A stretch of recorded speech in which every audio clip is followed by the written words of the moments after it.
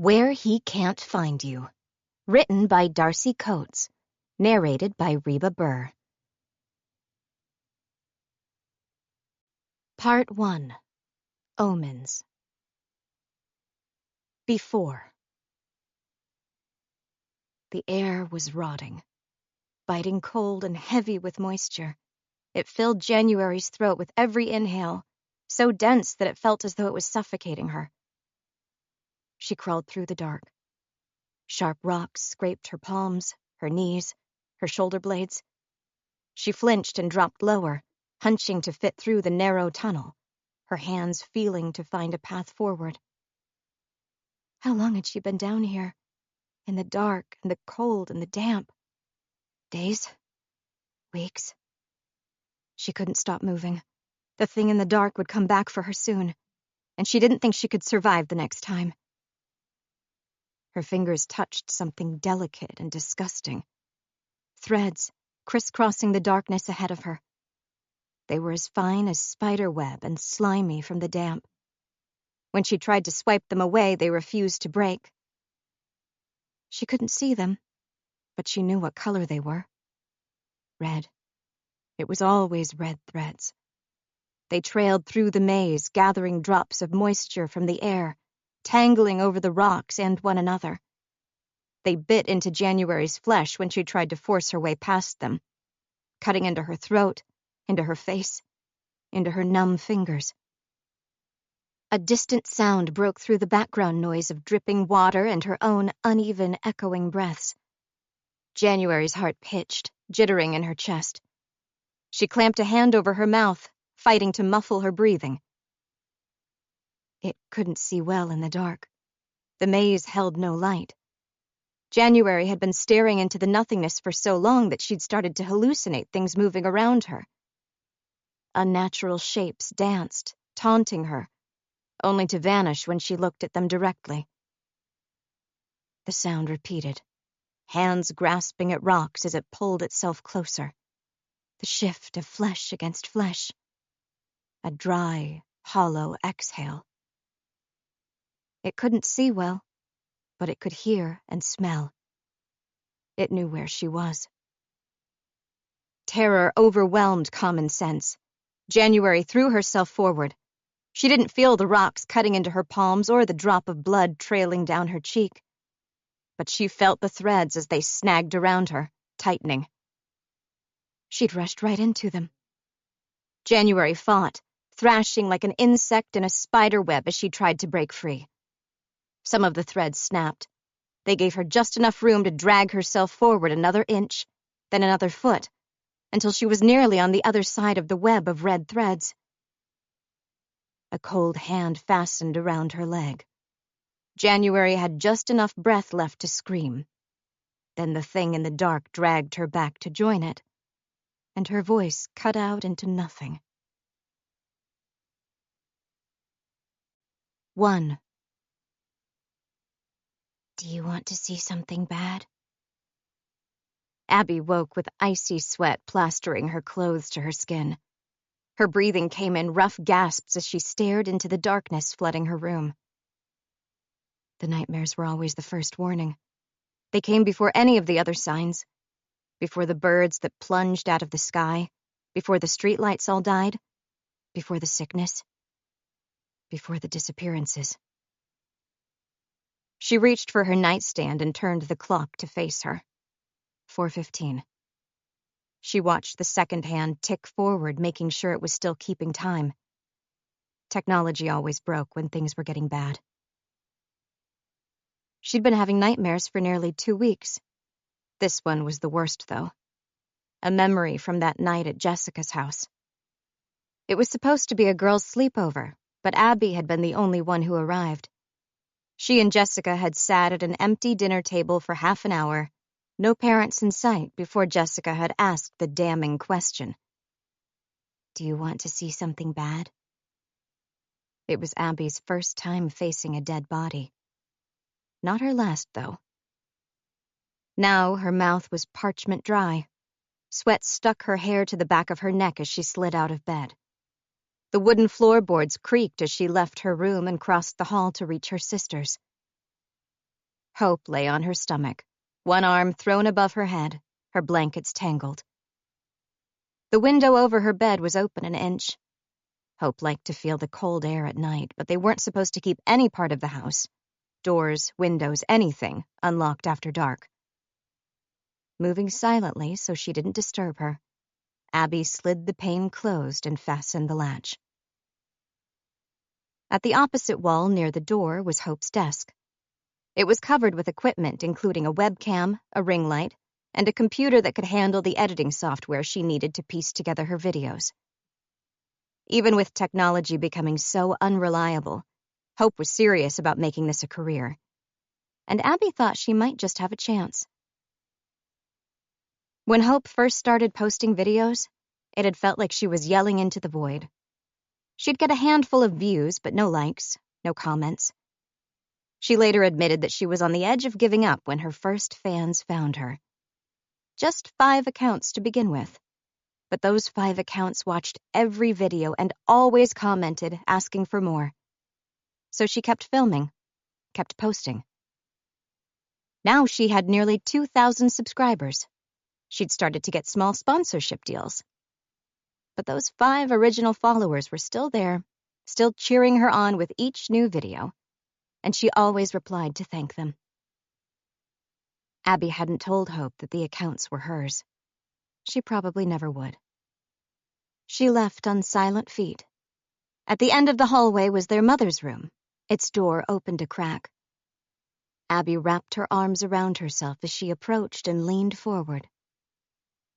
Moonlight came through the thin, torn curtains. It trailed over the edge of their mother's silhouette. She sat on the end of her bed, staring at the wall. There was just enough light to make out her long, unwashed hair, the sharp angles of her thin lips, her long, delicate nose. Abby hadn't made a sound, hadn't even so much as breathed, but her mother seemed to sense her presence. She turned suddenly, her eye flashing in the cold light. Abby backed away, her tongue pressed between her teeth. She didn't let herself breathe again until she was back in her own room. Then she curled up on her bed, her knees drawn to her chest. There wouldn't be any more sleep that night. She reached for her phone and was grateful when the display came up after only a brief flicker. She opened the group chat titled Jackrabbits and typed, "Anyone awake?" A reply came from Reese. "I'm here." And then, almost immediately after, "You okay?" He always asked, every single time. Abby could imagine his shoulders hunching and his eyes darkening, the way they did when he sensed the chance of danger. He was more attuned to threats than any of their group, and no one in their group took threats lightly. It left him always on guard, always cautious. Abby couldn't blame him. Not after what the Stitcher did to his parents. "All good," she texted, and she knew him well enough to visualize the tightness draining out of him again. She hesitated, then added, "I had a nightmare." "Me too," he replied. "Bad night." "Yeah." Abby rolled over, bunching the blankets over herself. She might be physically alone in her room, but the group chat stopped her from feeling completely untethered. She needed them just as much as they needed her. A new text appeared, this time from Rhea. "Hey guys," followed by, "Reese?" He responded with a single question mark. There was a long pause. Rhea had to be taking care with what she wrote next. Abby felt a sense of unease creep into her stomach as she waited. A flicker of static cut over the lower half of her phone's screen, then vanished again. Then Rhea posted, "Can you handle bad news right now?" His response was fast, decisive. "Yes, what happened?" Abby's unease redoubled. "I think they found a body." She could picture Rhea's face, pinched and tight and frightened. "Police just went by my house, headed toward Breaker Street." There was a pause as they absorbed the news. Reese was the first to reply. Okay, let's meet. 2. Abby stayed only long enough to slide a note under Hope's door saying where she was going. That was one of their rules. Don't leave without telling someone.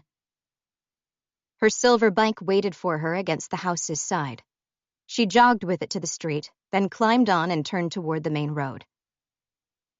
When people wanted to say something nice about doubtful Illinois, they called it a bike-friendly town. What that really meant was that cars were too unreliable. Most of the time they'd work as intended, but sometimes with no warning they would stall, or grind to a halt, or simply refuse to start. The town's mechanics would look at a car and say, "It's got the jitters." That was slang for when they couldn't find anything technically wrong, but it simply refused to work. And it wasn't just cars. Phones were unreliable, streetlights went out, televisions would play static or display a mangled version of 2 channels spliced together, audio and graphics merging into one.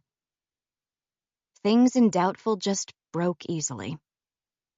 Not bikes, though.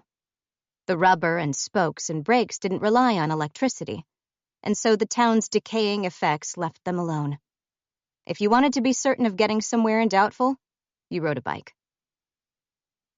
Abby's breath came hot and fast, spiraling out behind her like smoke. She moved quickly, air funneling around her body, her legs heating from the exertion. And at that moment, she felt as though she could outrun the darkness itself. A streetlight behind her blinked and then vanished, extinguished like a candle being snuffed out. She rode faster. It was still well before dawn. The houses around her were dark. With the lights out, it was sometimes hard to tell which houses held sleeping forms and which had been abandoned for years. A shadow raced toward her, emerging from one of the side streets like a phantom. It skimmed closer until it ran alongside her, matching her pace.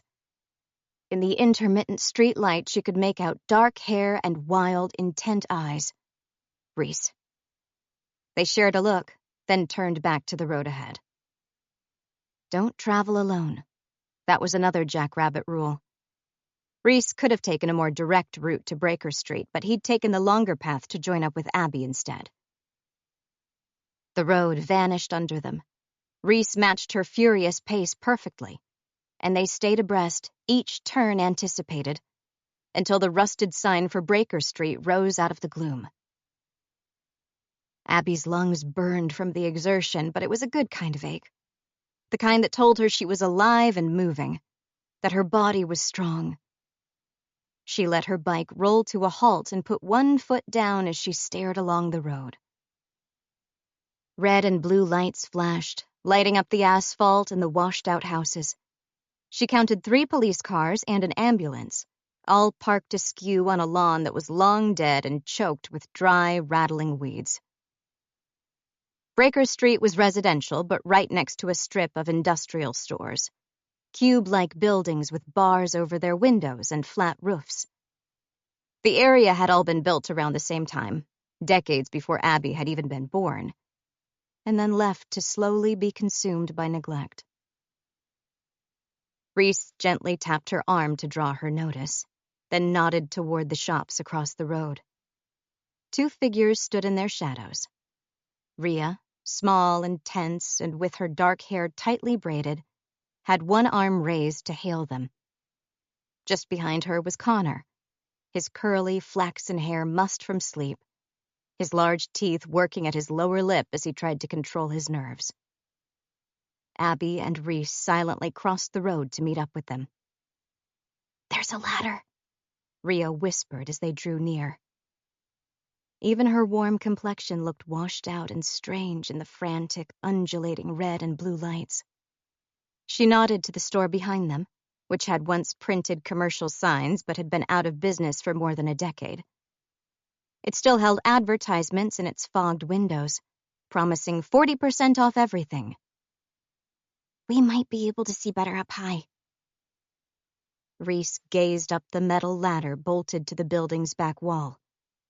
"Good find," he said. They left their bikes at the store's back, where they were less likely to be seen. The shops along that stretch of road, right on the outskirts of town, had been left to neglect. Rust flaked off the ladder as Abby climbed, and the wall was full of cracks, zigzagging along the lines of the bricks hidden beneath the concrete, like a map of a hidden city. She reached the ladder's top and swung her legs over the half-wall.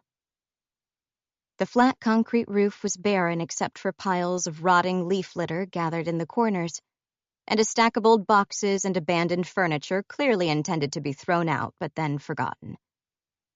The half-wall ran around the roof's edges, like a battlement, and Abby held her breath as she crossed the space to get a better view of the streets. On the other side of the main road, Breaker Street was alive with activity. Abby lowered herself, her arms braced on the half-wall, as her 3 friends took up their places next to her. Every house along the street looked like it was built from the same mold. They were all Midwesterns with sagging porches and shutters over their windows, and picket fences that sliced the lawns into portions. They could have looked beautiful once, but Breaker Street had succumbed to time and apathy. The fences leaned and the lawns had lost their color.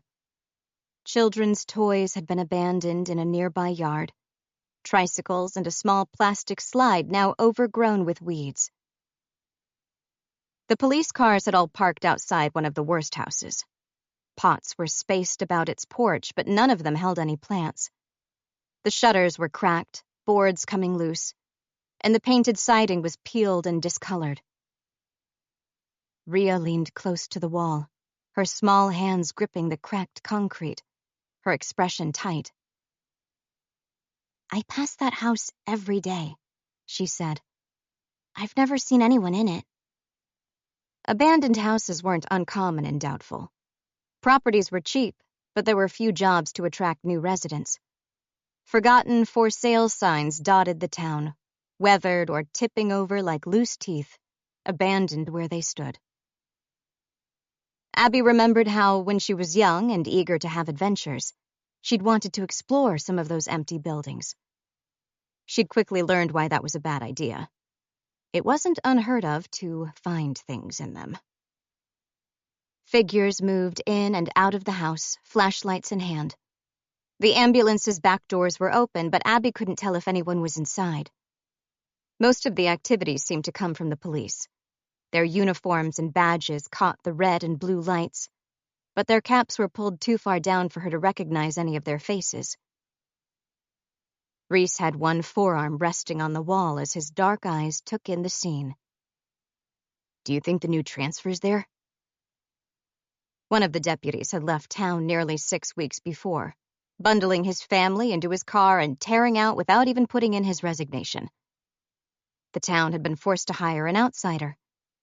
The new transfer and his daughter had apparently moved in just days before, but Abby had yet to see either of them. "I can't imagine what sort of welcome to town this would be." Connor poked around the pile of abandoned items before pulling something free. He'd found a folded metal chair, red with rust. He shook it out to open it. "You'll get tetanus," Rhea said at the sound of whining metal without even taking her eyes off the road.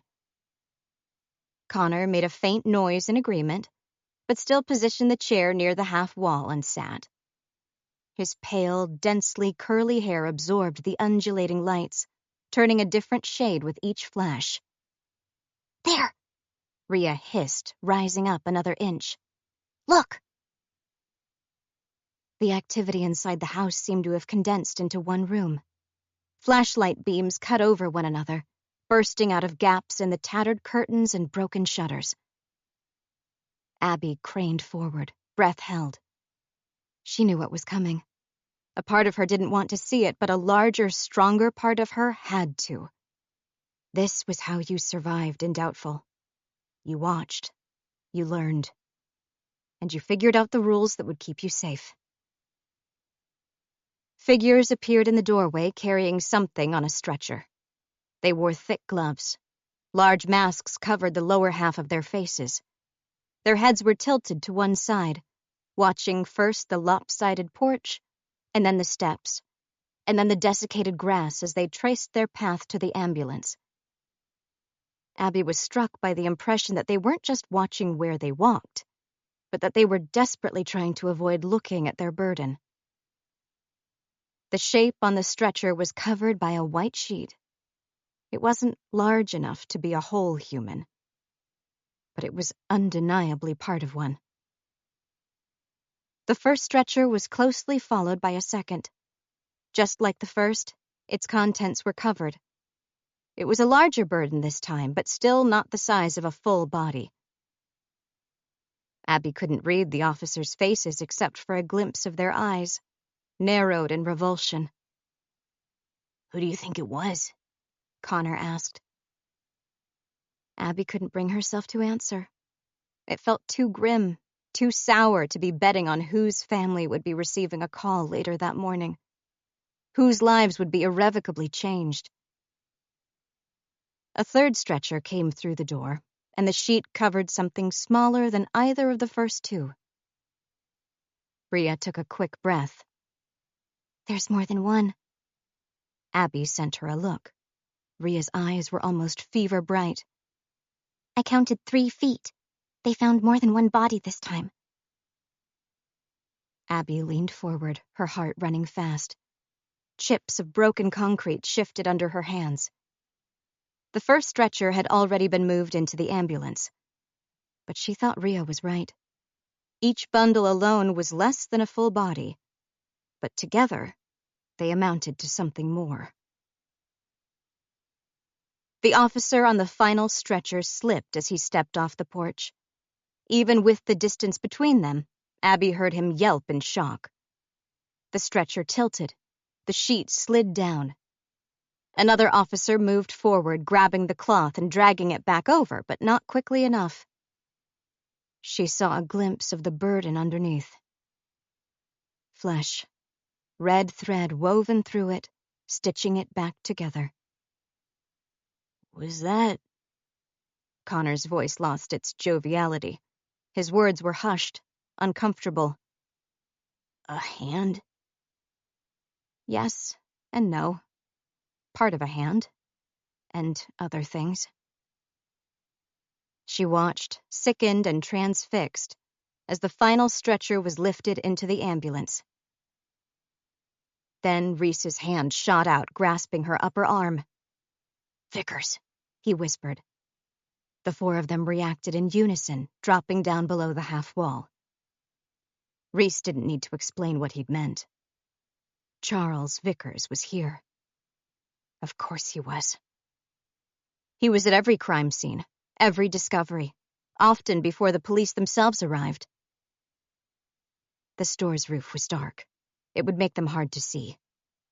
Slowly, breath held, Abby raised herself in increments until she could see over the wall.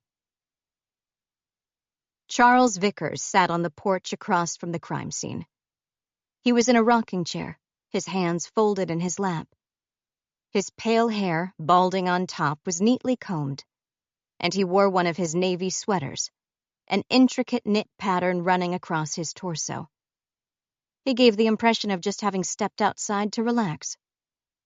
Only it wasn't his house. Charles Vickers lived across town, on Stokes Lane. He didn't seem uneasy that he was sitting in someone else's chair on a porch that didn't belong to him, watching a crime scene be established across the street. "How long has he been there?" Abby asked, knowing none of them had an answer. The porch was shadowed and his clothing was dark. He was barely visible except for the small, rhythmic motion, the chair rocking back and then forward again in lazy arcs. For all she knew, he'd been there when she and Reese biked past, sitting in the dark, watching them. "They've seen him," Rhea whispered. 2 police officers crossed the street in slow, measured strides, backlit by the flashing lights.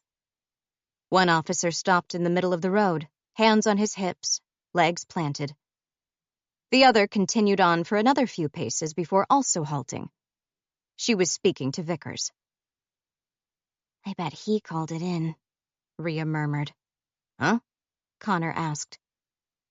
Ria's voice was wound tight. How else would they know the bodies were there? Who's exploring abandoned houses at 4 a.m? Vickers set it up and then called it in and sat down to watch them process his crime scene.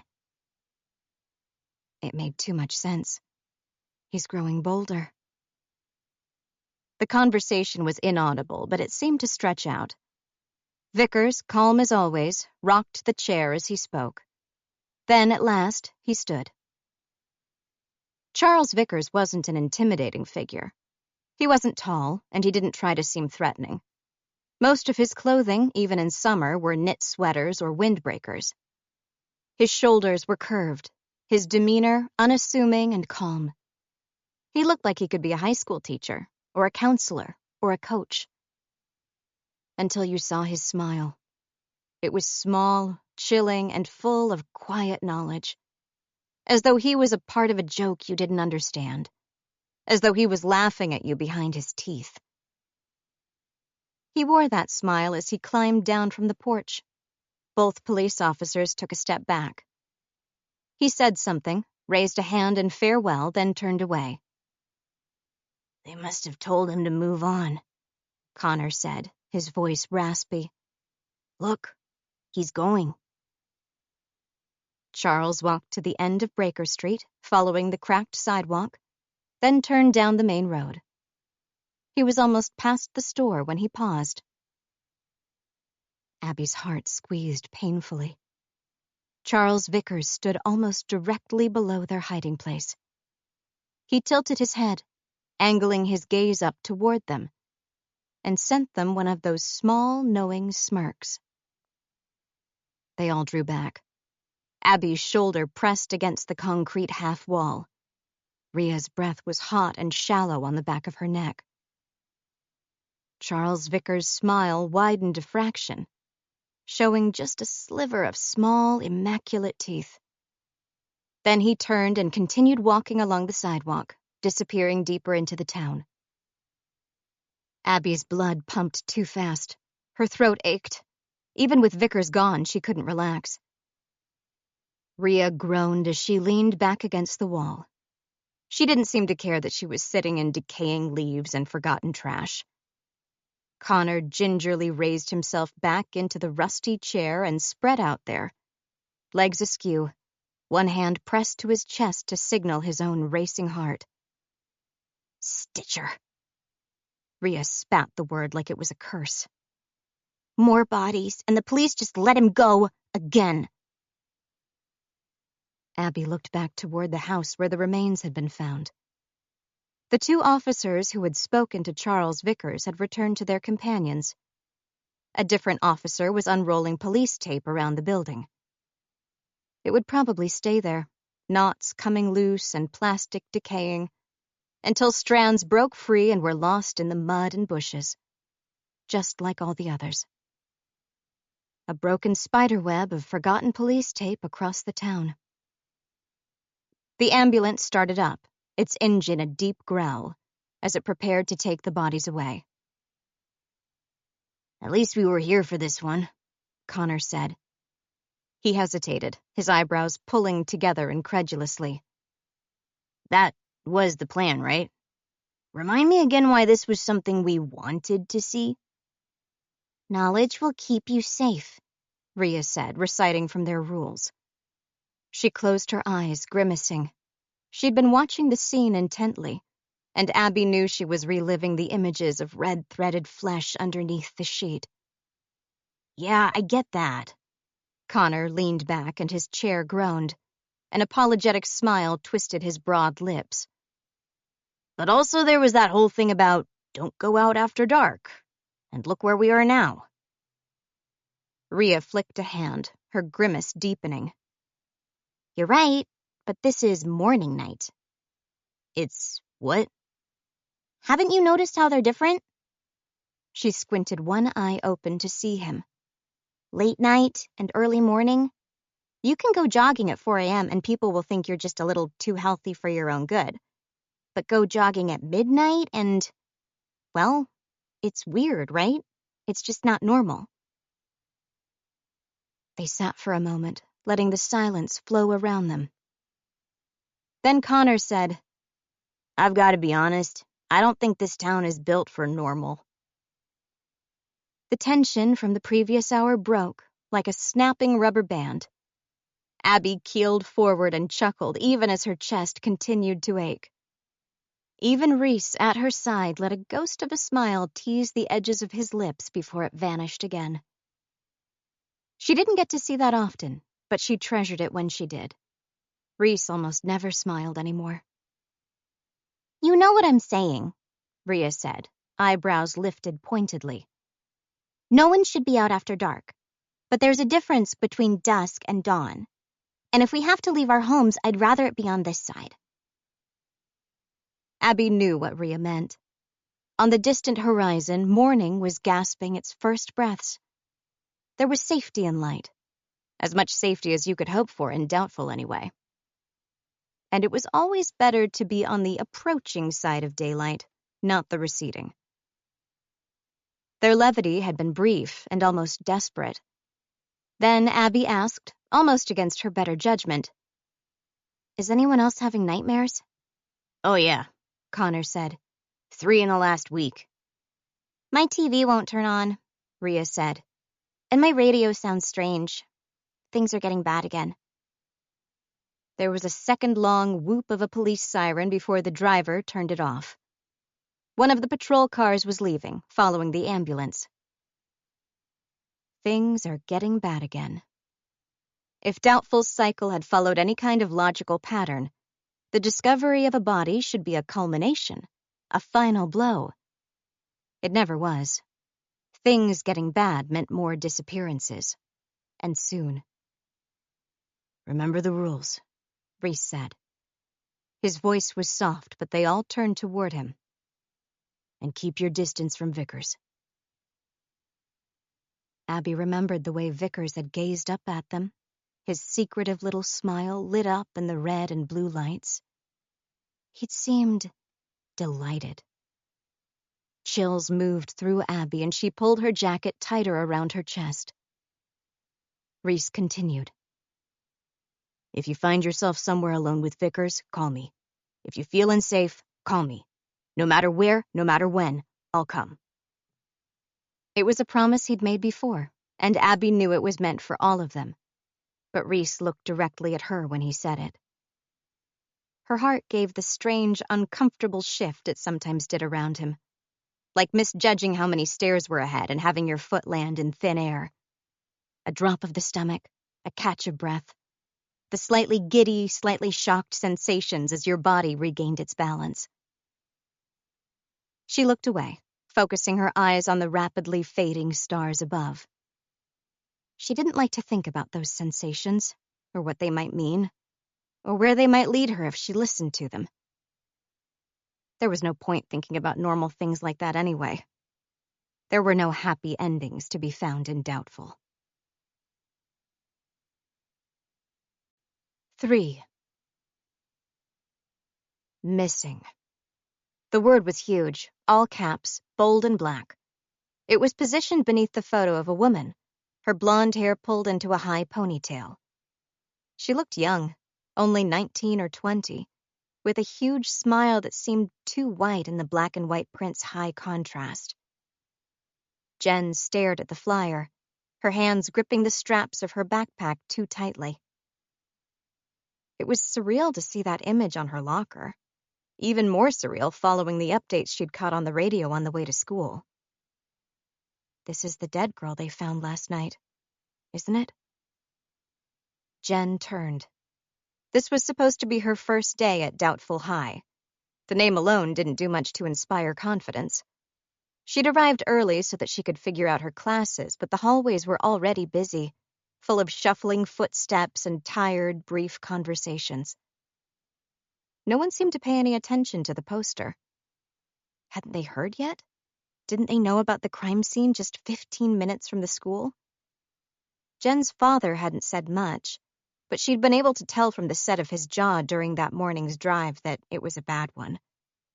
His third day on the job, and he'd been summoned to attend the scene. The dead girl's photo smiled at Jen from a half-dozen surfaces. She'd probably graduated from the school not long before. And now the flyers were stuck to lockers, notice boards, and bare patches of walls. Missing. January Spaulding. Anyone with information is encouraged to contact doubtful PD. Hers wasn't the only missing person poster. Jen had seen 2 others while walking into the school and a third further down the hallway. They all had different photos, different blocky font choices, different names, but otherwise followed the same format. And no one seemed to care.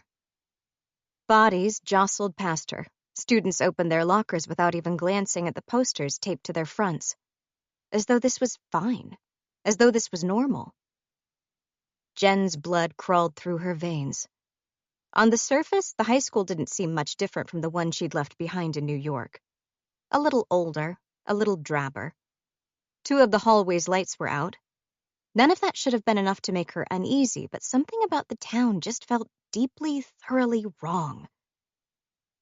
She tore the paper off her locker's face and folded it before shoving it into her backpack.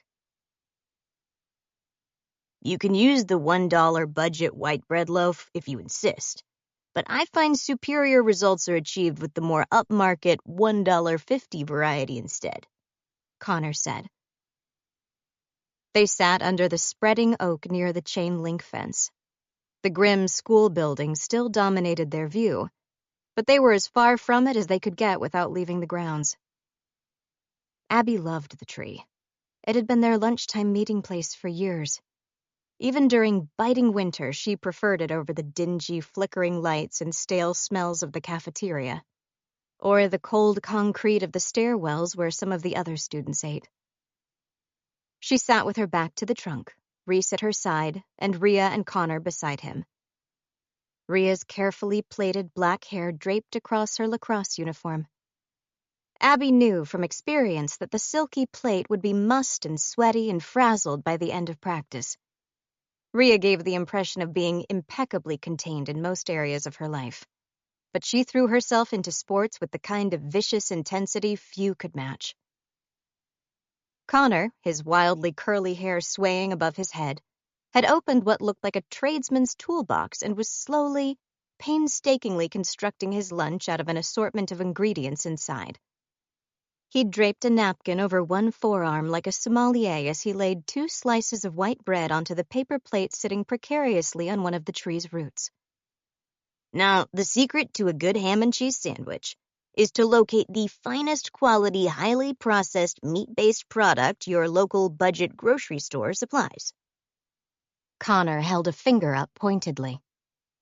I like mine to be at minimum 30% real pork. Can't you just bring a packed lunch? Rhea asked. She was already eating her lunch, a smear of sauce on the corner of her lips. Connor's whole face scrunched up in horror. It would spend hours sweating in my lunchbox, and then the mustard would soak into the bread and make it damp. Of course, Rhea sighed. Abby's own lunchbox sat at her side. It was old and built out of stiff metal.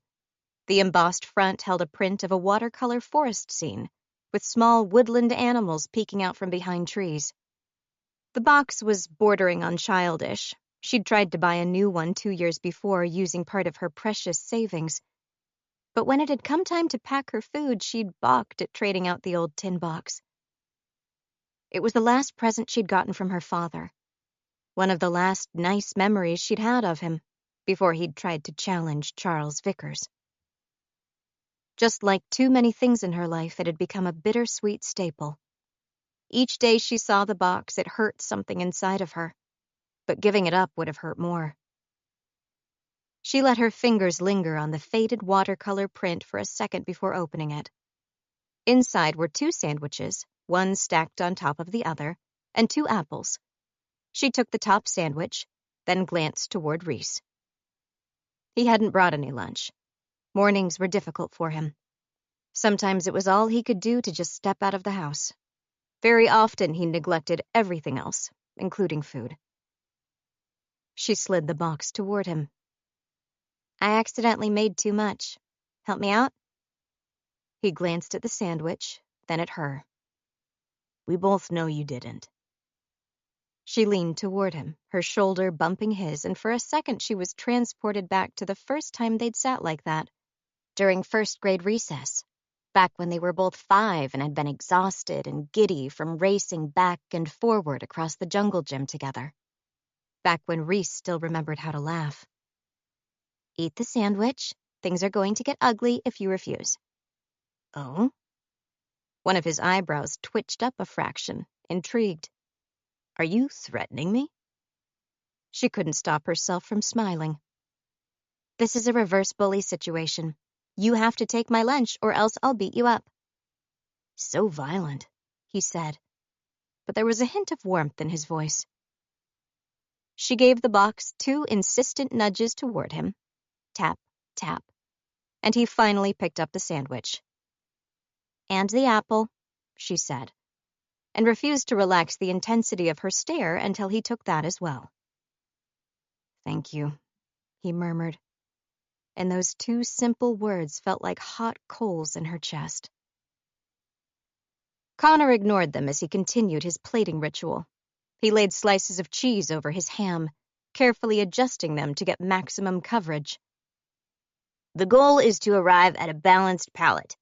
Today, I will be pairing my meal with an exquisite bottle of reconstituted orange juice, which you might notice is quite a bold flavor pairing. You're not going to have time to eat if you don't hurry, Rhea said. She'd already finished her food and used a paper napkin to clean her fingers. Please. He held one hand up for silence. The artist is at work. His fingers curved too far back as he held them up, each joint bending beyond what Abby's could handle. He'd been diagnosed with EDS when he was 12. That meant his tendons didn't hold his bones together the way they should. It left him hyperflexible, but also extra vulnerable to injuries. His PE coach had been the first to suggest his parents see a specialist after Connor's list of sprained ankles and dislocated joints and inexplicable bruises grew too long to ignore. Connor could stretch his arms out straight and then keep stretching them until his elbow bent backward 20 degrees past anyone else's. It was his favorite party trick to deploy when he wanted to make someone squirm. He wasn't supposed to do that. With the tendons failing to hold his joints together, most of the pressure was taken up by his muscles, and they weren't designed to be pulled that far. He'd once admitted to Abby that after showing off his flexibility, his arm would ache for the rest of the day. Hey, Rhea said, sitting forward abruptly. Hey, that's her. Abby looked up from her partially eaten sandwich. The new girl. Huh. Connor craned, shielding his squinted eyes. She looks cool. Rhea's gaze was intent. She is. She really, really is. I met her briefly, she explained. Earlier. Well, I saw her. We didn't exactly meet. Or talk. Yeah. It wasn't hard to find her, even with groups of students milling across the grassy field. Her jacket, pants, and boots were all black, but she wore a vivid orange shirt that contrasted against her surroundings strikingly. Colors didn't seem to endure in Doubtful. The orange top was the brightest thing in any direction. But if the new girl realized just how much she stood out, it didn't seem to bother her. There was a quiet intensity in the way she carried herself. She stood, one hand in her pocket, scanning the straggling groups spaced around the schools outside, as though hunting for something. And her eyes landed on the jackrabbits, hidden in the shade cast by the tree. She didn't hear me, did she? Rhea dropped her voice to be quieter. Oh, no. She was walking toward them, her head tilted, her hair bouncing a fraction with each step. She strode with purpose, as though they were exactly what she'd been searching for. She came to a halt with her hands in her pockets, her legs planted, her head tilted slightly to the side. She blinked down at them, then said, "Hey, I'm Jen." Abby said, raising a hand in greeting, then indicated her friends. Reese, Connor, and Rhea. I love your everything, Rhea blurted. There was a second of painful silence. Then Jen said, her eyes narrowed and her tone dubious, "Thanks." Deeply mortified color spread over Rhea's face. She couldn't meet any of their eyes. Abby gave her shoulder a brief, reassuring squeeze before turning back to Jen. "You can eat lunch with us," she offered. It wasn't one of their official rules, but more of an unspoken agreement. It was dangerous to be isolated and doubtful. If you saw someone on their own, you were supposed to try to invite them in. "I can make you a sandwich," Connor added, indicating his own. "It contains succulent alfalfa freshly harvested from the jar on my kitchen counter just this morning." "Thanks," Jen said, no less dubious. "But I'm only stopping by." Jen's eyes passed over them. Abby could picture the group from her perspective. Connor, as spindly as an insect, but with a smile so big and loud that it was impossible to feel threatened. Rhea, color flooding her face, tiny and wound tight and impeccably put together in her lacrosse outfit. And Abby herself, too pale, too intense, too often told that her gaze was unsettling. Finally, Jen's gaze lingered on Rhys, trying to read him. Not much about Rhys was easy to gather at a glance. Not his mood, and not his thoughts. People tended to avoid him. They thought he looked threatening, which was laughable to anyone who really knew him. Rhys wasn't dangerous. No, Abby had to correct herself. He was rarely dangerous. He wasn't quick to anger. He'd taken taunts and insults without reaction. The boys in school had tried throwing baseballs at him once, and he'd barely flinched. She'd only seen him lash out once, when Sam Gunner had hit her across the face with a hockey stick, splitting her lip. There'd been blood, not just on Abby's mouth, but on Sam's face and Rhys's hands as well. No one in school had tried to give the group any trouble since then. Rhys met Jen's querying gaze. Just like he was being assessed, he was assessing her in return. He rarely spoke in social groups, but he was always on watch, always on guard, always prepared to defend. Then Jen broke eye contact and drew a deep breath. "Can I ask you all a question? Do you know who January Spaulding is?" "Oh, yeah," Connor said, with more relish than Abby would have liked. "Missing girl. Well, dead girl now. She used to work at the post office." They'd learned her identity from Rhea earlier that morning. Rhea's mother ran Doubtful's small post office and had received a call saying that her employee would not be returning to work. January Spaulding had been missing for nearly 3 months by that point. Jen raised her eyebrows. She didn't speak, but her silence was expectant, asking for elaboration. "They found her body last night." Connor, always happy to talk, laid the final slice of bread onto his sandwich and examined the result with a critical eye. "Her and part of someone else." "What?" Jen took half a step forward. She didn't seem eager to actually sit with them, but she lowered herself into a crouch, forearms braced on her black jeans.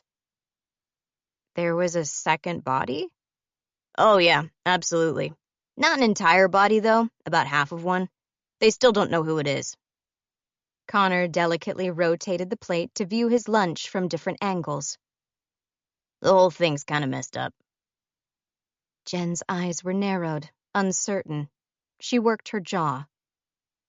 Abby leaned forward. She tried to keep her voice soft.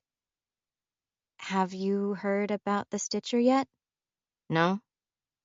"Okay." Abby ran her tongue over her dry lips. Doubtful isn't a safe place. People go missing here sometimes. People die.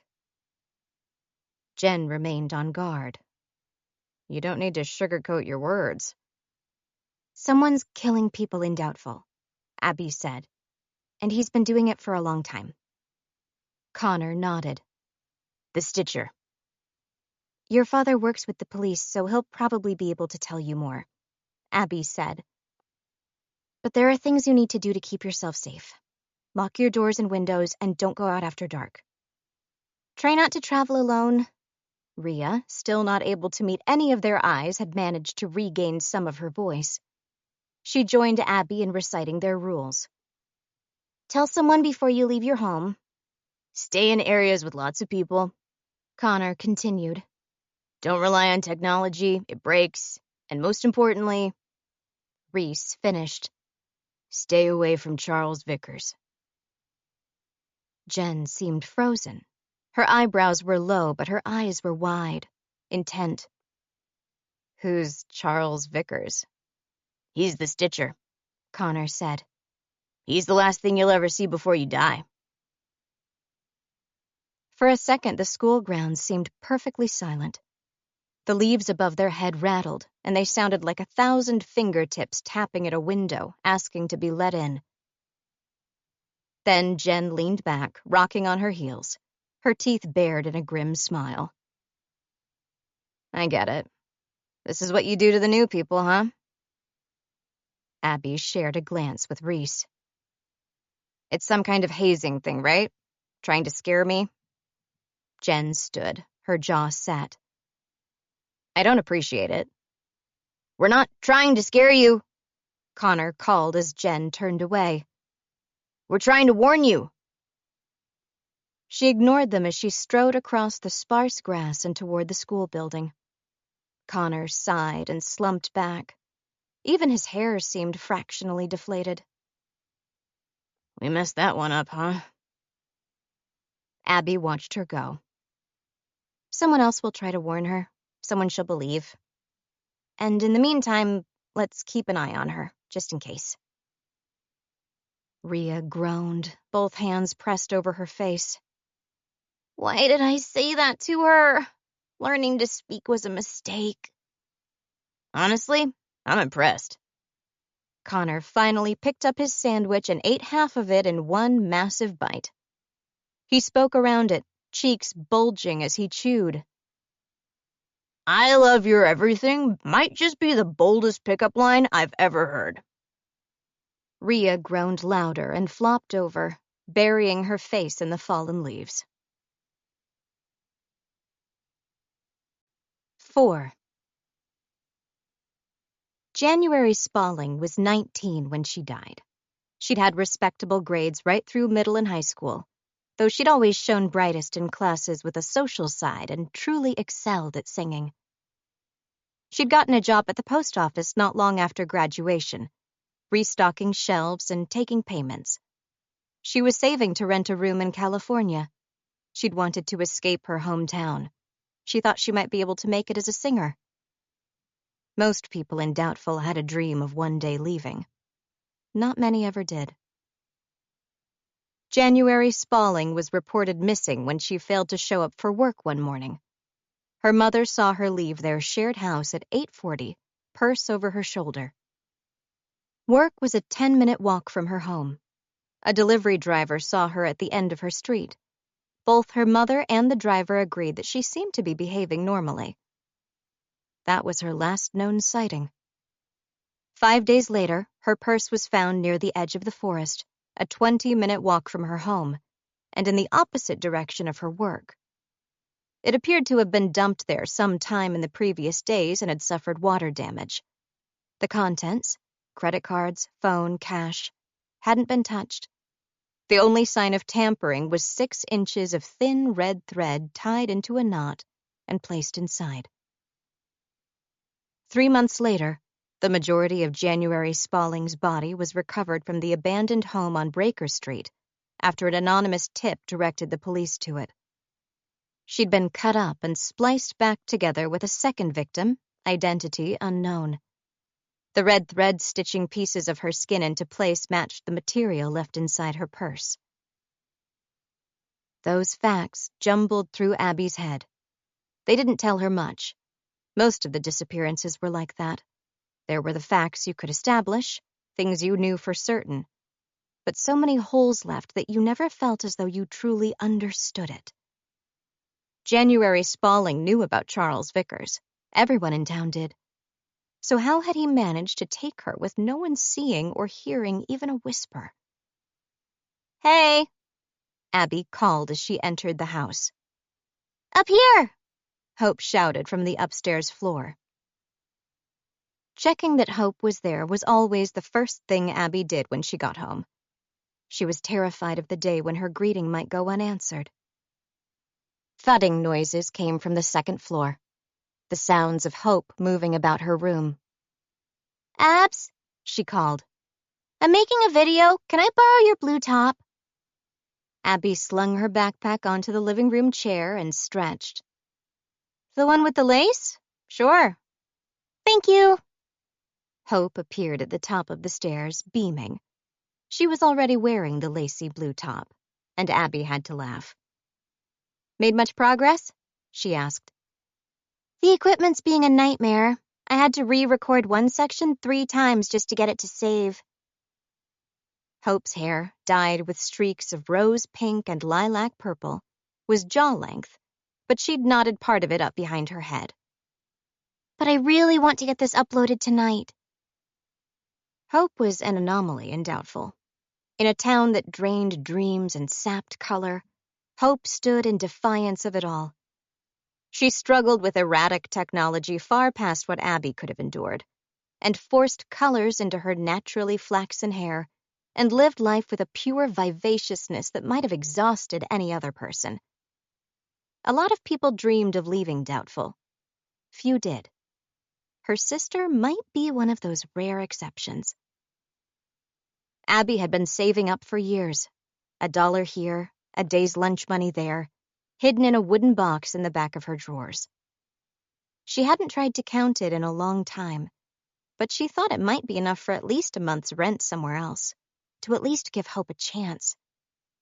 She just had to keep them safe, keep them together, long enough for Hope to become a legal adult. Her younger sister spun at the top of the stairs, her skirt flaring. She'd clearly put time into her appearance that day. Even the failing technology hadn't been able to dampen her spirits.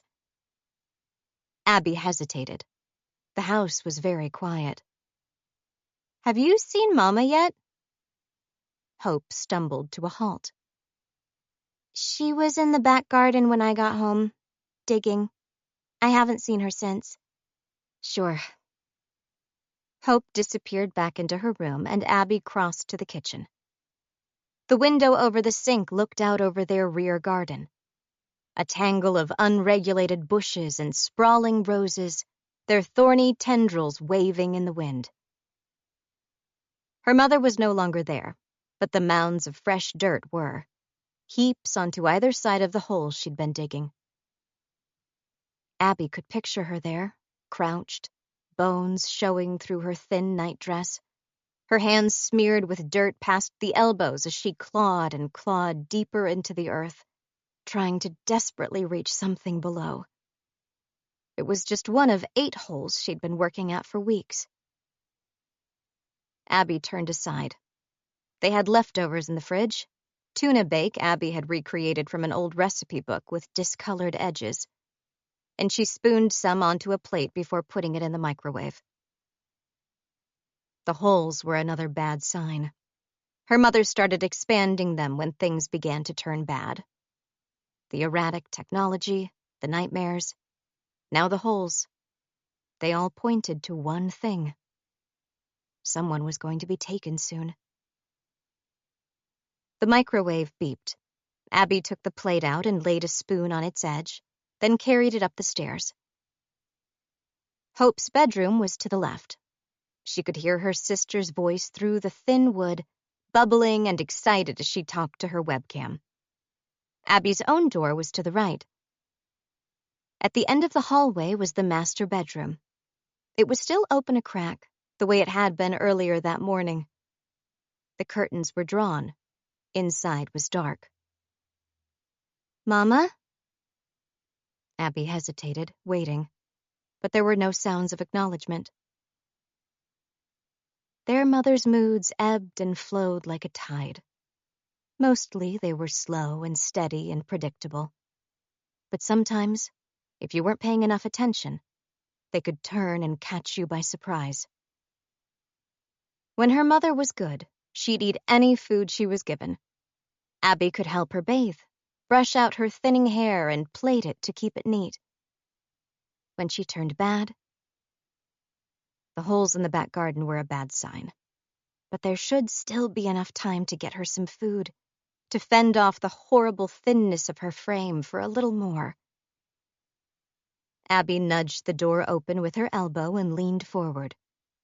The main bedroom was dark and dusty and smelled stale. Abby held the plate of food out, a peace offering. She couldn't see her mother. "Mama, do you want to eat?" Still no response. Abby took a step deeper into the room. Beside the door was a tray of food. Porridge, cold, and a bowl of sliced apple and orange segments. She'd left it there that morning before leaving for school with Hope. Flies crawled over the food. The apple had turned brown, the skin peeling back at the edges. Something squirmed in the porridge. Abby frowned, straining against the dim light. Maggots? The food hadn't been there long enough to get maggots. She had a sudden mental image of her mother hunched over the bowl, picking at scabs in her skin, pulling maggots out one at a time and letting them drop into the food, and then using one long, dexterous finger to stir them in. A rattling noise pulled Abby's eyes up. There was a narrow gap between the wardrobe and the wall, no more than a foot, but in that cramped space, one wide, staring eye glittered. "Mama?" Abby whispered, her mouth dry. She held the bowl out. It shook in her hands. "Food, Mama." The eye was fixed on her, round, unblinking, intense. Abby edged forward.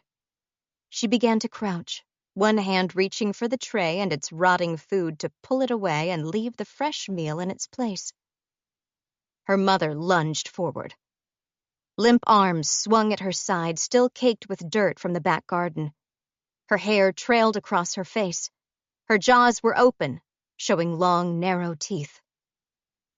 Abby dropped the bowl and darted back. Her mother crossed the space between them in long, loping paces, her bony knees flashing out from under the nightdress, her arms swinging.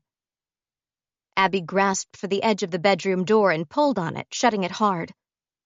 Her mother slammed into the closed door. The wood shuddered. Abby clenched her teeth, gripping the handle, holding it closed. Bang! Bang! Her mother wasn't just beating at the wood. She was hurling her body into it. Bang! Bang! Bang! The sounds abruptly fell silent. In their place was just low, rattling breathing, air sucked in and out through bared teeth. Abby's hands shook as she slowly, carefully let go of her hold on the doorknob. She stepped back and then turned. Hope was at the other end of the hallway, her face white, her eyes frightened. Abby forced herself to smile, fighting to keep the trembles out of her voice. Mama's not feeling well right now." She swallowed a lump in her throat. "How about we head out for a bit? Give her some space." Hope nodded once, a small, frightened smile flashing up and then vanishing again. Abby held her hand out. Her sister took it and didn't let go as they went down the stairs to escape into the late afternoon daylight. "I'm home," Jen called, using her shoulder to push through the front door. The hallway was still lined with packing boxes. Neither she nor her father had brought many possessions when they moved, but even with their minimalism, she'd underestimated how long it would take to unpack into a new home. The real estate agent had told them this was one of the nicest houses in Doubtful. That boded very badly for the rest of the town. The wooden floors were scuffed and somehow always dusty. The kitchen desperately needed a renovation, and Jen kept discovering cracks running through the walls. The new house was a lot bigger than their apartment in New York, though. The rooms weren't much larger, but there were more of them, and they had both a seemingly endless back garden and a front yard, too. Jen was still getting used to the sheer quantity of plant life outside every window. "Hey," her father called. "how was school?" She was still getting used to the home's layout and had to follow his voice to find him. Thompson sat at the kitchen island, his reading glasses low on his nose, a mug of coffee at one side, and a stack of paperwork spread out on the table ahead of him. Thompson was their surname, but growing up, it seemed to be the only thing anyone called her father. His supervisors, his co-workers, even his neighbors. Jen had started calling him Thompson as a joke, but over the span of years, it had stuck. "School's fine." Jen dropped her bag at her side and then pulled one of the stools up to sit opposite her father. He was getting older. It was only something she'd started to notice in the last year. But now she couldn't stop seeing the gradual changes. The gray flecks speckled through his short, dark hair, the creases on either side of his eyes. Sometimes she wondered how many of those budding gray hairs she was responsible for. Those new wrinkles were a big part of the reason for their transfer to Doubtful. Not that Thompson would admit it. New York was a vibrantly alive city, and the police dispatchers never saw a quiet moment. Her father had kept up with the pace for 25 years, but now he was ready for a break. Doubtful was a quiet, rural town with a population of no more than 20,000. There would still be crimes. Where were there not? But they wouldn't be anywhere near the scale of a major city's. At least, that was what she thought. Jen pulled the zipper back on her bag and took the missing person poster out from inside. She slapped it onto the kitchen island, facing her father. "What's happening in this town?" "Oh." His eyes fluttered closed momentarily, then opened again. "Sweetheart, yes. This young woman was found last night. I'm so sorry. That must have been an awful first day at school." Jen leaned forward. That's the weird thing. It wasn't. It was just like any other day. This group I encountered tried to scare me with a story about a serial killer called the Stitcher, but other than that, no one said a thing. "Huh." His eyes narrowed a fraction. She knew that look. He was being bothered by a mystery of his own, and she'd just added another piece to the puzzle. "Tell me," she demanded. He slowly took his reading glasses off and stared at a smudge on one of the panes. "It's nothing important." She directed a sharp, unforgiving finger at him. "Thompson, tell me." He chuckled. Jen knew he found it funny when she acted like his superior, and she used that to her advantage. "All right," he said. "You asked me what was happening in this town, and I can honestly say, I don't know." But it's weird, right? Jen leaned forward. She needed someone to agree with her, to acknowledge just how bad everything felt. There's something really off about this place. "You could say that," he agreed. "That body we retrieved this morning, that was worse than just about anything I've had to deal with before. It was like something out of a nightmare. And once we got back to the station, no one wanted to talk about it." Just like how no one at school seemed to want to look at the missing posters. Jen hunched forward. Thompson tapped the corner of his glasses against the papers he'd been examining when she arrived. "I even brought it up a couple of times. They just switched the conversation to something else, and this isn't the only thing I haven't been able to get clear answers on." Jen tilted her head forward, her eyebrows raised.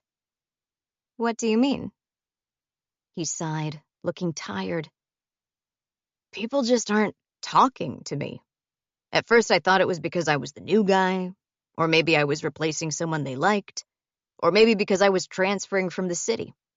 No one likes change, or even the threat of change. I get that. Yeah? But then today, an officer who sits opposite me made a comment about how they were grateful I'd transferred, that they'd been trying to fill my desk for months, and they were glad someone had finally taken it.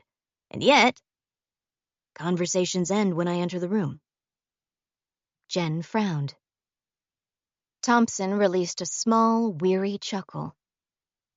And here I was thinking small towns had a reputation for being friendly. Well, that aside, I've been able to glean one thing. The people here seem to keep a curfew, indoors after sundown. I'm thinking we should follow their example, at least until we're more settled in. He very badly wanted to fit into his new community, she knew. He'd already bought new clothes for his off-duty days to better fit into the rural atmosphere, and even had a generator taking up half of their garage because that's how people live here. Jen knew better than to argue. If she tried to fight it, her father would never let up. He'd worry and nag and watch her every move. It was easier for everyone involved if she agreed, then left later once he'd gotten so absorbed in his endless stacks of work that he'd forgotten his own decree. Sure, sounds good. Okay. He gently pushed the missing person poster and January Spaulding aside. Back to you. How's the homework situation looking? Any difficult teachers? It's... The word fine died before even reaching Jen's tongue. She stared through the kitchen window at the grassy stretch running down the side of their house, her heart leaping unpleasantly. Something long and lanky moved there, its body undulating as it walked past their home. 5. The sidewalks running through the town center were broad and nearly deserted. Abby and Hope had room to spread out, but they instinctively walked close together. Abby couldn't stop herself from pulling her phone out of the brown leather satchel she wore. The screen flickered before coming on, showing the time. 4:18. They had another hour and a quarter until dusk. She knew when sundown arrived each day, to the minute. Each day she ran the new calculations, adding and subtracting seconds as the seasons waxed and waned. It wasn't as though getting indoors before dusk was enough to keep someone safe. People were still taken during daylight, including January Spaulding. But Abby's friend group had gone through the archives the previous year, jotting down the dates and times each victim was taken, and there was a clear bias. Nearly 2/3 of all victims were taken between nightfall and dawn. Add in other factors, including how drastically fewer people were outdoors at night, and the way darkness made it impossible to see danger until it was nearly upon you, and it was enough to make that one of their rules.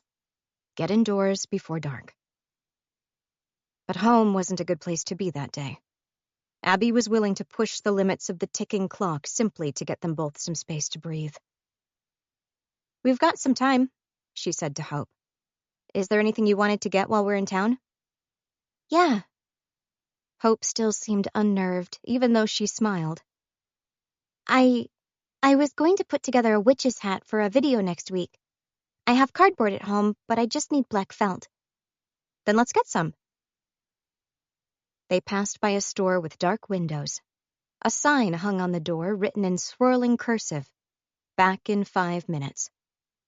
The sign had been there for nearly 8 months. Its owner, Pat Chandler, had stepped out one day and simply vanished. Unlike January Spaulding, her body had not yet been found. Spray paint had been left on a broad brick wall next to that store. "Hide somewhere he can't find you," it said. The color had been bright red once, but years had faded it to a rust brown. The words had been there for as long as Abby could remember. Missing person posters rustled. There were a lot of them along that stretch of the walk. Dozens of faces stared out at Abby from the brick walls, from the bulletin board outside the butcher's, and from every pole they passed. A lot of those pages were water damaged, the paper stiff and crinkly and warped. Many were sun-bleached, too. It washed the smiling faces out until they were barely recognizable.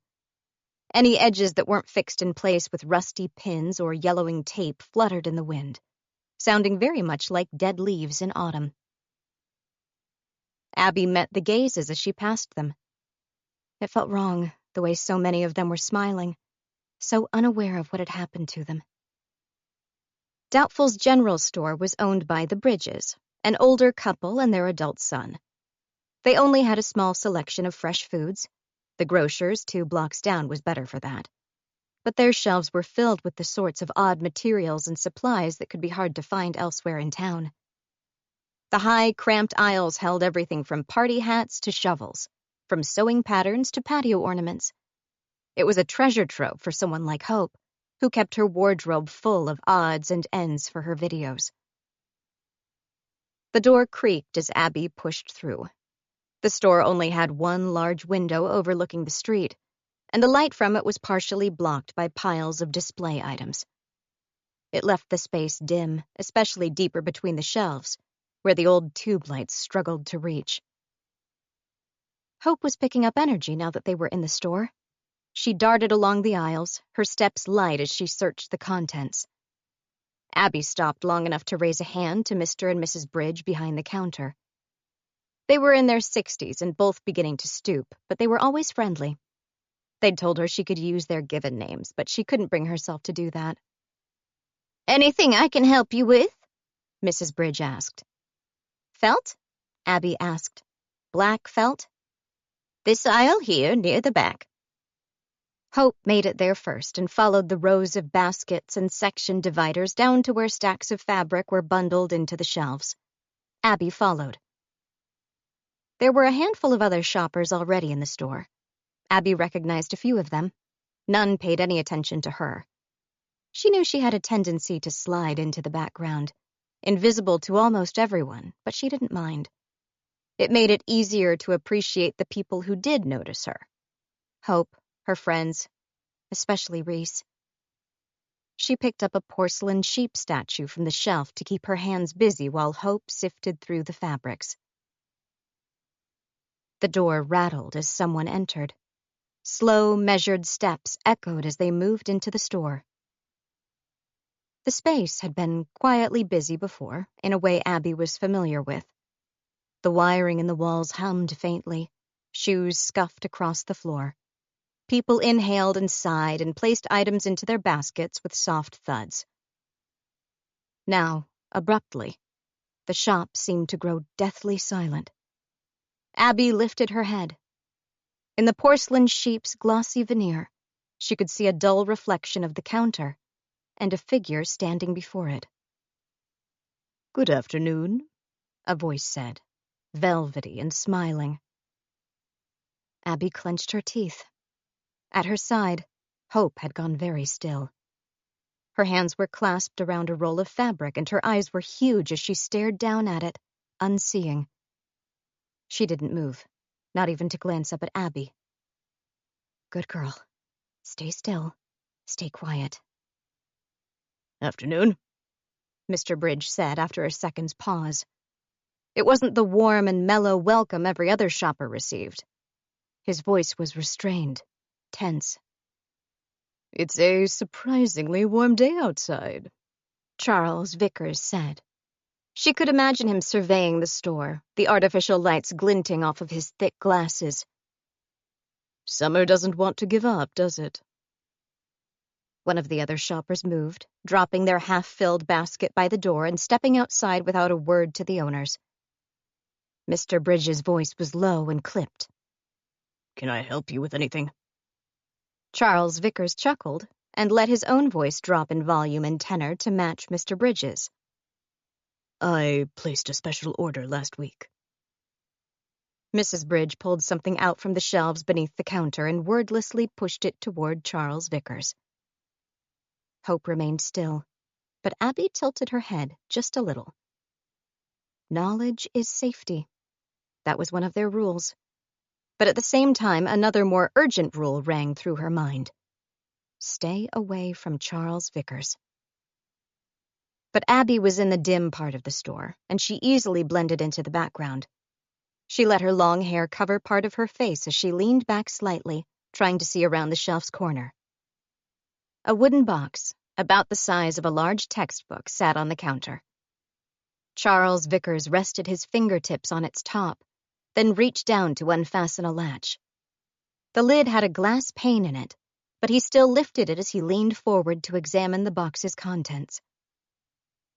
Abby thought she could glimpse a trace of something red inside. She didn't dare breathe as she stretched her neck, gaining a few precious centimeters as she tried to see. Charles Vickers' head snapped toward her. Their eyes met. An icy smile stretched over his pale, round face. Abby turned away, her heart racing, her fingers growing numb around the porcelain figurine she clutched. "That's all in order," Charles Vickers said, gently closing the box's lid. His voice was velvety again. He seemed pleased. "How much do I owe you?" "We don't want your money," Mrs. Bridge whispered. "Well, that won't do." A soft chuckle. Then there was the rustle of paper bills and the clatter of coins as Vickers dropped them onto the counter. "I like to pay my debts." His shoes squeaked as he turned. Abby stared blindly ahead, listening to the footsteps retreat. Only, they weren't growing fainter. They were approaching. He was moving toward her. Fear cut through her like fizzling electricity as she turned. Charles Vickers stopped directly ahead of her. A moss-green knit sweater covered his gently sloping shoulders. His hair was combed immaculately, thinning strands covering the top of his head. He held the wooden box under one arm. A faint, unpleasant smell clung to him, like mildew and old water. "Hello, Abby Ward," he said. His gaze flicked to her sister. "And little Hope, though you're not so little now. You children grow up so fast." Abby's mouth was dust dry. She shifted, reflexively putting herself between Vickers and Hope. She couldn't stand the thought of his eyes lingering on her sister. "How's your mother?" Vickers asked. His thin, pale lips curled up at the corner, as though relishing a private joke. "I haven't seen her around town in years. Not since your father left. I hope she's not unwell." Abby didn't speak. She felt Hope's hand on her back, clutching at the fabric of her dress, as though terrified that Abby would be snatched away if she didn't hold on to her. Charles Vickers' pale blue eyes moved languidly, tracing over Abby's face, as though relishing her voiceless reaction. "Stay safe, children," he murmured, and then finally turned away. "Not everyone in this town is your friend." As he turned, she caught a flash of the box he held under one arm. Inside were dozens upon dozens of spools of vivid red thread. The door creaked as Charles Vickers stepped through. It rattled closed behind him, and the awful, suffocating silence seemed to melt. Hope's grip slackened on Abby's dress. Mr. Bridge muttered under his breath and wiped a cloth across his forehead. His wife patted his upper arm. She stared at the money on the counter. Smooth, folded notes and a handful of coins, with revulsion. "Abby?" Hope whispered. Her voice was so quiet that Abby had to strain to hear. "Abby, I don't want the felt anymore." "Okay," she swallowed. The store, which had been comforting before, now seemed stifling and claustrophobic, as though it was a trap, the kind that closed in around you before you even knew there was any danger. "Okay, let's go." They moved to the front of the store to leave. Mrs. Bridge watched them with sadness in her eyes. "Are you okay, girls?" Abby didn't trust herself to speak, but forced a tight smile and nodded. "Wait a moment." Mrs. Bridge reached for her husband. "Bob, you go with them. It's not safe outdoors. Walk them home. Make sure they get there safely." He mutely dipped his head in agreement, then began to move around the counter. "We're fine," Abby managed. Her voice sounded strained. "We'll be on our bikes." That was a lie, but the older couple let them leave without another word. It was common knowledge that Charles Vickers placed special orders at the store for cases of red thread that matched the shade and thickness of the stitches in the bodies. He'd order a new box 2 or 3 times a year, she'd been told. It was the first time Abby had seen the purchase with her own eyes, though. She didn't blame the Bridges for selling Charles Vickers the delicate thread. They were only trying to keep themselves safe. She knew all too well what happened when you tried to stand against the stitcher. Her father had made an attempt years before when Abby was only 11. A group of 5 men had fueled themselves on liquid courage at the bar, then approached Charles Vickers' house, armed with baseball bats and shovels. That night happened shortly after the 4th victim of that year had been discovered, their reworked body bloated and floating in the river. The police were doing nothing, the men had all agreed. There was very little doubt about who the killer was. If the police weren't going to arrest him, then the town itself needed to rise up to protect itself. 5 men went up to Charles Vickers' house. Abby's father had been the leader, though, and Abby's father was the only one who didn't return home the following morning. The police investigated, the way they always did. Missing person posters were taped to the streetlights and pinned about town, the way they always were. He'd never been found.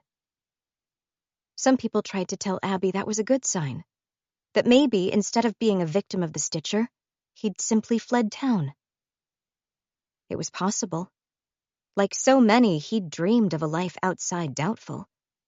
Maybe an encounter with the killer had been enough to galvanize him to vanish into the wider world, leaving his wife and 2 daughters behind. Maybe, at that moment, he'd realized they would be dead weight in his attempts to escape the town. The thought would consume Abby some nights. She'd lie awake in bed, picking over the idea, alternately picturing him in some faraway city, maybe with a new wife and new children, and other times picturing him as one of the stitcher's victims, red thread running through his sagging, lifeless body. Sometimes she didn't know what would hurt more. Then she reminded herself about what Reese had gone through. Not having answers was a mercy compared to that. So she didn't blame the Bridges for selling red thread to the stitcher when he asked for it. They were kind people otherwise, but Abby still didn't want to get close to them, not to call them by their given names or to let them walk her home. She and Hope stopped on the sidewalk outside the store. Abby's heart was running hard. Hope had seemed to shrink into herself, a hard angle to her jaw and dampness around her eyes. She'd been 9 when their father had left and their mother had started to crumble. It had hit her far harder. Abby pulled her phone out of her satchel with unsteady hands. They had just 40 minutes until dusk. They needed to go home. Home. To Mama. To another sleep filled with nightmares. She glanced at Hope, whose eyes were fixed on the pavement. Abby began texting furiously. The screen flickered before stabilizing, and for a second she thought her message might not have gone through, but then it popped up in the Jackrabbit group chat. "Hope and I need to get away from the house. Does anyone want to go to the lake?" Reese's reply was first. "Of course." Followed by Rhea. "I can bring snacks." And Connor. "Meet you at the usual place. I'll have the radio." Abby smiled, then turned the phone so that Hope could read the messages. It was like watching a veil being lifted from her sister's face. The horrible slackness retreated, color returned to her cheeks. It was almost enough to quash the uneasiness running through Abby's chest. "Yeah," Hope said, breathing deeply. "let's go to the lake." 6. "Deer!" Jen gasped. "Thompson, it's a deer!" She felt as though the air had been sucked out of her lungs. She'd seen deer once before during a zoo trip, but seeing one in the wild was different. When you took away the fences and feed bins, it stopped being just a novelty and became something special. A flash of pure wildness, something bordering on magical. Wow. Her father rose out of his seat and approached, adjusting his glasses. Look at that. Jen leaned close to the kitchen window. Her breath clouded the glass for a second before fading. The deer walked in the passageway between their house and the split rail fence separating their property from their neighbors. The grass was long and half obscured the creature. Its body undulated gently as it paced. It was a buck, with small antlers raised above its head. Jen blinked, then felt her smile fade. No, something wasn't right. The deer paused as though it could feel her staring. Its head turned toward the window. Jen's blood ran ice cold. Tumorous growth sprouted across the deer's body and face. There were at least 60 of them, growing in bunches, some as large as a tennis ball. They interrupted the beautiful, rich brown fur, bulging outward, an ugly, tar-colored shade tinged with red. They were worst around the deer's face. Clusters burst out around its nose, its jaw, and its eyes. There were so many of them, it was hard to believe the deer could even see anymore. It can't, Jen realized. Where its eyes belonged were empty sockets crowded around by the horrible tumors. A trickle of blood ran down to its muzzle. Oh, Thompson whispered. He placed a hand on Jen's shoulder and gently pressed, then turned away. I'll call animal control. They'll probably want to have it put down. Her heart sank, full of grief for the animal, and for the magic that had been poisoned. The deer flicked its delicate ears, then turned back to its path. There was no way for it to see where to go, but it seemed to have an idea of where to walk, even though it stumbled every few paces. She turned from the window. Her father stood at the kitchen island, his phone held to his ear. He took it down, frowning at the screen before tapping buttons and lifting it up again. Call keeps cutting out, he muttered. Cell reception was supposed to be good here, too. The deer was nearly past their house. Their back garden, just as weedy and overgrown as the side, stretched on for nearly the length of a football field before ending, not in fences, but in the wild forest. That seemed to be where the deer was headed. Thompson saw her watching it. He raised dark eyebrows that were growing flecked through with gray. Try not to think about it too much. Maybe you can focus on something else for a while, yeah? Do you have homework? Sure, she said without feeling. Thompson muttered and lowered his phone again, frowning at the screen. Jen turned away, plucking up her backpack as she left the kitchen. The hallway branched. Stairs led to a second floor where Jen's own room overlooked the forest. Straight ahead, though, was a rear door into the backyard. Jen tucked her phone into her jeans pocket, dropped the backpack by the stairs, and stepped outside. Her father was too distracted to even hear the door close. The deer had nearly vanished into the trees. She broke into a jog as she followed. If animal control was going to help the creature, they'd first need to know where it was. Long grass whisked across her legs and left little burrs on her boots as she ran to close the gap between them. She didn't slow down until she'd reached the trees. Leaves crackled ahead and slightly to the right. Jen followed. She tried to tread carefully, but it was impossible to keep silent in the forest. Branches snapped and leaves crunched with every small movement. Dead twigs snagged in her hair and scraped at her hands. The light grew dimmer as she followed the deer deeper into the trees. Occasionally she glimpsed it, a flicker of rolling tan fur. Sometimes she thought she could hear its labored breathing.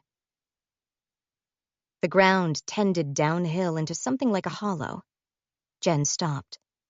There was something in the indent that didn't match the unyielding grays and browns around her. Something bright and vividly red. Blood? No, that looks like thread. coils and coils of it, so strikingly red that it looked almost unreal against the dead leaves and dry branches. Jen hesitated. The deer was just out of sight, its slow footsteps leading away. But there was something captivating about the thread, something that made it hard to turn away. She swallowed as she approached the arrangement. The thread was delicate, the kind you'd use for cross-stitching or maybe to mend smaller pieces of clothes. But there was a lot of it, yards probably. It stretched out like some kind of spider web, looped around branches across the ground, and threaded around an old rotting stump. The structure was nearly as tall as Jen and twice as wide. A person must have done this, right? It was hard to imagine how nature could have pulled those loops up to tie them around tree branches. But there was also a kind of chaos in the way the threads had fallen. Organic, wild. And the lines didn't end at the forest floor, she realized. Some of them seemed to disappear into the earth. There was no sign of the ground being disturbed, though. The dirt was pale and compact and covered in leaf litter. It was as though a needle had been run through the space, piercing air and dirt and leaving a trail of red in its wake. Jen reached a hand toward a thread that ran between two trunks. Her fingertips hovered over the delicate, vivid line. Don't touch it. Hairs rose across the back of her neck. She pulled her hand back. The threads no longer seemed like a minor mystery. They seemed dangerous, even disturbing, as though the very air around them was poisoned. Jen staggered backward away from the threads, then drew a sharp, shaking breath. It seemed too loud, because it was. The forest was perfectly silent. She couldn't hear any insects, no birds, and most importantly, no crackling leaves under cloven hooves. She'd lost the deer. She tried to orient herself, to remember which direction it had been walking, and rushed forward. She didn't try to keep her footsteps quiet this time. As irrational as it was, she didn't want to be anywhere near those threads. And, slightly more rationally, she didn't want to lose the deer. Even as she stumbled between the trees, arms outstretched to keep the branches from slicing across her face, she couldn't tear her thoughts away from it. Red thread, in the middle of the forest. Who put it there? And why? Leaves crackled ahead. Jen squinted and moved toward it, breathing heavily. The trees were thinning. More natural light began to filter through. She ducked under a branch and saw the deer. Its beautiful brown fur rippled as it walked. It paused, golden light falling across its form, and its awful, swollen head turned toward her. A drop of blood fell from the space where its eyes belonged. There was the deafening crack of a gunshot. Jen flinched, ducking down, her eyes squeezed closed. She waited to feel pain. There was none, which was a small miracle. The gunshot had sounded close. She opened her eyes, her teeth clenched. The deer was gone. "Hey!" she yelled so that whoever had fired the gun would know there was a human in the woods as well. There was no answer. Jen moved forward toward where the deer had stood and found herself at the end of the trees. A dirt road, not much more than a lane, ran ahead of Jen, separating her from a field of ripe sorghum opposite. And in front of that field of sorghum stood a man with a rifle.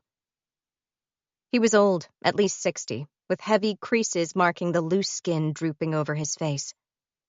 Muddy boots came up past his knees, nearly meeting the hem of an old stained flannel shirt. He didn't seem surprised to see Jen there. She couldn't keep her eyes off the rifle. Guns were practical in the country, she told herself. Animals, both wild and farm, would need to be shot. Still, she didn't like how casually it was being carried, like it was an extension of the farmer's own body. Her whole life, Thompson had drilled the importance of gun safety into her. When he wasn't on the job, he kept his own issued pistol in a hidden safe. He never, ever would have fired his gun blindly into a forest where people might be walking. The farmer sighed, staring at the place where the deer had been, his jaw working. Jen couldn't stop herself from asking, "Did you kill it?" No, He lowered his gun to point the barrels at the ground. got away. It's not gonna live for long, though. Jen glanced toward the forest. She could no longer see or hear any trace of the animal. There would be no chance of finding it now that it was spooked. "What's wrong with it?" Tumors. The farmer inhaled deeply, his heavy-lidded eyes watching Jen. Those won't kill it, though. "They won't?" Jen turned back to him, frowning. "Then what?" He stared at her for a very long time. Jen felt her skin crawl. There was an entire road separating them, but that still felt too close. She took half a step back. It's close to dusk, The farmer said at last and swung the rifle to indicate toward the fading sun. You'd best get back inside. And stay there until morning, you hear?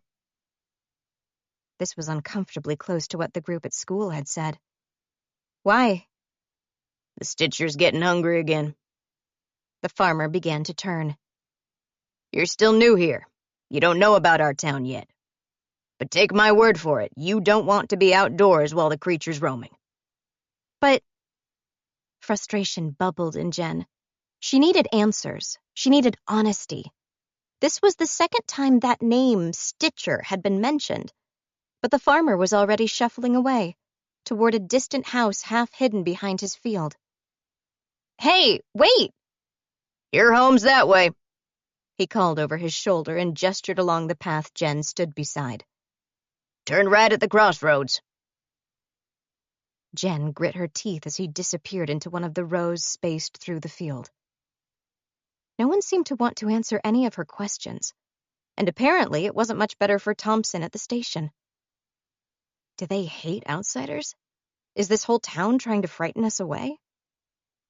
Jen glanced between the forest she'd emerged from and the dirt road the farmer had pointed her toward. She wasn't sure she could find her way back through the trees, at least not without ending up in someone else's yard. Which meant she'd just have to hope the farmer actually knew where she lived and wasn't just pointing her in a random direction for the fun of it. As she walked, she let her thoughts swirl. A murder victim had been found on the other side of town. That was irrefutable fact, not a gimmick and not a scare tactic. If people in the town were trying to frighten her and her father away, they could be leaning on that, not on foreboding warnings about creatures and stitchers. Which meant what, exactly? The town actually harbored an active serial killer? There was good reason for her to stay indoors after dark? Jen quickened her pace. Small clouds of dust plumed away with every scrape of her shoe. The farmland ended and was replaced with small, crumbling houses surrounded by large, overgrown yards. The buildings radiated neglect. Paint peeled. A wind chime, half rusted, rattled in the distance. Properties in Doubtful were cheap. Their new house was easily 3 times the size of the New York apartment, but there had still been significant money left over from the purchase. She'd heard that even though houses in rural areas were cheaper, other things were more expensive. Fuel, for example, which might help explain why there were so few cars on the roads. There were cars about, plenty of them, in driveways, on blocks by the side of a house, slowly turning into scrap metal. One old sedan was abandoned on the side of the road, half tilted into the ditch. Jen couldn't resist her curiosity. She crossed to look through the dusty windows. The car was old. It was the kind of car her grandmother had driven back before she'd been taken by breast cancer. There wasn't much inside. A few crumpled receipts on the floor, a spider web over the steering wheel, and a coat and wallet draped over the passenger seat. Jen stepped back, her curiosity vanishing into unease. This wasn't a recently abandoned car. Leaves and dead insects had collected across its roof and hood. Dirt, washed across the road by some long-past storm, had built up around the stationary wheels. If Jen was right, no one had touched this car in months. Who leaves their wallet and coat in a car they don't want? There had to be an explanation. Maybe the wallet was empty and the coat was torn. Maybe they genuinely weren't wanted anymore, and maybe no one in Doubtful was ever tempted to steal from a clearly abandoned car. Maybe. She didn't want to be close to the sedan anymore. Ahead was the crossroads the farmer had told her to turn right at. She paused, staring along its length. The houses were denser in that direction. She was pretty sure she recognized the cluster of trees and signs at the road's end, which meant the farmer hadn't been lying and somehow did actually know where she lived. A sound from behind made Jen turn. 5 figures crossed the road, moving toward the forest. They carried bundles of objects in their arms. Their heads were close together as they spoke. They hadn't noticed Jen yet. But she'd seen them. More than that, she knew them. A flutter of a faded sundress and the flick of a glossy black braid were the last things Jen saw before they vanished between the trees. She sent one final glance toward her street and home, then turned to follow the strange band she'd met at school. She was going to get her answers. 7. My neighbor's dog had puppies this morning. Connor's long, narrow face was covered in leaping shadows from the fire. 3 of them were missing limbs. 1 was missing a head. They were all stillborn. Abby held her hands clasped between her knees. They were at the lakeside meeting spot. Old logs were arranged in a circle around a fire pit in the clear patch of land between the forest and the lake. Behind them, the water was lit up with red, the last traces of fading dusk. If you're going to break a rule, have a good reason. If the group ever stayed out past dark, it was to visit the lakeside.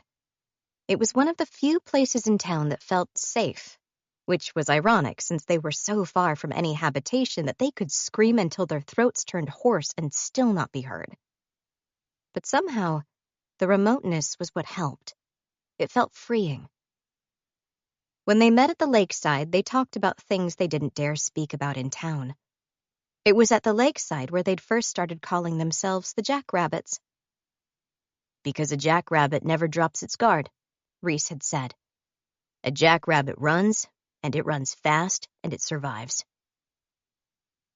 It was at the lakeside where they'd traded stories about the strange house on Colley Avenue and the man who lived there. The building was surrounded by thick hedges on all sides, built so tall that it was impossible to see the home they shielded, except for just one part, the attic and its round window. Supposedly, if you visited in the evening, you would see a man standing at that window staring outward for hours on end. And it was at the lakeside that they'd first agreed that they needed to learn about the Stitcher if they were going to be able to effectively protect themselves. They'd built up the fire, not just for its warmth, but for its light. Reese had brought blankets and 5 lanterns. The latter were spaced around them, creating a second ring of light outside the bonfire. An extended field of view, extra protection. Between 2 of the lanterns was their radio. It was an old, dusty, battery-powered box, and they'd set it to the dead space between stations. Soft static, barely more than white noise, hissed from it. It was the closest they could get to an early warning alarm. "It's getting so bad," Rhea murmured. She leaned forward, her thumb rubbing at her forehead. "We found another 2 dead birds outside our house today. My mom doesn't want me going to work." Abby inhaled deeply. The fire left the tang of ash across her tongue. Hope, who was calmer now that she'd eaten some of the coconut laddu Rhea had brought, leaned against her left shoulder. She used a marker to draw inscrutable designs on her palm, a habit she'd taken up to relieve stress. Reese was on her other side, his face unreadable as he watched the flames. Rhea and Connor were opposite, a mass of writhing shadows at their backs. Hope had been staring into the flames, but abruptly lifted her head. "What scares you?" Connor chuckled and raised his drink in a cheers motion. No points for guessing the answer to that. No, I mean, other than the Stitcher. Hope smiled tentatively. No one's ever scared of just one thing. "I'm not sure I follow," Rhea said. Hope took a short, sharp breath. I want to know the things you're scared of that are unique to you, the things that define you. Abby thought she knew what her sister meant. It was the sort of question that could only be asked at the lake edge. "I'll go first," Hope said, and the small, nervous smile reappeared. "That's only fair, right? So, for me, I'm scared I'll be forgotten." Rhea cupped her head in her palms, her elbows braced on her knees. "Do you mean, like going to the store with someone and having them leave without you?" "Kind of," she fidgeted, adding lines to the drawing on her palm. "But not really. More in a bigger sense. It's why I like having color in my hair, and it's why I love my video channel. I want people to see me and know me. I want them to ask what happened to me if I don't upload a video on time. There was a horrible gap as Hope fought to find her words. The fire popped, then hissed. Hope almost looked like she was going to cry, as though giving voice to her deepest fear was choking her. "I don't want to be forgotten like we forgot Dad," she managed finally. She looked ashamed the moment the words left her.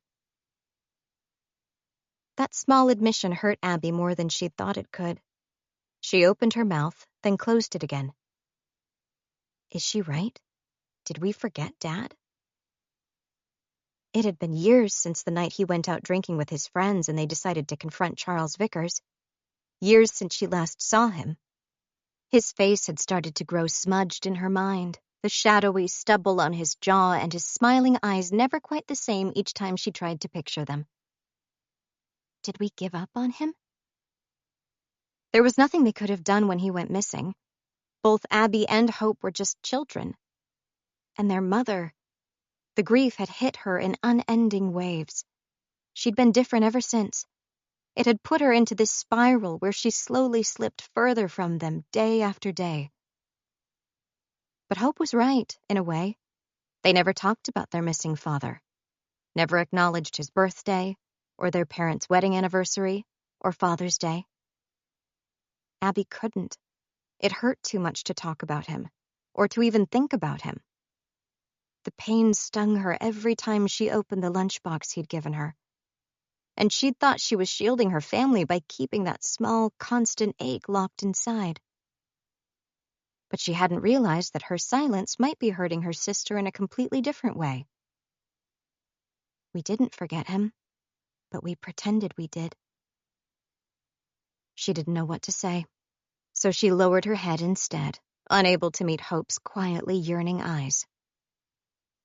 I'm scared of being left behind, Connor said, breaking the silence. He was smiling, but his lips were pale. You're all going to graduate next May, but I've got one more year to go, and I'm scared I'm on the edge of the jackrabbits already, and I'm scared that next year I'm going to slip out of it completely, and there's nothing I can do to stop it. "Connor, no." Rhea reached toward him. "We're not going to let that happen. We'll meet up with you after school each day. He smiled, but it was watery. You won't be able to. You'll have jobs, or you'll have moved away. And that's fine, you know? That's how your life is supposed to go. That's why it's a deep, dark fear, yeah? Because you can't stop it. Not completely. Rhea swallowed thickly. She drew her hand back. Your turn, Connor said, and his smile was a little bit more genuine. Soul-bearing time, Rhea. She chuckled, then grimaced. Okay. Oh, this hurts. I'm afraid that all of my work will be for nothing. I spend weekends working at the pizzeria to earn as much as I can because I want to get out, away. I want to live in another town, and I want to have a family, and I want to be happy. And I know that can't ever happen as long as I stay in Doubtful, so I work hard to make sure that's not my future. And I'm still scared that it won't be enough. We're all scared of that. Doubtful, Illinois was a glue trap.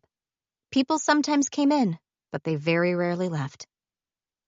There was something about it that stuck with you, that stole away your will to fight, your desire for a future. The longer you spent in the town, the more you felt trapped there, as though there wasn't any space for you in the outside world. Abby's mother had tried to leave once. The neighbors had told Abby about it in hushed whispers. Apparently, she'd been gone for 4 months before coming back, quietly, in the middle of the night, to take up residence in her old home and pick up her job as a teacher again. She'd been pregnant with Abby at the time. Abby just hoped she'd been the motivation behind her mother's desire to leave, and not the dead weight that had dragged her back in. It was just another aspect of the town that Abby couldn't explain.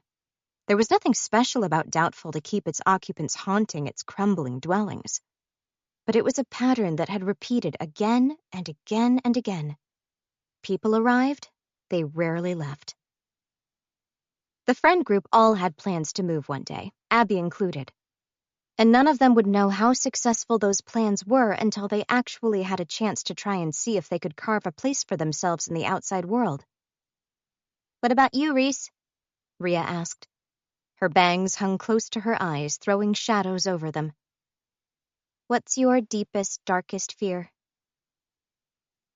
He glanced toward Abby, then looked away again. It was so quick that she would have missed it if she hadn't been watching him. "Loss," he said simply. "I fear losing the things I care for." They'd all tasted loss, but he knew it better than anyone else there. Like Abby, he rarely spoke about his parents, but she knew he thought about them just as often as she thought about her father, perhaps even more. "Abby," Rhea said, "your turn." She ran her tongue across her lips, wetting them. "I fear being lost in the dark." Reese shifted to watch her. I didn't peg you as someone who was scared of the dark, Abs, Connor said. "I'm not, normally." She shuffled her feet across the sandy ground. "It's a recurring nightmare I have, being lost somewhere very dark, and I'm all alone, and no matter how loudly I yell, no one answers me." She wasn't telling the entire truth. The nightmares were real, and they were worse than what she'd described. In her dreams, she was lost somewhere dark, but she wasn't alone. Her calls for help were never answered, but she could feel the other entity shuffling closer, dragging dry skin across rocks, its fingers inching toward her. In the dreams, it felt inevitable, as though it was a moment her whole life had been leading toward. She thought Connor had been very right. A deep, dark fear was so much worse when there was very little you could do to prevent it. The radio behind them had been playing soft static until that point. Abruptly, it began to hiss. Strains of an old song, a love ballad from her grandparents' generation, began to play. It was so distorted that they could barely make out the lilting notes as they slurred into one another. As one, they turned to stare at the old radio. The dial didn't move, but new sounds began to blend over the music. An angry voice, muttering so quickly that none of the words could be heard. "Okay," Rhea whispered, and her voice almost faded under the radio.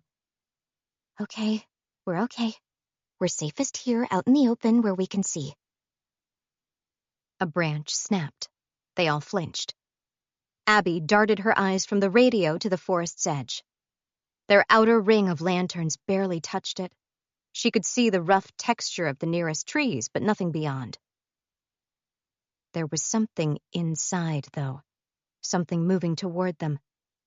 Leaves crackled, then fell silent again. Reese didn't take his eyes off the darkness, but he reached behind the log he sat on and brought out a baseball bat he'd stored there.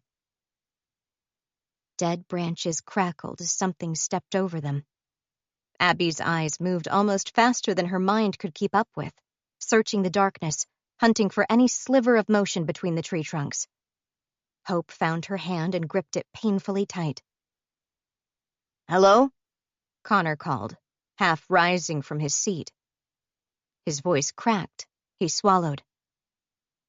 Is anyone there? The radio's tune distorted again. The achingly slow melody still played, but now, instead of the rapid voice, the sound of breathing was layered over top. Inhale, exhale, inhale, exhale, coming in ragged gasps, louder and louder and louder. An arm reached out from between the trees. 8. Jen was breathing too fast. She'd thought there would be a trail through the forest.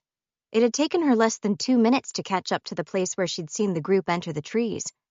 In that time, they'd not only vanished from sight, but from hearing as well. A ghost of a path led between the trees, so she'd taken a chance and followed it. This was different from the woods behind her house. The trees were denser, darker, and taller. They felt like giants as they tilted above her. Their massive roots pushed through the uneven ground, making every step unsteady. She'd always had a strong sense of direction, but there was something disorienting about the forest. It was impossible to follow a straight line, and it robbed her of her sense of space, her sense of time, and her sense of how to retrace her steps. Jen paused to glance behind herself. Everything looked the same. Ragged, rattling branches twining around heavy, leaning trunks. She couldn't tell which gaps she'd just walked through, or how to find the road again. Jen's mouth was dry. She'd heard stories of people becoming stranded in forests, spending days walking in circles without realizing it, slowly dying of dehydration and hypothermia while search parties scoured the wrong areas. Don't panic. You're fine. You have your phone. The trees couldn't continue forever. Doubtful was spotted through with patches of forest, but eventually they would be interrupted by roads or farmland or houses, and she could find her bearings again. Surely. Jen paused, her tongue between her teeth as she listened. She couldn't hear any trace of the group she was following. Except, behind her, a heavy, stuttering breath was drawn in. Jen swung toward the noise. All she could see were endless trees crowding in around her from every direction. The last traces of dusk were fading. She could barely make out anything beyond ragged lines of bark. The sound repeated, a breath being sucked through a dry, tacky throat. It sounded sickly, painful. "Hello?" Jen called. Her voice stayed strong, something she was grateful for. There was no answer, but the breathing came faster and wetter. It was joined by another sound, the scraping of dry skin rubbing against skin. Nope, no, we're not doing this today. Jen pulled her phone out of her pocket. The screen was black. She tapped it, then tapped it again. It couldn't be dead. She'd charged it just that morning. Leaves crackled as the unseen presence took a step closer. The natural light was fading shockingly fast. Jen's eyes were fighting to adjust to the near-perfect gloom. And still her phone wouldn't come on. Is that someone between the trees? It almost looked like a person was standing there, no more than 15 feet from Jen, buried in shadows. They would have to be tall, though. Taller than her. Taller than her father. Taller than anyone she'd ever met before. She desperately pressed her phone's power button, trying to reboot it to get some light. The shape between the trees seemed to move a fraction, quivering. The sound of breathing came again, only this time, it was less like breathing and more like dead words falling from a torn throat.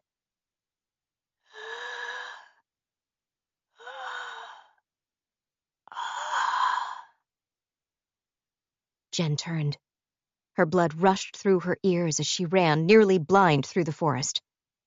Just nature, she told herself, the words sounding increasingly desperate as the trees grazed her shoulders and left bruises on her shins. Just a wild animal, an owl, or a coyote, or... She stumbled over upraised roots and fell heavily onto the forest floor. The scent of damp earth and decaying leaves stung her nose. She lifted her head, panting, and listened. There was no ragged breathing, no crash of footsteps chasing her. It had to be a wild animal, right? She hated the way she felt like she was trying to convince herself. Jen pulled herself to her knees. A different kind of noise faded in and out at the edges of her hearing. Music, she thought, though it didn't sound like any kind of song she could identify. She didn't want to be in the forest any longer. More than that, she didn't want to be alone. Jen forced her way forward, close to blind in the stifling trees. The music was growing louder. It sounded like a badly tuned radio. Static and something like a voice bled over it. A shimmer of moonlight cut through the darkness. She stretched her arm out, reaching for it, and abruptly passed through the final row of trees and onto clear ground. Jen froze at the edge of the forest. A bonfire had been built on a strip of sandy ground. Behind it, she thought she could see a lake, though it was so huge and dark that it could have been an ink stain across the landscape. The 4 people she'd met at lunch, plus one she didn't recognize, sat around the bonfire, staring at her, half risen from their seats. The quieter one, Reese, she thought his name had been, was holding a baseball bat. Jen stared at it. Slowly, he lowered it back to the ground. "You startled us," the one with the curly hair, Connor, said.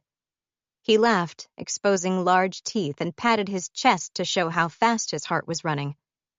Jen doubted it was galloping nearly as bad as hers was. "I thought people in this town didn't like to stay out after dark," was all she could manage.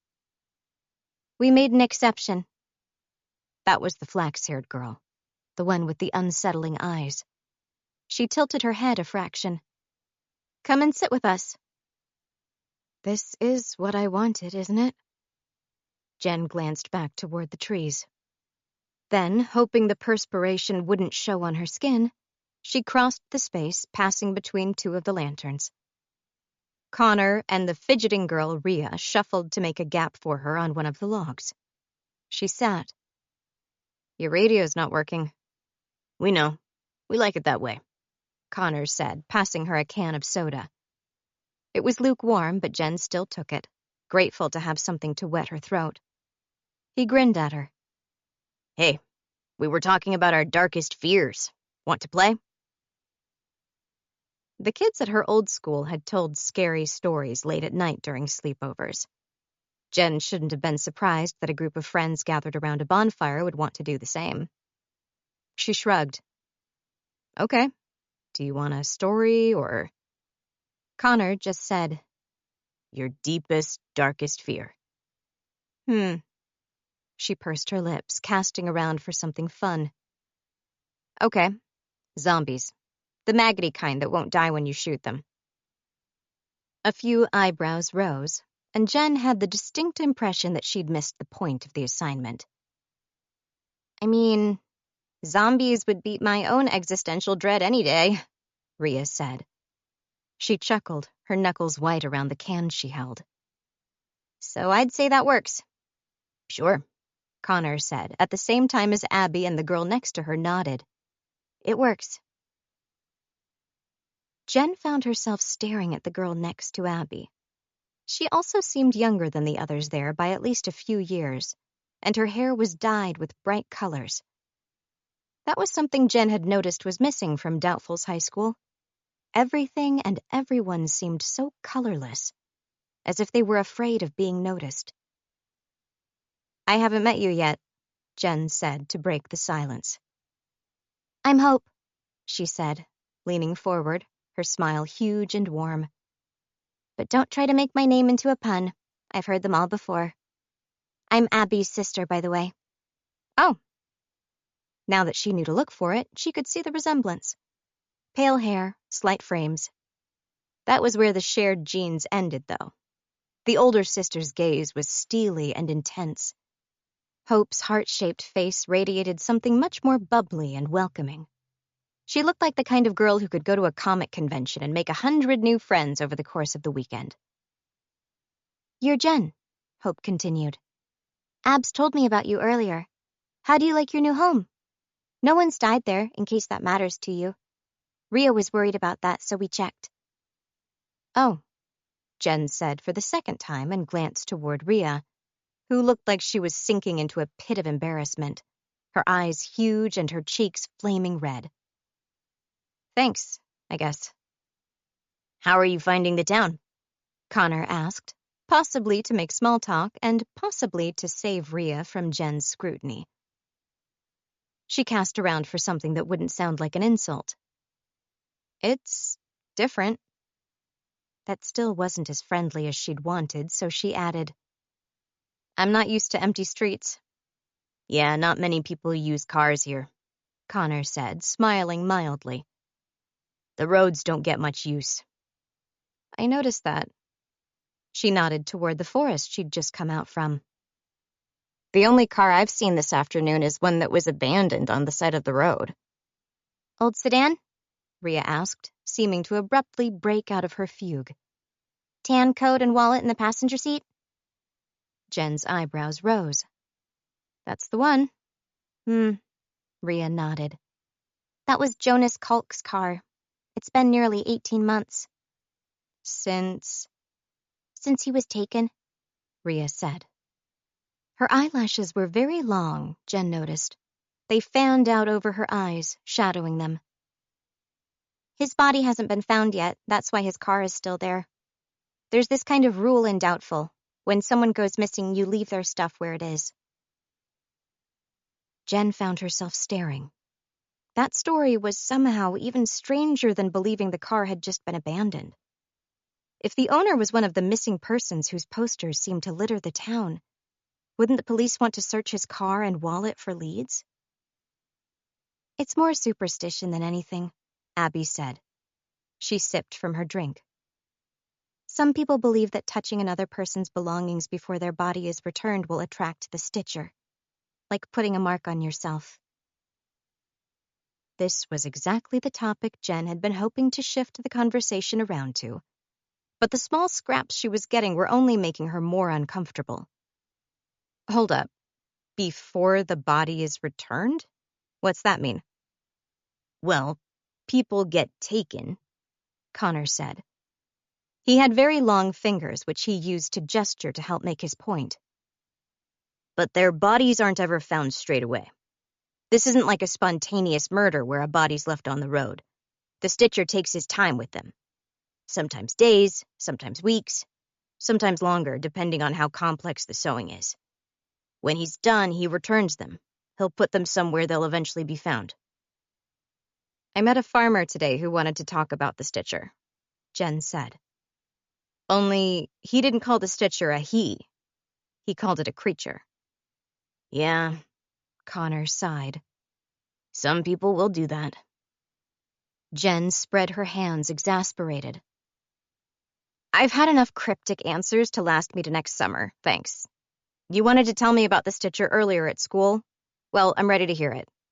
Who or what exactly is a stitcher? The mood seemed to shift. It was as though the casual part of the evening had ended, and now they were focusing in on a job. A mission. They all straightened to fraction, shifting forward, the nervous smiles fading from their faces. Abs? Rhea said. You're good at explaining it. Did you want to field this one? Sure. Abby was directly opposite Jen. The fire flicked between them, sending strange light and shadows over her face. For as long as anyone can remember, Doubtful has been home to a serial killer. Jen scratched at the nape of her neck. She'd watched her father work cases long enough to pick up some knowledge. This is a small town. There's not much room for a serial killer to hide. Yes, Abby said. And there was something heavy and unhappy about that single word. So, every time a body is found, a small list of suspects are interviewed. Every time, those suspects are let go. How long's the list? Now, one name, Abby said. She drew a deep breath and let it out in a sigh. Charles Vickers. That was the name they'd brought up at school. The man they'd warned Jen to stay away from. The Stitcher doesn't just kill his victims, Abby said. He keeps their bodies, sometimes for a long time. He'll dissect them and sew them back together in unnatural ways. Hands connected to the face, arms and legs stitched end to end into a long line. Organs placed into stretched skin that's sewn back into a parcel. And worse. The fire hissed as sap leaked from one of the split pieces of wood. Just past the lamplight, the radio murmured, static and voices competing.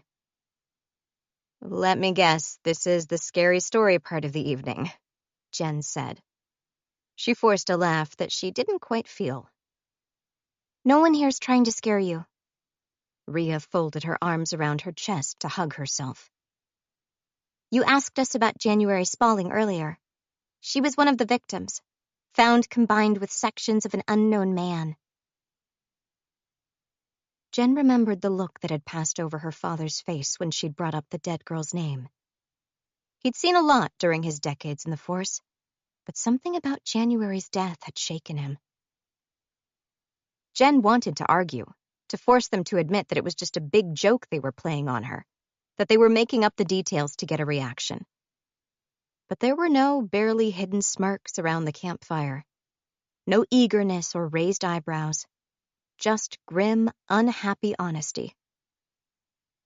And that was when Jen noticed something else, the thing they all had in common.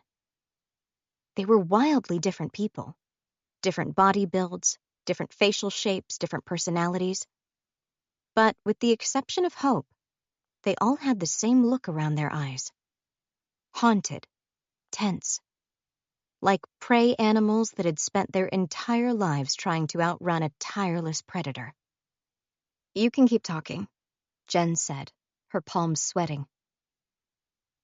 The Stitcher strikes erratically, Abby said, but there are usually signs leading up to an attack. Technology will stop working. Animals grow sick or die. People get worse. You'll have nightmares.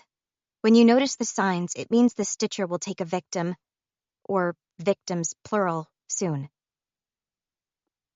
Every time she tried to trust them, even a little, the story became more fantastical. Jen tilted forward, eyebrows high.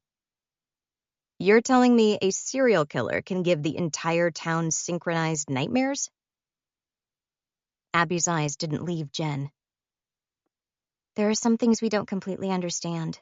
It's a big part of what sparked the urban legend, and why some people call the Stitcher it instead of him. The farmer had told Jen to stay indoors because the creature was prowling, and he'd seemed completely serious when he'd said it. Tell me about that. Abby indicated Connor, who leaned forward, a grin stretching his cheeks. Okay, so the Stitcher urban legend is really more of my area. Basically, a couple hundred years ago, Doubtful was founded as a mining town. There were a lot of them through Illinois. Still are. Doubtful was an early one, though, and safety precautions weren't exactly enforced back then. He shrugged. People died. A lot. Yeah. Jen had heard about some of those mining disasters. Men and sometimes boys being trapped after a cave collapsed, knowing that rescue would be impossible. In some cases, they survived down there long enough to write goodbye messages to their loved ones, and those notes were found clutched in their hands when they were finally exhumed. The legend says that the Stitcher came from the mines, that the men dug further than they were supposed to and unlocked something ancient and evil. The theory says that a monster existed in a little pocket miles deep, and now It stalks the abandoned mines beneath our town, snatching people when it grows too desperately hungry. Or it would be if the mines hadn't been collapsed and flooded a long time ago. Jen let those words linger in the cooling night air before a thin, coughing laugh escaped her. Sure. Yeah, that's what we think. Connor shrugged. It doesn't even make sense within its own logic. If the Stitcher is hungry, why does it return the bodies? What's making it sew them up? Where's it even getting the thread from? Jen tried not to let too much of her doubt show on her face. Are you saying you'd believe in the monster if its story made more sense? Connor's hand flopped limply as he gestured toward the town. It's just that plenty of other people believe it, including my mom. We have a rule not to talk about the Stitcher in our house because it just leads to arguments. That seemed impossible to believe. Even the most open-minded people Jen had met, a neighbor who lived his life by the horoscopes, a barista who was constantly adjusting crystals over her body to balance her energies, would have balked at the story of a monster. But the farmer's voice echoed in her mind.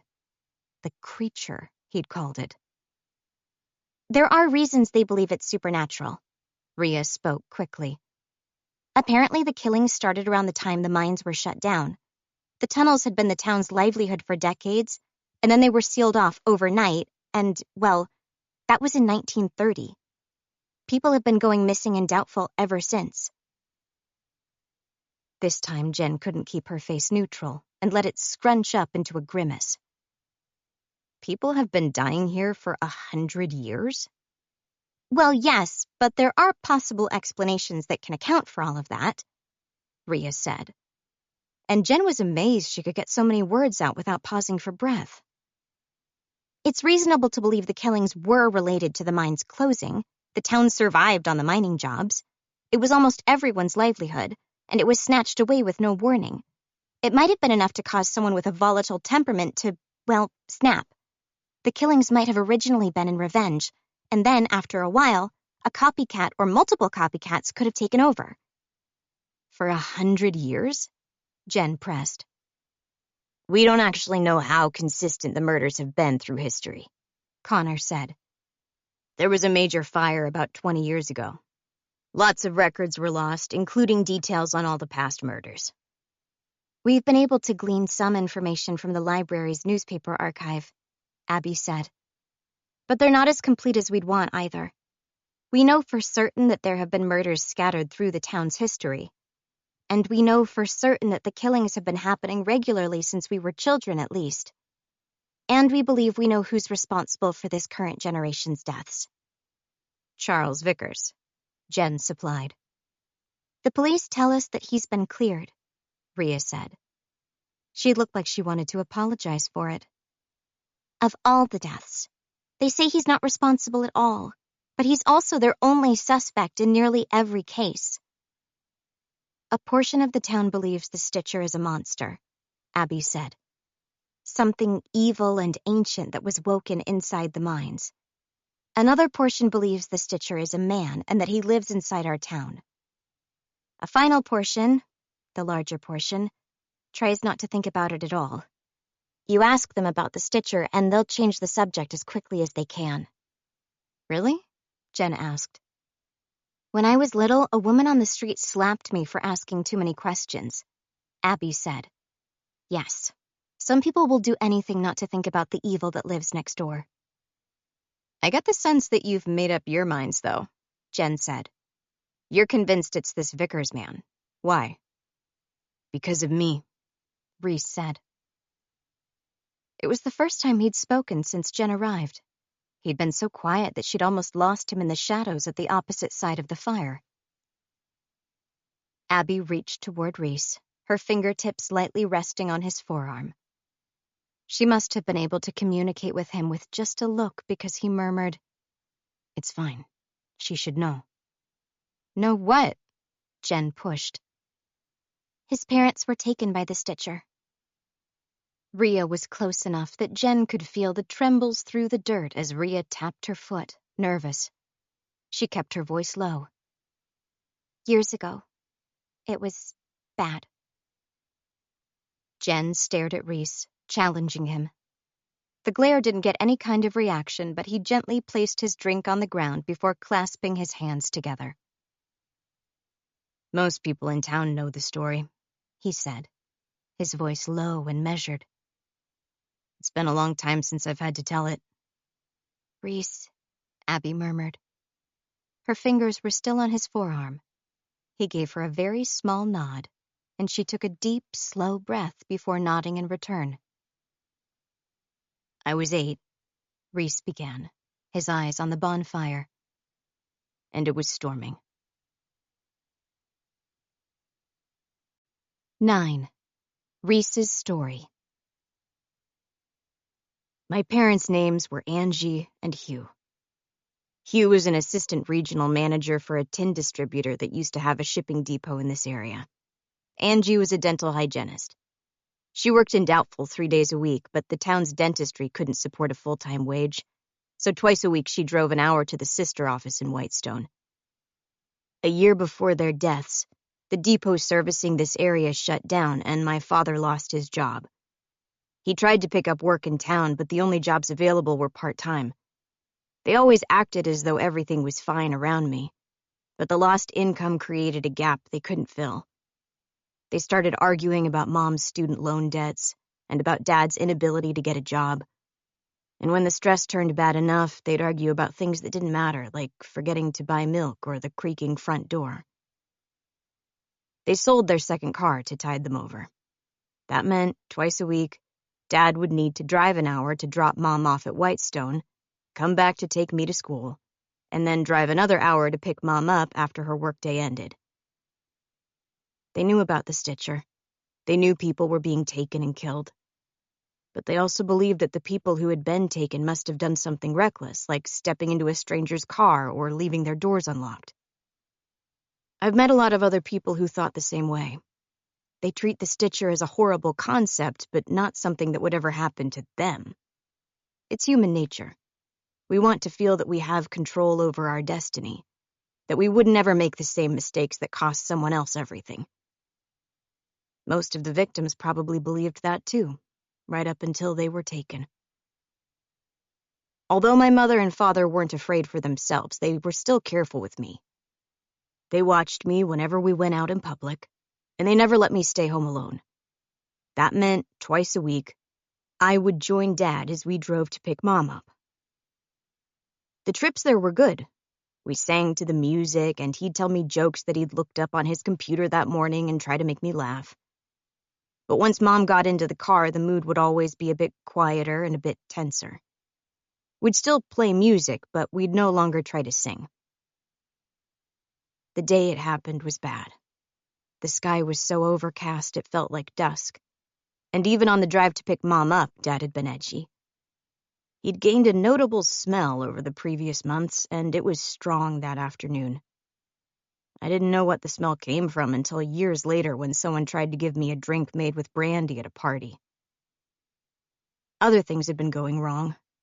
A deer had died in our garden, and Dad had to find a way to drag it off our property. The car's radio kept fading to static, so eventually we turned it off and drove in silence.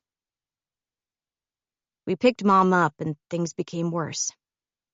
Because I was in the back seat, Mom tried to keep her voice light, but she was asking my father a lot of questions. About what he'd been doing all day, about whether he'd applied to any new jobs. Dad said he'd had other things to deal with. Mom said new bills had arrived. Then the storm clouds finally broke, and it started raining so heavily that we could barely see the road. Mom said we should pull over and wait it out. Dad said he knew how to drive through rain. I think he just wanted to get home, to get out of the car. There was lightning. We passed the sign welcoming us back to Doubtful, and it had collected a pool of water around its base. We were still 20 minutes from home when the car stalled and refused to restart. My dad managed to steer off into a dirt patch at the side of the road. Mom said, "We can't afford car repairs too," and she sounded like she was close to crying. Dad snapped that he was going to fix it and got out. Instead of looking under the car's hood, though, he walked away. Mom must have seen I was scared. She stroked the side of my face and told me everything would be all right. She told me to stay where I was, and she got out to run after Dad. The downpour was heavy. Within seconds, she'd vanished from sight as well, and that's when I noticed the man. He stood off the side of the road, between the trees. He would have been less than 30 feet away, but I could barely see him through the rain. But I could see the outline of his face every time the lightning flashed. He wore dark clothes, and his hair washed over his forehead. He was staring directly at me. I was afraid. I wanted to run to my parents, but I was trying to prove that they could trust me, that they could rely on me, so I stayed where they'd told me to stay. Instead of looking at the man, I put my head down and covered it with my jacket so that he couldn't watch me. Minutes passed. Then I heard him circle the car. His hands picked at the doors and windows, trying to get in. He scratched at the glass. He didn't speak, but I could hear him breathing. And then the noises stopped. When I lifted my head again, the man was gone, but something red ran down the windows, streaks of blood being washed away by the rain. The storm slowly ended over the next 2 hours. I could see further down the road, but my mom and dad were nowhere in sight. Vehicles occasionally drove by, but none stopped. I was convinced that if I got out of my car, the man in the trees would catch me. And so I stayed where I was. I stayed there all night. Morning came, and my parents still hadn't returned. Police officers found me later that day, dehydrated and terrified. They'd been alerted when my mother failed to show up to work. It wasn't hard for them to link the disappearance to the abandoned car on the side of the road. For the first few days, people tried to feed me pleasant stories about how they were going to find my parents and bring them back to me. My grandmother, my father's mother, moved into our home to look after me. The police asked me a lot of questions over multiple days, but even though they didn't try to contradict me, I'm still not sure how much of my story they believed. Between the calming lies, that my parents would come back, that everything would be all right, I heard whispers, that I'd been spared, that I was one of the few who had survived the stitcher, a miracle amid a tragedy. I didn't feel like a miracle. During those weeks, I had constant nightmares. One woke me close to dawn, and as I lay in bed, I heard cars in the distance. Not many people drive through Doubtful, and almost no one leaves their home after dusk. If you hear multiple cars at night, it's almost certain that it's the police. All of my encounters with the police until then had been related to Hugh and Angie. It just made sense to me that if the police were driving somewhere, it meant my parents had to be there too.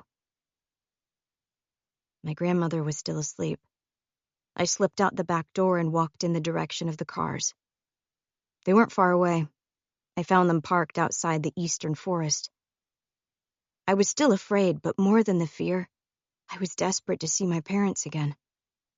I followed the trail leading into the forest. I'd been right. The police had found my parents. Their remains had been left in a small clearing. Their skin had been removed from their bodies in pieces and stitched together like a patchwork. Everything else, bones, organs, hair, and teeth, had been piled inside the cloth made of their skin and then sewn up into a bulging, wet parcel. It was suspended about 15 feet above the ground. Yards of red thread looped around it and held it in place, tying it to the surrounding trees. Disassembled and sewn back together like that, they no longer looked like my father and my mother. They just looked like a swollen bag with splitting seams, dripping old blood onto the forest floor. But I still knew it was them. Almost the entire police station was gathered there. 2 of the officers who had questioned me before rushed to push me away. "This isn't something you need to see," they told me. Even as they led me back down the path, I could still hear it. Drip, drip, drip. And then a slow creak as the dozens of loops of threads strained under the weight. Years later, I found out that forensics had examined the remains. They said my father died first by about 10 hours. I want to believe he was protecting my mother. There were coffins at the funeral, but I didn't get to see what was inside. Nothing that would have looked like my family, I suppose. It took me a long time to realize that the repeated questions from the police weren't to try to find Hugh and Angie. They already believed they were dead. The questions were because of the figure I'd seen in the trees. It's very rare for someone to be nearby when a person is taken by the Stitcher, and it's unheard of to have an eyewitness. I answered their questions the best I could, but there wasn't much I could tell them, even when the memory was fresh. Over the years, I've tried to recall that face again and again, trying to make out details that were blurred and faded and distorted by fear. But he was just too far away, and the shadows were too heavy, and the rain too thick. I wish I could be certain. I wish I'd kept my head up to see him get nearer to the car. But I believe the man I saw was Charles Vickers. Not many people in town wear sweater vests. 10. The bonfire was growing lower. Glowing sparks spiraled toward the sky before burning out above their heads. Jen didn't know what to make of the story, or of the boy sitting opposite her. Speaking for so long seemed to have cost him. He looked tired, worn down. He wouldn't meet her eyes. But there was one part of his story that echoed Jen's own experience earlier that day. Before she could stop herself, she said, "Earlier, I was following a sick deer. It had some kind of tumors all over its body. It looked like it was dying, and I followed it through the forest past this web of string."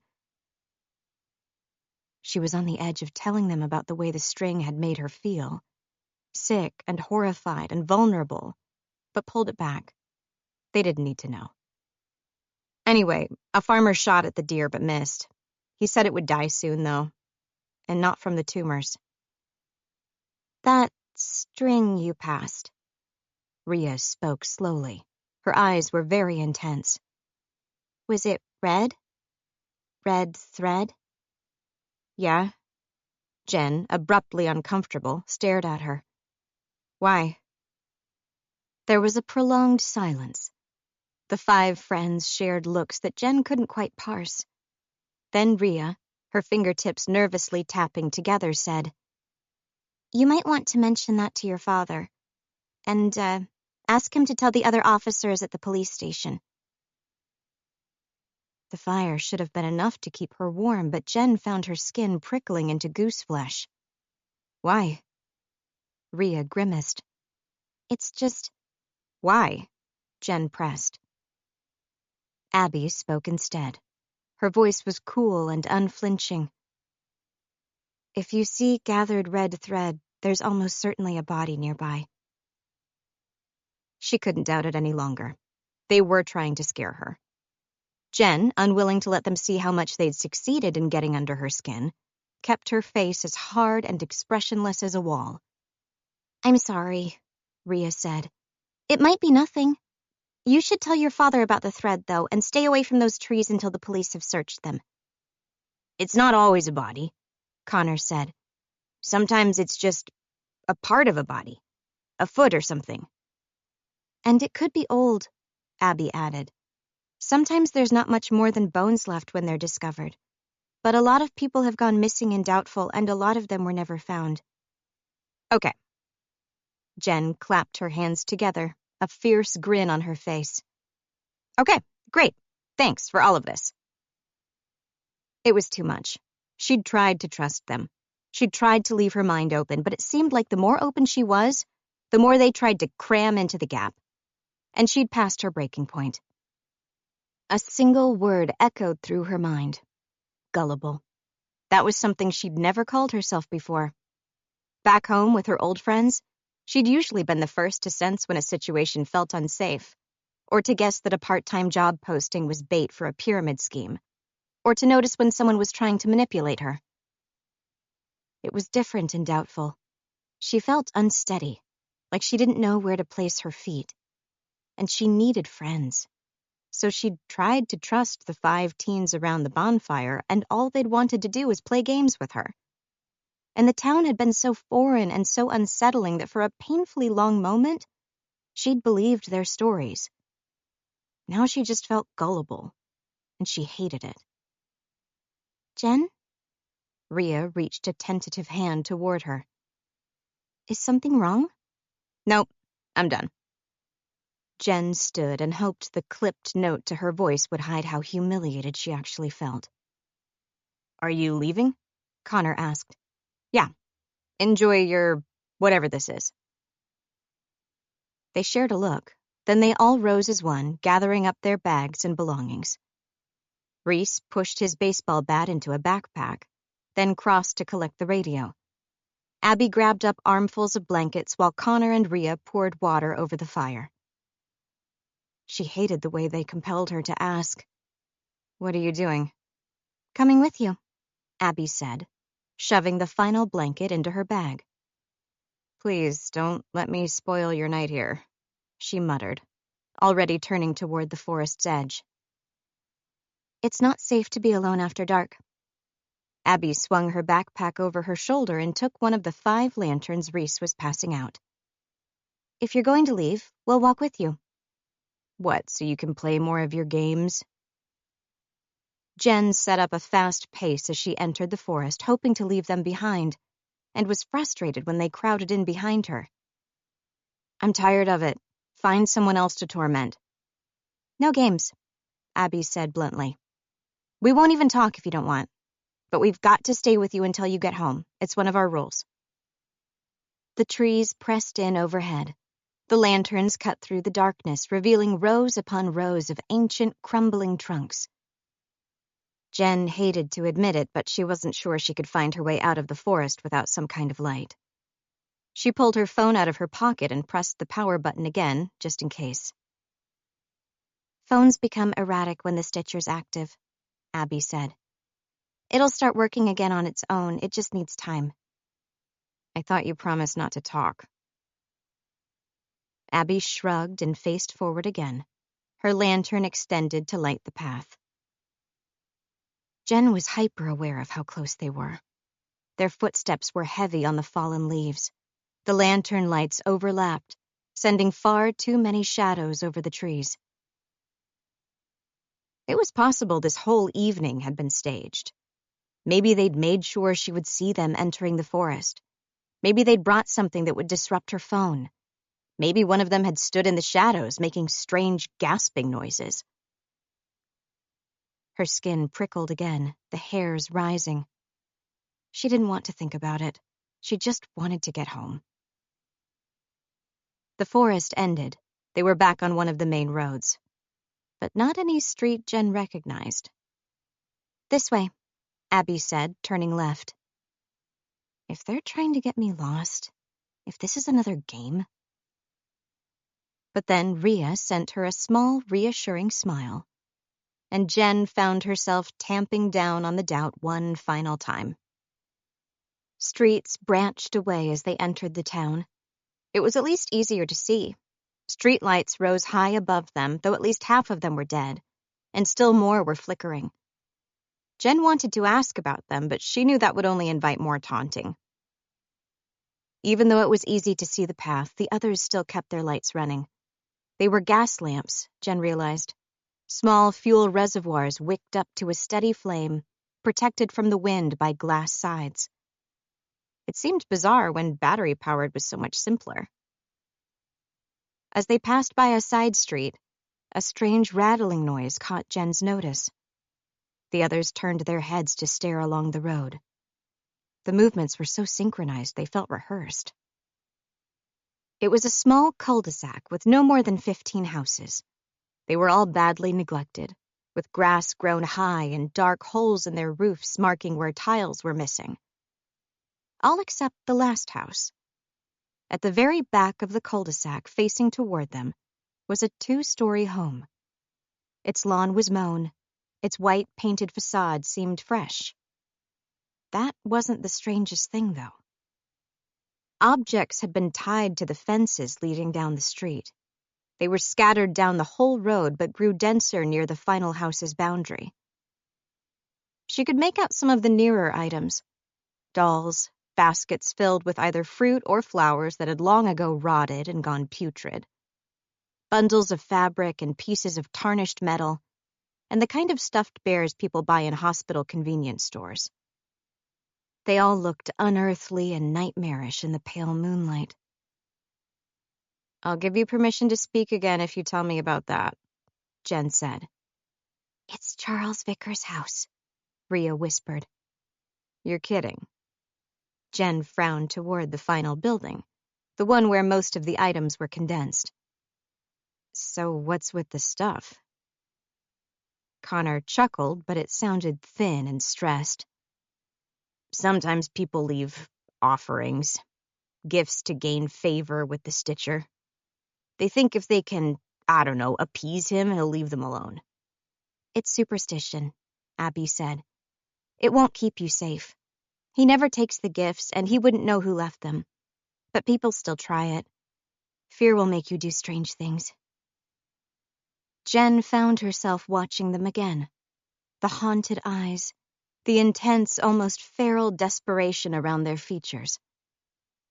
"Except for this, almost everyone in town avoids him," Connor said. "They hide in their homes if they see him coming. The movie theater empties when he buys a ticket. You'd think anyone would hate that, but he doesn't. He seems kinda weirdly pleased every time someone crosses the road to get away from him." Jen stared along the street. The houses there weren't just neglected, she realized. They were abandoned. Several of the lawns had for sale signs on them, though they looked ancient. The plywood was peeling and weeds had grown high around them. Vickers wasn't just mistrusted, he was feared, and feared so badly that the people living nearest him had left, and no one wanted to take up the empty homes. "What if you're wrong?" Jen asked, and her voice sounded low and strained in her own ears. "What if you made a mistake and Vickers is just some guy who gets off on being the local boogeyman? What if he's playing up his involvement to get more of a reaction?" "If we're wrong?" Abby's gaze turned so suddenly that Jen's breath caught in her throat. The girl's eyes glinted strangely in the moonlight, like discs of pure reflection. "There are no other suspects. If we're wrong, it can only mean the Stitcher isn't human at all, that the legend is true, that the Stitcher is some monster. And if that's true, I don't think that's a world I know how to live in."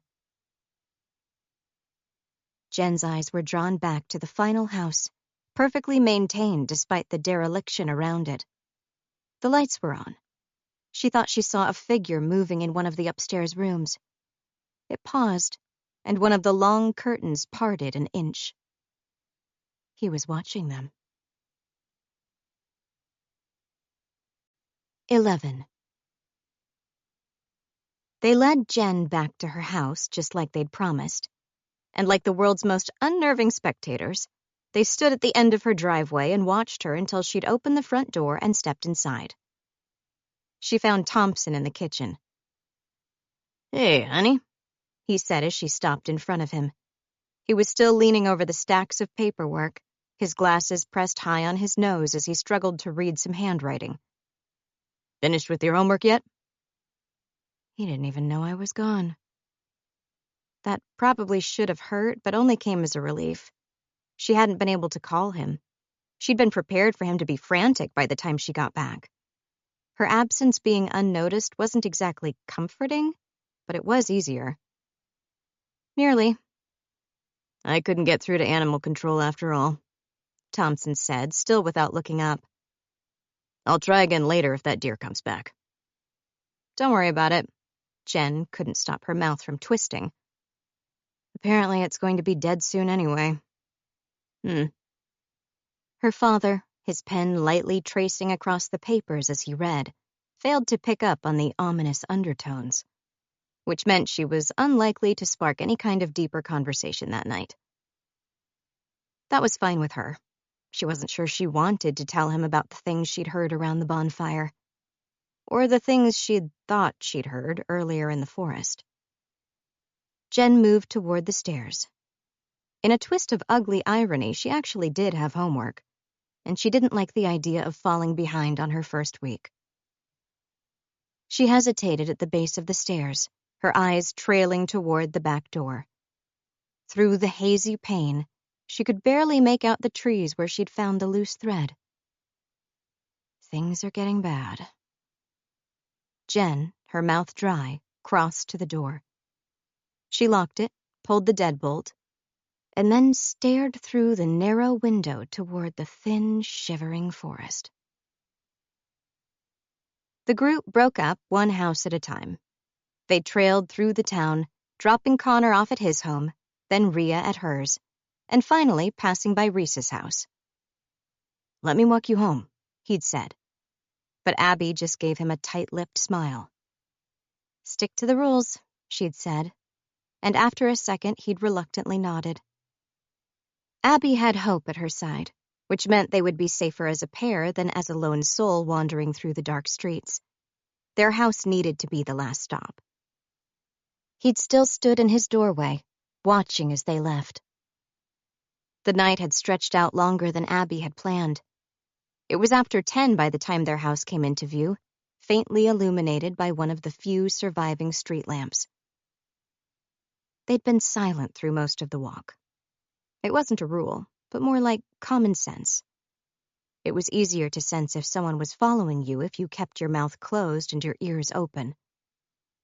But as they entered their yard, Hope seemed to feel it was finally safe to speak again. She swung her lantern and skipped lightly as they approached the front step. "So, Reese seems awfully fond of you."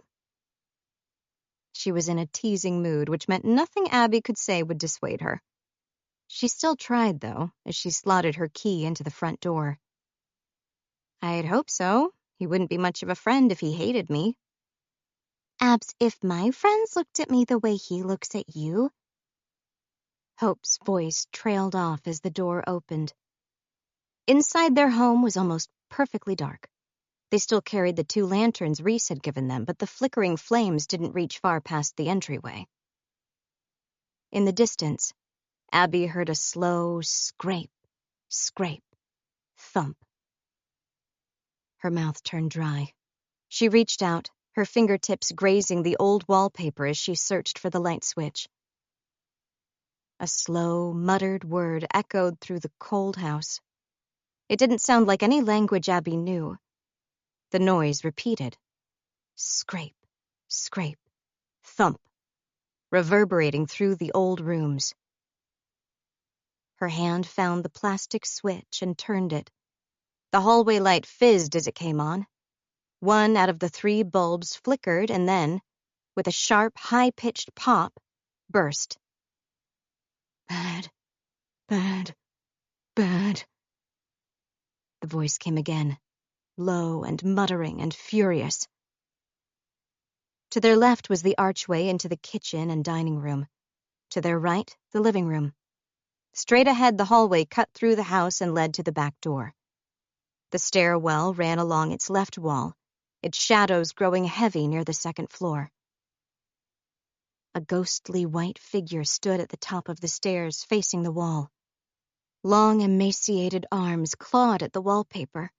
Shreds of it came free under the scrabbling, chipped fingernails.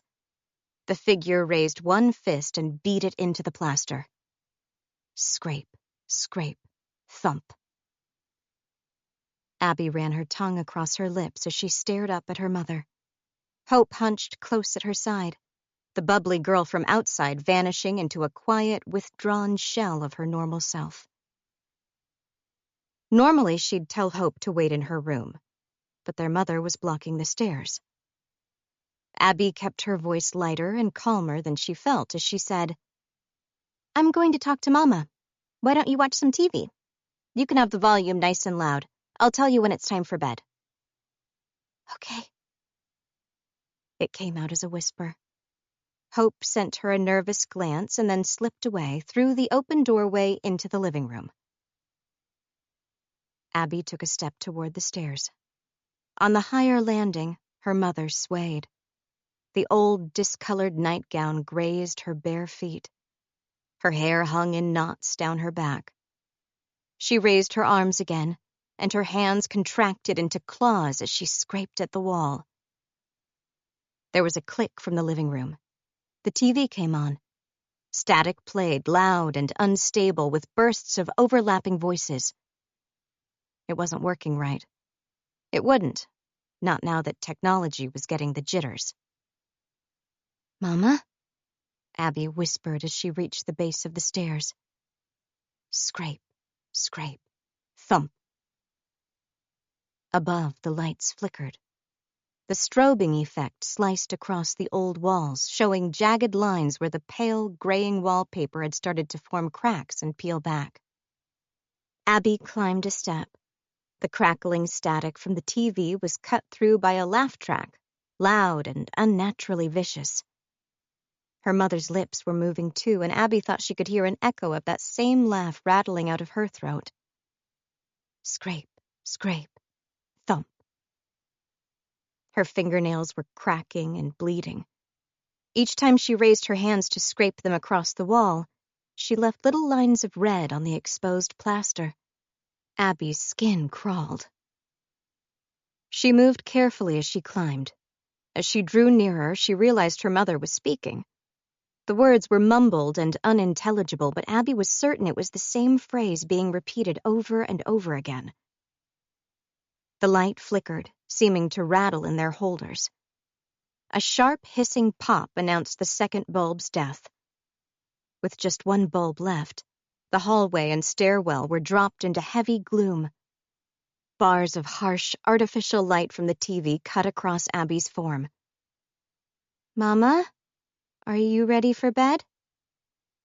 She kept climbing, even though her knees were going weak and no air seemed able to reach her lungs. She was nearly at the stairs' top now. The faint tang of blood saturated the air. Her mother's eyes were wide and unblinking as she stared at the walls. Her damaged fingers stabbed into the plaster again and raked down it, sending small flecks of dust trailing toward the floor.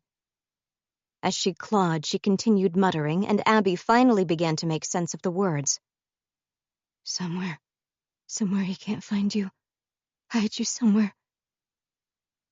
The phrase from the wall in town. The paint had been there for as long as Abby could remember. Her mother must have seen it every time she walked to get groceries, back before things turned bad. And it had become embedded in her.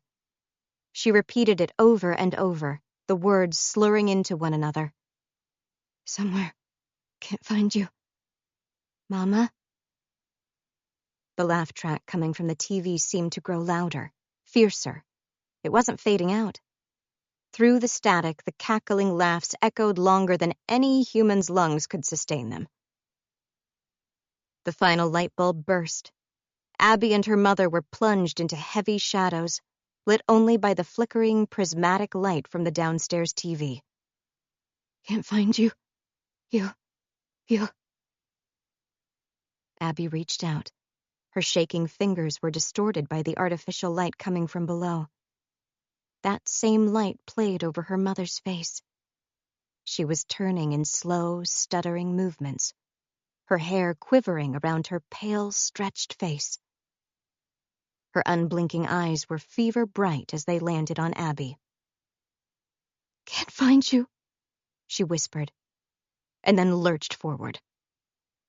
Her damaged fingers hit Abby's shoulder. Abby skidded backward.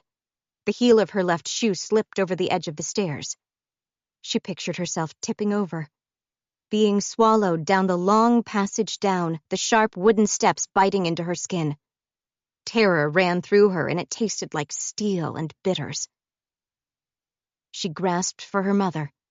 Her fingers bunched in the nightdress, but instead of anchoring her, her mother leaned forward into the momentum, and they both tipped over the edge.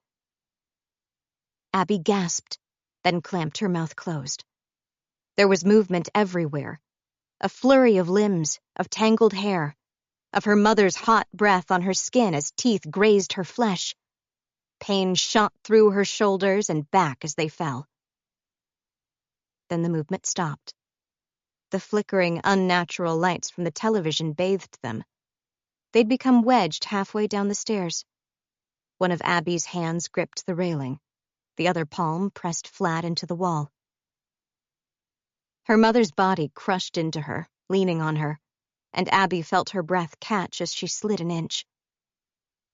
She could feel the texture of the wallpaper under her hands, the same wallpaper her mother had torn through. Felt sweat bead on her palm. Her mother lifted her head. Heavy eyes, just inches from Abby's own, stared into her. "He's coming," she whispered, and her voice sounded like the rattle of dry insect wings. "He's coming. We need to hide you where he can't find you." And suddenly, the pressure vanished. Her mother crept under Abby's outstretched arm and descended the stairs in slow, lithe motions. Abby sagged, her breathing ragged. A slow ache radiated through her shoulders and back where she'd hit the wall. Her muscles burned from how tightly she'd been holding them, and there was a low, stinging pain across her upper chest. Abby touched her fingers there, just above her clavicle. The fingers came away tinged with blood, where her mother had bitten her. Sarah Ward staggered as she reached the ground floor. She hunched as she disappeared along the hallway. Abby coaxed her shaking legs to carry her down, too. She stopped in the hallway. The television's volume was muted now, the awful laugh track no longer ringing through the house. Hope stood in the archway. The television played behind her, its harsh light framing her and making it hard to see her features. All Abby could make out were her wide, frightened eyes. "Did she hurt you?" Even her voice sounded tiny. Abby tried to smile. She hoped the smear of blood wouldn't be obvious under the harsh light. "No, we slipped, that's all." The door at the end of the hallway closed, and Abby felt her heart squeeze. She tried not to let it show on her face. "I'm going to stay up for a bit more," she said. "But you get some sleep, okay? I'll see you tomorrow." "Okay." Hope climbed the stairs quickly. She only paused when she neared the stretch of wall that had its paper torn away. She stared at the bloody streaks for a second, then darted past them and into her room. Abby breathed deeply and slowly, and then followed the hallway to their back door. Her mother was outside, crouched in the soft ground as she dug at one of the holes she'd been widening. Abby pulled her cardigan tightly around herself as she sat at the edge of the back porch. Things were bad. It wasn't safe for her mother to be outside after dark. But she wouldn't come in willingly either, not when she was like this. Her mother sucked in deep, huffing breaths as she dug. Her back rocked, the muscles straining as she clawed fistful after fistful out of the ground. As though if she could only make a hole big enough and deep enough, she could save herself. People were almost always alone when they were taken. Abby hunched over to protect against the cold but kept her eyes wide open, scanning the dense, moon-drenched plants and the indistinct shapes that shifted beyond their high fences. She'd stay there until her mother returned to the house, or until dawn ghosted over the horizon. Whatever it took. Part 2. The Taking. 12. Hey! Connor yelled up the stairs, his backpack held in one hand. Hey, which of you shrimps took my workbook? Footsteps thundered overhead. There was a sound that might have been someone launching themselves at a wall. 7 siblings was too many. Way, way too many. Doors slammed. Someone screamed at a perceived injustice. The washing machine churned through what was probably the 3rd load of the day. Workbook! Connor yelled to be heard over the chaos. If it's not in my hand in 30 seconds, I'm going to start strangling my loved ones. Cackling laughter came from some distant corner of the house. Sometimes he wondered what it would be like to be an only child, like Rhea, or to just have one sibling, like Abby.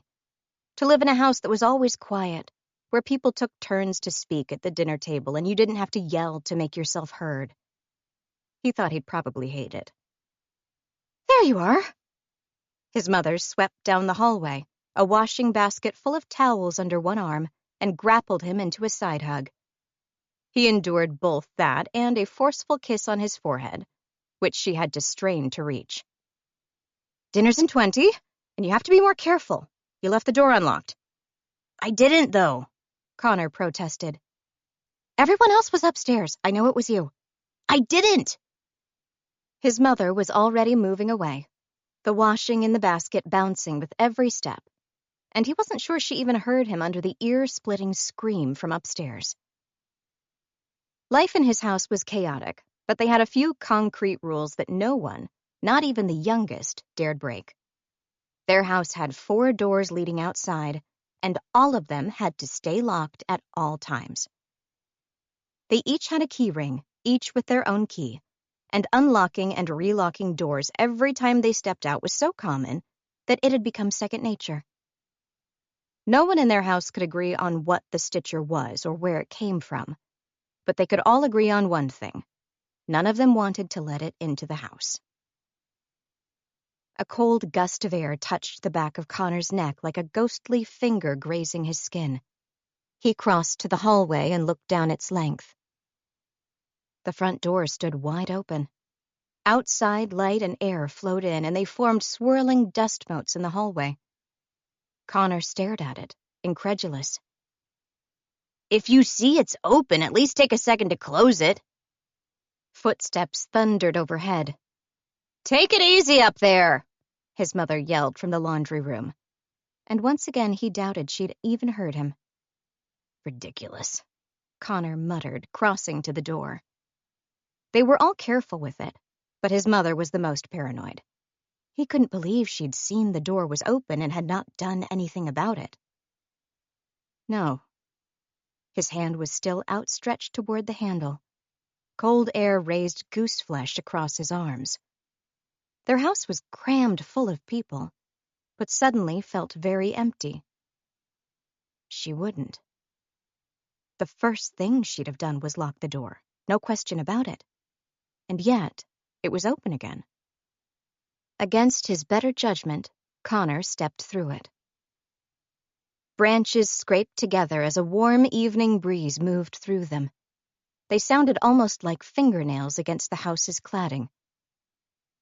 Connor's house was set back from the road, with a chaotic mess of overgrown plants and tilting trees crammed in around the curved driveway, blocking his view of the main road. If you wanted to be charitable, you'd say it was secluded. Uncharitably, it was isolated.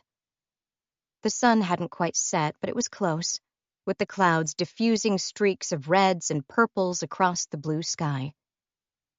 People always said sunsets were beautiful. To Connor, it looked more like a massive bruise swelling out across the horizon. I know I locked the door. He slowly turned to see the keyhole. Mom would have locked it when she saw it, too. So that means... There was no sign of damage around the keyhole, but then his gaze drifted higher. The door was painted a teal blue, matching at least a few of the shutters. But now a dozen long lines scored through the color, showing the natural wood beneath. Like someone dragging a knife across the door. A knife, or broken fingernails. Connor, half in shock, reached up to touch the space where the lines began. They started nearly at the door's top, higher than an animal could reach. There was a soft rush of sound behind him. Connor swung, his back to the door. The yard was empty. It could have been the wind in the trees, or a distant car, but it had sounded almost exactly like someone releasing a held breath. There was a tree near their house that was so old and massive that its lowest branches had drooped to rest on the ground. It left one half of their house in perpetual shade, but the younger kids loved playing in it. The space around its huge, gnarled trunk was in deep shadow as the last of the light faded. Connor squinted. He thought he could see something there. A dark shape between the leaves. Something tall. Something with limbs that branched out from its sides, almost as long and as heavy as the tree's own branches. Something staring directly at him. A hand pressed into the small of his back. Connor would have screamed if he'd had the breath. He swung, his heart in his throat, and saw Bryn, dark-haired and dark-eyed, standing in the doorway. "I'm here to tattle," she said with gravity that only a 6-year-old could muster, and held out Connor's missing workbook. "It was Miles. You should punish him." "Oh," he managed, and took the book. When he turned back to the tree, he could no longer see the dark patch, or hear the breathing. He pushed Bryn back into the house ahead of himself, then slammed the door. This time he didn't just lock it, but pulled the deadbolt as well. Jen stood by the window of her half-unpacked room. It was growing dark. She could barely see the police tape fluttering in the breeze. Men and women, all wearing replicas of her father's uniform, moved in and out of the trees. They'd been there for hours. They still looked like they were far from being done.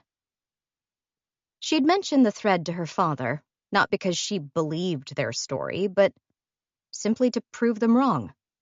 She hadn't told her father about the supposed implications, only that she'd stumbled on a whole pile of red thread in the trees behind their house and suspected someone lost their craft project back there. He must have told someone at the station. And now those woods were crawling with officers. Huge lights had been rigged up. Half hidden behind the trees, they looked like distant spotlights focused on a stage she couldn't see. She could see the officers, though. They traveled in pairs or sometimes in groups of 3, their movements sharp and tense. She'd already seen 3 body bags carried out, and they still weren't done. Be careful tonight. Rhea stared at the message on her phone. It was from Connor and had been sent to the Jackrabbit group chat nearly 3 hours earlier. Rhea's phone just hadn't been working to pick it up at the time. The screen kept blinking out before shuddering back, as though she'd dunked it into a bowl of water and it was fighting desperately to stay alive. She typed back, "Got it." There was a 50-50 chance the message would actually make it out. Then she slipped her phone back into her bag and set her shoulders back as she took deep, unsteady breaths. It was just after 9 at night, and she was far from home. Ahead of her was the counter, till, and baskets for various condiments. Beyond those was the dining area. Plastic chair backs and polyester seat covers shone in the fluorescent lights. The black and white tile floor was too old to gleam, but at least it didn't look dirty. Bobby's Pizzeria wasn't a glamorous place to work, but it was a job, and those were hard to come by in Doubtful, and Rhea knew she was lucky to get it. A job meant she'd have something to put on her resume when she left Doubtful, something to show the world she knew how to work and was prepared to work hard. She rounded the counter and began turning out the lights, using the massive switches near the staff area. She started with the prep and storage before rolling forward to darken the dining area, until the only lights left were the ones over the serving counter. If anyone named Bobby had actually owned Bobby's Pizzeria, he'd left well before Rhea's time. The current owner was Hirsch, who was good as far as managers went. He paid her on time, ordered restocks on time, and mostly left the pizzeria to run itself. The only downside was that Rhea was often left to close on her own, especially on quiet nights like that night. Her coworker had left more than an hour before, and Rhea had bounced around the empty space like she was in a pinball machine, scrubbing at old stains on the chairs and wiping dust from the plastic curtains. They stayed open late for the occasional desperate family who had forgotten to plan dinner or had unexpected guests, but those were few and far between. Most customers ordered their food well before sundown. By the time the massive glass windows overlooking the parking lot turned into walls of darkness, Rhea could guarantee the store would stay virtually deserted until the end of her shift. She didn't mind that busy dinner rush. Her muscles were strong from lacrosse, and she could zip through the prep area and ferry pizzas back to customers faster than anyone else. It was the part that came afterward that she dreaded. Watching the life fade out of the pizzeria, saying goodbye to her coworkers as they hung their aprons up, and then standing alone, with the store surrounded by darkness on all sides, like a little island of light in an ocean of emptiness. Rhea tied up the final 2 garbage bags from the kitchen and hefted them as she walked to the rear door. The old metal press handle squeaked as she pushed on it, and she shoved it open with her shoulder as she slipped out. The dumpster was only 10 steps from the rear door, but there were no lights in the alley. Heavy cloud cover was blocking any moonlight, and the darkness seemed to crawl over Rhea's skin like cockroaches looking for a place to hide. She left the kitchen door hanging open so that its glow would seep outside, then jogged to the dumpster and hauled its lid up. She was used to the smell, but still held her breath as she swung the bags inside. A strange rattling noise came from deeper down the alleyway. Rhea hesitated, the lid still held up with one hand. The light coming from the open doorway didn't extend far. Everything from the dumpster's end onward was unreadable. But were those eyes? Cold, unblinking eyes watching her from the dark? A deafening bang echoed through the alley. Rhea choked on a scream as the light was blotted out. The kitchen door had slammed closed. Rhea ran for it, her heart in her throat. The door groaned as she wrenched it open and staggered back into the light. She shut it behind herself and turned the lock, blocking out the dark alley and whatever might have been watching her from it. Breathe in, breathe out. Breathe in, and then turn. Wild animals were common and doubtful. She might have seen one of the raccoons that fought over any scraps that didn't make it into the dumpster. It had seemed too tall for that, and its eyes too wide set, but it had been dark. The things she'd thought were glinting eyes could have been anything. Hirsch trusted her to close because she was responsible. Sometimes Rhea wished she had it in her heart to be a little bit flaky, just so that she wouldn't be put on closing shift as often. At least she had one thing to look forward to. Her parents would be there at her shift's end to pick her up. They never deviated from this routine. They didn't even want her working at night. Picking her up and driving her home was the compromise that had made them relent. A compromise that Rhea was very, very glad for. She checked the wall clock. 5 minutes to go. In the distance, one of the parking lot lights blinked rhythmically, like a lighthouse out at sea. Other businesses shared the parking lot, but there was no life left inside them. They'd all been closed for hours already, their empty windows nothing but dark mirrors. Rhea was very much alone. She took up one of the cloths and began wiping the serving counter just to give her hands something to do. As she worked, she kept one eye on the clock, counting down the seconds. Metal creaked behind her. Rhea turned to stare into the kitchen. 1,000 metal surfaces, dulled by age and fire, glittered in the shadows. Slowly, Rhea backed toward the light switches. She felt for the stiff plastic levers and pushed on the one belonging to the kitchen. It clicked as it moved, but the lights stayed dead. Connor's cryptic message bounced through her mind. Be careful tonight. Behind, the blinking streetlights seemed to flash faster, like a siren or like a warning, or like the thundering of her own heart.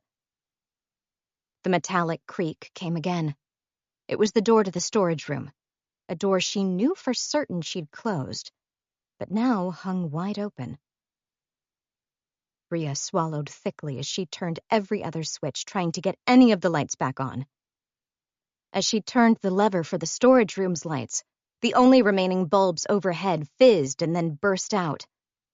No, no, no! She was alone in the dark, a wet cloth clasped in one hand. Rhea's eyes darted toward the prep area, where rows of knives were waiting for the morning staff to arrive.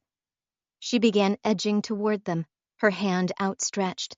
The darkness was heavy, oppressive, enough to swallow her whole. One of the dining room chairs scraped. Rhea swiveled. The tables, which she'd straightened perfectly to burn time, looked almost exactly the same as when she'd last passed them. Almost.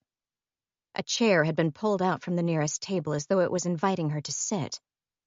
Or as though to warn her that she had a guest. A gasp choked in Rhea's throat as harsh, blinding lights doused her. She raised one arm to cover her face. The lights weren't coming from above, but from ahead, through the massive glass windows overlooking the parking lot. Her mother's car was there, facing the store. She'd turned her high beams on. Rhea didn't hesitate. She threw the cloth toward the sink. It missed, but she didn't go back for it. Instead, she snatched up her satchel and burst out of the door without even bothering to lock it behind herself. As she slid into the car, she hoped her mother wouldn't see how badly she was shaking. Mrs. Butt wasn't looking at Rhea, however. She stared straight ahead toward the store where her headlights saturated the old furniture and the serving counter in sharp, polarizing light. "Who was that in there with you?" her mother asked.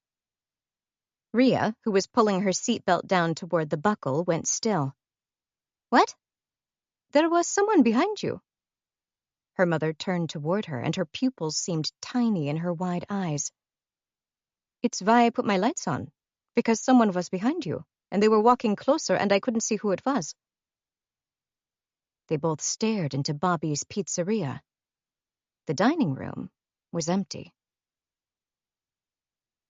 "Do you want to see something bad?" Jessica's voice came hot and trembling. She took Abby's hand as she pulled her toward the stairs. "It's a secret. Not even my parents know about this yet." Abby jolted upright, her breathing raw and painful. Bed sheets tangled around her body. She felt dizzy and disoriented, as though she'd plunged underwater and couldn't find the surface. Slowly, her room came into view, lit only by the cloud-dampened moonlight coming through her window. It was the second time she'd had that dream in the last week. Not a good sign. Abby reached for her bedside clock. Even with her eyes adjusted to the dark, it was still hard to see. She squinted at its dial as the second, minute, and hour hands shifted around. They were moving wrong, all three of them lurching around like insects startled by a sudden light. The hour hand was moving backward in short, sharp jolts. First, complex technology fails. The cars and smartphones and computers. Then the less complicated machines. Streetlights, radios. The simple machines, though, the clocks, the doorbells, the house lights, when they go, it's as bad as it can get. She hadn't seen her clock malfunction in years, not since the night her father vanished.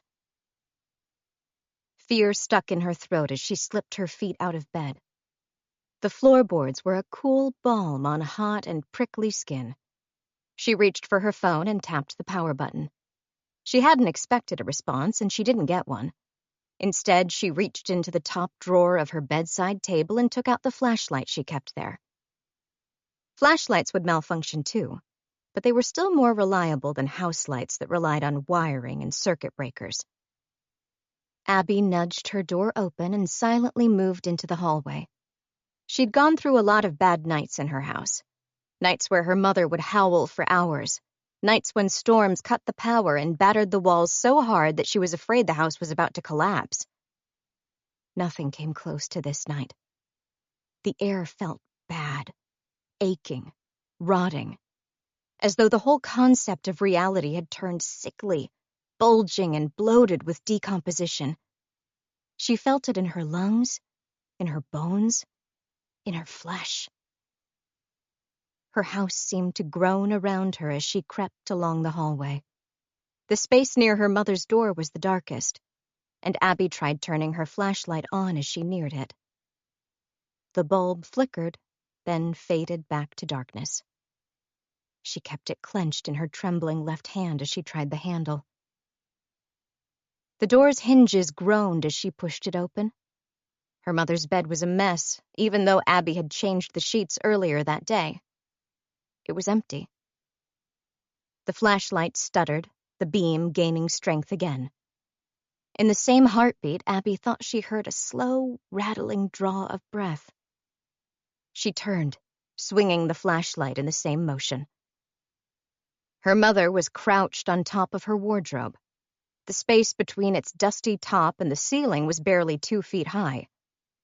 Her mother had hunched, her knees beside her head and her long, bony fingers grasping the edge of the wood as she stared down at Abby. Her face was a mask of pure, ferocious terror. Even as she fixed the light on her mother, the flashlight faded again. Abby, her breath held, crept backward and silently closed the bedroom door.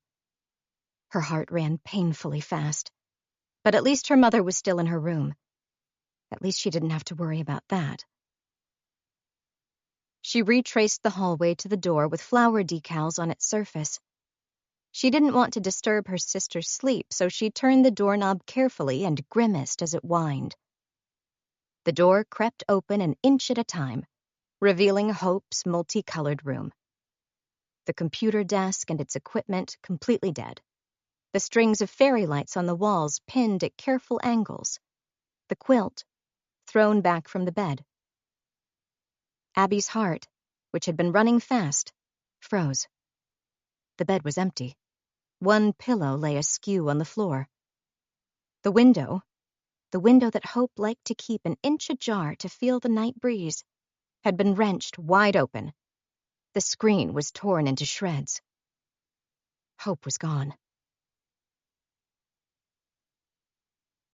13. Abby stood in the doorway. Her mouth was open, but she'd lost the ability to breathe. "Hope," she whispered. It came out as a gasp, barely audible. The empty bed and its scattered sheets filled her vision. There was a mistake, a misunderstanding. Hope was still here somewhere. She could be hiding under her bed, terrified but unharmed. Or downstairs, oblivious as she got a glass of water. There had to be a simple explanation. Abby's eyes were dragged toward the scraps of torn screen that fluttered in the wind. "Hope." Her voice had strengthened, but barely. Scarcely more than a choked moan. The house maintained its deathly hush. This was wrong. The Stitcher took people, but not her sister. They were so careful. They had the rules. They were so careful. "Hope!" This time it was the start of a wail, broken and jagged and raw. Abby crossed the room in 3 long steps. She bent as she moved and craned to see under the bed. There was nothing there but some discarded clothes and dust. She reached the open window and felt the cooling night air graze her raw skin. Their overgrown backyard and the partially completed holes were a tangled maze of shadow and moonlight. It was a long drop to the ground below. What was that? A branch swayed near the back of the yard, almost as though something had nudged it on its way past. Abby leaned forward, breathless. Her hand gripped the sill. The surface was damp, almost slimy. She took her hand away and saw smears of glistening blood. Drops of it trailed over the sill and down the wall toward the bed. It was fresh. It shouldn't have been possible, but the patch she'd touched had felt warm. Hope was here just seconds ago. Something woke me, and it wasn't the nightmare. I heard her being taken. Abby's pulse was a ferocious, dangerous thing, rushing through her in a torrent as she fled the room. The floor vanished under her feet. She took the stairs 3 at a time, nearly twisting her ankles as she skidded into the hallway. And then she burst out through the back door, onto the dark porch, and screamed, "Help!" Her voice bounced back at her from a dozen directions. Rocks and fallen branches stabbed into her bare feet, but didn't slow her as she shoved her way between the overgrown trees, aiming for the place where she'd caught a trace of movement. She hit the back fence, the rough wood scraping over her outstretched palm. She still held the flashlight in her other hand. She tried pressing its power button again and again, but it wouldn't respond. She turned, helplessly searching the billowing foliage surrounding her. "Hope! Answer me!" Heavy branches swayed in the wind. Moonlight dappled across the ground, a kaleidoscope of motion. Not even the nocturnal insects dared make noise. She couldn't think, couldn't breathe. Hope wasn't in the garden any longer, and Abby was gripped by a desperation both wild and terrifying in its intensity. Her legs moved, devouring the ground under her. She'd reached the asphalt roads before she even knew where she was going, and she kept running. Hope had to be nearby, somewhere in these cold and empty streets. She was here if Abby could just find her. She screamed her sister's name until her vocal cords began to burn, and she didn't stop screaming. Not when her voice began to distort, not when she began to suffocate from lack of air, not when her own ears began to ring from how hard she was running. House lights burst on around her like fireflies rising through the night. Abby caught glimpses of forms moving behind curtains in a dark pantomime. No one left their homes. No one tried to help her. They knew better than to be outside after dark. Dead streetlights arched overhead like giant, spindly fingers curled over the road. Her eyes blurred with tears. She called Hope's name again and again, her voice cracking, but the word began to vanish into increasingly frantic screams. She was losing time, and she didn't know where she was going. The town stretched out in every direction, seemingly endless, 1,000 places to hide. Stop. Think. Her mind was a crackling inferno of fear and misery. She clenched her hands to either side of her head, her teeth gritted, as she slowed to a halt. You don't have much time. Focus. 1,000 scattered thoughts collided. Hope had been bleeding. Hot red blood on the windowsill. Hot red blood on Abby's palm. If she could find the trail, she could follow it. It was impossible to see in the dark. Abby hadn't even noticed the blood in the bedroom until she'd touched it, and the flashlight refused to work. A whine escaped her throat. There was still time. There had to be. But it was running like sand between her fingers, and the more frantic she became, the faster it escaped. And then, a sound. Footsteps pounding over the asphalt, growing nearer. She swung and saw a figure rise out of the gloom. Reese. This was his street. He'd heard her. And unlike the faceless figures lurking behind drawn curtains, he'd come to find her. What happened? His face was pale, his clothes rumpled.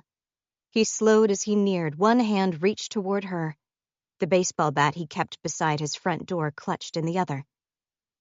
Hope! Was all she could manage before a scream tried to strangle her. Abby buckled over, hands gripping her knees as she tried to control the emotions that were wrecking her. She drew in a jagged breath. Hope's gone! Reese looked as though he'd been slapped. He turned away, one hand pressed to his mouth. Think, focus. There's still time. The desperate voice in Abby's mind pleaded. There has to be. There's still time. As long as I know where to go. Vickers, she said. Reese's dark eyes flashed toward her. Moonlight splashed over the sharp planes of his face and the crease furrowing between his brows. Vickers. The words came out cracked and unsteady on her dry throat, but full of conviction. We need to go to Charles Vickers' house. They ran the route to Stokes Lane. Abby was still in her nightdress, only now it was covered by Reese's jacket. Reese brought nothing else except the baseball bat. He typed a brief message into his phone's group chat while they ran. There was no guarantee the message would make it through with technology this unreliable, or that Connor or Rhea would wake to the chiming notification, even if it did. But it felt like something they still needed to do, It was a jackrabbit rule. Tell someone where you're going. If they never came back, at least their friends would know why. They didn't stop moving until they reached the head of Stokes Lane. Then Abby slowed, breathing heavily. Ahead of her, 1,000 strange items shimmered in the moonlight, all lashed to the fences and posts with lines of red thread. At the end of the street was Charles Vickers' house. 2 stories tall and impeccably maintained, it was like a physical manifestation of its master. So plain that it would have been easily overlooked, except for a cluster of small, bad signs. Bars fixed across all of the windows, a padlock sealing the garage door. Upstairs, a light shimmered in one of the curtained, metal-clad windows. Abby forced her legs to carry her forward. On either side, the offerings shuddered as a breeze ran through them. Dolls, their heads rotting and splitting at the seams. Baskets full of broken jars and fruit that had decayed into a thin layer of grime years before.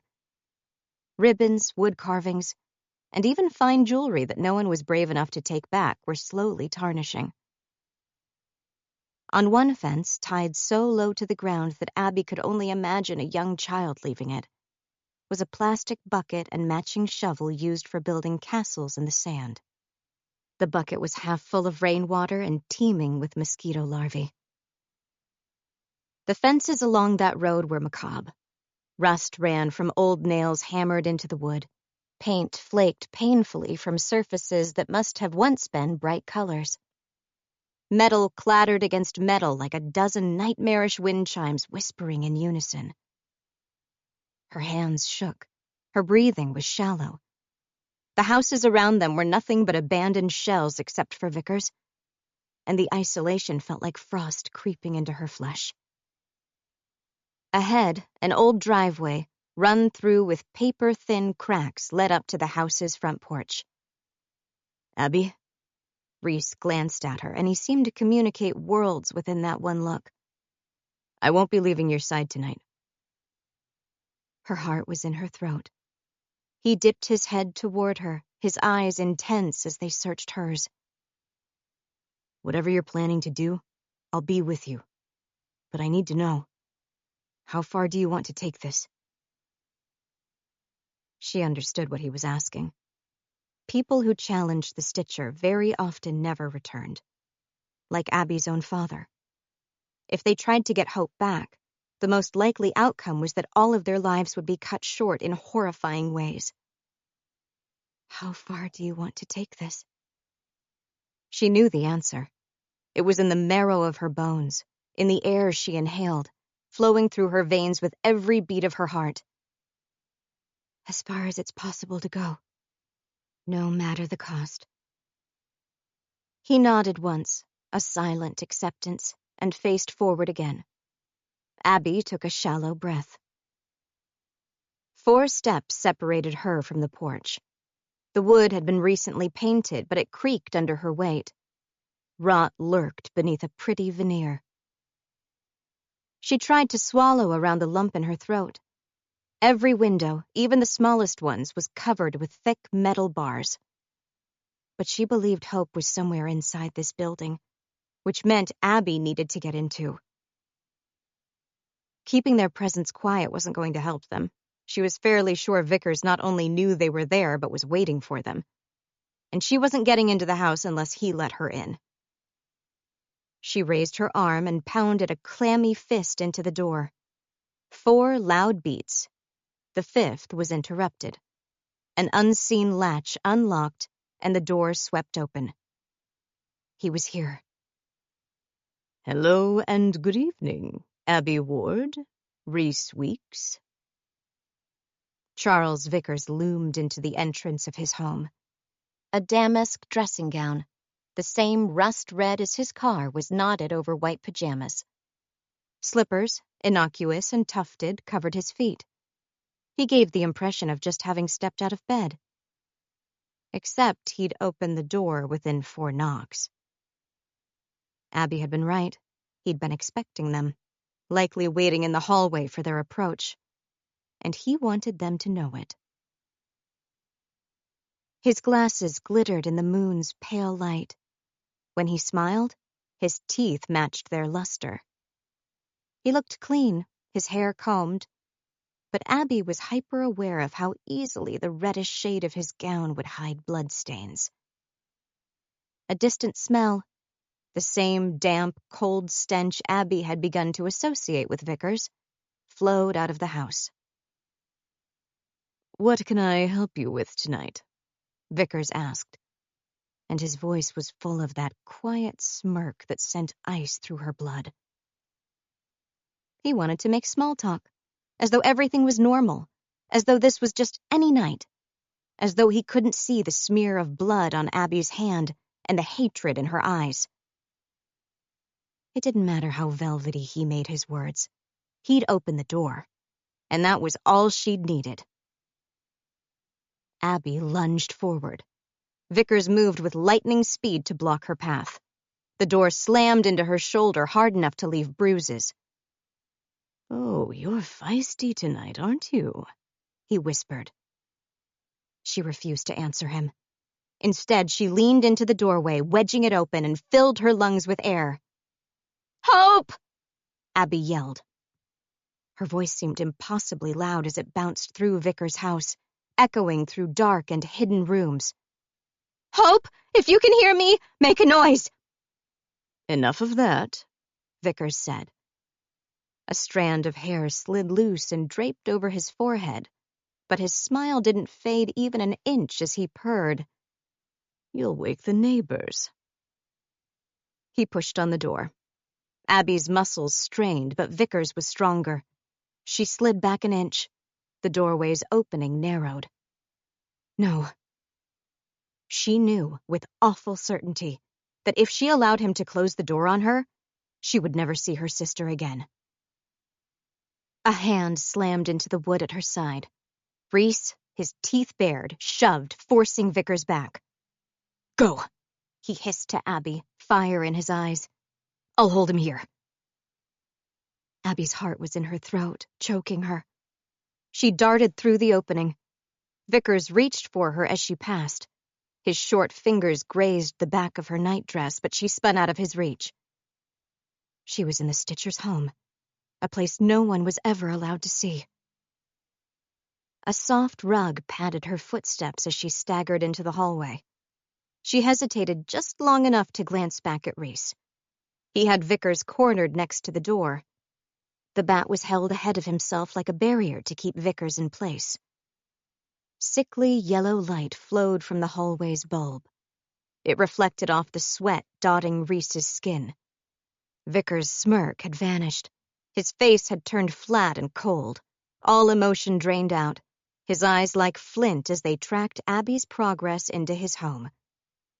She didn't know how long Reese could hold him, but she didn't need much time, just a minute or two, long enough to find one person. "Hope, where are you?" The house was nearly perfectly dark. Abby didn't know its layout. She moved blindly, rushing and breathless, her hands stretched ahead of herself as she searched for light switches. Click. A light came on. A living room was ahead of her. 2 unused couches and 1 worn recliner facing a small box TV. She kept moving. Past the living room was a kitchen. Abby pulled up short. A cutting board was on the counter. Knives had been placed onto it, 5 of them, lined up with surgical precision. Abby's blood felt like ice and fire as it rushed through her. Clammy and sick, she called, "Hope!" Still no answer. Hope was either too scared to make noise, or couldn't. There was a muffled cry from the hallway, a thud, the sound of shoes scraping over the floor. "Please, Reese, please hold him. I need more time." Abby flew through the house. Her eyes darted over every dim, small detail she could make out, searching for a familiar figure, possibly huddled or collapsed in a corner. Room after room was empty. A thud came from the hallway, louder now. It sounded like a baseball bat being slammed into the wall. Ahead, a set of stairs led to the second floor. A faint light shone from its top. Abby took the steps 2 at a time, her lungs empty and her heart hammering. Portraits had been hung on the wall. She was so focused on the path ahead that she was halfway up the stairs before she realized the portraits were missing person posters, taken from around town and lovingly framed, each one suspended by a length of red thread. The house seemed to press in on her, crushing her.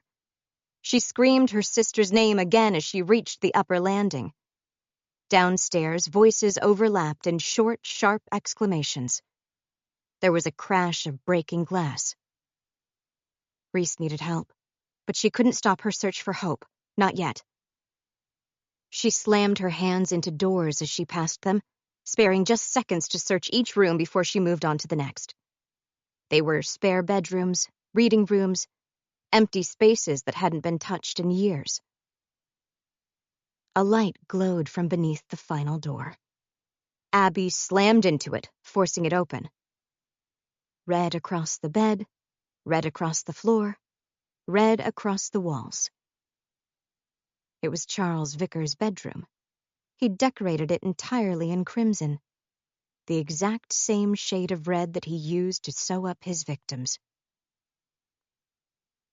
The bed was made tidily. The wardrobe doors hung open, revealing rows of sweater vests and cardigans he loved. Abby stepped inside, rotating slowly, her gaze darting from crimson wallpaper to crimson carpet. Her sister wasn't there. "Hope!" Her voice was hoarse. She felt lost, like a lifeboat cast out at sea. And it didn't matter how hard she rowed because she had no idea which direction to turn. And then she heard it. A heavy, angry bang, like a door slammed with enough force to fracture it. The sound set every one of her bones on edge.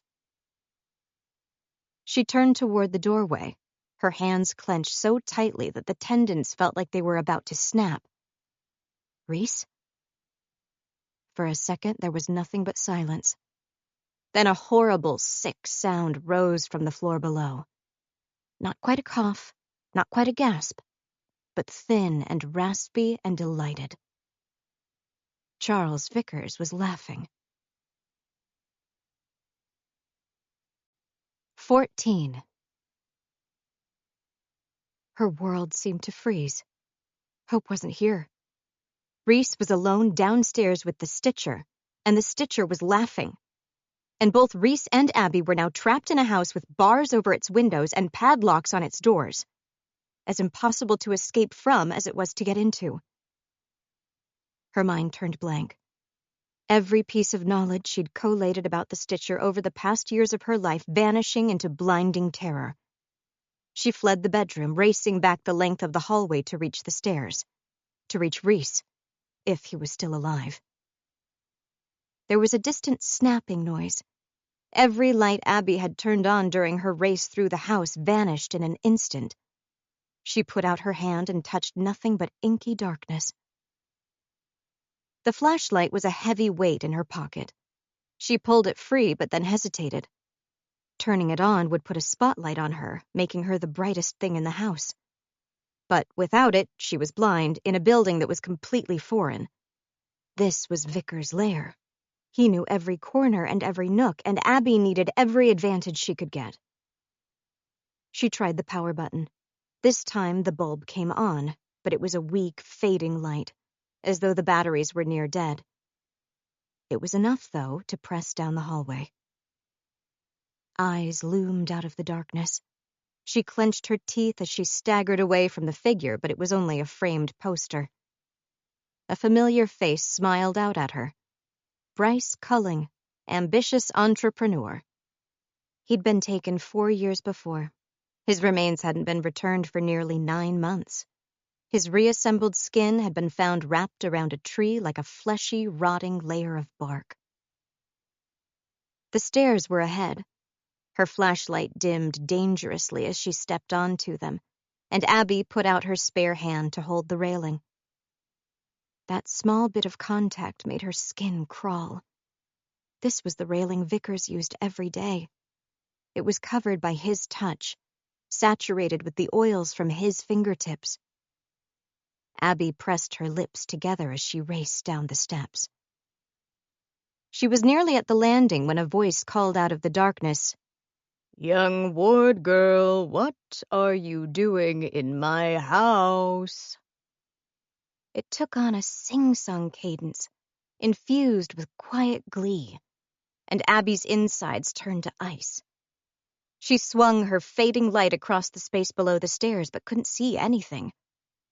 Vickers' voice had sounded both clear and muffled at once, making it impossible to tell how near he might be.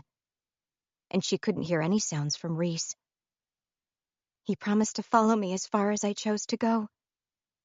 Her eyes burned and her throat ached as she crept onto the ground floor and put her back to the nearest wall. I shouldn't have let him. "It's not nice to push your way into people's homes without asking," Vickers called. It sounded like it was coming from the other side of the wall she was pressed against. Abby skittered away from it, backing into the hall's opposite corner. "If you'd been a good girl and asked nicely, I might have let you look inside." She was becoming disoriented, but she thought she could see the tan rug that she'd stopped on near the front door, where she'd last seen Reese. Abby half ran toward it. She passed the living room with its one used chair. Moonlight came through the windows, but the blue glow was sliced into narrow pieces by the window's vertical bars. Her heart was in her throat as she reached the front entrance. "But you didn't ask, did you?" The sing-song quality was devolving into something colder and angrier, full of grit and ice. "And now you need to face the consequences." The entrance, the last place she'd seen Reese and Vickers, was empty. A large mirror hung above a side table had been broken. Enormous spiderweb cracks splintered out from its center. Shards of glass sparkled on the floor. The door she'd come in through was locked. A padlock that was larger than her fist hung from a bracket just below the handle. She turned slowly, fighting to see through the thinning light. Reese was gone, but blood had sprayed across one of the white walls. Tears burned Abby's eyes, blurring her vision as she stared at the drops of red as they slowly trailed toward the floor. "Are you ready, Abby Ward? Are you ready to face your consequences?" He sounded close, almost as though he was right behind her shoulder. She swung, light aimed ahead of herself, but all it highlighted was an empty stretch of hall. If she stayed there, she'd be trapped, cornered between the blood splatter and a locked door. Abby ran. Her dying light flashed across the round rug in the hall, the cold white walls, and distantly, another row of framed missing posters. Smiling eyes and bared teeth shone from behind the glass screens. She swung into the living room. Two large windows overlooked the street. Abby pressed in behind one of the unused chairs to reach the glass. Dark metal bars, old enough that traces of rust ran down them, painted dark lines over the view. She would be able to fit one arm between them, but nothing more. This was a house designed to contain, and to contain perfectly. She shone her flashlight through the window. Its glow didn't reach far, and there was no one to see it. The street was deserted, and Vickers' house was on the outskirts of town. She could scream until her lungs broke, and no one would even hear her. A floorboard creaked in the hallway. Abby, her throat tight enough to choke her, darted away from the window. The kitchen was ahead. Abby moved into it, her light reflecting off a myriad of cold tiles and chrome surfaces. There was no sign of Reese. Ahead was the cutting board. 5 knives were still laid out on it, perfectly straight and evenly spaced. Abby's hand shook as she reached for one. The knife's handle was cold and slightly dusty. It was heavy, too, the blade longer than her hand. She clutched it close to her chest. She wanted to take the rest of the knives to keep them away from the Stitcher, keep him from cutting anything or anyone with them. But she had no way to carry them all, and nowhere to hide them. "Abby Ward," Vickers called. His voice floated out of the dark kitchen doorway like the whisper of a ghost. "Abby Ward, where do you think you're going?" Her flashlight died. She pressed her back against the fridge. Her mouth was open, but she no longer had the strength to breathe. Shh, shh, shh. Muffled feet brushed over tile, growing nearer. Fear tasted like acid across her tongue and fire in her nostrils. She backed away, keeping her body low. There were curtains over the kitchen's windows. They let barely any light through, only just enough to show the glint of Vickers' glasses as he advanced toward her. What happens next? Her vision was full of images of red thread, stitched through the creases in her skin, binding her to herself in strange ways. Would she get to see Hope again while it was happening? Vickers passed ahead of the kitchen window. She couldn't see any of his details, just his outline. His head tilted as he stared down at the cutting board, transfixed by the gap the missing knife had left.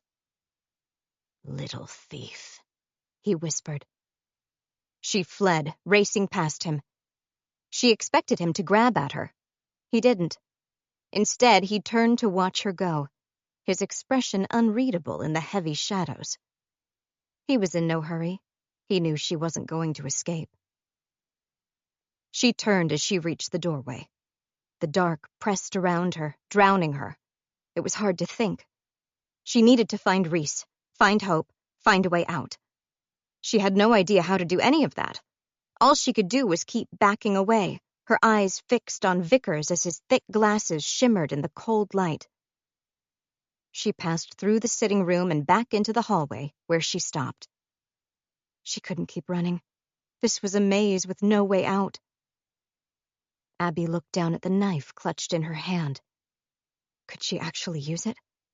Kill the Stitcher? End it once and for all? Stronger people had already tried. Braver people. Her father, among others. But she'd already lost so much. She could risk this bit more. Her life was forfeit whether she fought back or not. A heavy hand landed on her shoulder. Abby felt her world freeze. She swung, knife angled upward.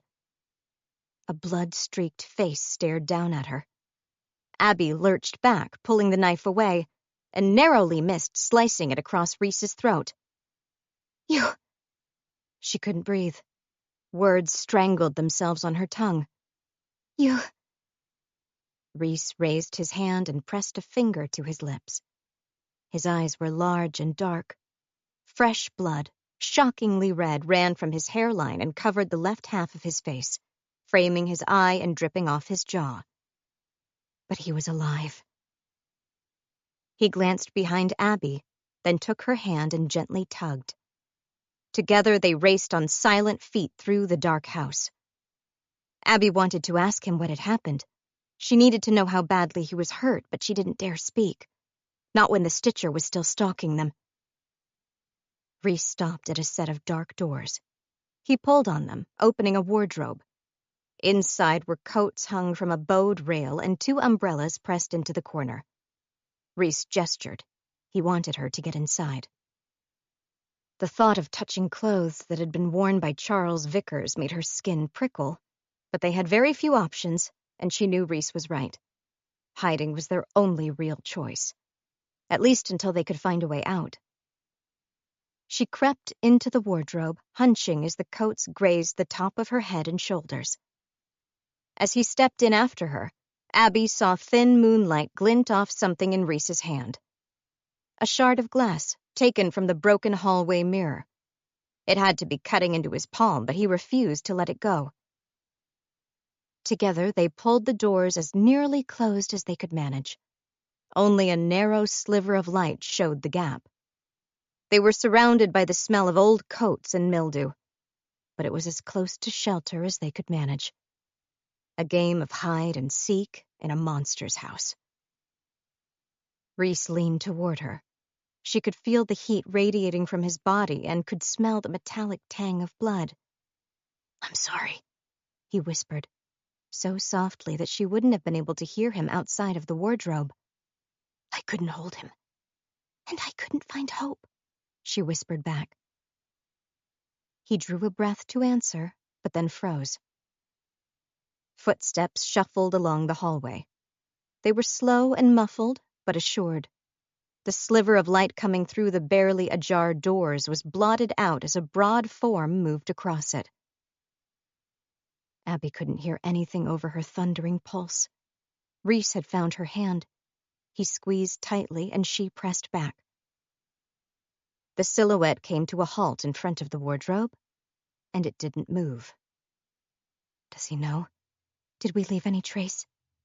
A smear of blood on the wood, maybe? Or did he notice the doors weren't perfectly closed? She didn't dare breathe. It was impossible to see any details, but she was certain that the dark figure outside the door was leaning closer, looming toward them. The figure seemed enormous as it blocked out the light. Every inch of her body ached with the effort it took to hold still. Then the form moved away again. The sliver of light reappeared gradually as the stitcher retreated. There was a distant wailing sound, Abby realized, and it was growing closer, louder. It was accompanied by the screech of tires turning into Stokes lanes. And as the wails rose and fell in a modulated stream, she abruptly recognized them. Sirens. Abby looked up toward Rhys, even though neither of them could see the other. The sirens could only mean one thing. Rhea and Connor had gotten their text message, and they'd sent the police. Tires screeched again. Car doors slammed. Just seconds later, fists beat against Vickers' front door, accompanied by muffled voices. "There's no chance he'll answer them. Not while we're in here." But he did. Even huddled in the wardrobe, she heard the unmistakable click of the padlock being unfastened and the door opening. Footsteps moved into the house, spreading out. Then the narrow line of light was blocked again, and the wardrobe's doors were wrenched open. 3 blinding flashlights shone down at them. The knife was taken from Abby and the shard of glass from Rhys. Then they were pulled out of Vickers' house, an officer gripping their shoulders. It felt less like a rescue and more like a rebuke. "He has my sister," Abby said. Figures moved around her. There were no less than 6 officers crowding through the hallway and spilling out into the front lawn. No one slowed down or reacted to her words. She tried again. "My sister, Hope, she was taken. He's got her somewhere. Please, you have to help me find her." "Out," the officer guiding her said, shoving her through the open front door. Police cars filled the empty cul-de-sac, parked at odd angles on dead lawns. Their lights flooded a red and blue halo across the environment. It was eerily similar to the scene on Breaker Street just days before. "Rhea Bhatt must have called you," Abby said. "Or Connor Crandall." "Mr. Vickers called us," an older female officer said. Her tone was clipped, her voice harsh. "He reported a break-in at his house. Wait here, both of you." The officer guiding them pulled them to a halt in the center of Vickers' front lawn. Most of the other officers returned to the house. Abby had a distant glimpse of Vickers through his open door. The rust-red dressing gown, the sleekly combed hair, the curling smile as he spoke to the officers. He'd called the police. Why? He'd had them trapped. Why let them go again? Abby's throat ached. She was on the edge of tears. She looked up at Rhys, but his face was stony, his eyes downcast. The older female officer returned. Abby knew her from around town. Officer Hewitt, she thought her name was. Gray streaks shot through tied-back hair. She was wiry, and her face was full of deep creases, and any friendliness that might have lingered in her eyes was blanketed over by cold anger. "You're lucky," she said, addressing them both. "Mr. Vickers doesn't intend to press charges. That's a mercy considering some of the damage you caused to his house." Shivers racked through Abby. She couldn't tell whether they were from lingering fear or building frustration. "Hope's missing. You know he has her. Please." There was a flicker of something softer in the officer's eyes. Regret? Sadness? "If a relative has gone missing, you can attend the station to make a formal report." A formal report. That's how all of the others were lost. A formal report, a paper-thin investigation, and a stack of missing person posters to tape across town. "Whatever you thought you were doing, it was monumentally stupid." Hewitt took a shuddering breath. I expected better, especially from you, Reese. She spoke to him like she knew him well. He still wouldn't meet her eyes. Understanding clicked. This was one of the officers who had interviewed him repeatedly when his own family was taken. Hewitt was going to help Abby just as much as she'd helped Reese. Not at all. A figure moved past. He wore the same uniform as the others, but she didn't recognize his face, which meant one thing. "You're Jen's father." Abby grasped for him, clutching at his sleeve. His eyes widened behind his glasses. He tried to shift back, but she refused to let go. "You have to help me. My sister Hope was taken by the Stitcher. Jen will tell you about—" "Enough," Hewitt said. "You have to help." "Enough!" Hewitt pulled Abby back with enough force to break her hold on Thompson's sleeve. His face was a blank screen. He gave a brief nod of acknowledgement to Hewitt, then stepped past them, disappearing into the throng of other officers. Hewitt was breathing hard. She crossed her arms, her features unforgiving. "You're getting off light tonight," she said. "Considering the gravity of what you tried to do. Forcing entry to a private residence, property damage, assault." "He attacked Reese." Abby's voice had grown tighter and louder than she'd intended, and she couldn't stop it. "In self-defense," Hewitt snapped. She took a sharp breath. "Here's what's going to happen. You'll both go home, and you'll stay indoors until dawn. I'll be checking in with your guardians to ensure that's the case. And then, Miss Ward, if your sister hasn't come back, you can file a missing persons report. But you are not to return to Mr. Vickers' house or harass him if you see him in the street or disrupt his life any further than you have." Abby's eyes burned. She felt like she was going to choke on her words if she tried to speak again. Hewitt leaned closer to them.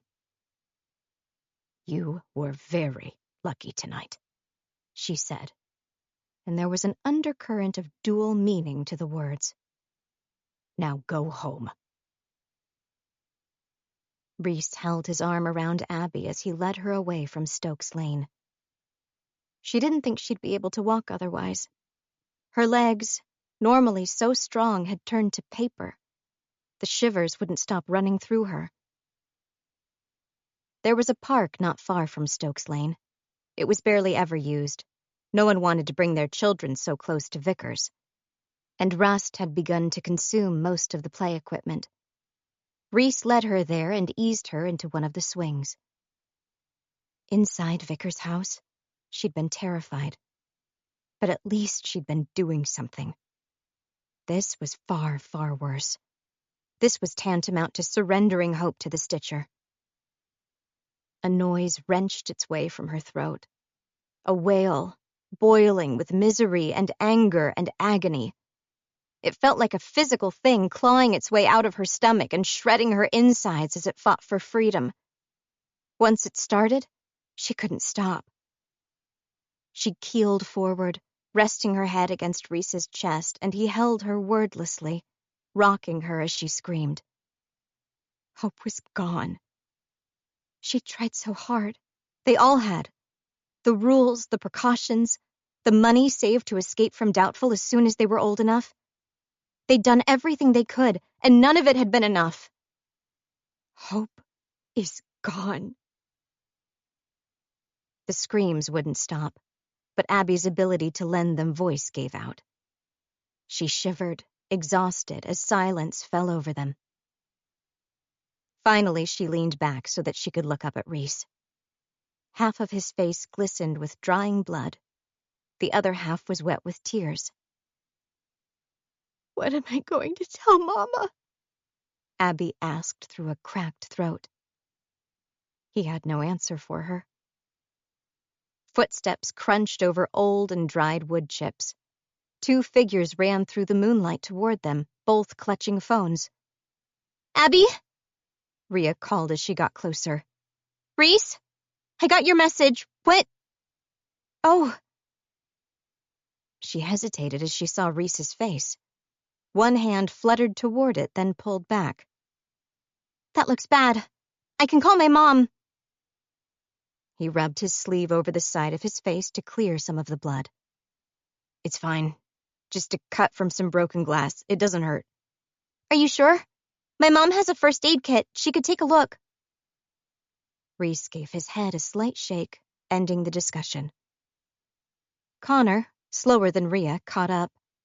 He bent over, hands braced on his knees as he breathed heavily. "What happened? Your message said something about the Stitcher, and there are police cars all up and down Stokes Lane." There was an uncomfortable gap of silence. Abby held her hands limply in her lap, her feet planted in the channels carved through the wood chips beneath the swing. She forced herself to speak. "Hope's gone." Connor swore. Rhea turned aside, her eyes huge, one hand pressed to her mouth. "We got into Vickers' house," Abby continued. The howling screams churned into her stomach, trapped. "But I couldn't find her." "Abs, I'm so sorry." Rhea clutched her hands together. "The police are there. Are they searching or—" "They were there to escort us from the property." Abby's jaw ached from how hard she clenched it. "We're under curfew now. We're supposed to go home." Rhea began pacing in short, sharp loops ahead of the swings. Connor leaned against one of the metal poles, his face slack with shock and his arms folded. "You're sure the Stitcher took her?" Rhea asked, pausing her pacing just long enough to give Abby a sharp stare. "Her window was open." The memories hurt almost too much to speak into existence. "The screen was torn, blood on the windowsill." Connor muttered something and shook his head. "We knew it was bad." Abby stared down at her hands. They looked foreign, as though they didn't belong to her. "But it was a hot night, and Hope hates the heat. She left her window open. She must have thought she'd done it so many times before." "We thought we were safe," Connor finished for her. When Abby closed her eyes, she saw the scene again. The shredded screen, the blankets thrown aside, the pillow on the floor, and the blood streaking the windowsill and wall. Abby lifted her head. "She's not there," she said, realization dawning on her.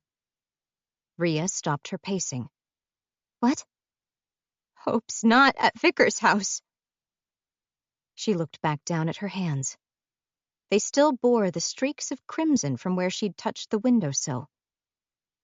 "Hope was bleeding, but there were no drops of blood inside Vickers' house. None that I could see anyway."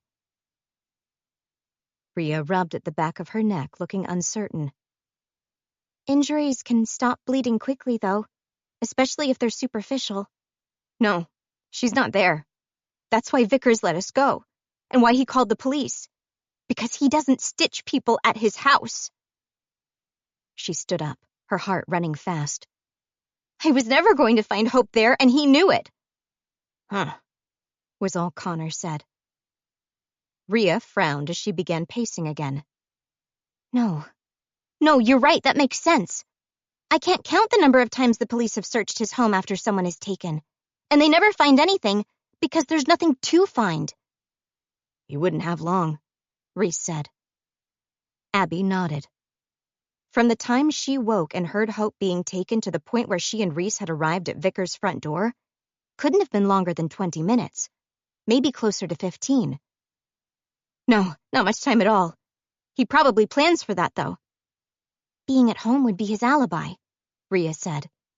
He makes sure he's always there after a victim is taken in case the police are called, or in case family members go to confront him. Exactly like Abby had. She pictured herself racing through the house, calling for her sister, and growing increasingly desperate when there was no answer. And she remembered the cutting board, covered with 5 sharp knives. It was a red herring. She'd picked up one of the knives to defend herself with and had felt dust on the handle. Those knives had been displayed on his kitchen counter for a long, long time. Waiting to be found? Yes. He'd been waiting for someone to force their way into his home. The knives weren't the only items arranged with the intent to shock and confuse. She'd seen the rows of missing person posters, taken from around town and neatly framed, and the blood-red bedroom. They were all there to keep the focus on the one place victims were never actually brought. If he doesn't take his victims home, he'd need to hide them somewhere else, Abby said. Somewhere he could drop them quickly, but where they weren't going to be easily found. Somewhere between where he picks his victims up and his own house, Connor added. Not too far out of the way. Nothing that needs a huge detour to reach. An abandoned house? Rhea guessed. There are plenty of those around. And not many people try to explore those abandoned houses, Connor added. No one wants to go into the empty houses because of how often bodies are found there. Was that deliberate? A way to deter people? Okay, we need a plan. Rhea's face was pinched with anxiety. There are too many empty houses to just search them at random and hope we get lucky. For all we know, we have a very narrow window to get Hope back, and we can't afford to waste any of it. Abs, Reese, which officer told you to go home? Chief Hewitt, Reese said. The chief, huh? Rhea frowned. Okay, she's a stickler. If she finds out you didn't go home, there'll be hell to pay. No way around it. I can take whatever punishment she dishes out, Abby said. I'm not going to stop looking for Hope. No, but you need to be strategic. Rhea's glance was quick. Chief Hewitt has the ability to make your life a whole lot more complicated, especially for your mother. Abby pressed her mouth closed. You and Reese will do what you're supposed to do. Go home. Give Hewitt and the others exactly 0 reasons to doubt that you're behaving yourselves. Connor and I are going to go to Stokes Lane. Connor craned forward, his eyebrows high. We are? Please. Rhea clasped her hands together as she gave him a tense, apologetic smile. I'd do it myself, but I can't be outdoors alone. Not at night. That's the rule, he mumbled, then set his shoulders and nodded. Yeah, okay. I'm with you. Thanks. Rhea sagged with relief. We're going back to Stokes Lane. We won't get close, but we'll find a vantage point. Maybe the forest behind his house? Somewhere that lets us watch Vickers for as long as it takes. He'll have to leave to go back to Hope, Abby realized. Exactly. If we're right, if Hope is being kept somewhere else, then she won't be hurt as long as Vickers stays inside his house. And when he leaves... We follow, and we find out where he's keeping her. Connor finished. Dangerous, Reese muttered. He glanced aside, frowning, then turned back to them. Keep your phones active if you can. Message me every 20 minutes so I know you're safe. Understood, Rhea said. She was already turning back toward the park's exit and the road leading to Stokes Lane. Go straight home.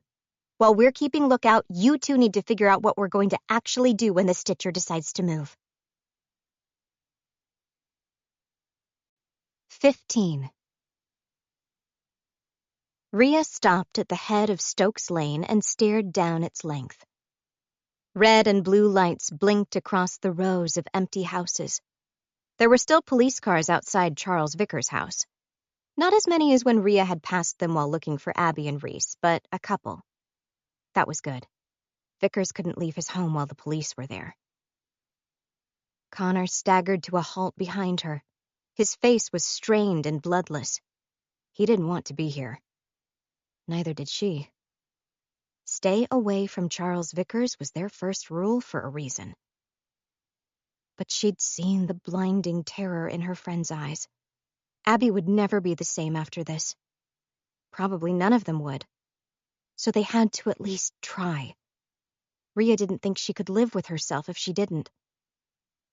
2 officers stood on Vickers' front lawn surveying the houses. They stared toward Rhea.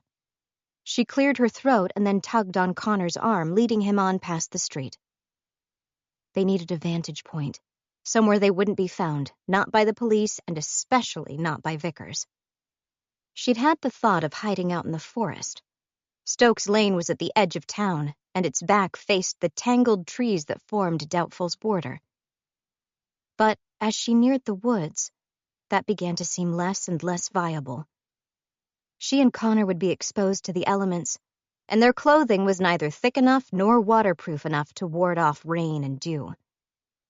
Some height would be an advantage, too, and while Rhea was confident she could climb a tree, she didn't know if Connor would be able to follow. Which meant the houses. That thought chilled her, but it seemed like the only option. The entire street was composed of empty homes, and some of them, especially the ones closest to Vickers, would have windows that faced toward him. She hated going near empty houses. The rotting floorboards and mold were the least of her worries. Her parents wouldn't like it either. She could already hear her mother's lecture and see her father's baleful stare. But then she was already going to be grounded for infinity if they found out she'd snuck out after dark. And infinities couldn't exactly be stacked. "This way," she whispered to Connor and led him down through the space between the forest and the fences surrounding the empty houses. It wasn't hard to find a gap. Most of the buildings had been empty for well over a decade, and the wooden boundaries had been left to rot and collapse. Rhea crept through a hole in the wood and onto a lawn that had grass and weeds growing up to her hips. The house was riddled with broken windows and peeling siding, but it was 2 stories tall and next door to the Stitcher's house, which was about as good as they could hope for. Connor made a faint whining noise when she pointed up toward the house, but then set his jaw and nodded. Rhea found an empty window frame within reach. Dust billowed around her as she slid through it. The kitchen door was swollen from moisture damage, and she had to put her shoulder into it to force it open for Connor. Most of the house's furniture was gone, which meant it had most likely been vacated by choice, not through death. Scraps of the old family were still left, though. 2 broken chairs against the kitchen's far wall, plastic buckets, and a used broom. Rhea moved on quiet feet into the house's center and found herself staring up at a staircase. Up there, she thought. One of the rooms up there would give them the best view of Vickers' house. She just had to hope that none of the floorboards broke and sent her plunging to her death, and that none of the rooms contained any of the telltale red thread to mark the resting place of a re-sewn body, and that the mold wasn't the toxic kind, and... Rhea swallowed the doubts as she stepped onto the stairs. They were doing this for Hope, for Abby, and for the rapidly fading dream that their small friend group might be able to survive Doubtful. Reese's phone chimed. He pulled it out, read the message, and then showed it to Abby. The text was from Rhea. "We found a vantage point. House 14, 2nd floor. Police are still at Vickers. Might be searching it. Lots of people moving through rooms. We'll keep you updated." She nodded. Rhea had been efficient. She and Reese were still navigating the roads back to his house. He'd suggested they stay there together until morning, and she hadn't argued. Chief Hewitt wouldn't be able to criticize her for it, she was sure. One ugly, painful question kept circling around, burning her on every pass. What will I tell Mama? Abby had been holding her family together like she was clinging to her loved ones in a hurricane. And now she was on the edge of losing them all. Reese's house came into view.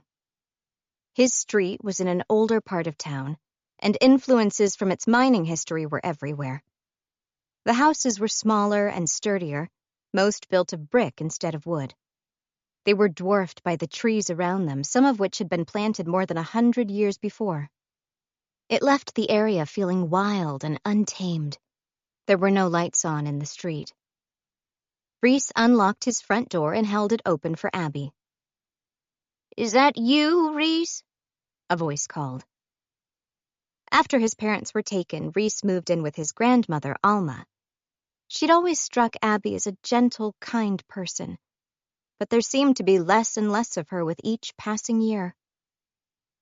Muffled audio came from a television.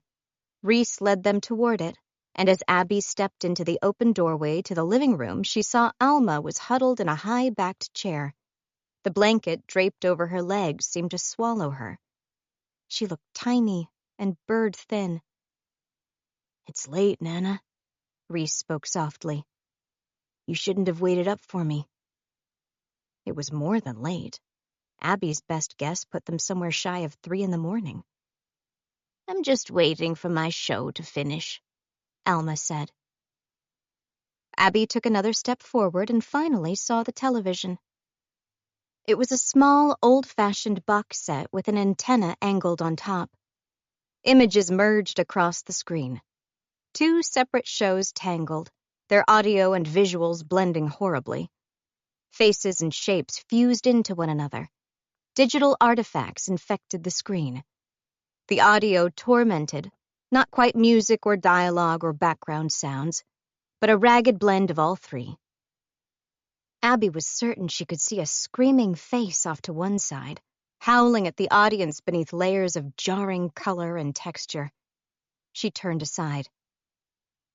"Abby Ward is staying with me tonight," Reese said.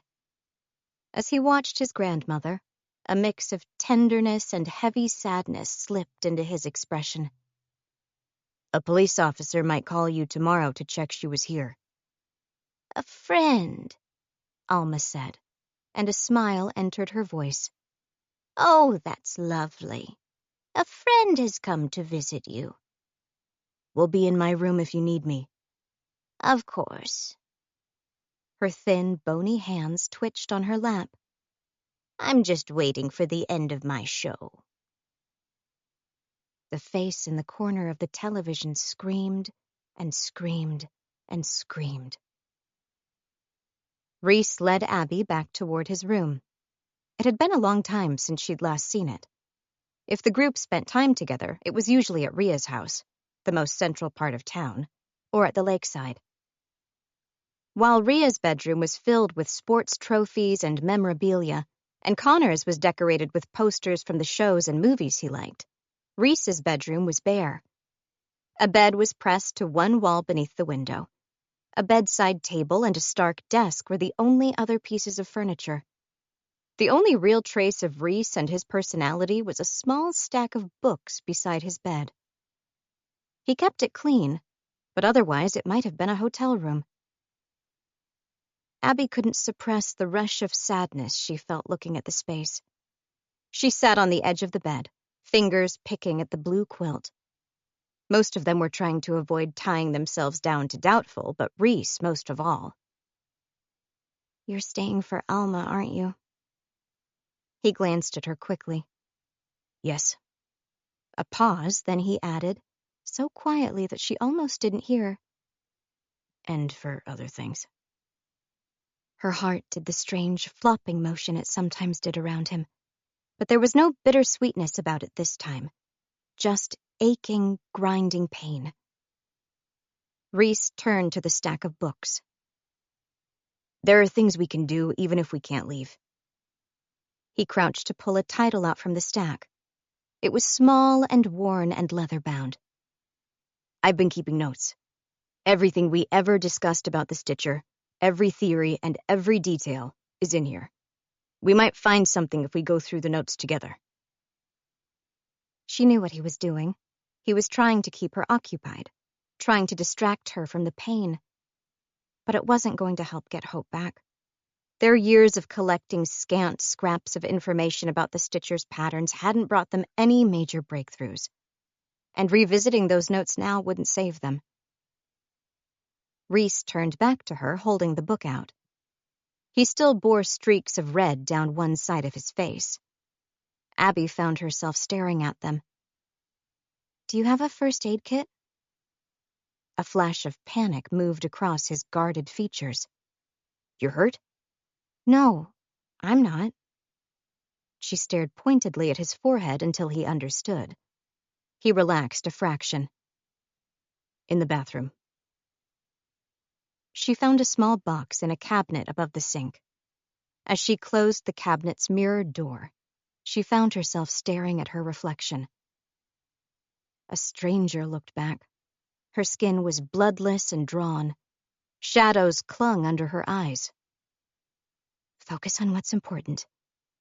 She fumbled for a clean hand towel in a basket near the sink. "You can't afford to crumble now." Rhys had tried to distract her with work. Retreading ground they'd already covered a dozen times would still be better than doing nothing. And maybe he was right. Maybe there was a vital clue buried in their notes that they'd missed. They wouldn't know unless they looked. Abby wet a hand towel in the sink, then carried it and the kit back to Rhys's room. He was waiting on the bed, the notebook clasped in his lap. Abby shuffled onto the quilt next to him, on her knees so she could reach his forehead. "You read, I'll clean," she said. As Abby dabbed the dried blood from his face, he sorted through the notes. He'd used the book to record everything he knew about each disappearance as it happened. When and where they were taken, whether there were people nearby, how long it took for their remains to be found, if their remains were ever found. She caught glimpses of the scrawling words. The earliest pages were written in the painstakingly tidy hand of a young boy. He'd been keeping these notes ever since his parents were taken, Abby realized. Back then, he hadn't even been able to talk to Abby about it. But he'd written. And those earliest notes had helped build the foundation for their current set of rules. They kept Rhys's phone beside them. Every 20 minutes, it pinged, which sent them both grasping for it. Each time was always Rhea, checking in and sending an update. "They're definitely searching his house," she wrote. And 20 minutes later, "Final police car just left. No sirens or lights this time. They can't have found anything." And, still later, "Vickers is still awake. I can see him moving behind his curtains, going from room to room."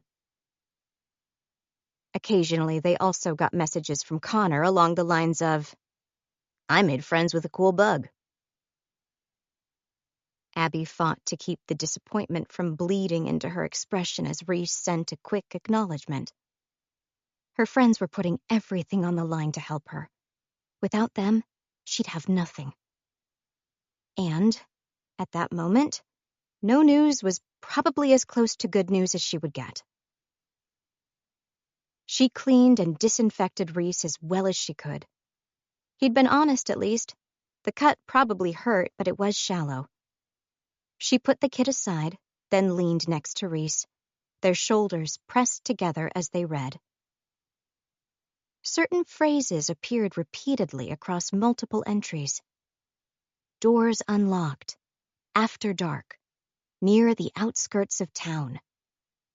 And one phrase over and over again. "Victim was alone." I was so close. Abby's whole body ached. Across the hall, asleep. So near, but not near enough to make her safe. Why didn't I hear her? "Hope didn't make any sound," Abby said. It hit her like a jolt. She'd been woken by a noise, yes, but not her sister's voice. Not a scream or a cry for help. If she'd heard that, she wouldn't have lost time checking her phone or watching her clock or wandering along the hallway to her mother's room. If Hope had just called to her. Reese took a slow breath. His brows dug deep grooves between his eyes. That's a pattern. She stared at him, and he turned the journal's pages to find specific entries, then held them out for Abby to read. Jacob Sutherland, taken less than a block from a bus station where multiple people were waiting. No one heard anything. Sadie Bayer, vanished from the alley behind her workplace while her colleagues were inside. No one heard anything. Maxine Strome, taken while playing in her backyard at night. Parents and siblings were getting ready for bed inside the house. No one heard anything. There are never any witnesses, Reese said, speaking carefully. Even when others are nearby. Because there aren't any calls for help, Abby muttered, frowning. No screams. How's that possible? I could understand it in some cases, people freezing or panicking or being too frightened to speak, but in every case? No one, no matter their personality or temperament, ever made a sound? She met Reese's eyes and saw her thoughts reflected there. His parents vanished one after another on a storming afternoon while he was locked in his car, and he didn't hear anything. How had Vickers been able to silence so many people? You have all of the addresses, Abby said, staring down at the open pages of the journal between them. We should mark them on a map. There might be a pattern. They'd tried something similar before, building a map of where people vanished, to see if there were certain sections of town that were more dangerous. The locations had seemed too scattered, though, too random. They'd given it up as a false lead. Now was different, though. They weren't looking for areas to avoid. They were trying to pinpoint the one place they needed to find. If Vickers truly did have a separate area that he used to contain, dismember, and restitch his victims, it might be possible to zero in on it. Good thought, Reese said, jotting down a note on the journal's final page. He might be using multiple locations, but he can't be moving his victims far. We should be able to create something like a heat map to narrow down to certain streets. Abby's focus drifted toward the window. Dawn wouldn't arrive for hours. When it did, she'd begin her search, whether Charles Vickers left his home or not. The Stitcher's victims didn't always die immediately. Sometimes he kept them alive for a while. Sometimes small body parts were found around town weeks before their official deaths. She'd always found that the most horrifying thought. Now it was all she was clinging to. Stay alive, Hope, no matter what. Give me enough time to find you. Rhea watched as color bled into the horizon an inch at a time. She was tired. Her eyes felt like grit had become caught behind the lids, and her mouth was tacky. But she'd made it through the night. They'd ended up on the house's second floor. The floorboards had not collapsed, not yet, but Rhea still didn't fully trust them. She'd spent some of the early morning hours trying to remember who had once lived here and how long it might have been abandoned. But all she'd managed to recall was it had been decrepit and empty even when she was a child. Most of the rooms they'd passed still had a few pieces of furniture in them, turning moth-eaten and sun-bleached and dusty. The room with the best view of Vickers' house had been left completely bare, though, like the owners hadn't wanted to spend any part of their day facing toward him. It was home to a small number of beetles, both dead and alive, and not much else. The space had worked well for the vigil, though. Gauzy curtains had lost most of their color, but gave Rhea something to hide behind if she needed it.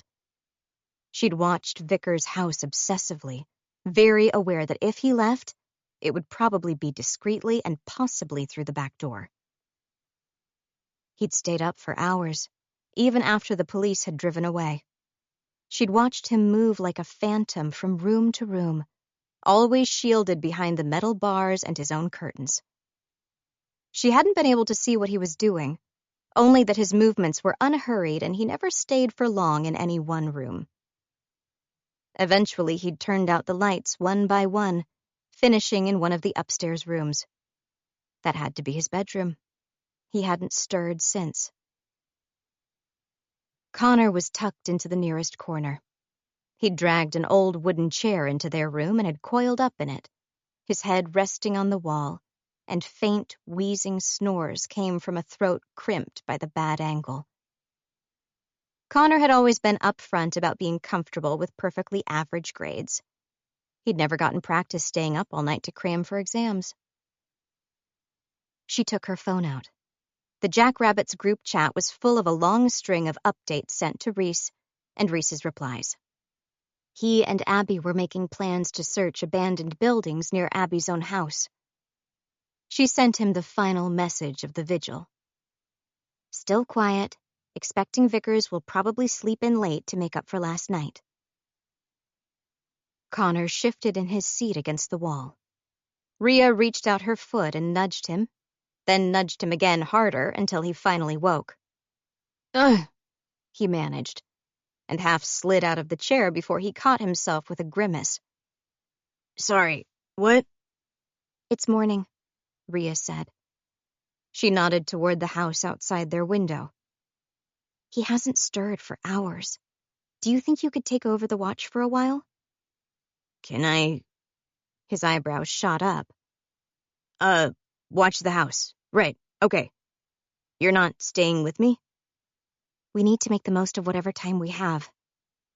She stood up, careful to stay out of view of the window just in case, and ran her hands over her jeans as she tried to clear some of the dust off. It should be safe for now. It's after dawn. Keep texting the group chat, though, and try not to let him see you. Connor looked terrified even as he gave her a thumbs up. Rhea felt a pang of guilt. She wouldn't want to stay alone in the house next to Vickers either. But Connor shuffled his chair a few inches closer to the window and leaned forward, and Rhea gave him a final goodbye wave before sneaking out of the room and toward the stairs. She fired off more messages as she left, letting Reese know that Connor was taking over the watch.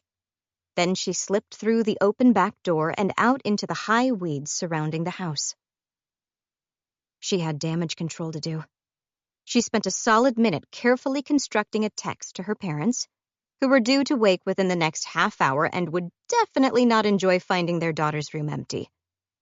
She told them the lacrosse team was meeting for an early morning practice and she'd go straight to school afterward.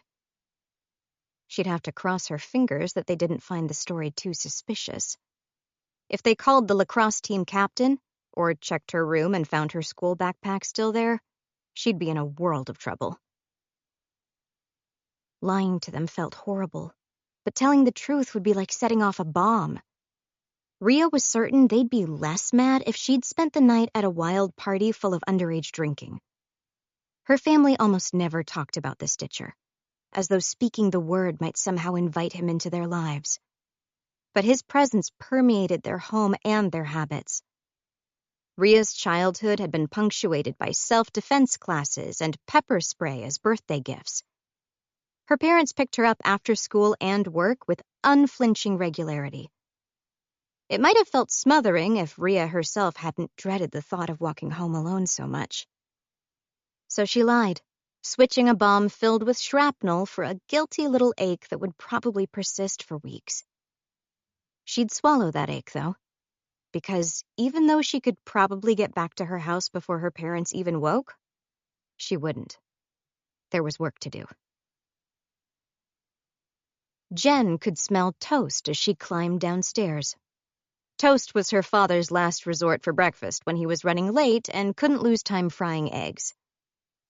Sure enough, when she turned into the kitchen, she found him standing behind the counter, absent-mindedly eating a slice while he stared down at the stack of papers that only seemed to multiply with each day. He mumbled, a distant acknowledgement of Jen. Yourself, she said, heading for the fridge. The shelves were nearly empty. Apparently, the toast wasn't just a sign of a time shortage, but of neglected grocery shopping. Guess crispy bread's on the menu for both of us.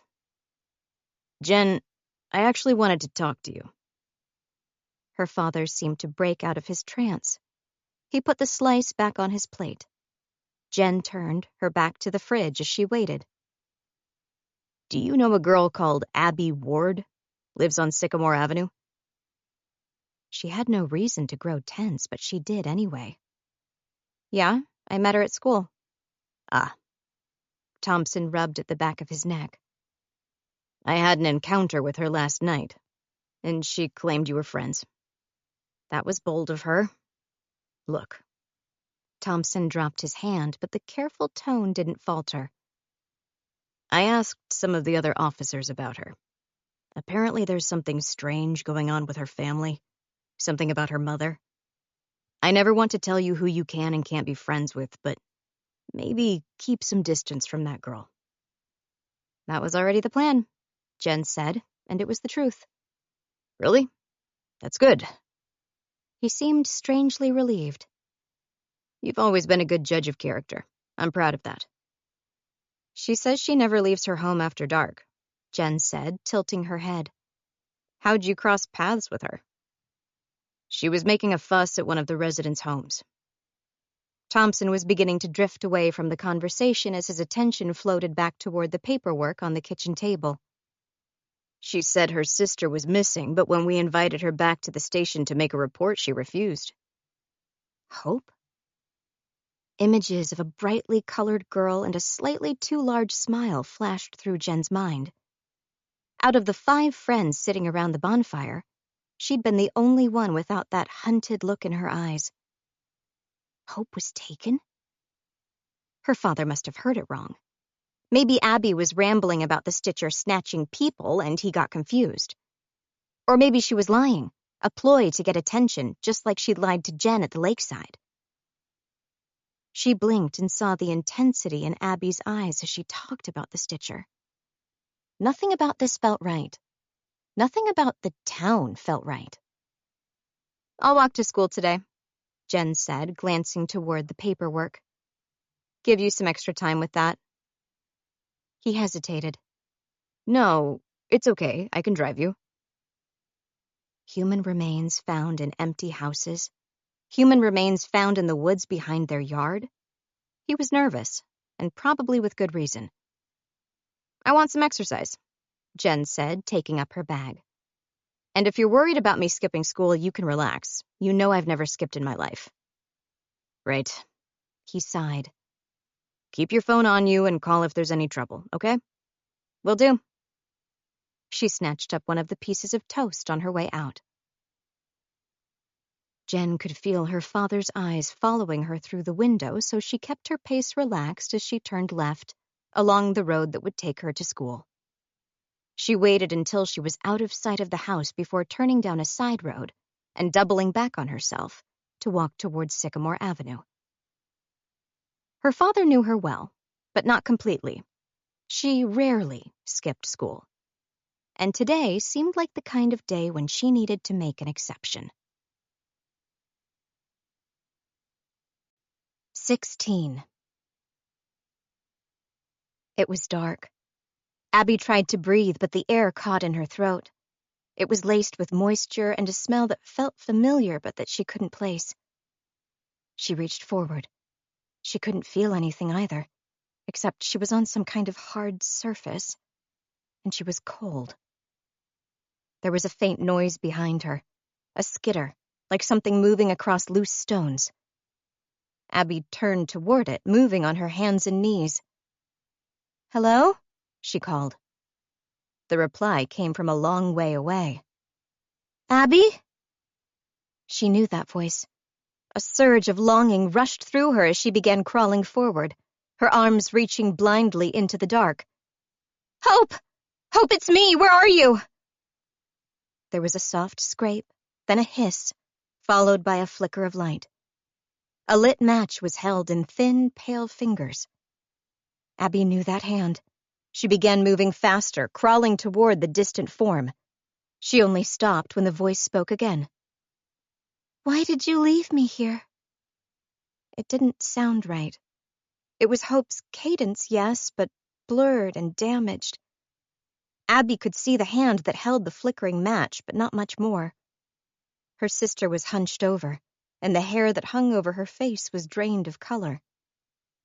"I tried to find you," Abby whispered. She reached forward. The match was burning out fast. "I chased after you. And when you couldn't find me, you gave up on me." The hunched form shifted, the head rising. The curtain of hair began to part, revealing bloodless skin. "You forgot about our father, and you forgot about me." Tears stung Abby's eyes. She could barely breathe. "I didn't, Hope. I swear I didn't forget about you."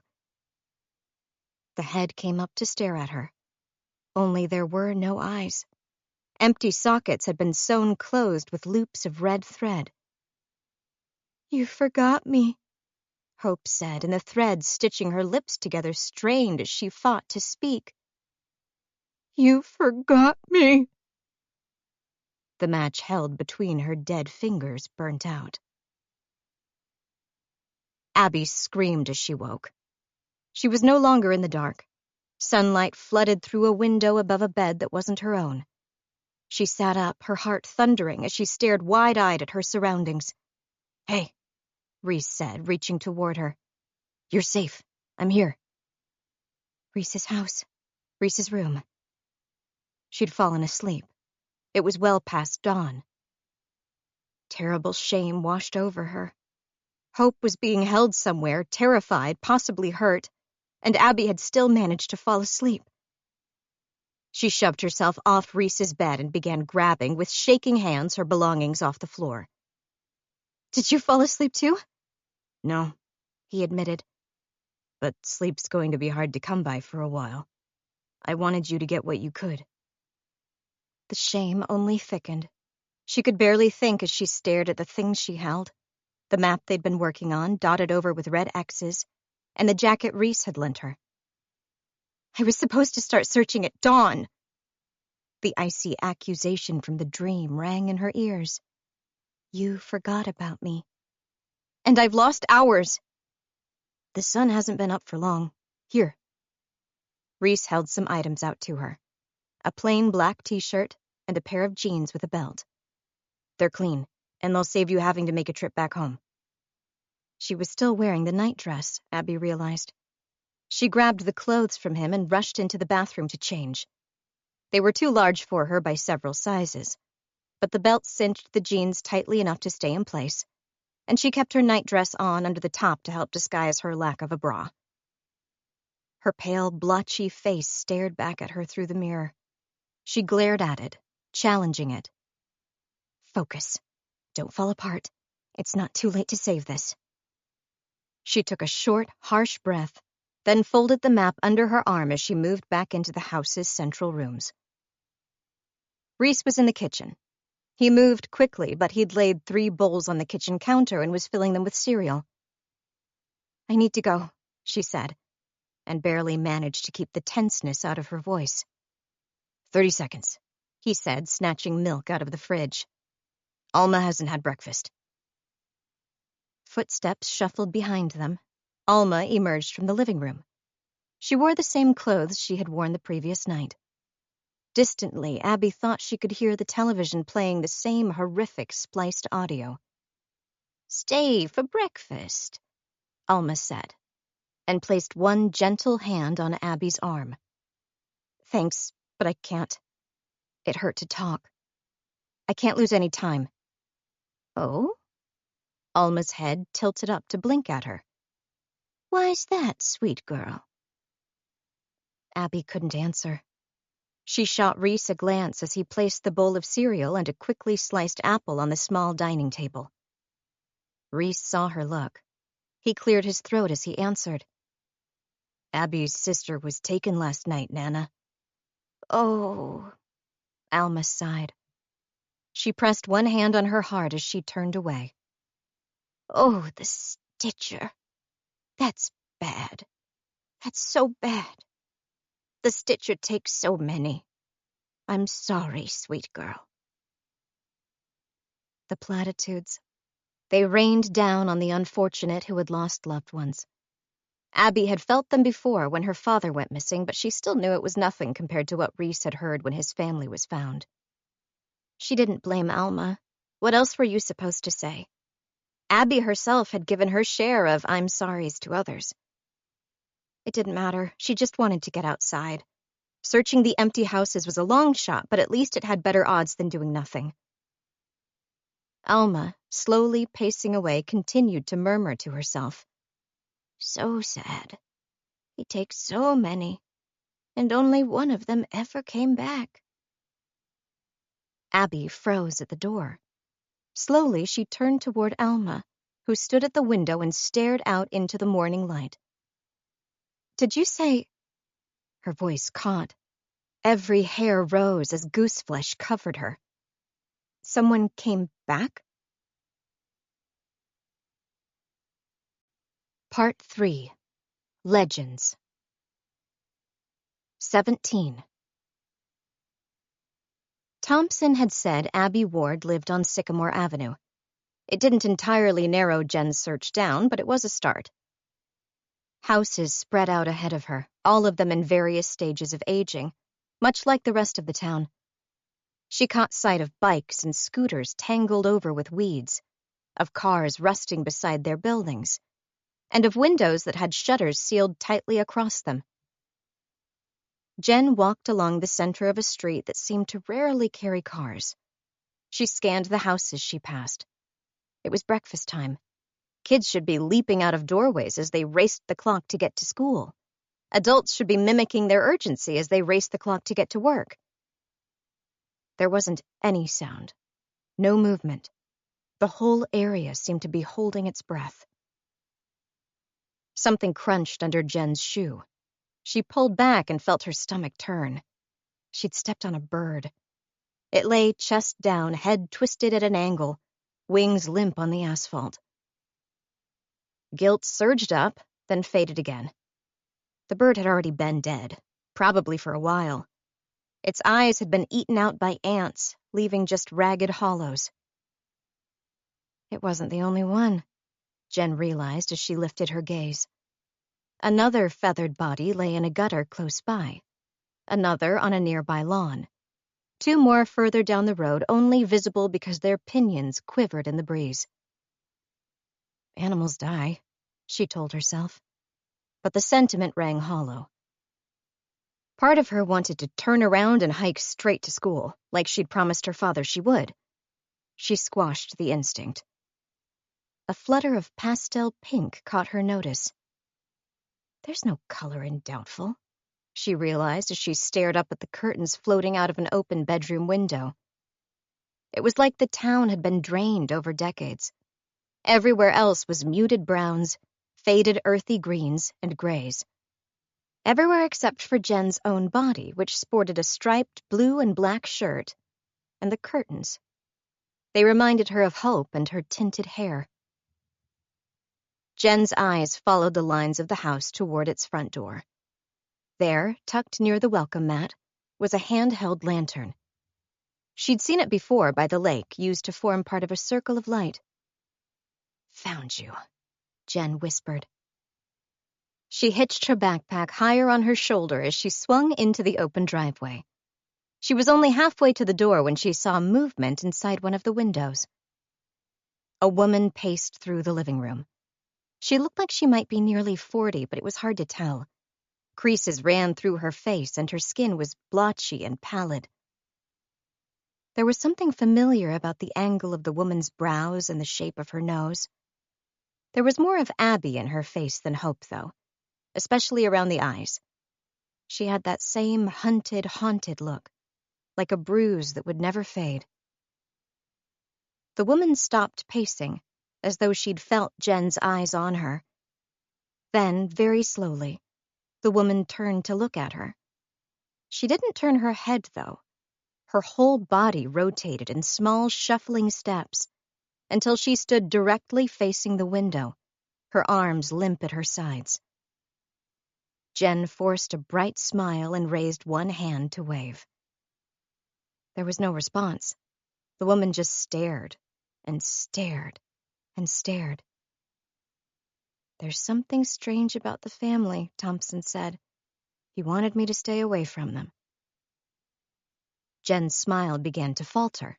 Still, the woman kept staring at her. No, not at her. Through her. As though she was looking at something that no one except for her could see. There was no one else in the house, Jen was certain. It was as deathly quiet as every other building in the street. As deathly quiet as a grave. "Hello?" Jen swung. At the start of the driveway, just a dozen paces away, stood Rhea. The relief was overwhelming and unexpected in equal parts. "Hey," she managed, but it came out breathy and thin. She cleared her throat. I heard some rumor about Hope going missing, and, I know it's weird, but I wanted to check she's okay." Rhea hurried closer, her arms crossed over her chest. She was dressed for exercise, sweats and a shirt that was stretchy and breathable. "It's not a story." She looked tense and tired, as though she'd barely slept. "Hope was taken last night. Abby and Reese are searching for her. I wanted to check that Mrs. Ward is safe, then I'm going to join them."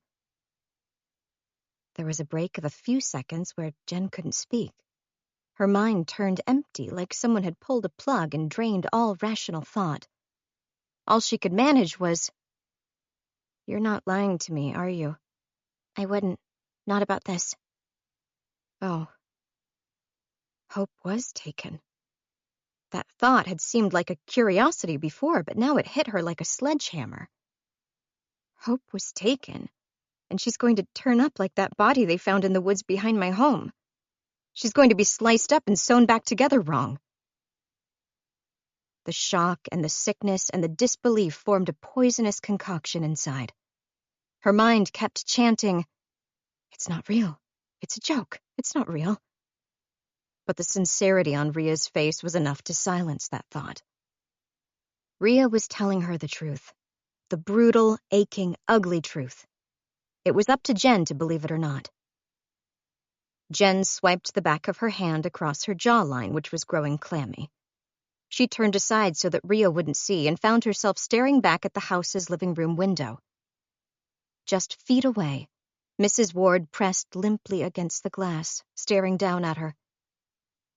Jen fought to put her words into order as she shuffled closer to Rhea. Do you know Mrs. Ward well?" At Rhea's nod, she continued. "Is she okay?" "She's sick," was all Rhea said. "She has been for a while. Abby's looking after her." Jen looked back toward the window. Mrs. Ward's eyes were fixed on Jen and yet stayed unfocused. "Let's head back," Rhea said, a tentative smile flitting up and then fading again. "Mrs. Ward gets stressed by strangers. She'll be calmer if we give her some space." As they moved back along the driveway, Jen couldn't stop herself from speaking. "I know it's not my place, but—" "There are no psychiatric hospitals or clinics in Doubtful," Rhea said as though she could read Jen's mind. "And Mrs. Ward can't leave the town. Not anymore." Jen shot her a quick glance. "Why not?" "This town—" Rhea seemed to be struggling to put her thoughts into words. "It's like it plants hooks in you. And the longer you live here, the more hooks start to embed themselves. And if you try to pull free, you'll only hurt yourself. If people are taken away from the town, if they're forced to leave their homes when they're not ready, they don't usually make it. Most patients who are transported to hospitals or care facilities don't live past 6 months." Jen felt a chuckle begin to grow. It was reflexive, a guard against obvious lies, and yet again, Rhea showed no signs of mockery or deception.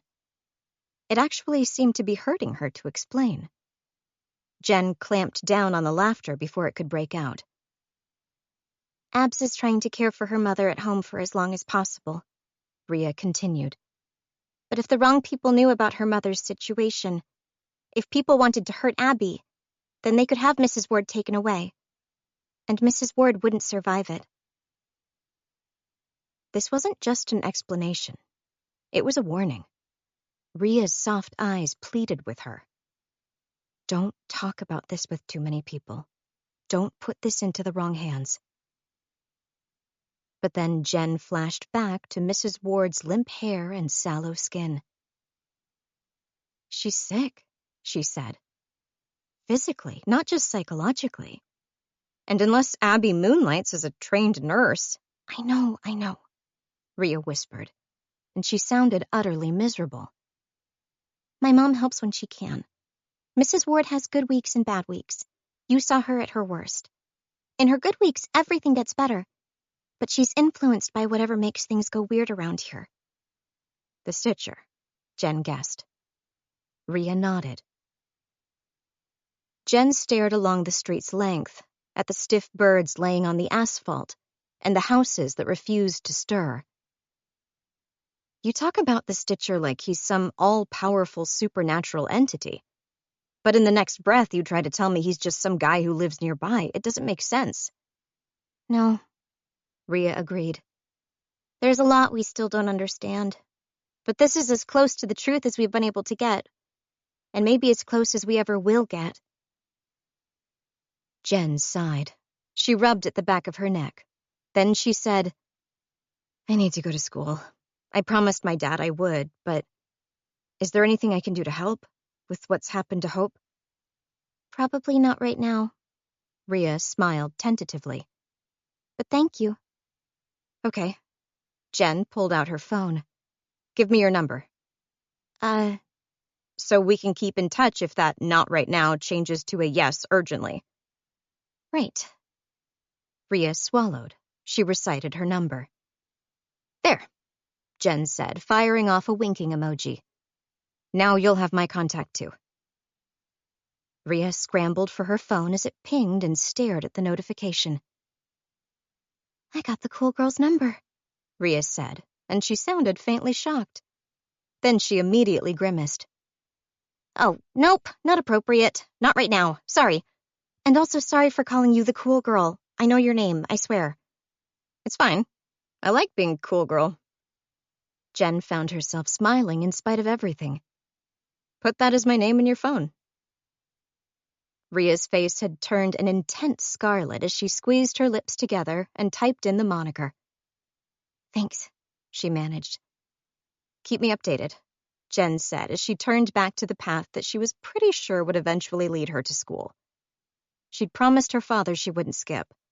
Arriving late would keep that promise, mostly. I want to know how this turns out. Ria's stomach was a ball of tension as she watched Jen leave. Maybe she should have said yes. Maybe she should have taken the help that was being offered. She knew better than anyone that they needed every slim advantage they could get. But saying yes would drag Jen into a world she didn't know and wasn't prepared for. Ria herself wasn't prepared, and she'd lived in doubtful for her entire life. She'd heard that drowning people would clutch at anyone trying to rescue them, and very often pull them under as well. Right now, Abby was drowning, and Ria could feel herself teetering on the edge of it too, wanting to grasp at anyone who could help, but knowing she'd just be spreading the damage. Her phone chimed a second time. Jen again?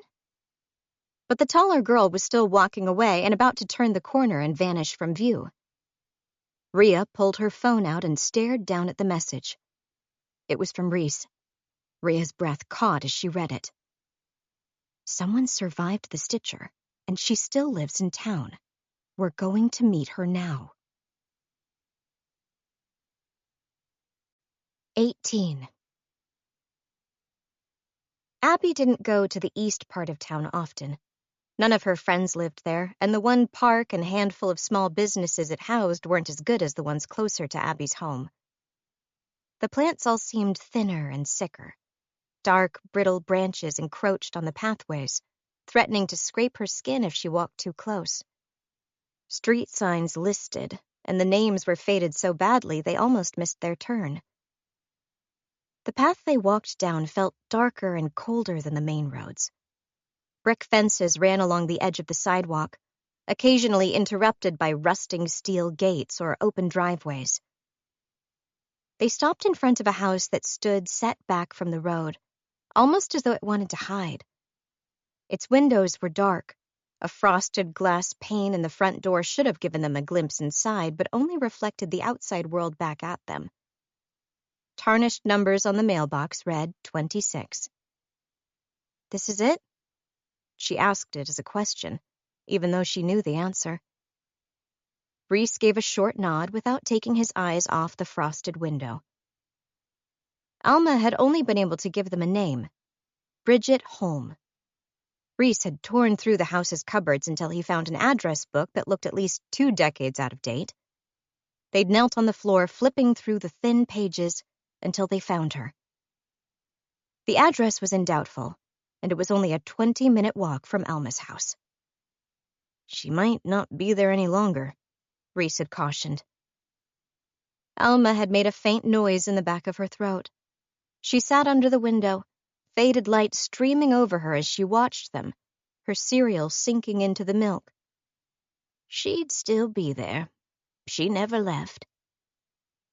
Abby had lifted her head. "How have I never heard of her before?" "People don't like talking about it, I suppose." Alma had narrowed her eyes as she stared into the distance. "It caused a big stir when she came back, but almost as quickly as people started talking, they stopped. I suppose people feel like it's dangerous to speak about it too much, like it might draw it to them." Abby knew what Alma was saying. A lot of people didn't want to be around someone who'd come so close to the Stitcher, as though it tainted them by proximity, as though being too near them might draw the Stitcher's attention somehow. Reese had felt that acutely. No matter how many jobs he applied to, he was never called back. People he'd never even met would stare at him on the street. Once, years before, he'd thanked Abby for staying his friend, and she'd been shocked by the idea that he'd thought she would ever stop. Abby had been spared a lot of that. Her father was only missing, not a body in a coffin. People didn't picture the remains when they looked at her.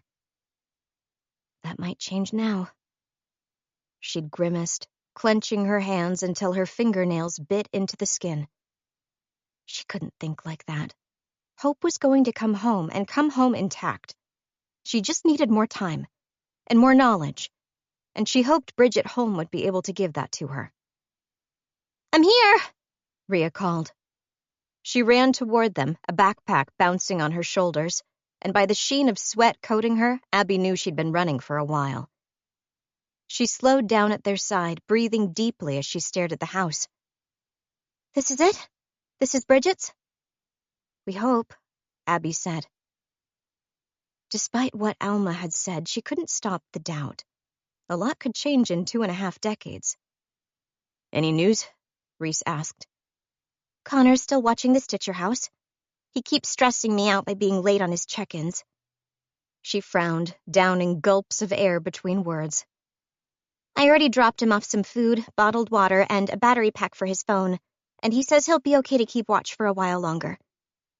"You've been busy," Reese noted. "You have no idea."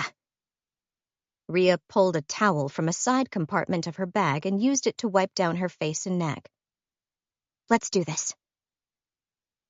Abby had already begun moving forward. She was terrified of what might be on the other side of that door. Answers or emptiness. She ran the final steps to the door and lifted the heavy knocker, slamming it into chipped wood 3 times before taking a step back.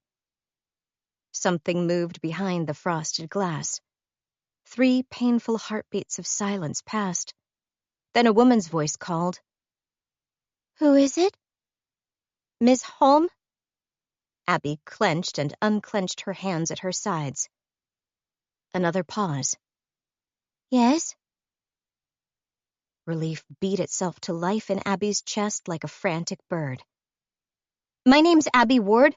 Last night my sister was taken by the Stitcher. I heard something like that happen to you once, a long time ago, and that you survived. I need you to help me." The dark shape beyond the glass shifted out of view. Abby waited, her breath held.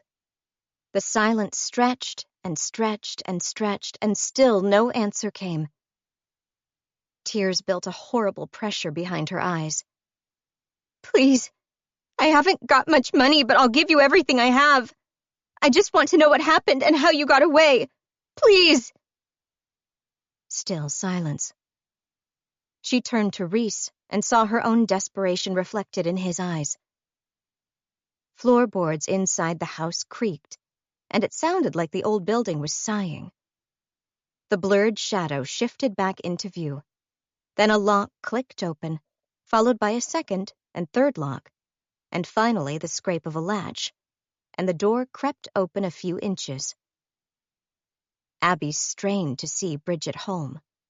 She was tall and thin with curling black hair pinned back from her face, and her large eyes traced over them as though measuring them up. "Your sister," she said. "Taken last night." "Yes, Hope. She's only 15. Abby clenched her hands together until the knuckles turned white. "If you can tell me anything, Bridget, anything at all." The door opened further, just barely wide enough for a body to step through. "I'm not Bridget," the woman said, her voice low. "I'm Vivian, Bridget's sister. She's agreed to talk to you. This way."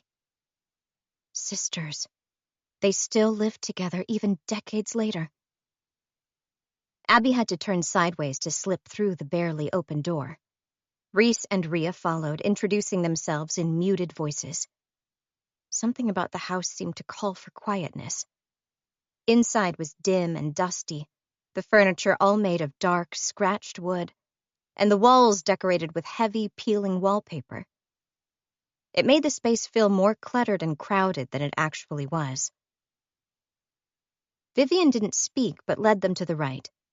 There was a room there decorated in the same dark, muted shades of reds and browns. A woman sat in a chair beside the window. The resemblance was immediate. Dark, curling hair and dark eyes that turned down at the outer corners.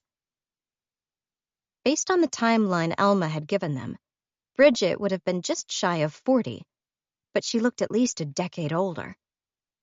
Her skin was turning thin and crepey, especially around the hollows beneath her eyes. She wore a thick cardigan despite the mild weather, and a thick blanket was draped over her lap, trailing down to the floor.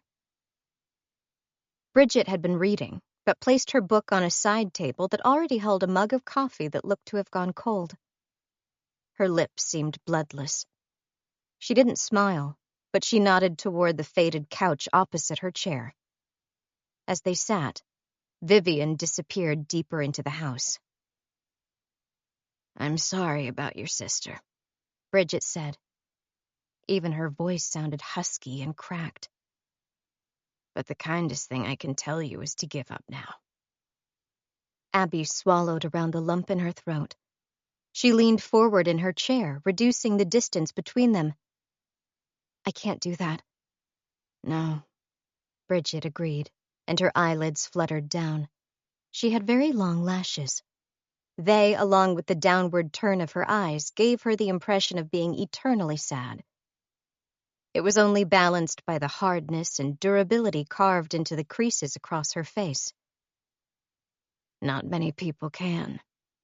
But whatever path you're trying to follow is only going to hurt you and everyone you love. It's important you know that." Rhea shifted uneasily at Abby's side, but Reese was as still as a rock. Something small and pale moved across the room. Abby was mesmerized by Bridget, and only tore her eyes away when the small shape wove around her legs. It was a cat, its long fur a pale moonlight color. She reached down to stroke it, and as it lifted its head, she saw it was missing both eyes. Skin filled the concave hollows of its eye sockets. "Newborn animals come out wrong when the stitcher surfaces," Bridget said, her voice cold. "Most people have them put down immediately. I take whatever ones I can. People are scared that getting too close to those touched by the stitcher will expose them to the so-called curse." "There's no curse," Abby said reflexively. Bridget's bloodless lips twitched into something like a smile. No, there's no curse. Leaving those offerings won't save you, and living with those who have been touched won't harm you. When the Stitcher decides to take someone, it's all empty, hopeless luck. Abby nodded. She'd known that for a while. But still, people would hold on to whatever superstitions they thought could spare them from the nightmare. I want you to tell me everything you can, Abby said. Do you remember where he kept you? How did you escape? Did the police ever interview you? Why wasn't he arrested? He, Bridget murmured, and Abby felt like she'd said something wrong. Then the smile cracked Bridget's dry lips again. Yes, I suppose it is a he, isn't it? Abby didn't know what to say. Her hand was still reached downward, and the blind cat pressed against it, asking for attention. I'll tell you what happened to me, Bridget finally said. She laced her hands over the blanket covering her lap. And I'll tell it as completely as I can. You can do what you want with the information, and after this final warning, I won't try to influence you again. But if you have any sense of self-preservation left in you, grieve for your sister. Build a little monument for her in your yard and place flowers there, and tell yourself she died quickly and made it to heaven. Don't try to get her back. Don't go digging. Because there's no good outcome for you if you do. I understand, Abby said, and her blood was ice in her veins. Tell me what you know. 19. Bridget's story. Sometimes the worst things that happen to you come from the smallest decisions.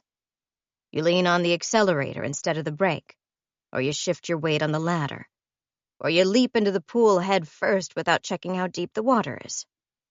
Tiny, tiny mistakes that would have been inconsequential any other day. But for some reason, the universe's gears get jammed at that exact second, and your tiny mistake permanently changes the remainder of your life. For me, that mistake was forgetting my bag. I was about your age. My friends and I always hung out for a while after school.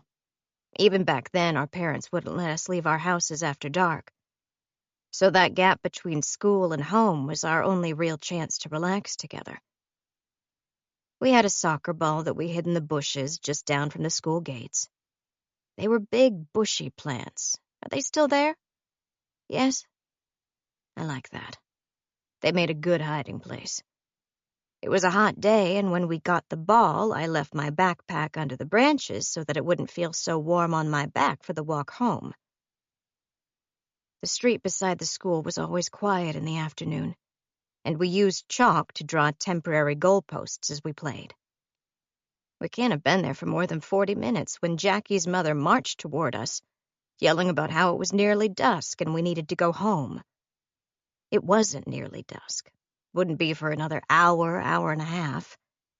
But Jackie's mother scared us when she was angry, and she was angry that day. She would have been frightened because the Stitcher was growing active. Everyone could sense the signs. Their radios stopped working. The streetlights died. Late at night, you could hear animals screaming as though they were in the most unimaginable pain. Even my friends and I felt it, no matter how hard we tried to ignore it. That was why Jackie's mother was so stressed. We weren't late. She just wanted her daughters to be indoors where it was safer. Jackie left with her mother and the rest of us scattered. Vivian and I headed home. We were nearly there when I realized I'd forgotten to get my backpack. That was when I made my choice. I could have left the backpack hidden in the bushes and picked it up the next morning, except I had homework and didn't want to run behind. I could have asked Vivian to walk back with me. She even offered to. But instead, I called out, "It's fine, I'll be back in 20, and jogged the path to school alone. That decision was made in a split second, and it's one I'll never forgive myself for. People say I'm lucky that I came back. that I was blessed, that I had a guardian angel watching over me. I think I'd consider myself luckier if I'd never been taken at all. The path to school took me through one of the parks. Usually there were at least a few other people there. Joggers or mothers with little kids that they pushed on the swings. That day, there was no one. Everyone was nervous because of the way things were going bad. They all wanted to stay indoors. I'd always liked that park before, but crossing it when it was so empty felt different, as though it was no longer a safe place. I began to walk faster and faster, just trying to get out the other side. And then I heard a sound coming from behind. I turned. There was a swing set, and one of the swings was rocking back and forward as though something had brushed past it, even though the park was still empty. For most of my life, I'd tried to ignore the Stitcher's presence in our town. It had seemed like a waste of a life to spend my time cowed by fear. But at that moment, I felt the Stitcher's existence more acutely than I ever had before. The air was electric. Every hair on my body stood stiffly up. My bones began to ache, and my teeth felt too big for my mouth. It became hard to think, almost like I was falling into a dream. And then I looked down at my shadow. It was growing bigger, and that was such a strange thing that I couldn't tear my eyes off it. It kept ballooning out and changing shape until I finally understood what was happening. It wasn't my shadow growing bigger. It was a second shadow, much larger than mine, falling over me as the Stitcher approached from behind. I don't remember much of the next bit, just flashes. I remember being dragged across the road. It scraped a patch of skin off my left shoulder. I remember seeing flashes of houses and begging the people inside to look out their windows, to see me, to help me. Then everything faded away. I don't know if I passed out or if my mind just refused to hold on to any memories of what happened next. But when I woke up, I was alone, and I was somewhere very dark. At first I thought it was night, but it was so much darker than any night I'd ever seen before. There's always some kind of light, no matter how scarce it might be. But this was pure emptiness, a void.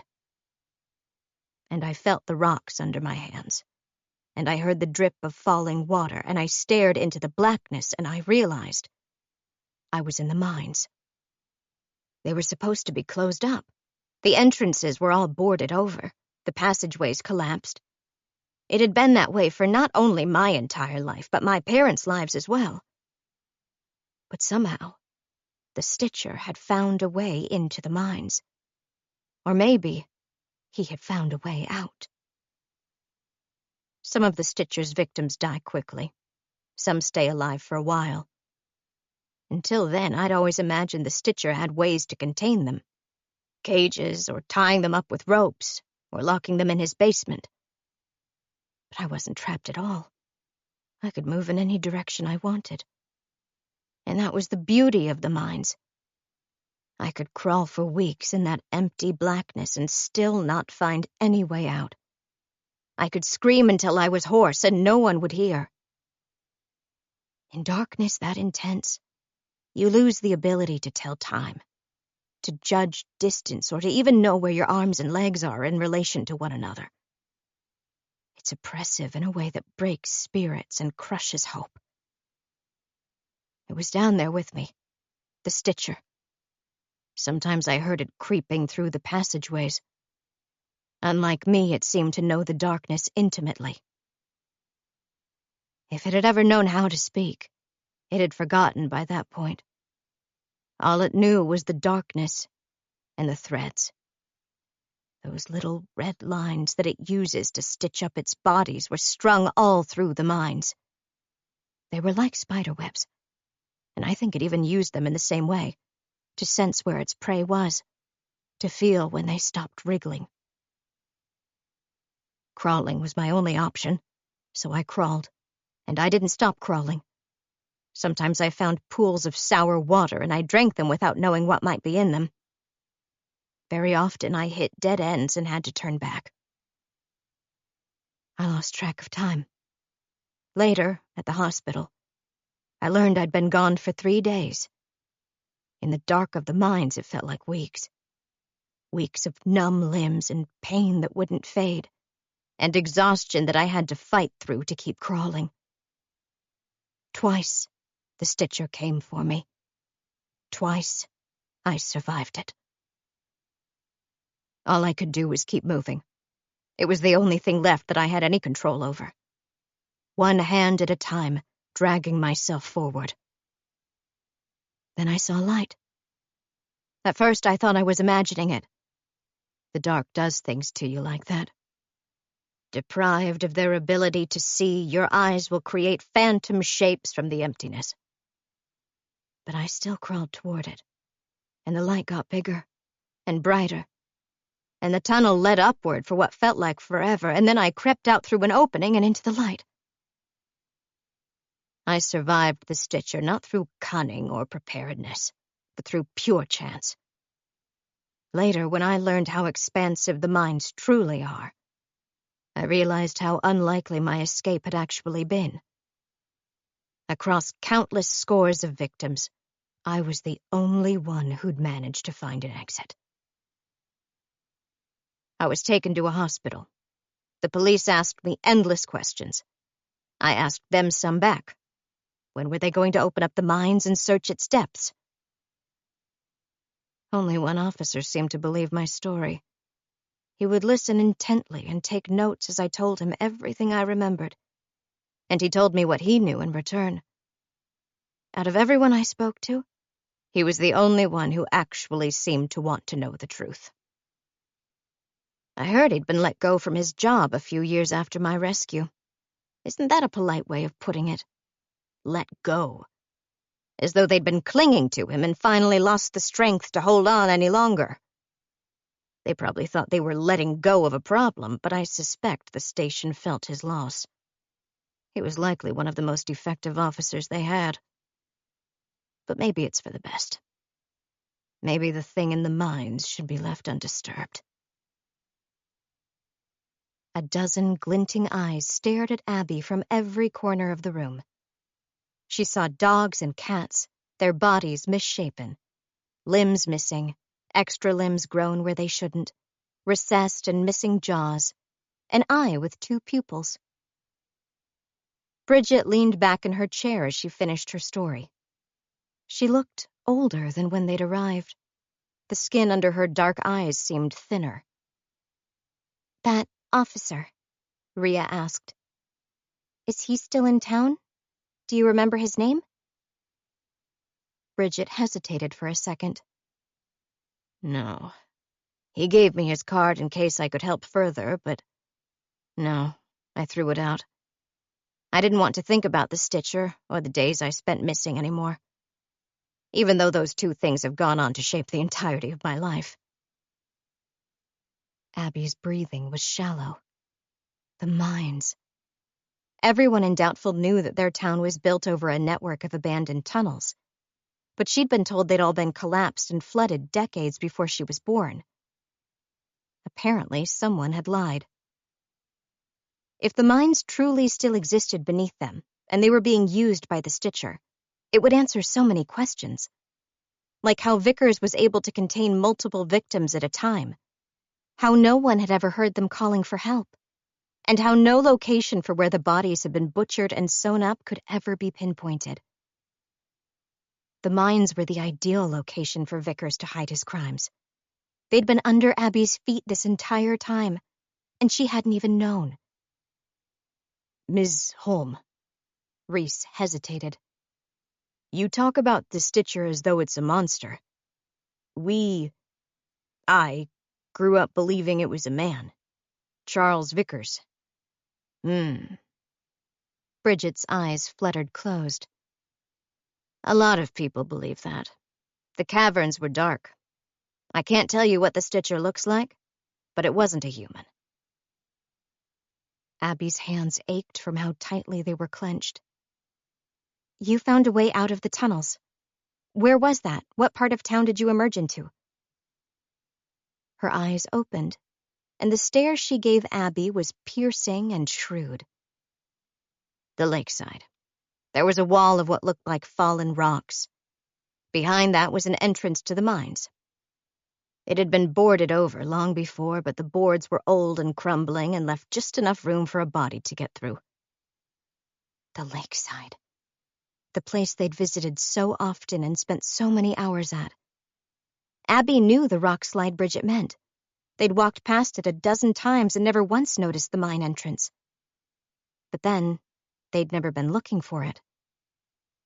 Thank you, she said, standing. Reese and Rhea followed her lead. If there's anything else you can think of... Don't go into the mines. Bridget took a slow, deep breath, then let it out carefully. But if you do, crawl away from the threads. The denser they are, the closer you are to the heart of its lair. And that's not somewhere you ever want to be. Abby nodded stiffly as she turned to go. Thank you.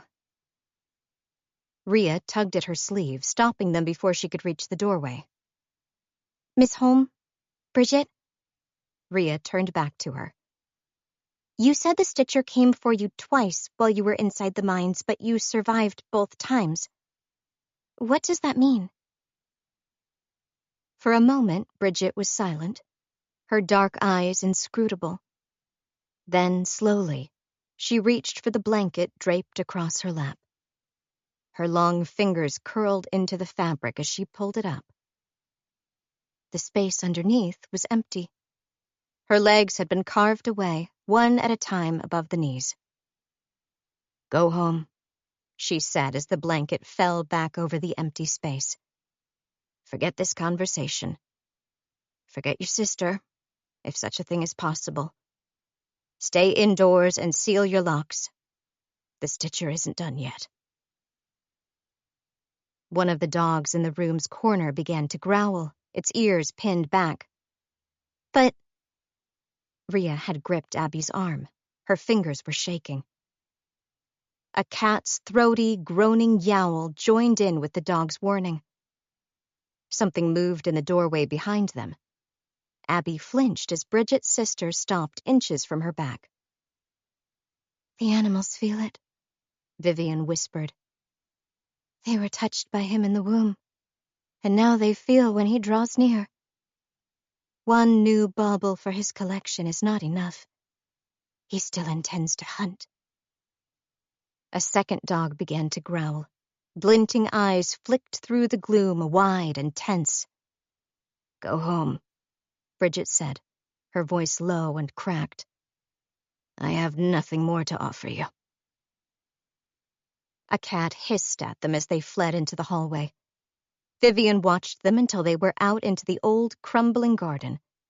Then the door snapped closed behind them.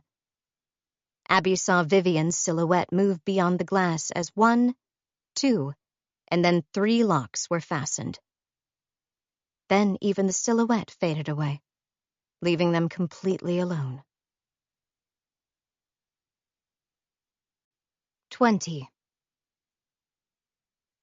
Connor swung his legs. He was tired.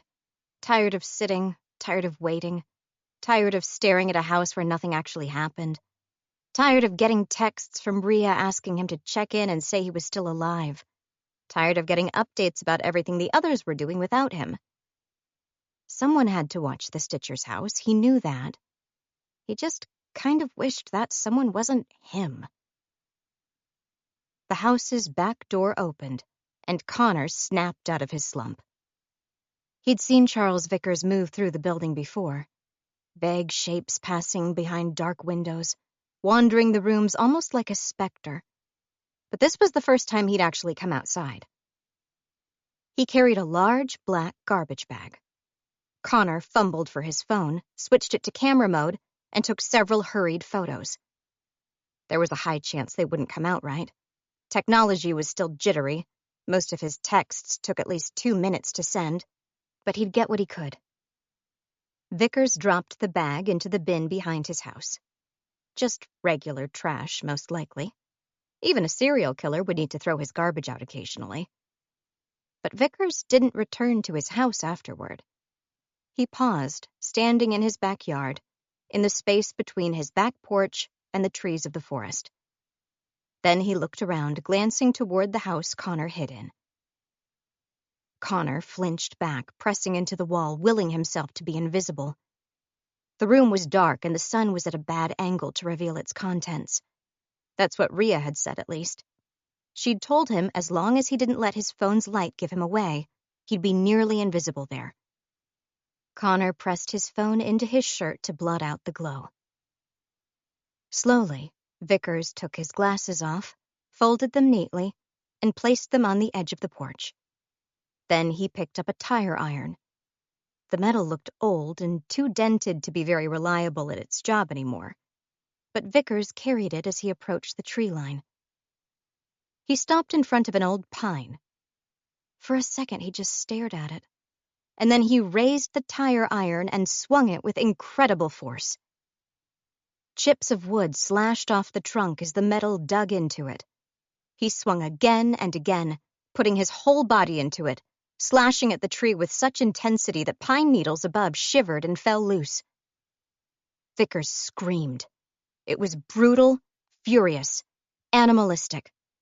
His attacks on the tree intensified. Connor had a horrible sense that Vickers was picturing a face there, instead of the foliage he was shredding.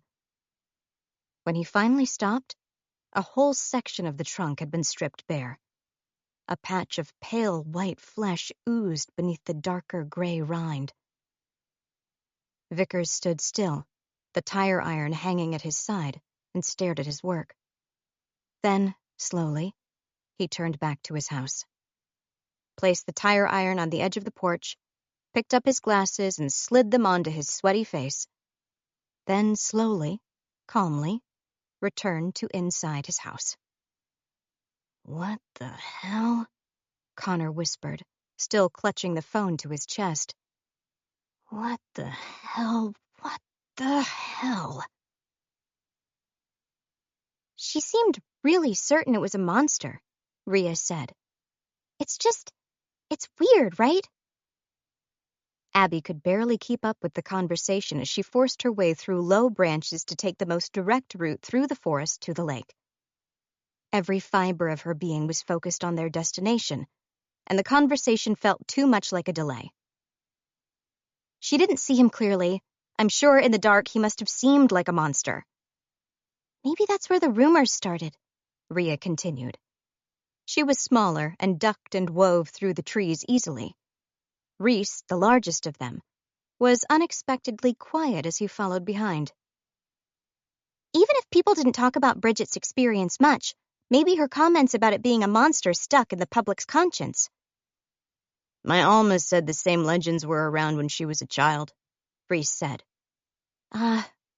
Rhea huffed out a breath. "Okay, that's that theory gone." Sunlight flashed through the branches ahead. Abby broke into a sprint and burst out from the forest, breathless, onto the sandy dirt ring surrounding the lake. The sun was approaching its zenith. It shimmered off the lake's surface, forming a sparkling horizon. It should have been beautiful, but Abby couldn't bear to look at it. She turned right.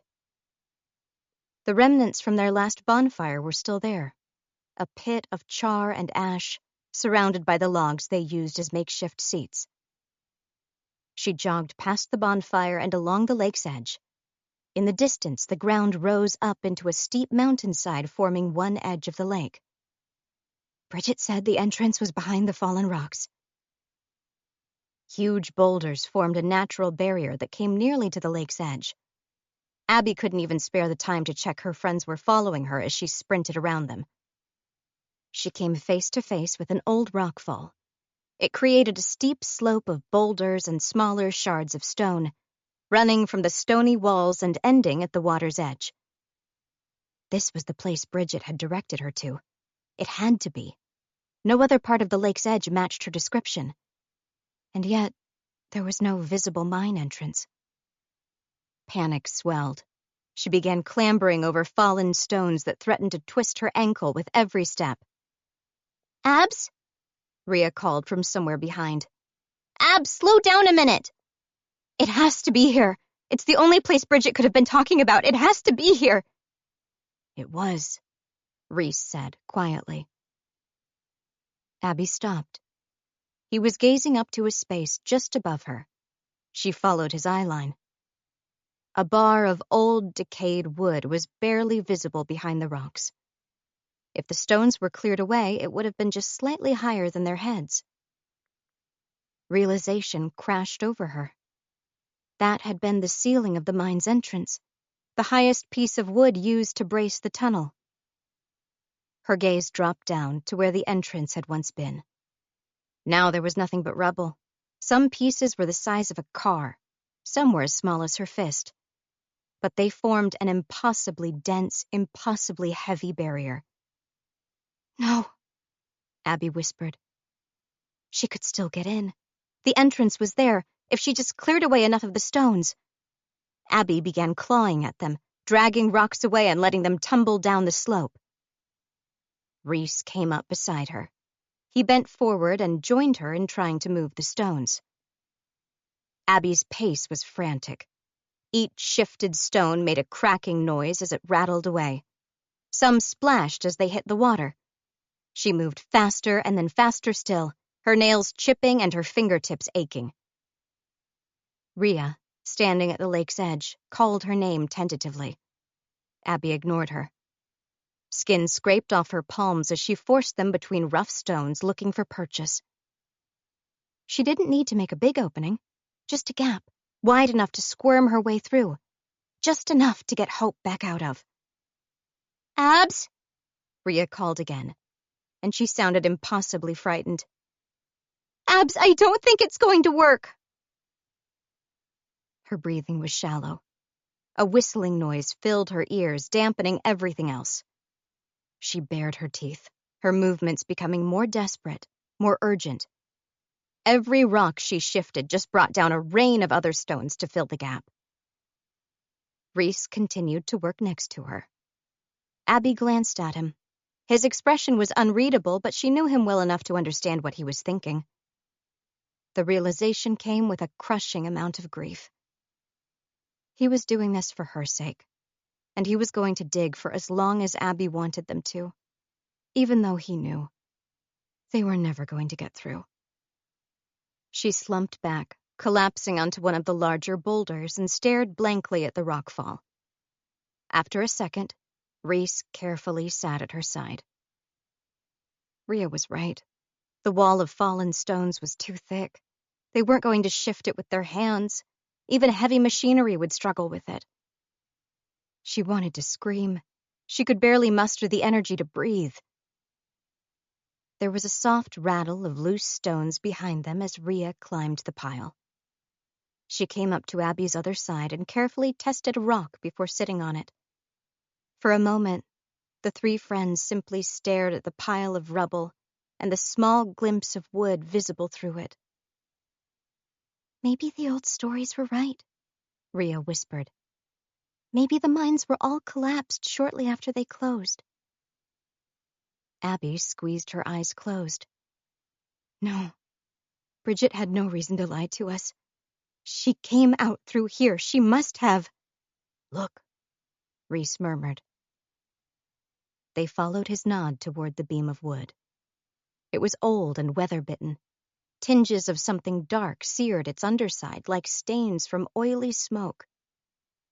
Oh, Rhea whispered, craning to see better. Those are scorch marks.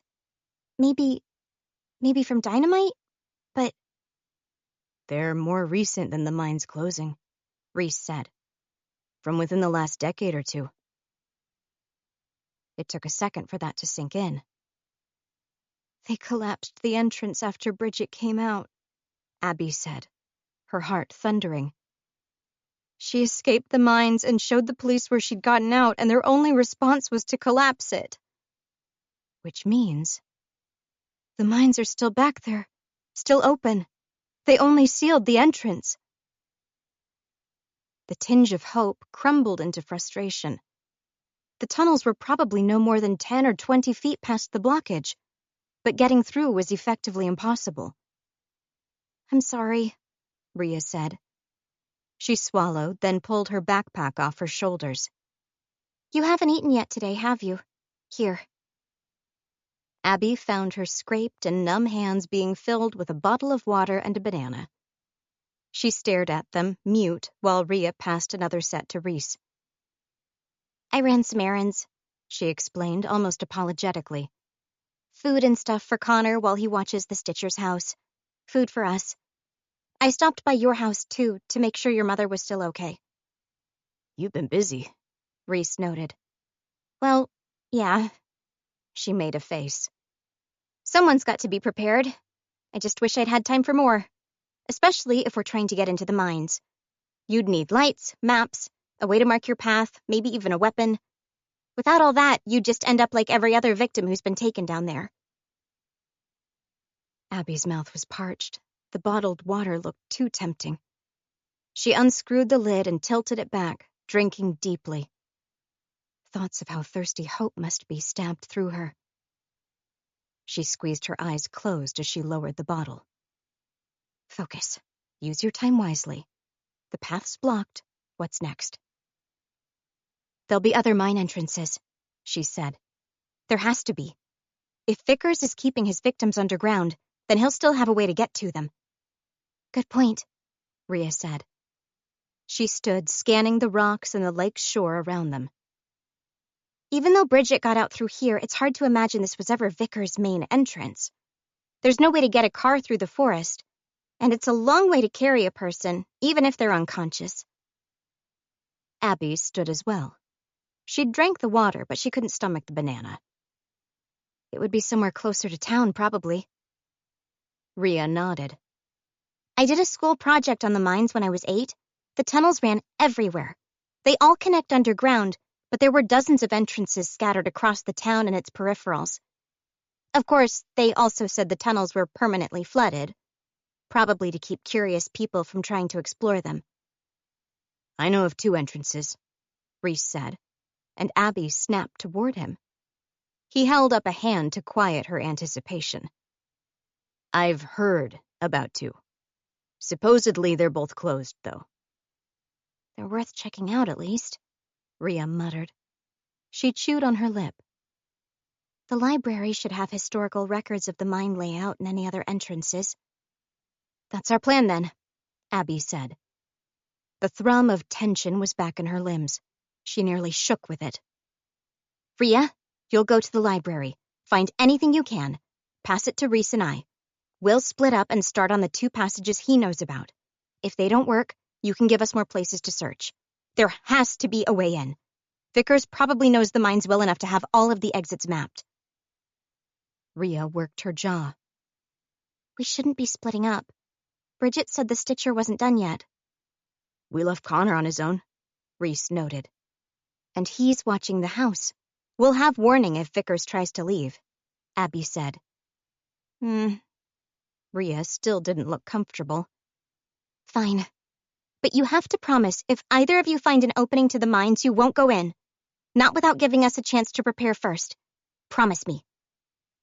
Reese answered easily. "I promise." "Abby?" Rhea pressed. "I need to hear it." "Hope's in there. In the dark. She'll be thirsty by now. Hungry, too, and cold. She only wore a singlet and shorts to bed. How cold are the mines? How long does it take someone to succumb to exposure?" Abby took a slow breath. "I'll text you if I find a way in." "That's not what I asked." Abby met her friend's eyes, and she held their gaze, unblinking. 3 seconds, 5, 8. Rhea broke the stare first, shifting uncomfortably as she looked away. "Fine. Okay, if this is what it takes. But please remember, Hope will have the best chance if you go in there prepared, okay? I'm not trying to be the bad person here. I just want to keep us all alive." "Okay." Abby grimaced.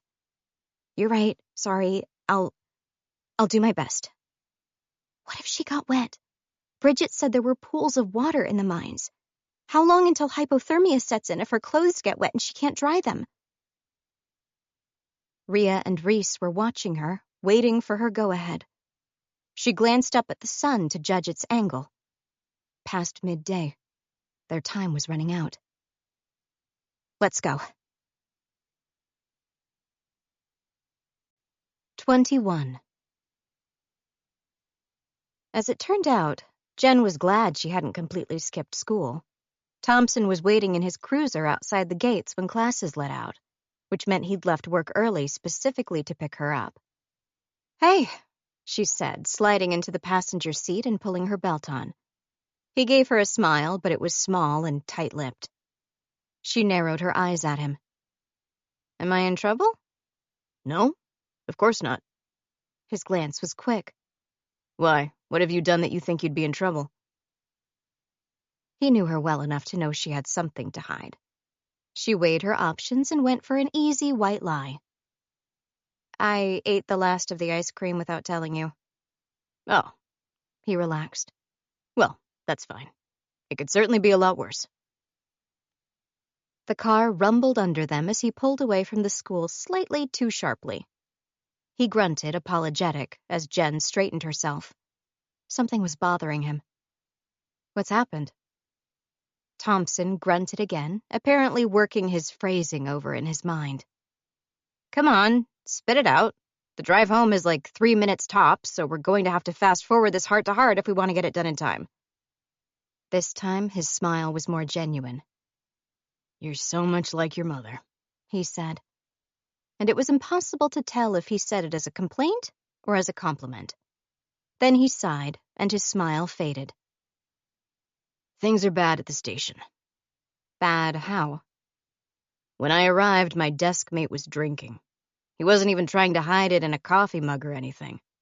The bottle and label were both in plain sight. The chief walked in, took one look at him, and just walked past.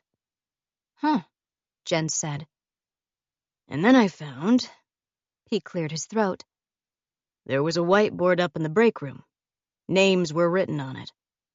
I sat there at lunch staring at it for a full 15 minutes before I realized what it was. The other officers were taking bets. About? About whose body they were going to find next. They pulled up in the driveway outside their house. Jen, stunned, could only stare at her father. He didn't try to turn the engine off, but sat there, gazing up at their new, spacious house, the one they'd barely unpacked into. I think it was a mistake to come here, Thompson said at last. He cleared his throat. I thought I'd seen every kind of corruption and every level of jadedness in my time in the force, but this is something entirely different. And I don't think I can continue to respect myself if I stay working here. I'm looking for another transfer, for as soon as I can. It should have come as a relief. It just felt like an ache forming deep in Jen's chest. Thompson finally turned the car off and opened his door. Wait, Jen said. He paused, one leg out of the car. The question hung on Jen's tongue. She wanted to know the answer badly, even though she didn't want to actually ask it. But it tumbled out of her before she could stop the words. Was Hope Ward's name on the board? Yes, Thompson said, and climbed out of the car. Abby faced the mine shaft that had been carved into the cliffside. Unlike the entrance at the lake's edge, she could see the form of the original mine opening.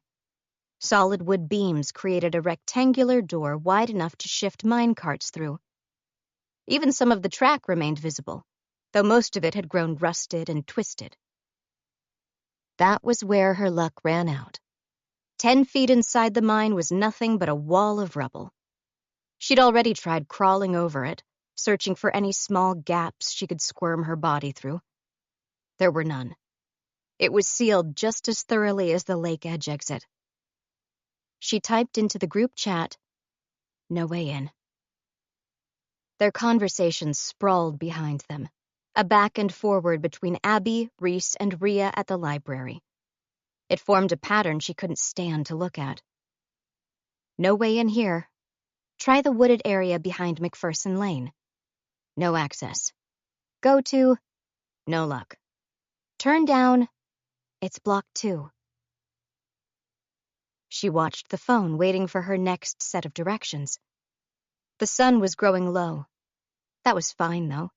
She'd stopped by her home to pick up both her phone and her bike, and now she could traverse the empty expanses at the outer edge of town far faster than she could by foot. They would find a way in. She had to believe it. Hours were trickling away, but all they needed was one gap, one tunnel that was only partially collapsed, and it would all be worth it. Reese's message came first. Mine is blocked too. Come on, Abby whispered. She leaned her back against the stone wall next to the mine, her bike propped next to her as she waited. Where to, Rhea? Her heart plunged at the message. It's 5:10. I'm calling it. We need to get indoors before nightfall. Abby tasted sharp fear as she typed furiously. Not yet. Give me at least one more.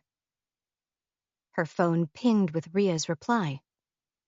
I can't. That was the last mine shaft. The maps don't show any others. Abby's legs gave out. She slid down the stone wall, her body shaking and her eyes burning. Then she dropped her phone into her lap. Ahead, doubtful stretched across the horizon. The sky was turning an angry red at its edge as the sun fell.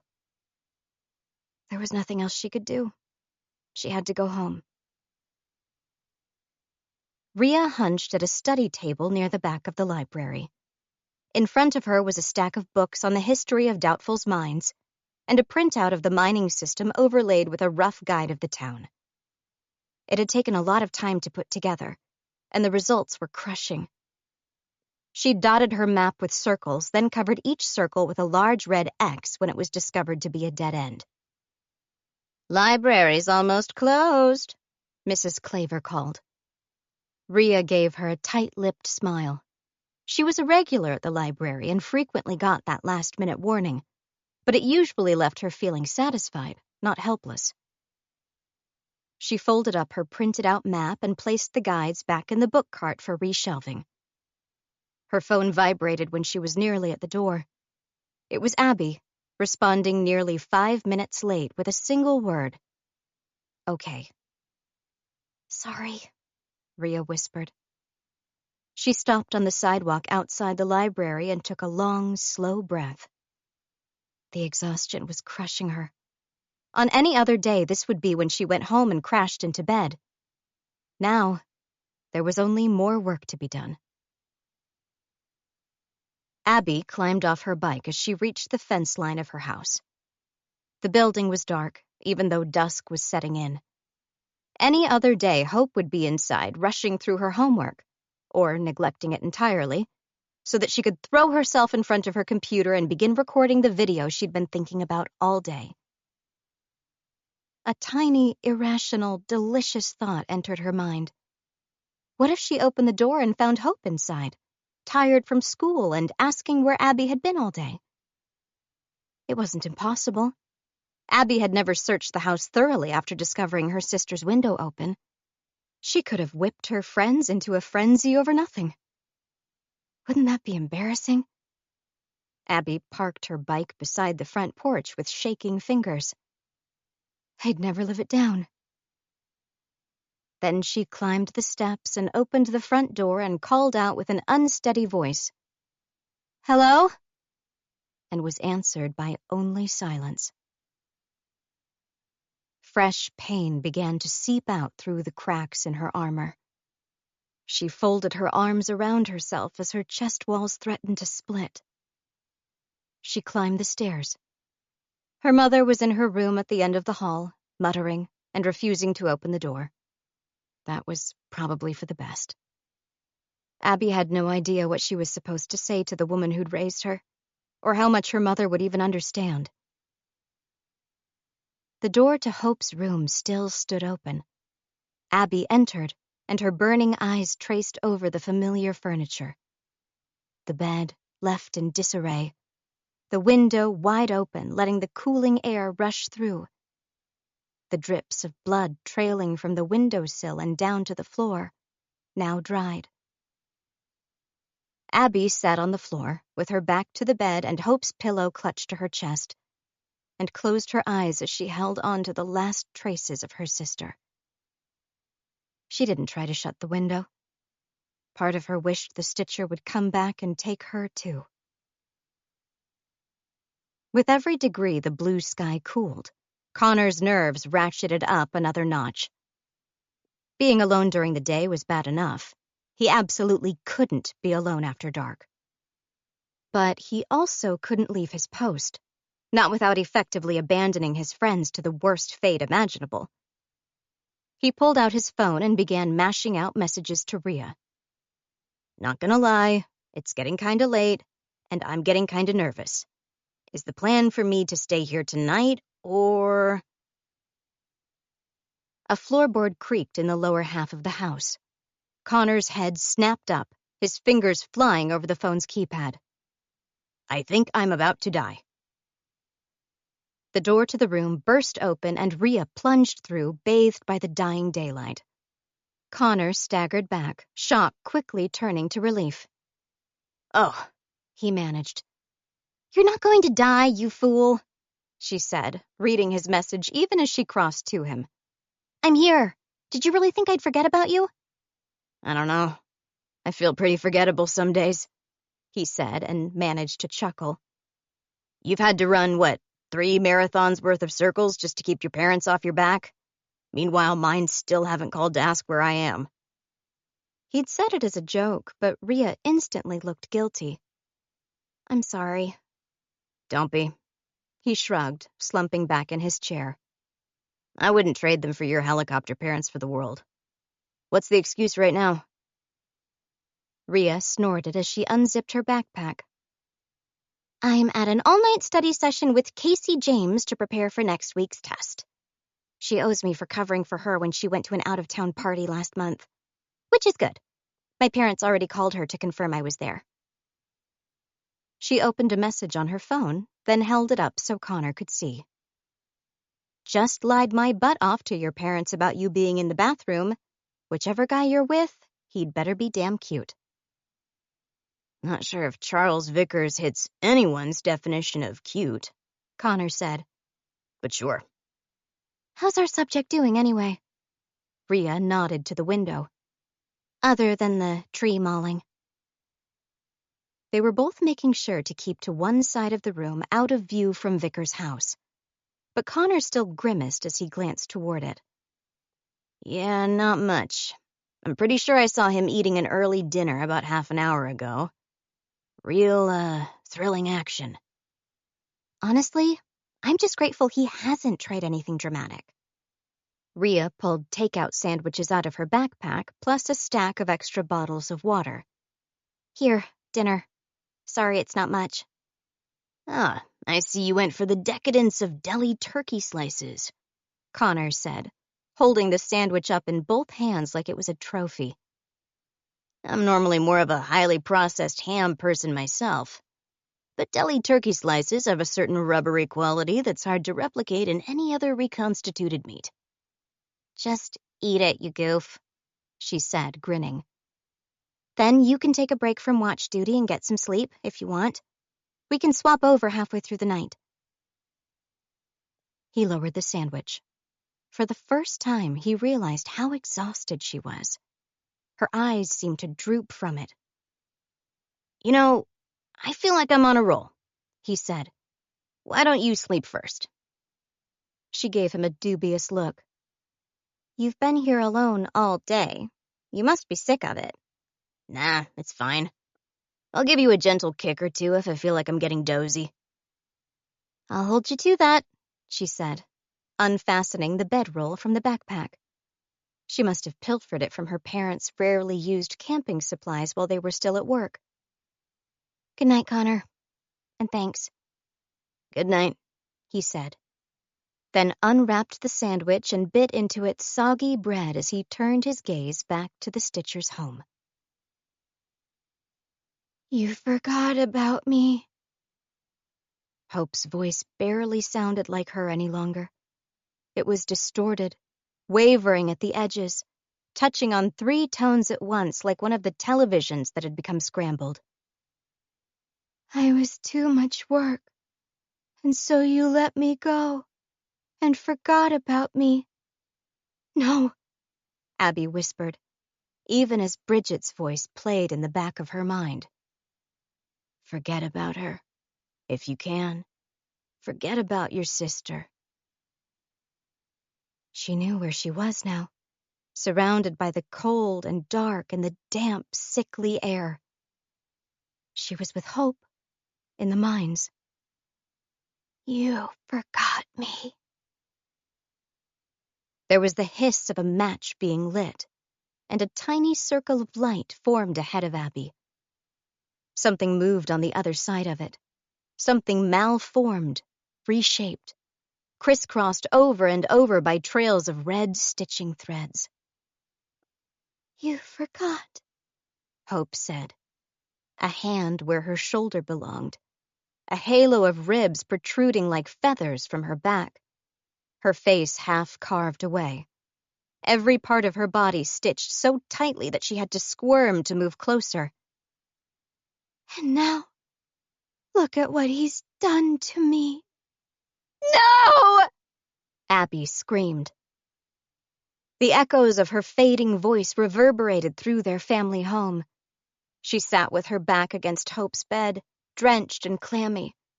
Her chest ached like she'd taken a punch. "No," she repeated, this time as a whisper. Every time she blinked, she saw the misshapen dream Hope again. It didn't help to tell herself that it was just a nightmare. The truth was, Hope had been taken, and Abby had no way of knowing what might have already been done to her. She swiped her sleeves over her cheeks to clear away tears. Ahead of her was Hope's computer. Abby pushed the chair aside as she crawled to it and switched it on. It only took a minute to boot up. Abby stared at the screen, eyes glancing across the icons, searching for a folder that might hold photos. There, near the bottom left corner, edited videos. Abby opened it. Dozens of files were inside. Hope's beautiful face smiled out of nearly every icon. She clicked on one at random, then unplugged the headphones from the computer. Hope's voice flooded the room, tinny from the speakers, but more real and alive than the dream's broken vocals. It was Hope reviewing a game she'd purchased. The words washed over Abby like a soothing wave. Before she was ready for it, Hope was waving as she said goodbye, and the video ended. Abby clicked on a different clip, and then another, and another, as her knees began to ache from where she knelt on the floor and gazed up at the screen. When Abby clicked on the last video, she saw Hope was wearing her blue blouse with the lacing. She'd only borrowed that recently. Abby leaned forward, arms folded on the tabletop and her chin resting on her hands. It was a dance routine, recorded in their own backyard. Hope moved with grace, the smile never leaving her face as she swung and hopped to a pop song. Abby felt herself smile even as tears trailed down her cheeks. Then her smile faded. There was something in the background of the video, something that didn't belong. The song finished. Hope's digital clone grinned as she jogged forward to turn off the recording, the screen going black. Abby clicked to replay it. Hope threw her arms up as the routine began. The upbeat song played. Behind her, their yard looked like a forest. Trees and bushes and coiling vines overlapped. And in between them, just visible behind Hope's shoulder, was a man. A man, in their house's backyard, watching Hope as she danced. Abby's blood turned to ice as she paused the video and enlarged it, zooming in as far as possible, until the pixels formed distinct edges and the shape was as large as she could make it. Then she sat back, her mouth dry and her eyes burning. There was no mistaking what she was looking at. The quietly smirking face of Charles Vickers. 22. Reese woke before the footsteps even reached his window. Sleep never came easily. When it did, the dreams overlapped, frantic and stressful. He'd snap awake when he heard Alma move through the house to turn the television on, or when a car drove by, or when the neighbors' dogs barked. There was nothing to fear about any of those sounds, but in the depths of night, they felt like the first warning that it was going to get bad again. The car could be a police cruiser, just like the ones that kept parking outside his house when his parents were taken. The dog could be warning him that something was nearby. Alma's footsteps might not actually belong to Alma. That night, there was no dog or click of the television. He was woken by the crunch of feet on dirt creeping toward his window. He sat up, one hand reaching toward the phone on his bedside table. No clouds covered the moon, and its light was strong. He could see the visitor easily, even though she was still hidden in the shade of the trees. Abby looked ethereal, as white as a ghost, her pale hair streaming around her drawn and intense face, her eyes blazing like coals. Reese unlocked and unlatched his window and slid it open. He leaned through it as Abby reached him on the other side. "Sorry," she whispered, as though the night was something too sacred to disturb. "I didn't want to risk frightening Alma by knocking." "What are you doing outside?" He tried not to let it sound like a recrimination. All the things he could say. It's not safe, the Stitcher is still prowling, you can't be out at night, were all things she knew just as well as him. She held up her phone. On the screen was a photo. It was blurry and zoomed in, but Reese could still make out a familiar flash of pink and lilac hair. Hope, just off to the side of the screen, barely visible. "She recorded this just days before she was taken," Abby said. "That's Charles Vickers behind her." Reese's eyes slid to the shadowed, blurred figure in the background. "He was stalking her," Abby continued, her whisper angry and aching and raw. "Do you still have the map we put together? The one where we marked possible locations to search?" He nodded once. "We went to every single known mine opening," Abby said. She leaned forward, her hands gripping the windowsill, her cool skin barely grazing Reese's. "Which means he's getting in and out through one we don't know. Maybe even one he dug himself.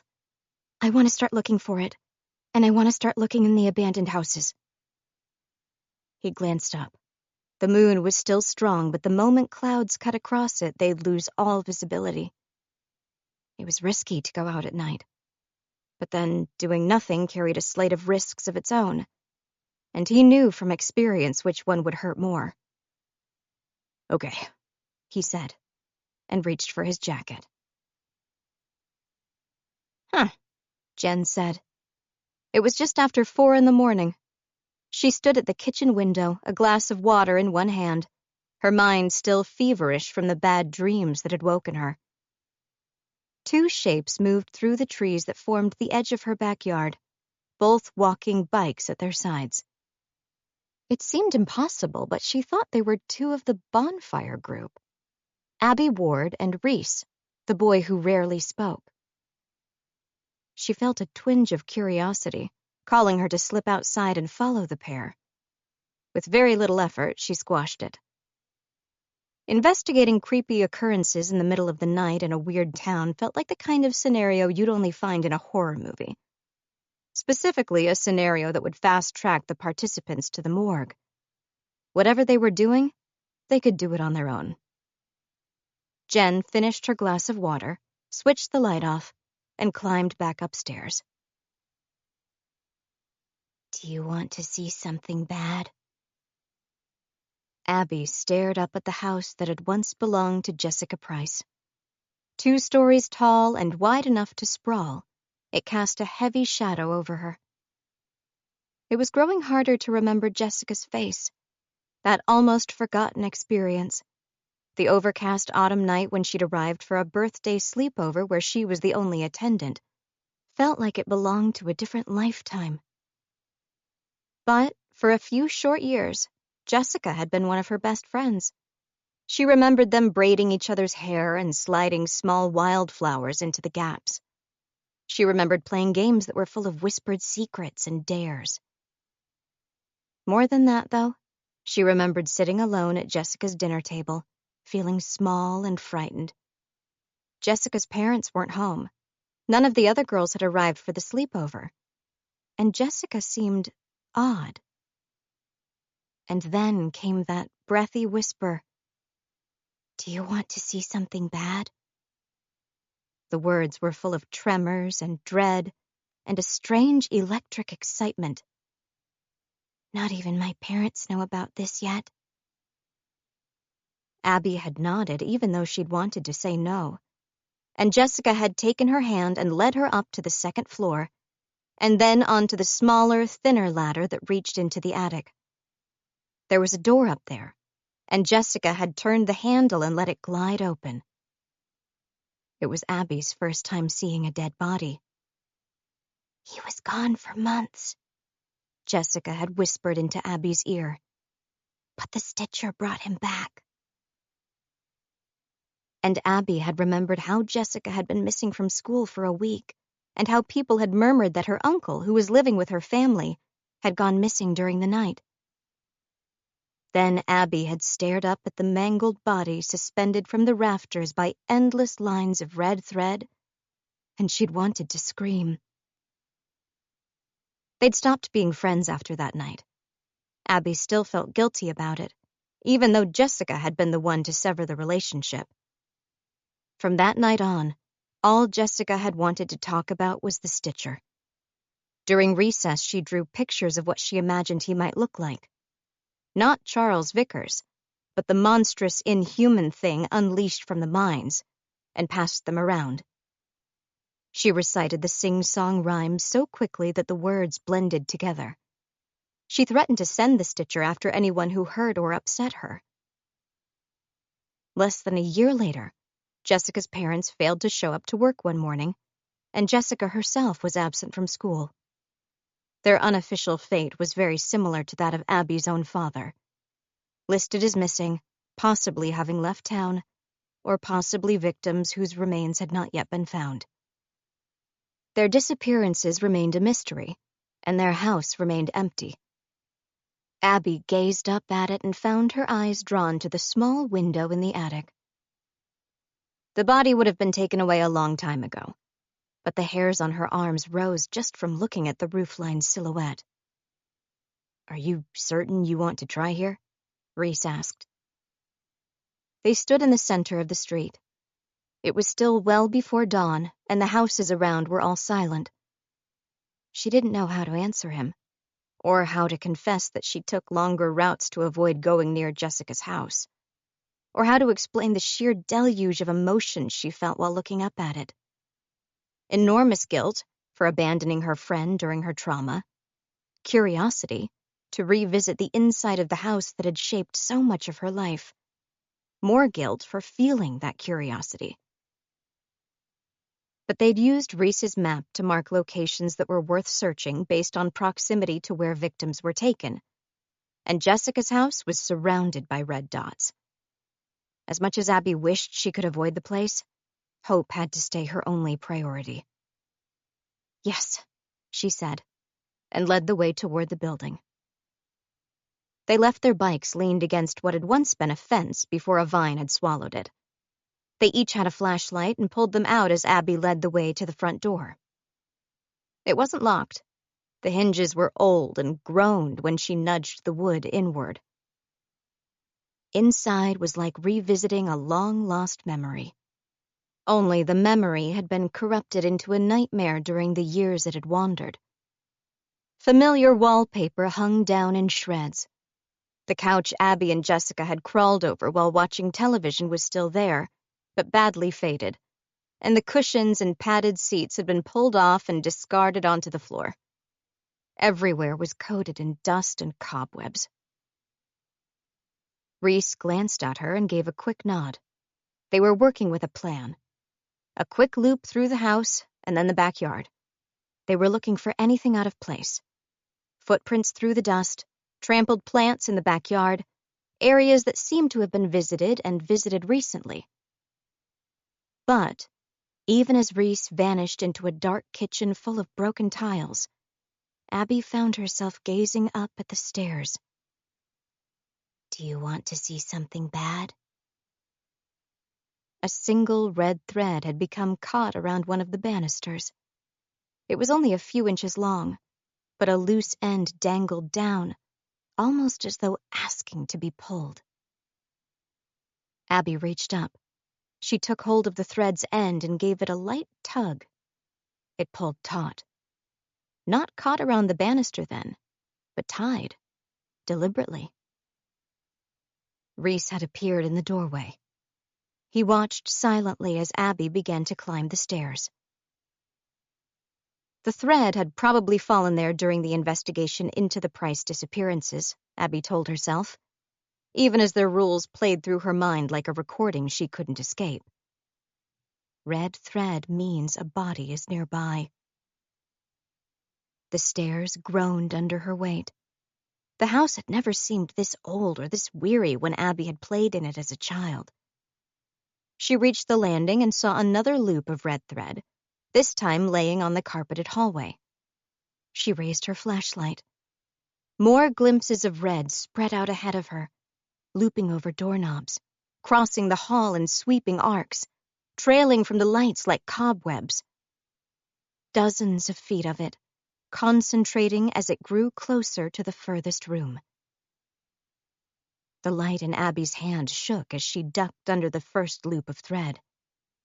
Reese had followed her up the stairs, but he stopped at the landing, silently watching her. The hallway must remind him of the scene in the forest where his parents were found, Abby realized. He'd told her about it, in halting whispers. The lines of overlapping red, leading up to the dripping flesh parcel suspended so high above the forest floor. Threads exactly like these. She should turn around, usher him back down the stairs, shield him the way he'd tried to shield her. But the final door was close, and there was an urgent, crawling fear building in her chest that her sister had been returned to the world sooner than Abby had anticipated. Do you want to see something bad? She stepped over a low-hanging line of thread. It swayed slightly as her shoe brushed against it, and that small touch seemed to send shivers through every other thread in the hall, as though calling them to life. Thread had been tied to the handle of the final door. Abby knew this room. It had been the craft room.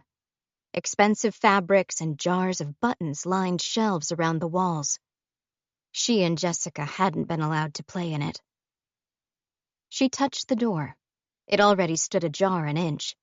She was afraid the looping thread around its handle might hold it closed, but the dozens of lines seemed to stretch endlessly as the door drifted inward. A naked dress form stood in the room's center, its blank face pointed toward Abby, its arms reaching toward her as though to pull her into its embrace. The room was almost exactly how she remembered it.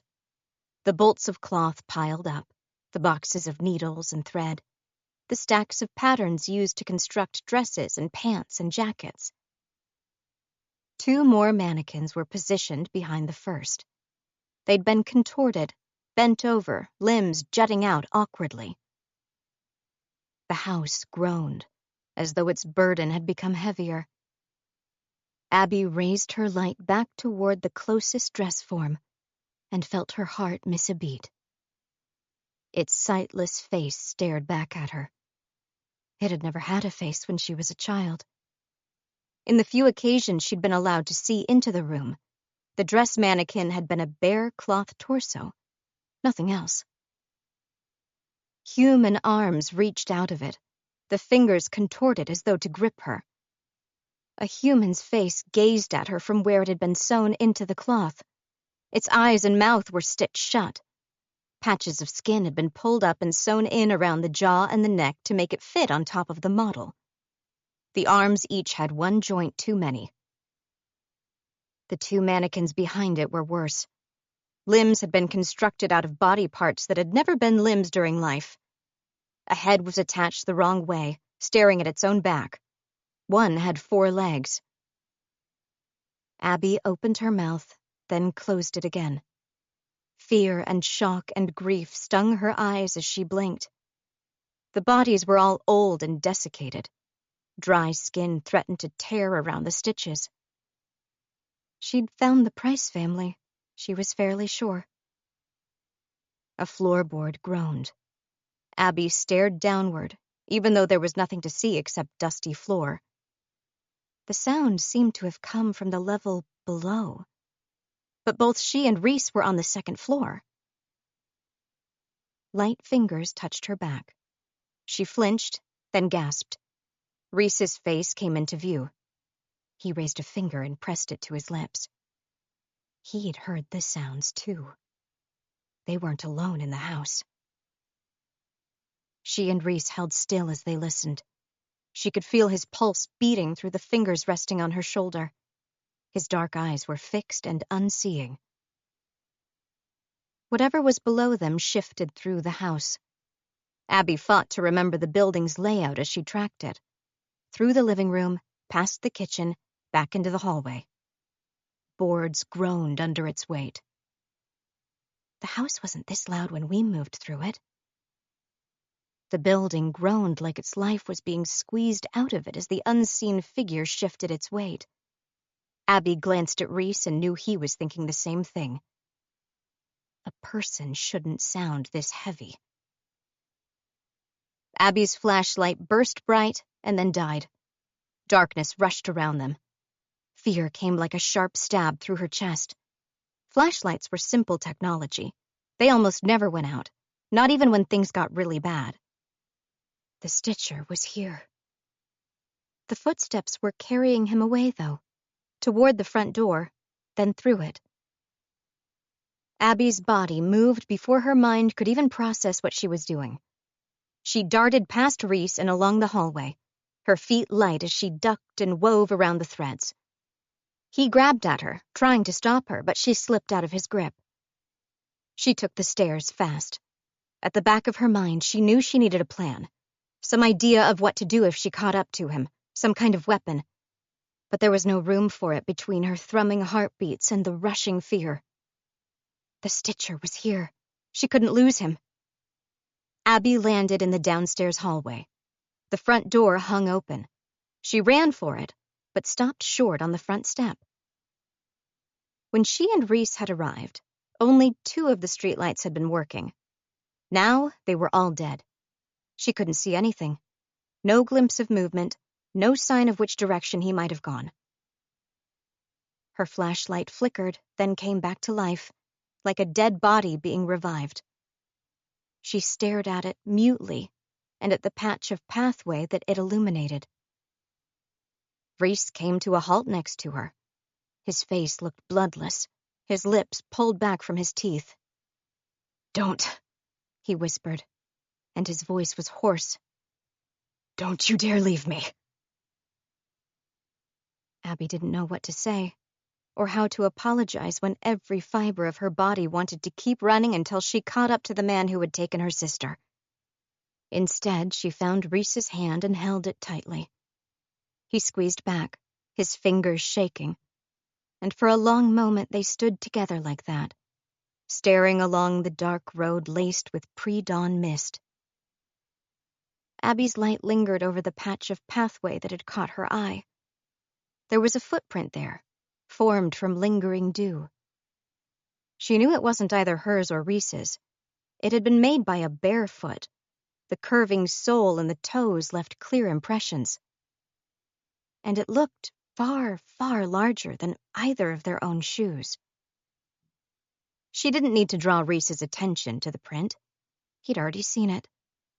They were both silent for a long time. Then Reese spoke the question they were both dreading having to ask. Are we certain the Stitcher's human? Abby had no idea how to answer him. 23. Connor tilted back in his chair, balancing it on its two back legs, his own foot nudging against the wall to keep him steady. Day 2 of guard duty was far less exciting than Day 1, and Day 1 had already been painful. There were only so many hours you could spend staring at a house before your mind began to scream from sheer lack of stimulation. Technically, he had everything he needed: food, water, power banks for when his phone's battery drained. Only he couldn't even use his phone to distract himself. Rhea had been clear on that. If Vickers left, there was a good chance he'd do it quietly and discreetly, and even a minute of lost focus could cost them everything. So he just had to sit, surrounded by 100 things more interesting than watching the Stitcher's house. He would have even been thrilled by the chance to peel some of the flaking paint off the walls at that point, and do his best not to fall asleep. Rhea had been good to him, though. She'd gone on a supply run early that morning, and now his temporary home held a stash of soft drinks and chips and sandwiches. Rhea had even brought him some jars to, in her words, take care of business. He'd left the jars empty and stacked in the corner. The house might be old, but it still had 2 bathrooms and 2 intact toilets. Neither of them actually flushed, but Connor had decided that was going to be someone else's problem. The front door on Vickers' house moved. Connor, who'd been balancing the chair on its 2 back legs, threw himself forward. He clutched at the edge of the windowsill and sunk down low so that only the top of his head would be visible as he watched. Charles Vickers stepped outside. He was wearing one of his red sweater vests over a long-sleeved shirt and a pair of brown slacks. The last time Connor had gotten a good look at him was in the aftermath of the tree massacre, and he looked like an entirely different person. The red, sweating face and bared teeth had vanished back under Vickers' immaculately manicured mask. His hair was combed, his fingernails trimmed short and kept clean. The small, persistent smile lingered around his thin lips as he locked his front door behind himself, then bent down to touch the potted plant beside his front door. He straightened, the smile unflinching, and Connor sank back as Charles Vickers stepped off his front porch and walked the short path to the street. He's leaving, Connor realized, and that thought was followed by a wave of pure panic. It's actually happening. He's leaving. What am I supposed to do? Don't do this to me, Rhea whispered. It was after 10. The sun had been up for hours, but every text she'd sent to the Jackrabbit group chat had gone unanswered. Abby hadn't been at her home, Reese wasn't at his, and she didn't know where else to look for them. A long series of messages to her classmates and classmates' parents had brought back sparse results. A handful had replied saying they hadn't seen either Abby or Reese that day, but most didn't even give an answer. That meant technology was going jittery again. Rhea's old-school phone still seemed to be working, but it was getting harder and harder to contact anyone else. That, or word would have spread about Hope. Rhea had never felt the ostracization that came from being close to a Stitcher victim before, but she thought she was getting a taste of it now, especially since she was asking about where to find Abby Ward. People would see that message and delete it, as though the name alone was able to attract something malevolent into their lives. Leafy trees shaded the path. It was a quiet part of town.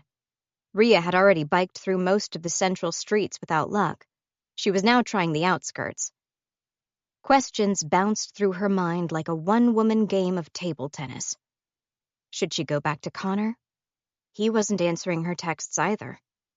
Should she try Abby's home again? Reese's? Rhea's breath caught. Her thoughts had been too loud, too frantic. They'd distracted her from her surroundings. and from the slow, steady thud of footsteps approaching from behind. Ria's skin crawled. She came to a halt. The trees shaded her, but she felt her core grow hot even as her extremities turned cold. Rule 2. Don't be alone. The footsteps continued to move toward her, steady, unhurried, following her down this path, a path she very well knew was never used. Ria swung. The dirt trail behind her was empty. The bushes on either side rippled in the wind, then fell still again. A lump formed in Ria's throat. She pulled her phone out again and switched it on. Pixels flickered, threatening to bleed out to white before stabilizing again. She didn't know what else to do. She opened the newest number on her phone, the only one she thought might still answer her, and might still want to help. "Huh," Jen said. She lay on her back on her bedroom floor, phone held above her head and silhouetted by morning light. She'd made a small start unpacking the boxes before realizing the futility. Not much point trying to settle in when it would all need to be boxed up again. Ria's message was an enormous paragraph of apologies and explanations and pleas, and Jen had to skim read it to get the gist. She was looking for Abby and Reese. She repeated to herself and typed out a reply. Saw them last night about 4 a.m., walking through the trees behind my house. Thompson moved through the building below her. It was Saturday, which meant they both had the day off from their respective institutions. His footsteps paused, and he called up the stairs to her. "It's a nice day. Don't you want to head out? Enjoy the sun?" She thought about the red threads she'd found, about the haunted look in the other's eyes, about how, when she'd arrived at school the previous day, people had whispered Hope Ward's name in frightened tones, but then by lunchtime, no one was willing to talk about her at all. "Nope," she called back. Her phone pinged. Ria. "Thanks." It was only a single word, but it felt dejected, slightly desperate. Jen flexed her jaw. "If you get involved now, you'll have to be prepared to go the whole way. This isn't the kind of thing you can do in half measures." She thought of Ria's gentle eyes, her long fingers clasped around one another as she tried with intense sincerity to warn Jen about the town. She wasn't sure how much goodness existed in Doubtful, but the bulk of it had to be concentrated in that one girl. "Damn it," she muttered and rolled to her feet. She jogged down the stairs to find her father. He was drifting between the kitchenette and the room that was supposed to be his study, but only really held a desk, an old computer, and an empty bookcase. Unlike Jen, he didn't have the luxury of leaving his things in boxes until he was able to transfer. "Hey," Jen said. "Is there any way you can plug into your secret surveillance system and find Abby Ward?" The secret surveillance system was their joke. Jen liked to pretend Thompson was decked out like a first-class spy. In return, he would sigh longingly. The request was at least enough to snap him out of his distracted fugue. His eyes sharpened as he stared at her. "I thought you were staying clear of her." "I am." Jen held up her phone. "I'm doing this as a favor for a friend." He watched her, dubious. Jen wiggled her phone. "You know, friendship, that thing teenagers are expected to form." Thompson sighed and turned toward his office. "I'll see what I can do." Jen waited in the hallway, scuffing her boots across the old wood and watching tiny dust motes form, while Thompson spoke to someone on the phone. He came back a few minutes later looking weary. "An officer saw Abby Ward and a companion traveling down Breaker Street 20 minutes ago." "That's perfect, thanks." Jen tapped out a quick text, then glanced along the hallway toward the front door. "I decided I was doing this, didn't I? No half measures." "You know, you were right. I should get out and enjoy the weekend." Thompson's whole face soured. You're going to Breaker Street, aren't you? I'm going to meet up with my friend, Jen deflected. Who knows what we'll do? We might go to the pool, or play lawn bowls. Does this place even have lawn bowls? That's something I'll have to find out. Jen. He took a deep breath, then sighed heavily. Jen waited, one hand on the door. In the morning light, it was hard not to notice how old he seemed, and how many new creases had formed around his face. You know I trust you. You've always been bright, and you've always had a good sense of self-preservation. And I'm trying to trust your judgment now, too. Just be safe, okay? I will, she said, and as she stepped out of the house, she hoped that was a promise she could keep. Things were about as bad as they could get. Connor's teeth rattled as he jogged down the stairs. Charles Vickers was on the move, and Connor didn't know what to do about that. Rhea wasn't answering his frantic texts. None of the jackrabbits were, which could only mean one thing. The phones had gone on the jitter again. Technically, it could mean two things, Connor reasoned. There was the possibility that they weren't replying because they were all dead. He tried not to think about that too much. He landed in the empty downstairs hallway. Furniture covered by discolored sheets stood like ghosts in the corners. Connor held his phone in one hand, staring at a screen that showed his last 3 messages and nothing new, while he rubbed the back of his other hand across his forehead. What would Rhea do? She'd follow Charles Vickers. That was obvious. That was the plan. Follow him, because odds were he would lead them to where Hope was being kept. But then? What was the plan when Vickers arrived at his destination? At, say, an empty house? Was Connor going to rush in all heroic and try to save the day? He'd die. He wasn't strong like Reese or fit like Rhea. If he threw his fist too hard, his shoulder would dislocate. Knowing him, he'd trip on the first stair and impale his head on a rusty spike and do Vickers' job for him. Calm, he recited to himself. Stay calm. Panicking won't fix anything. Stay present. Stay focused. He'd figure out the heroic death hurdle when he reached it. For now, he only had one thing to do. Not lose Charles Vickers. The abandoned house's door creaked as Connor opened it, and he grimaced. Stay hidden. That was the other most vital instruction. They couldn't let Vickers suspect he was being watched, which meant, if Connor was going to follow him, it would have to be at a far distance and very quietly.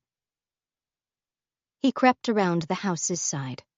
The long grass hid him when he crouched in it, even though he was pretty sure he was gathering a collection of small insects as he moved through the stalks.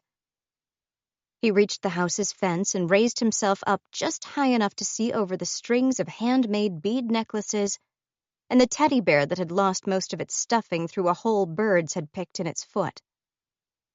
Vickers had moved faster than he'd expected. He was already at the street's end and turning right. Okay, Connor whispered. Okay, we can do this. Okay. He moved through the house's yards. There, at least, he'd have enough cover to duck behind if Vickers turned around. It was slow going, and he felt the ligaments in his wrist and shoulder twist uncomfortably as he pulled himself over a fence. Finally, though, he was at the street's end. Vickers was in view, about 40 yards ahead, walking briskly and with his hands in his pockets.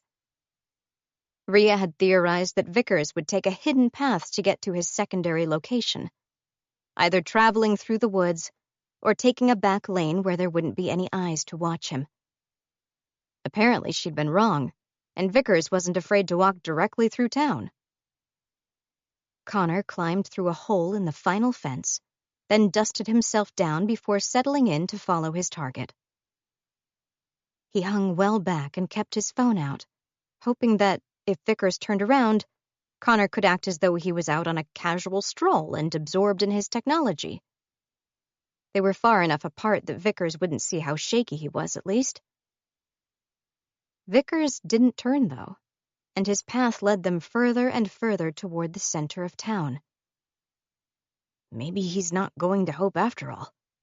Maybe he's just out to run some errands. Even serial killers need to buy groceries.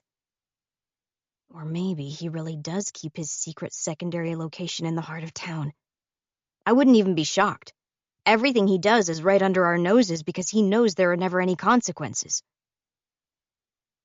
Connor kept typing notes into the group chat, updating the others about which streets Vickers turned down. The texts still weren't going through, but at least they'd have them as a record if Connor abruptly vanished. Just another thought to try not to dwell on. They reached the main streets. Vickers paused a few times to read flyers posted in windows and to stare into the town's cafe, as though contemplating interrupting the diners there.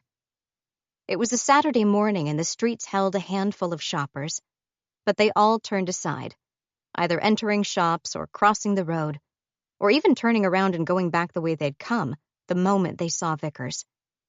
It meant that there was almost no one around to help hide Connor's presence.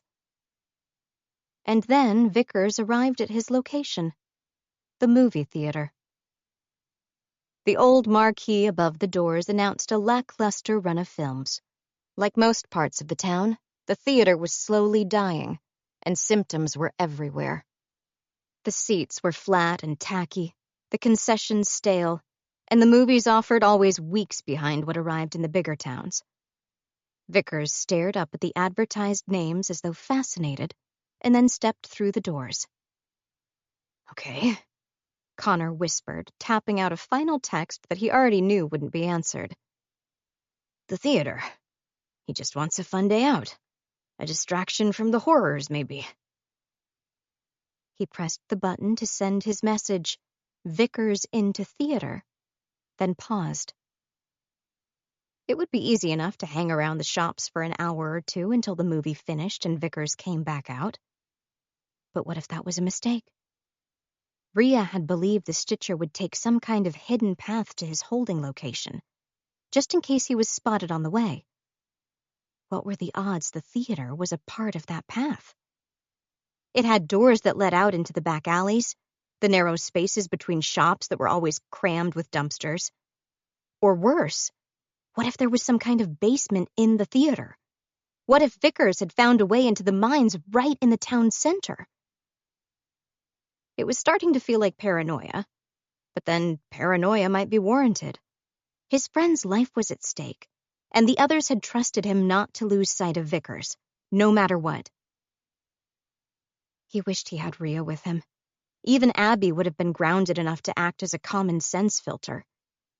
But all he had was himself, and a brain that was on the edge of panicking. Only one clear thought rattled through him, like a moth beating itself against a flame. Don't let Vickers escape. He bounded up the stairs and shoved through the theater's doors. The foyer smelled of old popcorn and spilled soda. Vickers was alone in line, buying his ticket from a girl at the counter who had shrunk back as far as she possibly could, while still completing the transaction. Connor hung close to the doors, pretending to examine a rack of flyers advertising their current offerings. Finally, Vickers left the counter, a box of popcorn under one arm. He glanced around the foyer, his cool eyes and cold smirk landing on Connor for just a second, before he wandered down the hallway to the theaters. Connor rubbed his hands on his pants to wipe the clamminess off them as he rushed to the counter, ignoring the other attendant who'd raised his hand to greet him, and went straight to the teen who'd served Vickers. He knew her, he realized. They had history class together. Hey, Kelsey, he managed. Weird question. What movie was that guy before me going to see? Not a weird question at all, she returned, her bleached hair like a halo around her face as she grimaced. He was going to Snap Decision. He'd picked a comedy. It felt like such an odd choice, and yet very on brand. Yeah, that's the one I want to see too, Connor said, fumbling for his money. Would he look obvious if he went into the theater alone with no concessions? probably. And, a small popcorn and lemonade.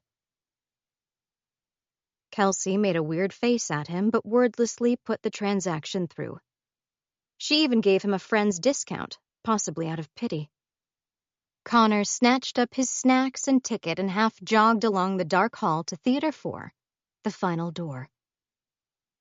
The room was already dimmed and the trailers playing when he entered. Only one seat was taken, Vickers, sitting in the center of the row at the back of the theater. Connor had wanted to sit behind him so that he could watch him without being visible. Instead, he was forced to choose a seat in the front section closest to the screen.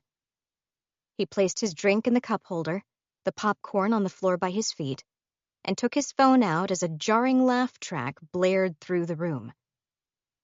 In theater with Vickers, wish me luck. Then he switched his phone to vibrate and turned it off. Its blank screen was just barely reflective enough to act as a dull mirror, showing him a distorted and desaturated version of the room behind him. When he held it just right, he could see Vickers' form nestled in the back of the room. His glasses glinted in the low light. Wish me luck, he thought again, and hunched down for a long wait. It was all Rhea could do to keep breathing as she biked through town. Jen had come through for her. Jen, who'd somehow cared more than the dozens of classmates and study mates and attentive parents who were ignoring her texts. She hoped Jen would leave doubtful, and quickly, before the town began to poison her too. Her bike skidded as she ground to a halt at the start of Breaker Street. This was where they'd watched the covered stretchers being removed from the abandoned home. Long strips of police tape still fluttered in the breeze, not yet dusty or sun-bleached like the other lengths scattered through town, but already just as forgotten. They'd been here 20 minutes before, Jen had said, which meant they could have very easily vanished into another part of the town already, but at least it was a start. Footsteps crunched over gravel behind her. Rhea's heart kicked up a notch. She turned. A figure stepped out from the shadows of the abandoned commercial signage store. Jen's bright yellow top was like a gasp of color in the otherwise faded town. "Hey," Jen said. She thrust her hands into her jeans pockets as she shrugged. "Hope this is the kind of party I'm allowed to crash." "Anytime," was all Rhea could manage. Her jaw quivered, and she reached toward Jen. Jen reached back, and they somehow ended up in a tangle halfway between a hug and shaking hands. "Thanks," Rhea said, clearing her throat as she patted Jen's arm. I just need to find them." Jen gave a short nod and turned toward Breaker Street. "We will." The houses felt uncomfortably quiet as Rhea and Jen followed the street, Rhea pushing her bike. A new for sale sign had gone up since she'd last been there. Birds fought in a tree, their wings beating in sharp gusts. But that was the only sound Rhea could hear. "Hey," Jen said, nudging her. "Bikes." Rhea recognized them. Abby and Reese's bikes were parked down the side of an abandoned house. The same house they'd seen the bodies removed from. "Okay," she muttered, then sucked in a breath and hopped the fence in a lithe movement. Strands of loose police tape whipped around her. The house's front door still stood open, the way the paramedics had left it. Inside was heavy with shadows. "Abs?" She didn't dare call loudly, but kept her voice at a stage whisper. "Reese?" Something shifted inside the building. She heard the distinct crackle of broken glass being crushed, the scrape of heavy feet across the floor. Jen was at her shoulder, her breathing shallow. "Don't go in," she whispered. Rhea's eyes trailed toward the doorway. Dark stains were smeared across its edges. Her stomach turned as she recognized old blood. More glass crunched as something moved through the house.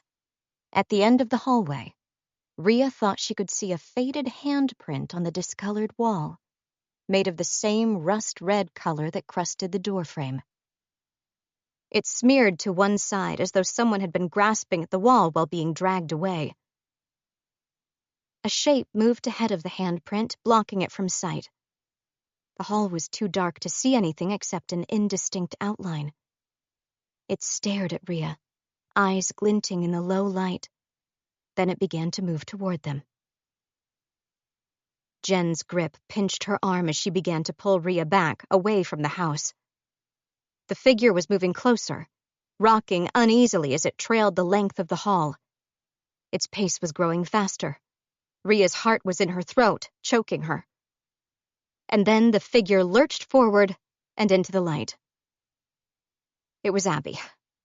She looked bad, sickly and tired, and no longer the careful, calculated girl Rhea had grown up with. Her normal poise was gone. She looked ready to sink her claws into anything that moved. "You terrified me," Rhea gasped, pressing a hand to her throat as she bent at the waist. She gave herself just long enough to pull fresh oxygen into her lungs, then said, "I've been searching everywhere for you. Why haven't you been answering my texts?" Abby pulled her phone out of her pocket. She stared at it for a second before turning it to face Rhea. Her phone's screen was a trailing mess of symbols and flickering lights, full of strange phrases that blended into one another before vanishing entirely. "Sorry," she said. "Jitters." "Mine as well," Reese said. He moved out of one of the side rooms, tucking his own phone away. "What's happened, Rhea?" "Too much." Rhea braced her hands on her knees. "Connor's gone quiet again. I needed Jen to even find you. I spent part of last night trying to research the mines online, but there's almost no information about them." "I didn't realize how late it was. We've been searching for entrances," Abby said, and she sounded slightly numb. "We must have crossed half the town by now." Rhea grimaced. She should have guessed her friend would break curfew. It had been too much to ask her to stay put for 2 nights in a row. "As long as you're both still safe. But I don't think we're going to have much luck just by searching randomly, or else we would have heard about people finding ways into the mines well before this." "That's why we've been looking in areas where people don't normally go," Reese said when Abby failed to speak. "Houses where victims were found, wooded areas, places that are difficult to reach." Rhea nodded. It wasn't a bad plan.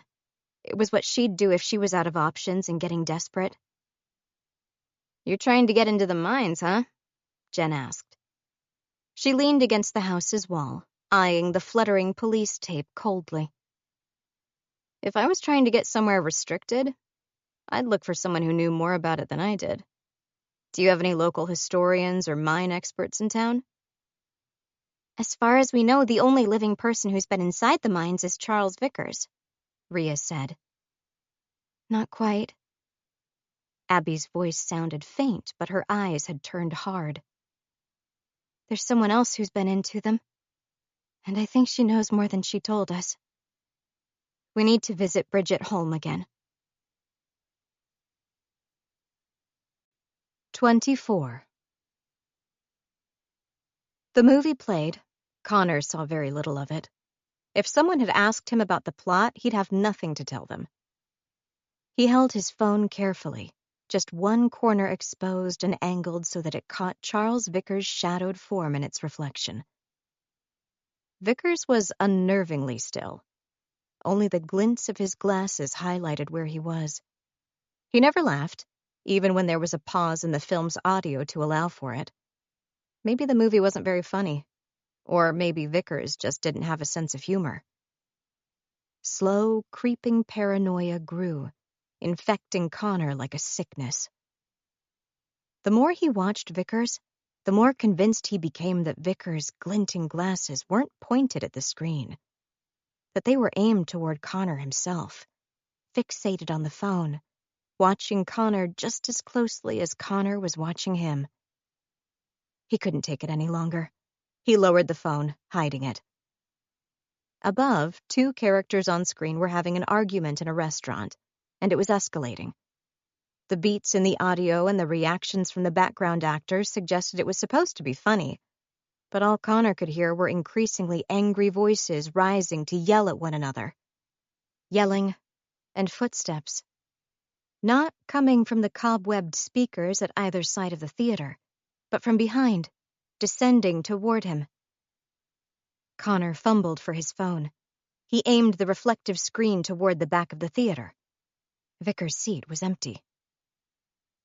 A hand landed on his shoulder just as one of the actors on screen screamed. Connor jolted like electricity had passed through him. He wasn't sure his heart was even still beating. "Are you enjoying the movie, Connor?" Vickers asked. Vickers wasn't an especially tall man, but he seemed enormous at that moment. Connor's eyes watered. His body had turned icy cold. He didn't know what else to do. He forced a tight smile as he nodded. "I'm not," Vickers said. His hand was still resting on Connor's shoulder. Lights played off his glasses, and it was impossible to see his eyes behind them. "Oh," Connor choked out. "Sorry." Characters furiously yelled above them. A fist slammed onto the table. Vickers' fingers dug in, not quite pinching, but coming close. He leaned closer. His voice was almost drowned out by the movie's audio. "I know you're following me." The fingers twitched, just hard enough to hurt. "I know what you're doing." Connor didn't dare speak. He didn't even dare breathe. Vickers' lips peeled back into a smile. He was so close that Connor could see the screws in his glasses and the staining at the edges of his teeth. His voice was velvet and poison. "She's not coming back." Connor's heart felt like it was going to burst. The characters above them yelled and yelled and yelled, their words overlapping. A soft chuckle escaped Vickers.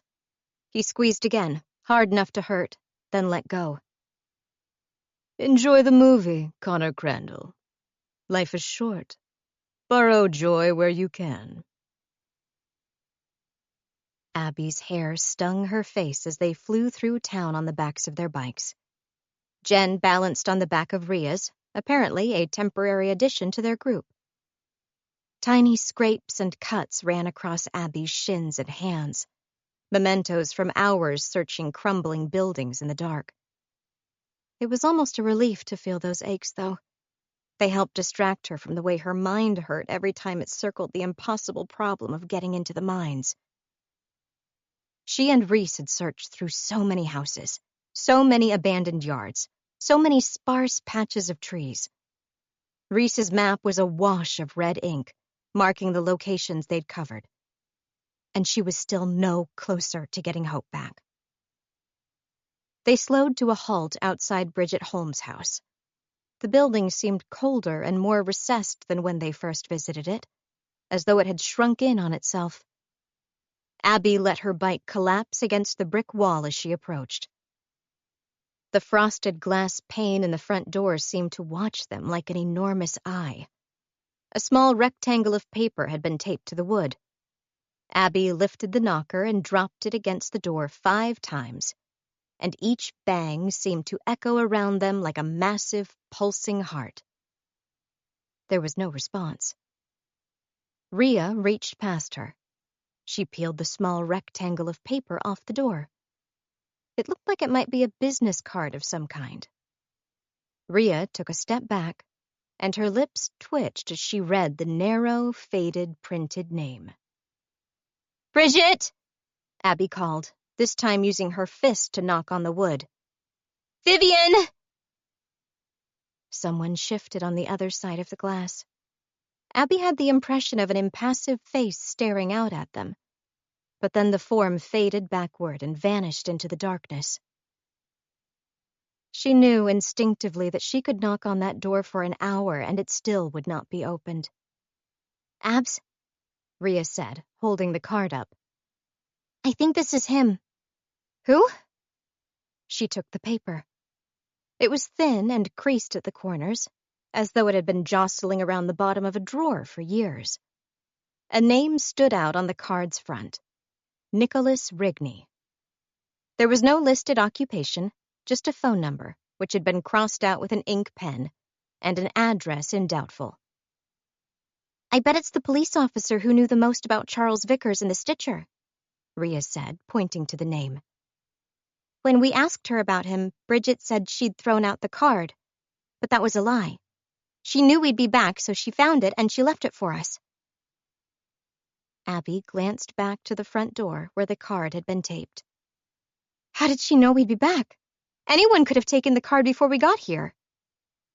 No one else visits, Reese said simply. And Abby knew that was the crushing truth. The edges of a dark silhouette were barely visible, watching them through the window. Let's go, Abby said, and turned to retrieve her bike.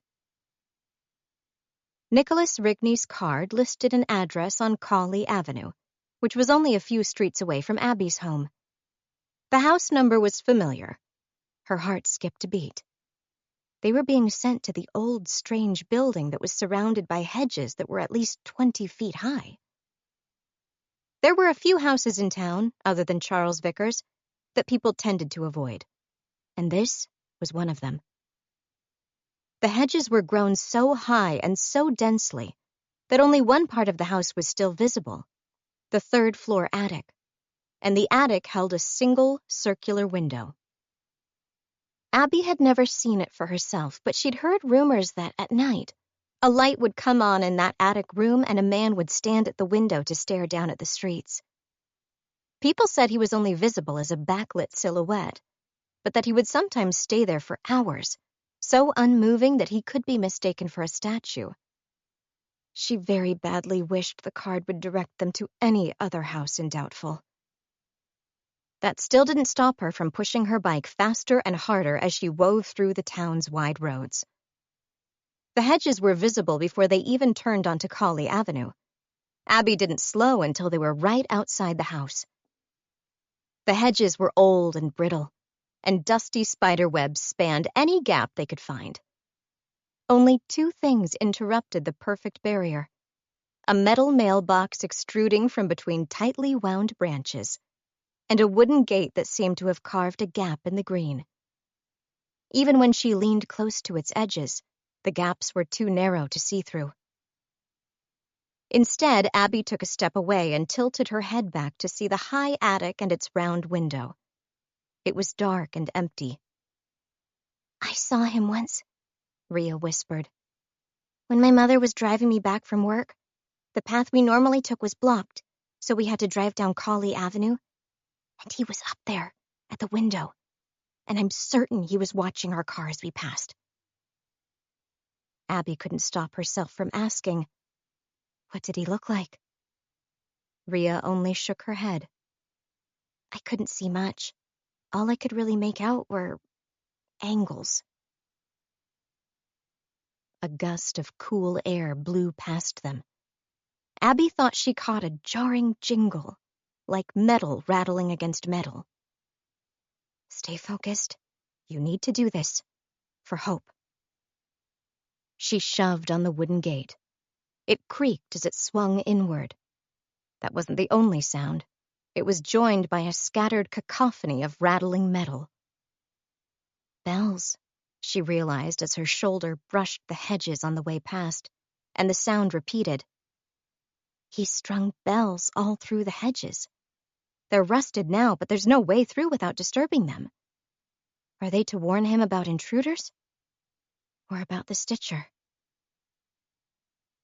Inside, the hedges felt dimmer than the outside world, as though what little saturation and warmth Doubtful managed to cling to had been sapped away. The lawn was a crosshatch of dead and dying grass. Only a few plants existed inside, grown close to the building, but the hedges had starved them of sunlight, and they grew stunted. She gazed up at the building. It was plainer than she'd expected. The round window set into the attic was the only really notable feature. The building was old but seemed maintained. None of the paint peeled, and none of the windows were cracked. It reminded her faintly of Charles Vickers' home and the way he persisted. Abby left her bike against the hedge, out of sight of the road. She crossed the old paving stones dotting the dying lawn before she could second-guess herself, and knocked hard at the door. The booming echoes seemed to linger in the air for a long time. The others gathered close behind her. Reese's arm brushed against hers. Rhea pressed close to her other shoulder. She was unspeakably grateful to not be alone. Shuffling footsteps approached the door's other side. "Hello?" A voice called. Abby swallowed, the business card clutched in her hand. "I'm looking for Nicholas Rigney. I was told he might be able to help me." There was a second of silence, then a lock clicked.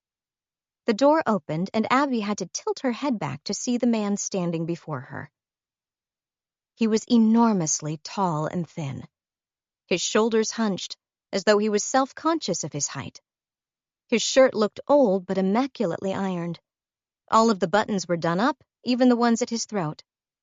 Gray hair was combed neatly over his head.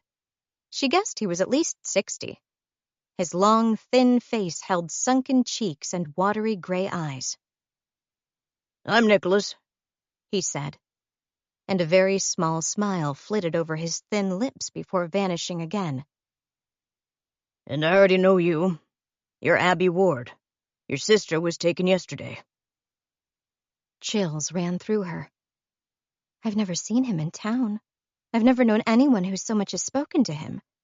But he still knows about Hope. She held out the card and hoped he wouldn't notice the way the paper trembled in her grip. "Bridget Holmes sent us. She thought you might be able to help." His gaze flitted over the rest of the group. Reese, Jen, and Rhea. He stepped backward, one long arm stretched behind himself to beckon them in. "My office is straight ahead, first door to the right. Please leave your shoes outside. I'll get you some drinks." She was past the point of being able to turn back. Abby scrambled to pull her sneakers off while Nicholas vanished deeper into the house. Her socks padded over clean wood boards as she followed the indicated path, the others close behind. The hallway was sparsely furnished, but the office was its opposite. A dark wood desk was positioned in front of a covered window, 2 seats already waiting ahead of it. Bookshelves covered most other walls. About half of them were filled with books, but the rest held display items. Taxidermized birds hidden under glass domes, dried plant samples next to scientific sketches, fossil specimens and pieces of age-stained paper with ink writing sealed behind glass. Extra seats were set back against the far wall, and Reese carried 2 of them forward so that they could all sit. They waited, and Abby counted the seconds as they ticked out of the antique clock on the wall behind them. Jen paced along the shelves as she examined the display items. She stopped in front of a display holding an old cloth-bound book that was falling apart at the seams. "That's a diary kept by one of the town's founders," Nicholas Rigney said. "I inherited it from the town's previous historian. The current one believes we don't need to keep those kinds of artifacts." He entered behind them, carrying a tray. On it was a coffee pot with fresh brewed, heavily dark liquid in it, plus a pitcher with what looked like lemonade. Apparently he hadn't been able to decide what to get them because there were 5 small coffee cups and 5 glasses neatly stacked next to the drinks. "Please, help yourselves," he said, placing the tray on the desk. Instead of sitting behind the table, he pulled his office chair around so that he could form a circle of seats with them. Jen left the display and folded herself into one of the hard-back chairs. Now that she was here, Abby didn't completely know how to start. She threaded her fingers together, then loosened them, then clenched them in her lap. "Your sister was taken in the middle of the night, through her bedroom window," Nicholas said.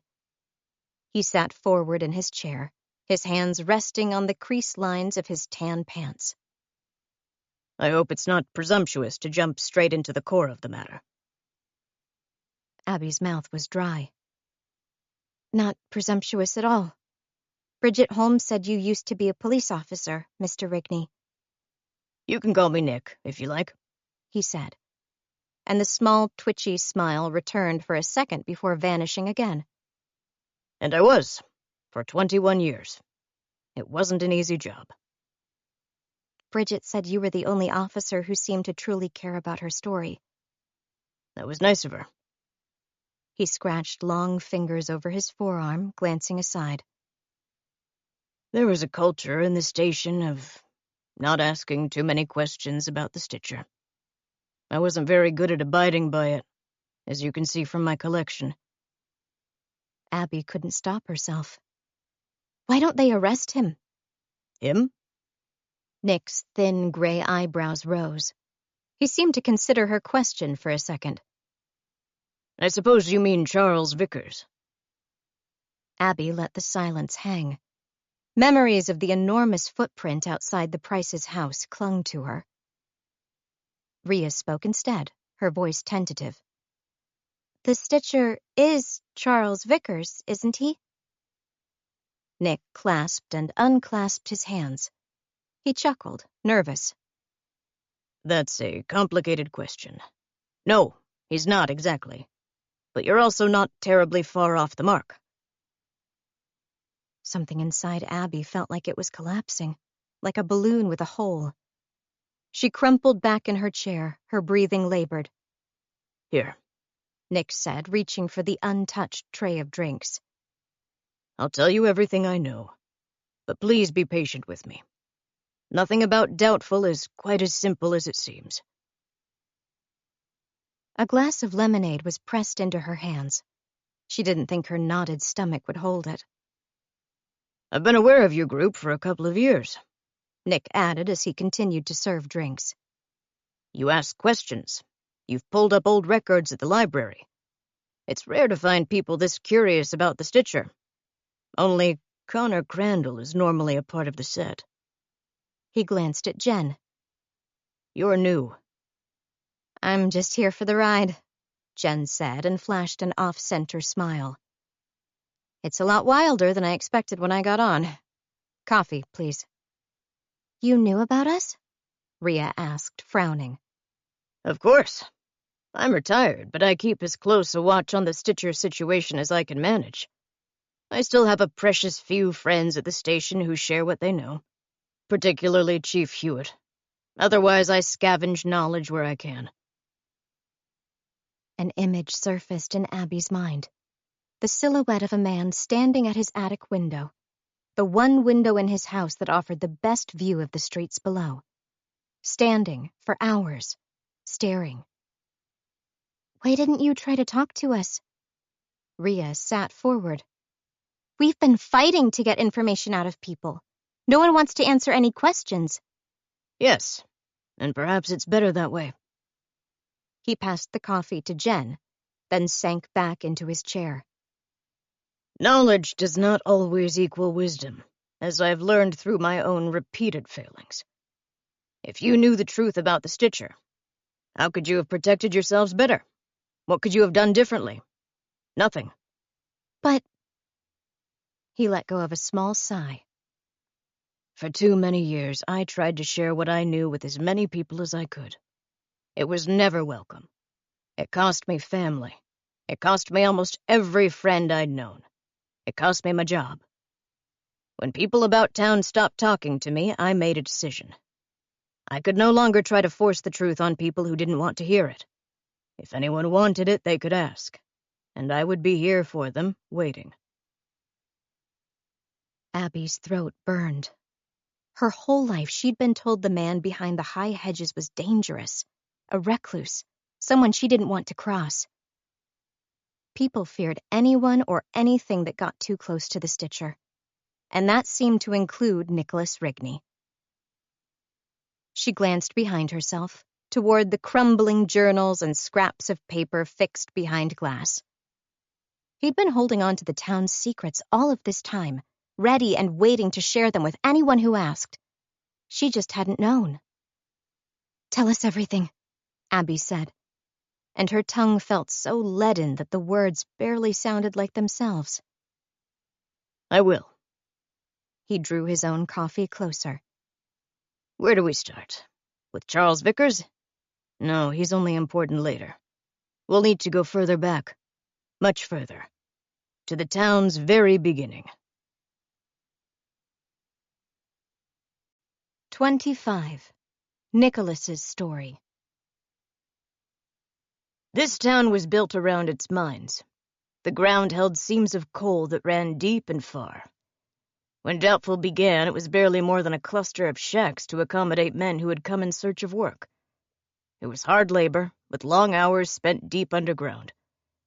Most days they would barely see the sun on either side of their shifts. Their time was spent in the dark and the dust, picking away at the walls with only lanterns to light their paths. But the mines were rich, and the tunnels burrowed deeper. Men brought their wives to live with them. Those wives bore children. Businesses sprang up to accommodate the growing needs. Streets spread out from the town's center like rivers, filling with houses that grew larger and more expensive as Doubtful prospered. Gradually, the mines began to wear out. Veins of coal could only be followed for so long until they were exhausted. The companies in charge pushed their workers to dig deeper, to search harder. Flaws in the mine's construction began to show under this new pressure. Safety precautions were minimal at the time. Cave-ins, gas leaks, and deaths were not unheard of. As the mines grew older and their limits were pushed, the walls became increasingly unstable. Many men complained that sections of the mines were too dangerous to continue working in, but the company owners, seeing their profits drying up, were unwilling to lose money in attempting to fix the multiplying problems. And this is when the central character of our story is introduced. Silas Wright, like most men in Doubtful, worked in the mines. He was described as a tall and thin man with a patient and gentle temperament. He drank, as many of the miners did, but was not accused of being a drunkard. He smoked, and he had his wife and mother boarding in his home and 3 adult children, all who lived close to him. Please excuse the banal trivia, but very little is known about Silas when he lived. I have only found one surviving photo of him, and it is a group picture where he stands in shadow and cannot even be clearly seen. However, for all of his obscurity during life, he has become perhaps the most important figure in Doubtful's history. Silas was 54 when the cave section he was working in collapsed. 8 men were swallowed in the rubble some 50 feet below the surface, close to half a mile from the nearest open entrance. When men approached the cave-in, they heard a tapping noise coming from behind it. That led them to believe at least some of the miners had survived, possibly in a pocket inside the rubble. Urgent efforts were made to save them. The cave-in was more dire than at first believed, though. A dozen men worked day and night moving rocks. 3 days passed, and then 4. Still, the tapping persisted, and so did the rescue efforts. All of the while, one figure stood outside the mines, patient and stoic as she waited for news. She was Silas's mother, Florence Wright. Even less is known about Florence than about Silas. She never kept her own records that I've been able to locate. And so everything I have has been cobbled from letters between neighbors, journals from the time, and newspaper clippings. Many of these treasures were gifted to me by the town's old historian who had an academic interest in the events. Others I have salvaged from estate sales and official town records. Too many have been destroyed or lost over the last 100 years. My efforts have been extensive, but still vastly incomplete. What we know for certain, though, is that Florence loved her son dearly. No tears were shed while she waited, but she remained there day and night for her child to be brought back. Finally, on the dawn of the 5th day, the bodies were reached, and the tapping noise fell silent. There were no survivors. The bodies had not only been crushed, but had been torn apart by the force of the collapse. To this day, no one has been able to explain the tapping noise that persisted until the tunnel was opened, and then immediately ceased. Silas's body was brought out of the mine in pieces. A section of an arm, half of a foot, the scalp from his head. Silas's wife wailed, but his mother, Florence, voicelessly took the scraps of her son as each was given to her. Funeral parlors had only just started to gain prominence in America. Many funerals were still conducted in homes, and it was common for bodies to be kept with the family for several days until burials could be arranged. And so, Florence brought the pieces of her son back to their family home and laid him on the dining table. And then she took out her thread and started stitching. Florence Wright brought in extra income for the family as a seamstress. Even though she was in her 70s at the time, her fingers were still dexterous. She took her decades of practice and love and poured them into her son as she rebuilt him, a scrap at a time. Neighbors believed she was trying to make him presentable for the funeral. They tried to dissuade her, telling her to at least not use red thread, but Florence was adamant. Her son had worn red nearly every day of his life. He would wear red now. His body was reformed over the course of 3 days. Scant reports from curious visitors described the results as horrifying, macabre, and brutal.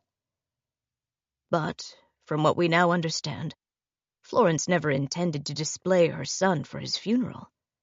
She had entirely different intentions, and even more remarkably, she achieved them.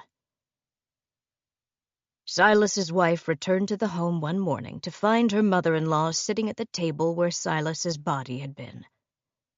Her journal describes Florence as appearing exhausted, as though she had not slept for even a minute of the last 3 days, and covered in drops of vivid red blood. She smiled, though, with the satisfaction of a woman who had cheated death. The table was bare except for a bloodied sheet. Silas's body was missing. When asked where he had gone, she simply said, "Back to the mines." His remains were never formally recovered, but from that day forward, there were increasingly frantic reports of someone or something moving through the tunnels. The miners who encountered it described the presence as tall and thin, unclothed, and threaded over with yards of tightly stitched red threads. And then men began going missing. Their bodies weren't found. They simply seemed to vanish in the time between entering the mines and the end of shift. At first, the mining company tried to claim they had left town, but soon it became apparent there was some larger, more pervasive problem. It's hard to know what the final blow to the mines was. The deaths caused by the cave-in, the dwindling profits, or the ongoing issue of vanishing workers and increased reluctance in those who remained. It could have been that all those factors together made it impossible to continue. Regardless of the reason, Doubtful's mines were closed 5 months after Silas's death. What's significant is that the entrances to the mine shafts were barricaded. Abandoned mines from the time were often left open and unattended. Whatever the mining company's official stance, it spent a not inconsiderable amount of money to board up every single one of the mine's many openings. For a while, nothing remarkable happened, at least not of the unnatural kind. The town struggled with the abrupt and brutal loss of jobs. Many turned further to drink, others turned further to religion. Still others abandoned their homes and left town for better prospects elsewhere. It was nearly 6 months before we hear from Silas or his family again. Silas's wife had moved out of her family home to live with one of her adult children, leaving Florence in the house by herself. I can only imagine that what had happened to Silas played some part in that decision. As far as I can tell, Florence never spoke to her daughter-in-law again. Neighbors began to complain of a foul smell coming from the house. It appeared that no one had seen Florence for upward of a week. The town's elders forced entrance to the building, and what they found inside was described as unimaginable violence. Florence had been murdered. Her body had been dismembered, and pieces of it were scattered through both floors of the building. Her sewing supplies had been scavenged, and trails of red thread were soaking in the pools of blood. Most notably, not all of Florence could be recovered, although there appeared to be pieces of her in nearly every room. Once the undertaker arranged those parts in her coffin, he found at least a third of her body was missing. There was one more discovery to be made in Silas's former home. In the center of the hallway, less than a dozen feet from the front door, was a hole. The floorboards had been taken out, and then foundation, dirt, and stone alike dug through. The hole descended straight down, and was just large enough for a man to climb into. The mine shafts extended under the majority of the town. The hole had been connected to one of them.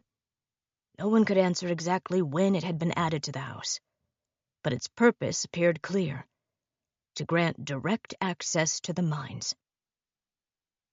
Here is where we leave facts and enter my own suppositions. These are the things I believe to be true.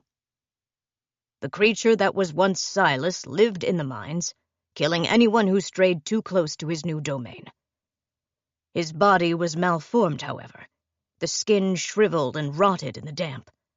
Either with his mother's help or by his own hand, he began taking replacement body parts from his victims to repair the sections of himself that were failing. When the mines were closed up, his source of supplies was lost, and so his mother granted him access to the town through a tunnel she had carved into her own home. And because of that, she became one of his victims. Whether willingly or by accident, she was killed by the monster she had created. Like every other victim, parts of her were added into Silas's crumbling husk. Silas continues to live beneath this town. He continues to take victims. Patch by patch, he repairs himself. And no one, not in the 100 years we have been given, has found a way to kill him. 26. Nick drained his cup and set it aside. He looked tired, not just physically, but emotionally. Abby clenched her hands in her lap. "A monster," she said. And it wasn't an accusation or a question, but simple helplessness. A monster born of man, yes. He nodded. I suspect there is very little, if anything, of Silas's mind left at this point. It's my belief that the gentle and patient man described in the accounts I've read died in the mine collapse. A thin chuckle escaped Jen. "This is wild," she said. She glanced at the others as though she was seeking support from them. "You know, I'd barely started believing in a serial killer called the Stitcher, and now you're asking me to accept that the killer is a monster instead." You can see why I don't share this information often. Nick shrugged. Even people who are predisposed to believe in the supernatural don't want to hear the story I just told. It becomes hard to fall asleep when you know what lives underneath your town. Jen chuckled again, then sank back into her chair looking uncomfortable. "So," Rhea seemed to be trying to clutch threads together. Her eyebrows were low and her skin ashen. "The police—" They know," Nick said. "Perhaps not your father yet, Miss Thompson. New officers are eased into it. They're exposed to the evidence a piece at a time until there is too much for any doubt left to exist. Then they're given the complete story. At least, that was how it was done when I worked at the station." Abby had felt like she was deflating before, but now it was like she was going to explode from the sheer weight of what Nick was trying to tell her. "And they just let the monster take whoever he wants?" There have been many, many attempts to stop the Stitcher. Nick exhaled slowly. And many deaths in the pursuit of it. Men and women braver than I, who laid down their lives in an effort to buy the town's salvation. Nothing has worked. "What have you tried?" Jen asked. She had her head propped up in one hand and looked somewhere between dubious and enthralled. Everything. Officers have gone into the mines with guns and incendiary devices and never come out again. Traps were laid, but it never took the bait. Do you remember the CCTV cameras? Abby shook her head. Of course, they were all uninstalled when you were still very little. But for about a year, every street corner had a security camera monitoring it. The police chief at the time, Rogers, thought it might be possible to install an early warning system. Sirens or a pre-recorded message telling townspeople to get to a secure location when the Stitcher was seen. Of course, it never worked. The monster disrupts technology. The sirens failed the moment the Stitcher began hunting, and none of the cameras were able to catch it on film. Abby frowned at her shoes. A memory teased at the edge of her mind, of being in a stroller and pointing up at a man unfastening something from a light pole. The CCTV monitoring system? Nick continued. Shortly before I started working at the station, they attempted to block the mine shafts, believing they could trap the monster underground and let it slowly starve. The mine entrances were all collapsed with explosives, but the disappearances continued. We've since discovered that the monster has been able to dig new entrances for itself. They're little more than holes, and they're difficult to find. For every one that's sealed, another one is formed. So, Rhea rocked, one foot tapping on the floor with increasing agitation. You just let it roam? Let it take people? Record the disappearances and put up posters asking for information and then wait for the body to show up? Nick's eyes were impossibly sad. Yes. How? She seemed to be struggling to breathe. How can you? Please, understand. We would stop this if we could. In the absence of that, all we were able to do was provide comfort for the families to the best of our abilities. To give the impression that something was being done for their loved one, even if we knew it was already too late. It's not much, I admit. No, Rhea choked. It's not. It's why the station has such a high turnover rate. Few can stomach it. He turned to stare out the window. The angles of the shadows had changed, and Abby had the horrible realization that their daylight hours would be running out soon. What about Charles Vickers? She asked. You said he was still tied to all of this. Of course. Nick chuckled. Yes, you were not wrong to believe he was connected to the Stitcher murders. Silas Wright had children, and his children continued the family line. The surname was changed, but... No, Abby said, realizing what he meant. Charles Vickers is the last descendant of Silas Wright. He has a bond with the monster that defies understanding. I haven't fully been able to grasp his mental state toward it, but he seems to treat the creature's presence as something precious, like a family heirloom. He watches over its activities, and in return, he's kept safe from harm. Abby pictured Charles Vickers' smirk, the coldly delighted little tilt to his lips that suggested he knew something no one else did. We could never arrest Charles Vickers, Nick said. Technically, he has committed no crimes.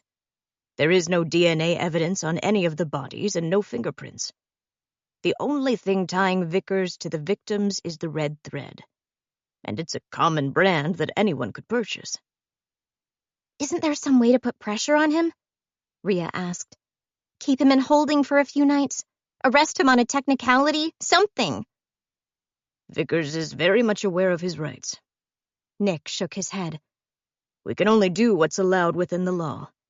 If we have suspicion that he might be involved in a crime, if someone reported him, we could search his home or bring him in for questioning. And we did, frequently. He knows the game well by this point. I had the sense that he even enjoys it. Abby remembered the night she and Reese had been trapped in his home. The walls were covered with framed missing person posters. A row of knives had been laid out on the kitchen's cutting board. The home had been staged. as though to provoke a response from anyone who got inside, but none of it was in any way illegal. And the police had stayed for hours, Rhea said, combing the building on the night Hope went missing. Twice a police officer tried to get more aggressive with him. Each time, within a day, that officer had been taken. Nick's thin shoulders shifted in a shrug. It's a horrifying fate, and it's one Vickers wields as a threat over us all, or anyone else who inconveniences him. So he can control the monster? Abby asked. From what I can gather, yes, sometimes. It's a symbiotic relationship. Vickers shields and enables the creature. The creature can be persuaded to take certain people in return. I should add, though, those occasions are rare. Most victims are taken by the monster's own volition. The Stitcher... Nick paused, seemingly casting around for the right words. It picks its targets with care. Sometimes it will watch or stalk multiple opportunities before making its selection.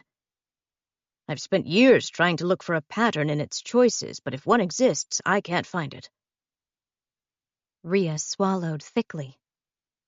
You said he's taking body parts to rebuild himself. Yes, that is my supposition. Nick gestured vaguely, then folded his hands. I have never seen the Stitcher myself, and I have no conclusive proof, but my research suggests you're correct. The Stitcher is not alive, and therefore its body doesn't heal itself. Over time, parts decay, they fall off, they cease working. And it's my belief that the Stitcher takes people to harvest parts to fill the gaps. The silence that fell over them felt impossibly heavy. The bodies that are returned to us are so altered that they are nearly unrecognizable, Nick continued. And the remains are rarely shown to the families, at least not for more than a glimpse. It's not often that someone has the chance to notice that parts of their loved ones are missing in the coffin, but that's exactly what the coroner finds, again and again. You wouldn't remember me, but I was at your family's funeral, Mr. Weeks, and I can tell you there weren't 3 complete bodies in those caskets. Reese's face was pale. He refused to make eye contact with any of them. Wait, 3? Jen asked. Abby shot her a furious glare to silence her. I'm so sorry, Nick said. He reached toward Reese, then pulled his hand back. I shouldn't have said that. I shouldn't have presumed you'd want to know. It's fine, Reese said, his voice barely audible. Forgive me. Nick seemed genuinely apologetic. Tingling had spread through Abby's fingers. Stress or shock or fear, she wasn't sure. One question had been echoing through her mind through the conversation, and it was growing impossible to ignore. How do I get into the mines? Nick watched her carefully. If you go into them, you'll die. I understand. He glanced at the others, apparently seeking some sign that he should stay quiet. He met a row of hard, hungry eyes. Nick drew a deep breath and held it, before letting it out as a sigh. The creature sometimes digs its own exits around town, but they are hidden, and the police collapse them when they can find them. I'm sorry that I don't know of any that haven't been blocked. Abby clenched her teeth, willing herself not to scream. There's one path into the mines that's still open, however, Nick said. He closed his eyes, as though he already regretted what he was about to say. It's inside Charles Vickers' home. She lurched forward in her chair, gripping the fabric seat. What? Silas's descendants continued to live in his home, even after Florence's murder. The building was rebuilt and renovated several times in the ensuing years, so it's no longer recognizable as the home from back then. But it's still in the same place, and housing the same family, even if they hide it well. A hole in the hallway, near the front door, leading straight down to the mines. All of this time, we thought Vickers would have to leave his home to get to Hope. He's had access to her the whole time. So I need to get back into Vickers' house, she said. Nick's smile was very small and very sad. There's nothing there for you except death. Death, and my sister. Abby stood. Whatever waited for her in the earth beneath the town, she would meet it. She would meet it with fire and teeth. Part 4. The Descent. 27. They spilled out of Nicholas Rigney's house. Rhea felt sick to her stomach. No one else around her was doing well. Reese was withdrawing even further into himself. Abby looked half wild, and Rhea knew Abby was on the verge of doing something very reckless and very, very dangerous. Even Jen, who'd been nothing but calm and collected until that point, seemed shaken. This had to be a lot for her to take in. It was a lot for all of them. They'd thought they'd understood what they were facing. They'd spent their lives guarding themselves against Charles Vickers. The town had always been split, with some of the population believing in an inhuman monster that had come from the mines. Superstition, Rhea had thought. Paranoia, manifesting into a belief in the supernatural. She'd actually felt proud of her ability to face the truth. According to Nicholas Rigney, she was the one who'd swallowed an easy delusion. This isn't how reality is supposed to work. How can we know if he's telling the truth? Rhea asked before she could stop herself. About the Stitcher being a monster. Or is it possible he's wrong? He told us the town's history, sure, but he couldn't offer any actual proof. I don't care, Abby said as they stepped past the wall of protective hedges and into the street. There was a stony finality in her voice. Monster or not, I have a way into the mines. Nothing else matters. She seemed to actually believe it. Rhea pressed one hand into her side where an ache was forming in her stomach. They could fight a man. Rhea had no idea how they were supposed to fight a monster. Then Abby's phone pinged, followed quickly by a chime from Reese's and Rhea's own phones.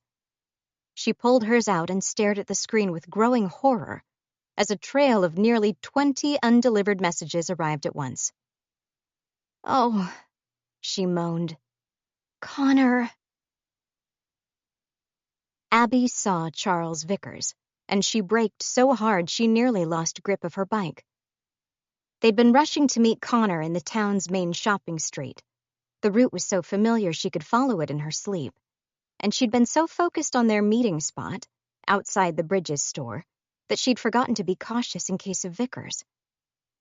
They'd swerved around a corner only to find Vickers standing barely 20 yards ahead of them. He faced a bulletin board.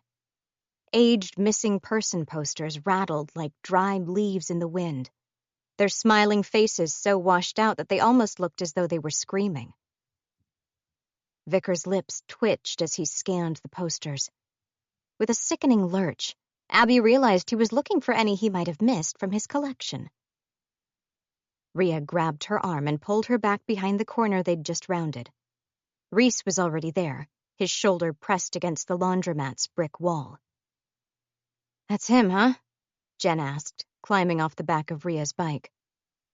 She'd never even seen Charles Vickers before, Abby realized, and she almost laughed. He'd been such an ever-present part of her life, she'd forgotten that not everyone would recognize him on sight. That's him, Rhea confirmed, then turned, scanning the shadows behind her. And here's Connor. He jogged toward them from the alleyway's darkness. He looked bloodless. His freckles, normally pale, stood out like spots of color on his gray face, and his smile was both reckless and terrified. He knows I'm following him, he said, panting as he joined their circle. His Adam's apple bobbed as he swallowed. And I don't think he's happy about it. That's fine, Rhea said.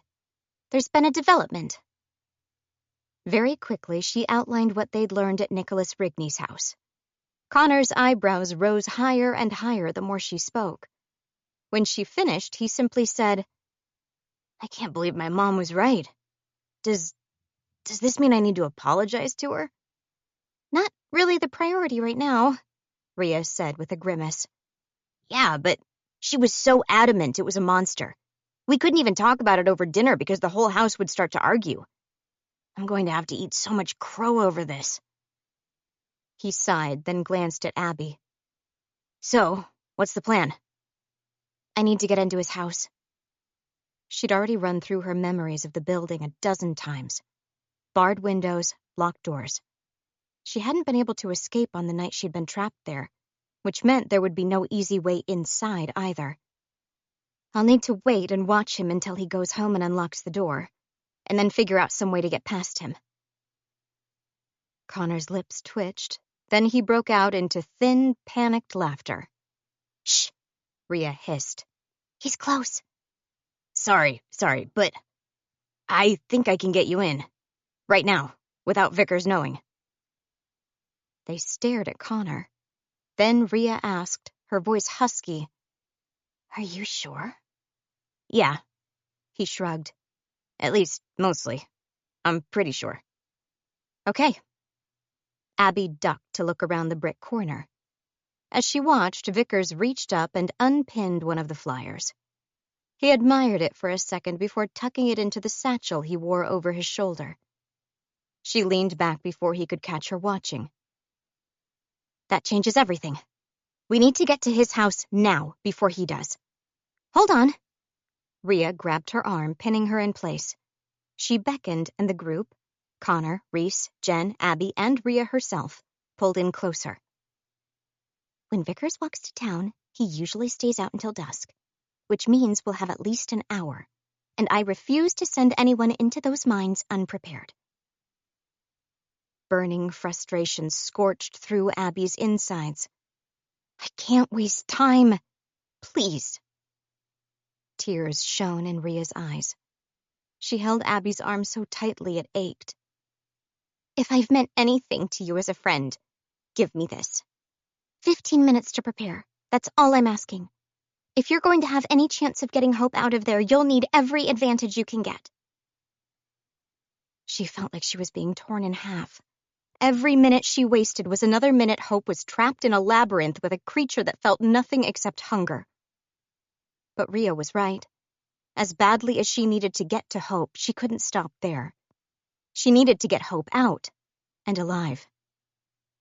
Okay, she said, bracing herself. 15 minutes. We can't lose sight of Vickers in the meantime, Rhea said. We'll need someone to follow him and alert us when he's heading home. He's already warned Connor once, so that means... I can do it, Jen said. They all looked at her and she shrugged, her jacket crinkling around her shoulders. I've never seen him before, and vice versa. He won't know that I'm with you. Are you sure? Rhea asked, and there was a flash of real fear in her expression. You'll need to stay out of his sight if possible. Even if he's not the Stitcher, he's still dangerous. Do you know where his street is? Can do. I know. And yes.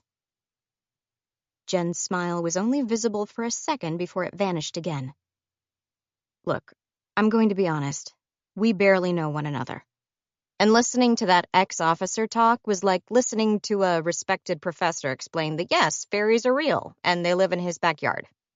It's a stretch. I know, Abby said, and the others nodded with her. Right. Jen shrugged again, then glanced aside. But it's impossible for you to be faking any of this. It's more than scary campfire stories. You're in real pain right now. I can see that, and I want to help, if I can. Keep in contact with me, Rhea said. She reached toward Jen, and Jen reached back, and for a second their hands touched before they separated again. Text me every 5 minutes so I know you're still safe. I'll do that. Jen's smile was quick and hard and full of intensity. Good luck, all of you, with whatever you need to do. She stepped out of the alleyway and began walking down the main street. Rhea took a breath that seemed to hurt her. Then she straightened her back, her neck long, and clenched her hands into fists at her side. Okay, 15 minutes to prepare. Let's go. The four of them piled into the Bridges general store. The prices weren't as good as the grocer a few streets over, but the packed shelves held far, far more. Mr. and Mrs. Bridges were behind the counter and watched curiously as Rhea led them through the shelves, shoveling items into baskets with what felt like practiced precision. She knew exactly what she wanted to get, Abby thought as she watched her friend work through the rows methodically. She's probably reviewed the list over and over in her mind as she watched Charles Vickers' house. They placed their bounty by the checkout. Then all four of them reached into their pockets, emptying whatever money they had and dropping it onto the counter. Abby still didn't know if it would be enough. Mrs. Bridges' gaze trailed over the heaped supplies, and her face seemed to deflate, the smile vanishing under heavy sadness. "Oh," was all she said. She lifted her eyes to meet each of them in turn. Then she reached forward and pushed the piles of money back toward them. "No charge," she said. "Not for you." They whispered muffled thanks as Mr. Bridge helped them pack the supplies into bags. "Good luck," he said as they left, and to Abby, it felt more like a goodbye. Rhea's phone pinged as she stepped out of the store. She read the message without breaking stride. "Jen's got eyes on him. He stopped at the bakery." That meant they had a clear path to Vickers' house. Abby tried to temper herself, to slow down, but she found herself moving faster and faster as they biked out of the main street. The others quickened pace to keep up with her. Vickers' house was on the outskirts of town, but they knew all of the shortcuts. Their bikes brushed against store walls and trees, skittering over gravel and dirt and asphalt as they raced time. Within 5 minutes, they'd reached Stokes Lane. Abby skidded to a halt, one leg out to balance as she stared along the rows of rattling offerings affixed to abandoned fences. At the end of the street, Vickers' house was cold and dark, its bar-covered windows like black eyes watching them.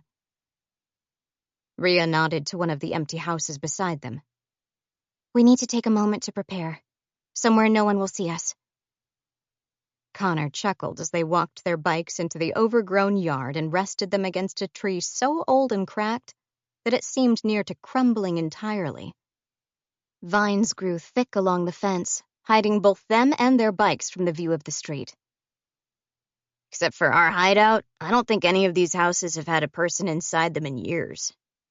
Still, Rhea dropped her backpack from her shoulders, and the others followed suit. I'm not taking chances. Not now. They tipped their shopping haul onto the ground and crouched in a circle around it. "We'll need 4 backpacks," Abby said. "And we should divide everything equally, just in case we get separated down there." There was a beat of horrible, lingering silence. Abby looked up. Rhea was no longer meeting her eyes. "Abs," Rhea clasped her hands. "I want to help. I want to help so badly, but—" "I have my family," Connor said. He sat back on his heels, his long arms crossed over his knees, his eyebrows hung low. "Both Bridget and Nick said it was going to be a death sentence down there. I can't do that to my folks." "Oh," Abby managed. Rhea seemed to hunch in on herself, her lips going pale and pinched the way they only did when she was miserable. "Look," Connor said. "I've spent the last 2 days in an empty house surrounded by beetles. I followed Vickers into a movie theater and sat there alone for hours. I'd walk over burning coals for any of you guys, but I can't." "They can't go into the mines." Abby closed her eyes. A wave of frustration rushed through her. But not frustration at any of them. At herself. Hope's abduction had overwhelmed her so thoroughly that she'd stopped caring about the people she treasured. She'd stopped asking herself what was best for them, what they needed, what they wanted. She'd hurt so badly, she hadn't seen the wounds she was inflicting on everyone around her. "I'm sorry," Rhea whispered, and she sounded close to tears. "No." Abby reached out and took her hand, squeezing as tightly as her own shaking fingers could. "Don't apologize. I wouldn't be here without you. Rhea, you planned every step of this. You made sure we got here. Connor, you were beyond steadfast. You watched his house for hours alone without giving up. It's more than I could have done on my own. I never should have asked any of you to come into the mines with me." Rhea's breathing was fast and uneven. Tears pooled in the corners of her eyes. "I'm sorry," she said again. "This is my family, and it's going to be my journey," Abby said. The words cemented it in her heart. "I'm going into the mines alone. Let's get everything into a backpack." "2 backpacks," Reese said. She stared at him. His warm eyes met hers, unblinking, unwavering. Nothing in her life had ever been as dependable as him. "I've asked too much from you, too." The realization hurt. Every moment of the last few days had been spent reliving the pain of his own family's murders. It must have felt like thorns digging into him every moment, and he still hadn't given up on her. "It's time for you to go home, Reese." "Don't." His voice was steel. "Reese, don't ever leave me again." He caught himself, his breathing ragged. "We'll go into the mines together." Abby's throat ached so badly that she couldn't speak. Instead, she took his hand and nodded. Together. "The Stitcher kills technology," Rhea said. "So you'll each have as many backups as we can manage, but you still can't expect to rely on any of them." Her hands shook as she divided their purchases into 2 backpacks, one for Abby and one for Reese. She wished she'd had time to get more, to do more, but the sun was growing low, shadows stretched out like impossibly long arms across the street. There was so little she could still give them. This had to be enough. A headlamp went over Abby and Reese's heads, held in place by elastic straps. Flashlights went into their pockets, and spare flashlights and packs of batteries into their backpacks. Then, as a final resort, 2 candles each and a box of matches. "Food and water," she continued, dividing plastic bottles and protein bars between them. "Spare jackets and thermal blankets. Chalk to mark the walls so you know which way you've come." Connor swore softly under his breath as Rhea continued passing out their supplies.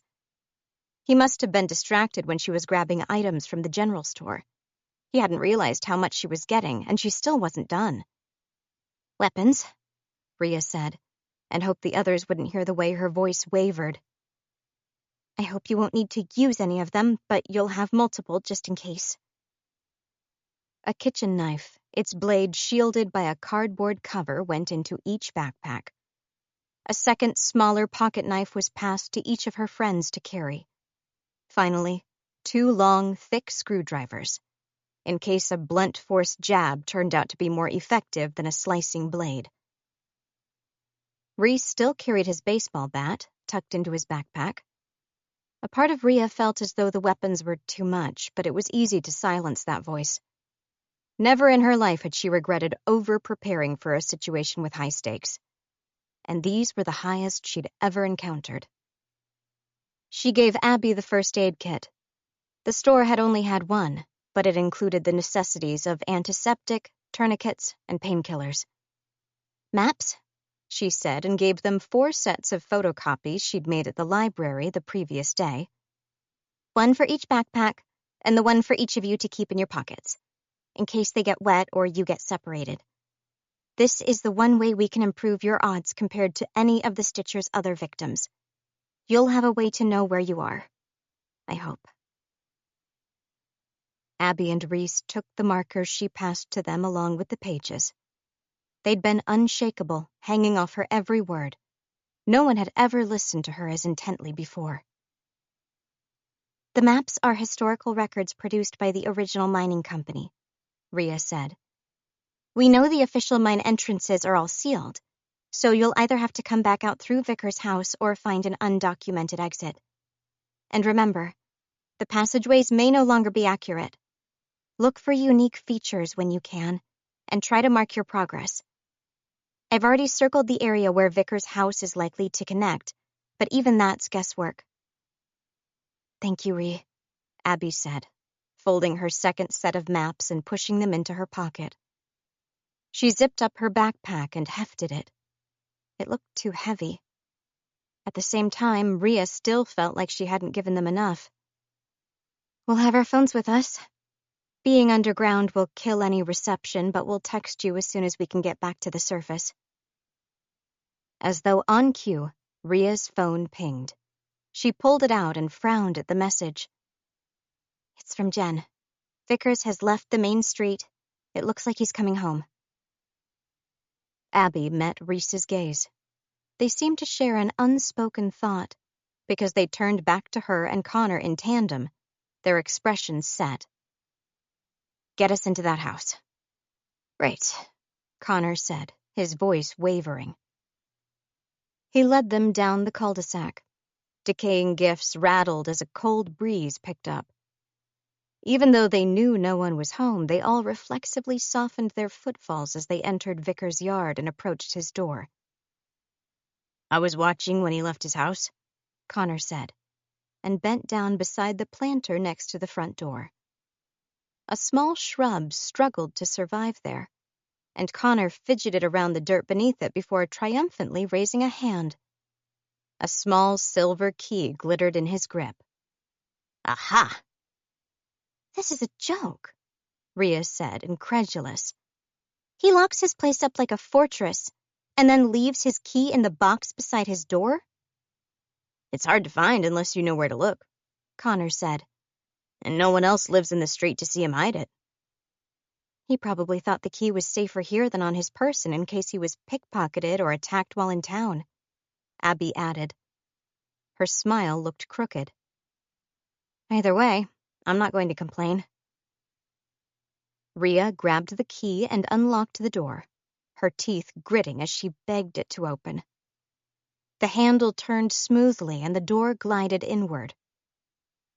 She hadn't seen inside the house before. Traces of Abby and Reese's experience in there remained, though. There was a bare hook in the wall where the broken mirror must have once hung. The wall opposite looked shiny, as though it had been washed, and she thought she could still see faint traces of blood. The house was dark and smelled of dust and decay.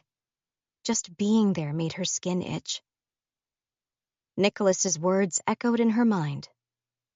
In the center of the hallway, less than a dozen feet from the front door, was a hole. Abby pressed into the hallway.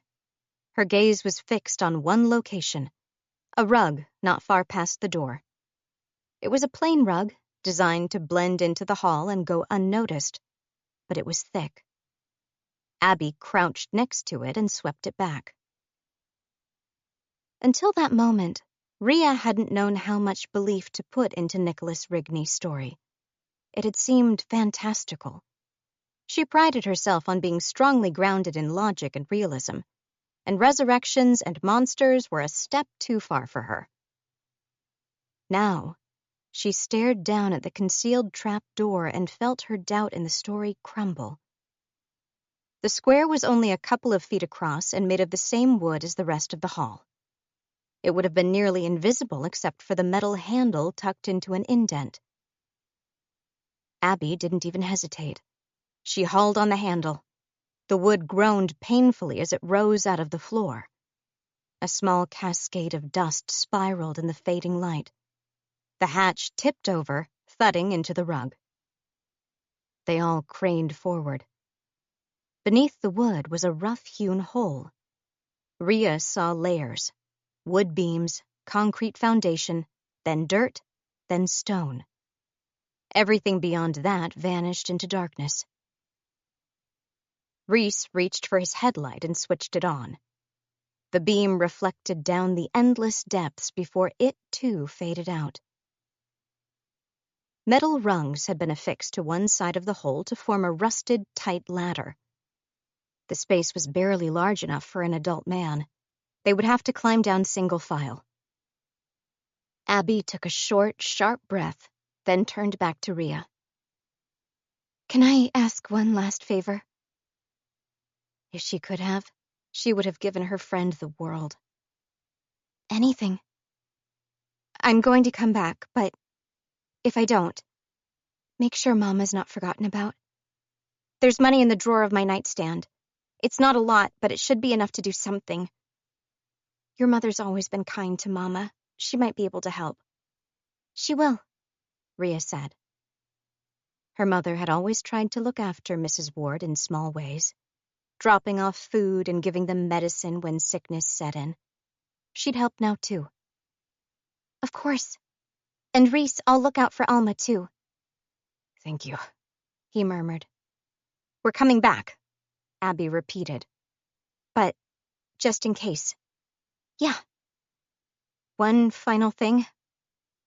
Abby fixed both Rhea and Connor with a sharp gaze. If you don't hear from us again, I want you to do what Bridget said. I want you to forget about us. Live as though we never existed. Stick to your plans. Get out of Doubtful. And don't ever, ever regret anything that happened today. Because I won't. Rhea couldn't speak. She pulled both Abby and Reese into a hug, and a second later Connor joined in, his arms wrapping around all of them. Be careful, Connor whispered. They let go. Abby hitched her backpack higher on her shoulders. Then she and Reese crouched at the edge of the hole. I'll go first, Reese said. But Abby had already swung her legs over the edge. She shimmied down until her feet found purchase on one of the metal rungs, then sent one final look toward the outside world and began her descent. Reese waited until she was far enough that he wouldn't step on her hands, then lowered himself into the hole as well. He was larger than Abby, and with the added bulk of the backpack, it became a tight fit. But he pressed his body close to the rungs as he climbed. Good luck, Rhea called, and Connor echoed her words. His hands clenched together so tightly that the joints looked like they were threatening to pop. They stayed there as long as they dared until Abby and Reese's headlights became distant and dim.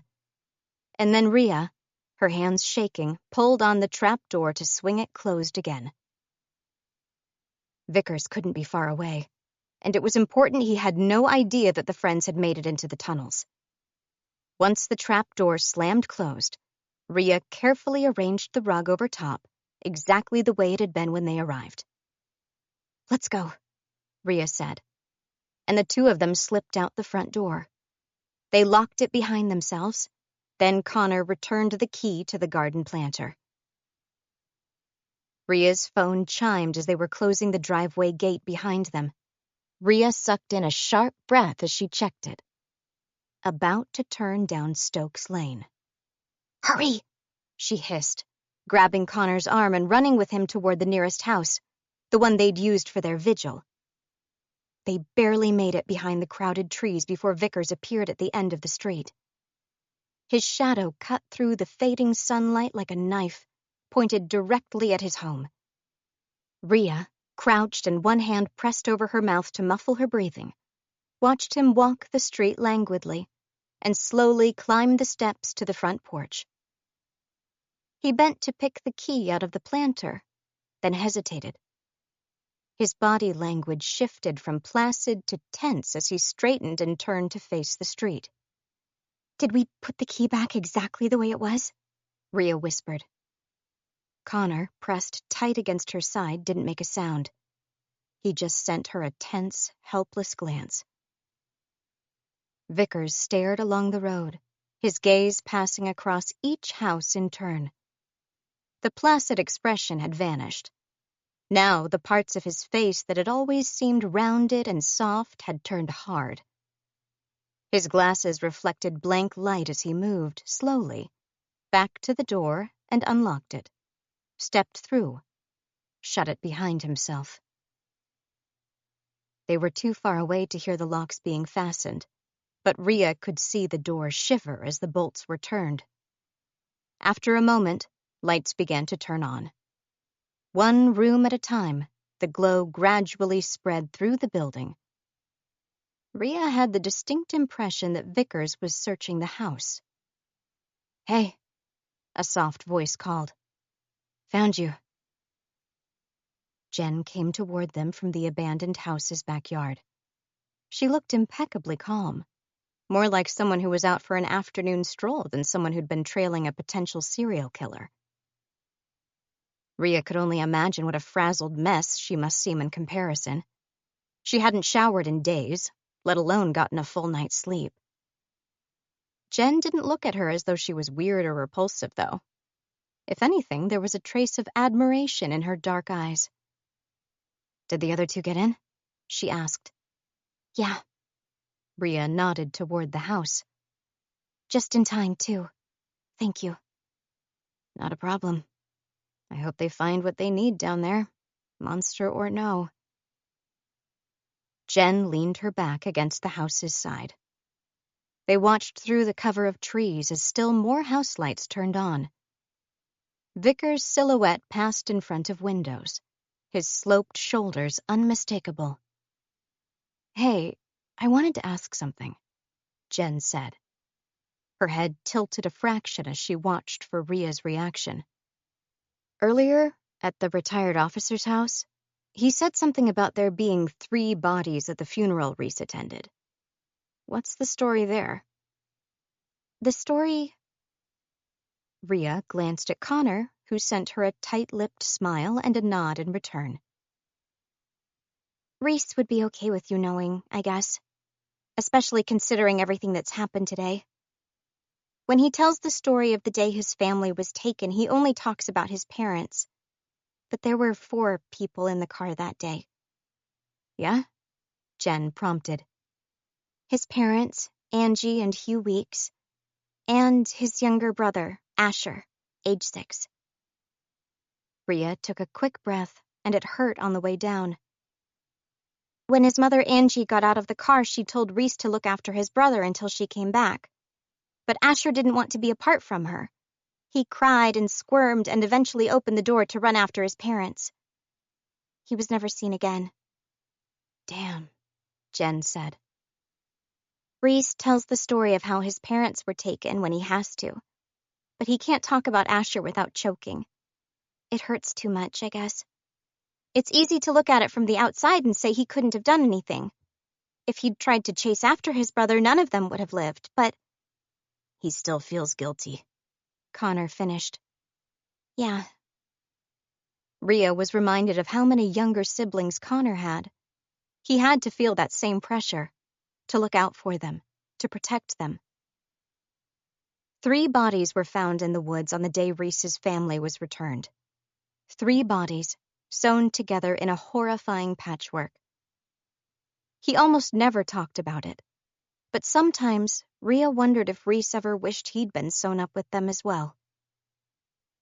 2 people who have lost everything to the Stitcher. Jen stared toward the house. The lights were starting to switch off again. 2 people with nothing left. She said it as an observation, not a question, but Rhea still nodded. "I feel like having nothing left is the only way you could go down there." Jen sighed, then pushed away from the house's wall. "What are your plans now? Are you going to keep watching him?" "No." There was nothing else she could do to help Abby and Reese. They'd either get themselves back out, or they wouldn't. She blinked, her eyes burning. "For now, I'm going to pass by Mrs. Ward's house and make sure she has something to eat. And then I'm going to go home to my parents. They haven't seen me in days. So I'll go home and eat dinner with them and pretend it's a normal night and try to be grateful for what I have. and I'm going to try very hard not to cry. Connor chuckled, his arms folded around his chest as he blinked at the ground. Same. The three of them turned, sticking to the shadows and the hidden areas as they left Charles Vickers' house behind. 28. Metal rungs groaned under Abby's hands. She moved lithely and quickly. When she tilted her head up, she could see Reese's shoes and the tunnel's hard stone walls. When she looked down, she could only see those same walls, spreading out endlessly until her headlight's beam was swallowed by the darkness. Their breathing echoed around them. Reese hadn't said a word since they'd entered the tunnel, but he matched her relentless pace. She'd been fighting to get here for so long that now that it was happening, she didn't know how she felt. Full of quivering anticipation, relief, dread, fear, all wrapped up beneath a numbing layer of single-minded purpose: to find hope. Her sister had been missing for nearly 48 hours. That was 2 days in the mines, with nothing but her nightclothes for warmth. No water, no food, no light. Nearly 48 hours of hell. Wait for me. Wait just a little longer. Something soft grazed Abby's hand. A spider web, she assumed, as she tried to brush through it. The web didn't break, though. It caught around 2 fingers, pinching painfully. She directed her headlight toward it. A red thread had been looped around the ladder's rung. It speared off in both directions, vanishing into the hard stone walls on either side, through pinprick holes Abby could barely see. She untangled her hand and called to Reese. "Careful, there are threads here." He made a soft noise of acknowledgement. They kept climbing. The tunnel echoed sounds, magnifying each breath and each thud of their shoes. Abby had lost all context for how deep they were. She only knew they were well past the town's roots. Then, finally, her light caught on solid floor below. She moved faster, almost racing, flakes of rust peeling off the metal rungs. And then she stepped off the final piece of the metal ladder and into the mines proper. As Abby touched down, her headlight flickered. She hesitated, waiting, but the beam became steady again. Even so, she tapped her pocket where the first backup flashlight was kept, just to remind herself of where it was. The passageway was narrow, barely wide enough for 2 people to stand side by side, and only inches above the top of her head. She turned, sending her light down each direction, but the tunnels curved slightly and stole her view within 20 paces. She moved aside as Reese came down beside her. He pulled the maps out of his pocket and shook them open. There were multiple pages, and Abby couldn't see how they fit together. They were crisscrossed with thin lines marking tunnels and larger, rounder sections for open caverns. One page had an area circled. That was Ria's best guess for the section of tunnels directly beneath Vickers' house. There were 3 passageways threading through it that could match the one they were in. They'd have to keep moving until they found a more notable landmark. She met Reese's eyes, confirming he didn't have any preference, then turned left. More threads crossed their path. Sometimes they snagged over rocks, running across the tunnel's walls like wiring. Sometimes they crisscrossed the path, and Abby had to duck to get under them. Sometimes they disappeared into the solid stone walls, as though someone had used a needle to pierce the rocks. Her headlight fluttered again. She kept moving, even when it faded entirely, and pulled her flashlight out of her pocket. It turned on and stayed on. The path narrowed, squeezing them in at the sides, then abruptly opened. They'd found a natural cavern. When Abby tilted her head back, she could barely see glistening rocks high above them. Pools of water had gathered on the ground in natural indents formed by thousands of years of dripping erosion. Bridget talked about finding water to drink. It looked inky black under her light. She said it tasted bad. This could be one of 2 caverns, Reese used his chalk to draw a large arrow on the stone wall of the tunnel they'd come from, pointing toward the exit, then used the pen to make marks on their maps. It narrowed down their location, at least. Do you want to cross it or go back? The cavern's opposite side was hard to see, but shadowed alcoves suggested the form of multiple other tunnels, both natural and man-made. Across, she decided. Something rattled far down the path behind them. They swung, their dual lights aimed down the tunnel they'd emerged from, but there was nothing to see. A loose rock falling, Abby thought. Maybe. She kept leading them forward. Rhea sat neatly, wearing clean clothes and her hair washed, as she ate dinner with her parents. She answered questions about the study sleepover she hadn't attended and the quiz she hadn't prepared for, and what she thought of their odds at the lacrosse match she didn't want to go to. She pretended to be excited when her mother announced that she'd prepared robbery for dessert, as a reward for her studious daughter. She nodded when her father suggested a board game after dinner. They were happy, and she tried her best not to let them see how much she felt like death on the inside. I'm home, Connor called as he unlocked his front door and entered his house. Video game noises came from upstairs. The dishwasher was running. So was the tumble dryer, based on the distant rattle. Someone was watching television in the living room and frequently changing the channel to try to find one that wasn't jittery. He'd gotten 2 texts from his parents over the last 2 days, one asking him to pick up his brother from soccer practice, one at the previous dinner asking where he was. They'd accepted his poorly constructed lie about helping a friend with homework, which, honestly, they should have seen through instantly. People knew better than to ask Connor for help with studying. He told himself that it was fine, that he'd much rather have this free-range approach compared to the smothering number of messages Rhea had gotten from her parents.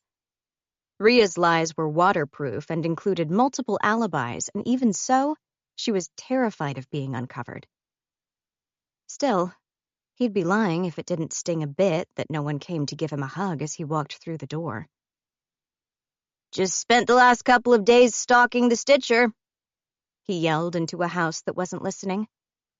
Turns out you were right, Mom, and he's a monster after all. Sorry.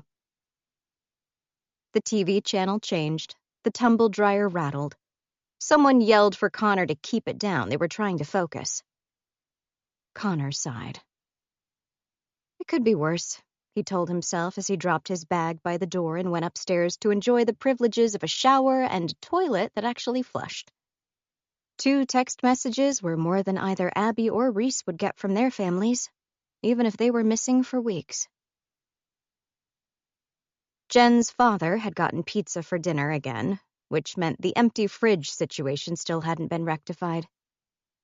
They tried to talk over dinner, but the conversation kept stalling out no matter how much they both tried to make it work.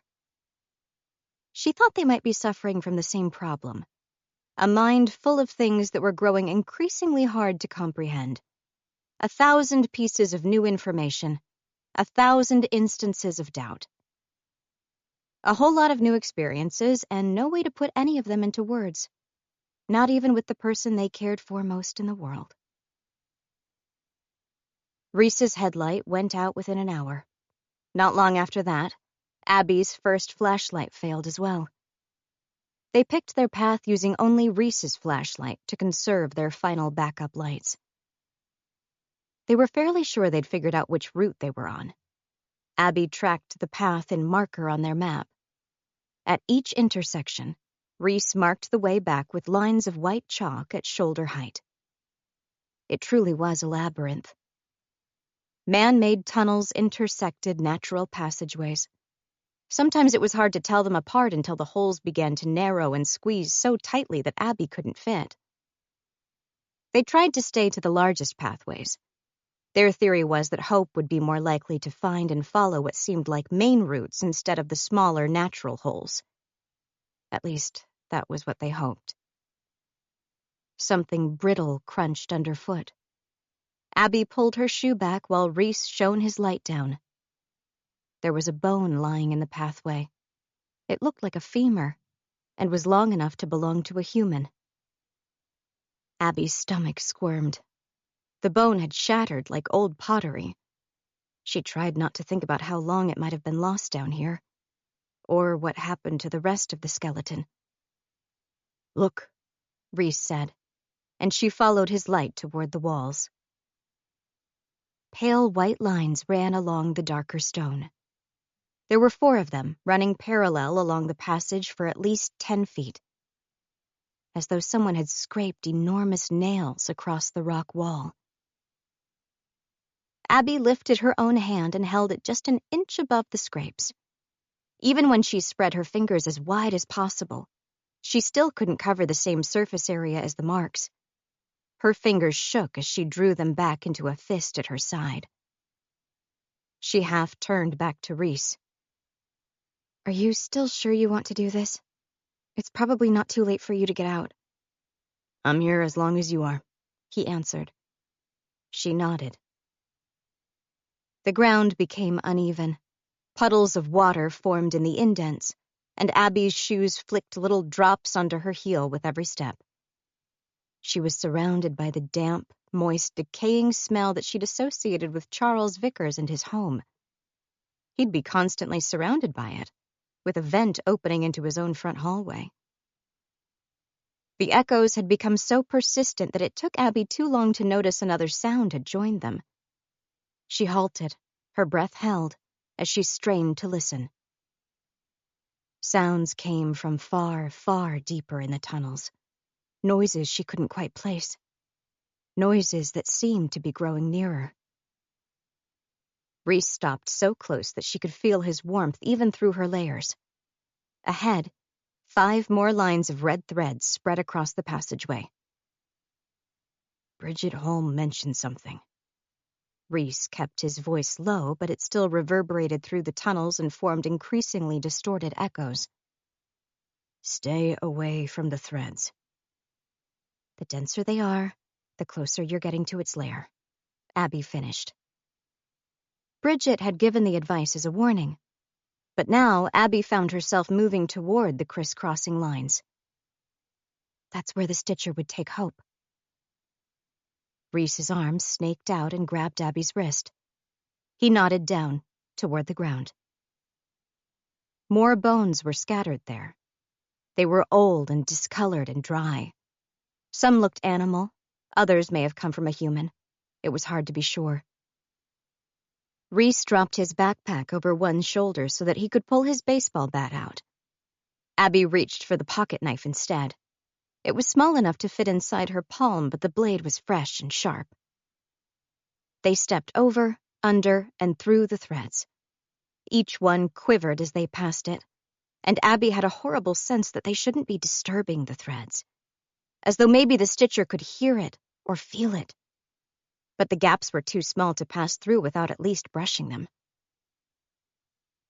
The paths twisted as they led down, and the man-made passages transformed into something far less regimented. They lost all context of where they were on the maps. Reese finished his first stick of chalk and brought out another. Then Abby froze, one hand raised as she asked for silence. They'd been hearing sounds behind them for hours. Quiet tapping, almost like a rock tumbling down a slope, only the sound repeated and repeated as though it was on a loop. Now, though, there was a different sound, something coming from ahead of them, something that sounded like humming. "Hope!" she yelled. Reese grabbed her arm, one finger pressed against his lips. His eyes were aimed at the space behind them. The tapping sounds had gone silent. But the humming continued. "It's her," Abby whispered, her voice catching. Hope hadn't answered her call, but that didn't matter because she could still hear her. "She's alive. She's here." "We'll find her," he murmured back. "We just have to do it quickly and quietly before it finds us." He was right. Drawing the Stitcher nearer wouldn't help anyone, least of all Hope. She swallowed and tried to focus on the tune. She recognized it. The humming was a schoolyard song, one of the ones Hope and her friends liked to sing when they were younger. Only its tune was slower than Abby had ever heard it, melancholic. It bounced around the twining passages. Abby closed her eyes and turned her head slowly, trying to find where it was strongest. Ahead and to the right, she thought. She followed the wavering trail. Reese's flashlight seemed to be growing dim. The halls around them felt increasingly tight, and Abby could barely see 3 feet ahead of them. Lines of red thread rose out of the gloom.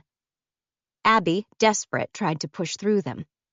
They caught across her chest and arms, as tight and unyielding as wires. She couldn't afford to creep around them any longer. She flicked the blade out of her pocket knife and sawed it through the threads. It was possible to hear as they snapped, tiny little pops that echoed through the space.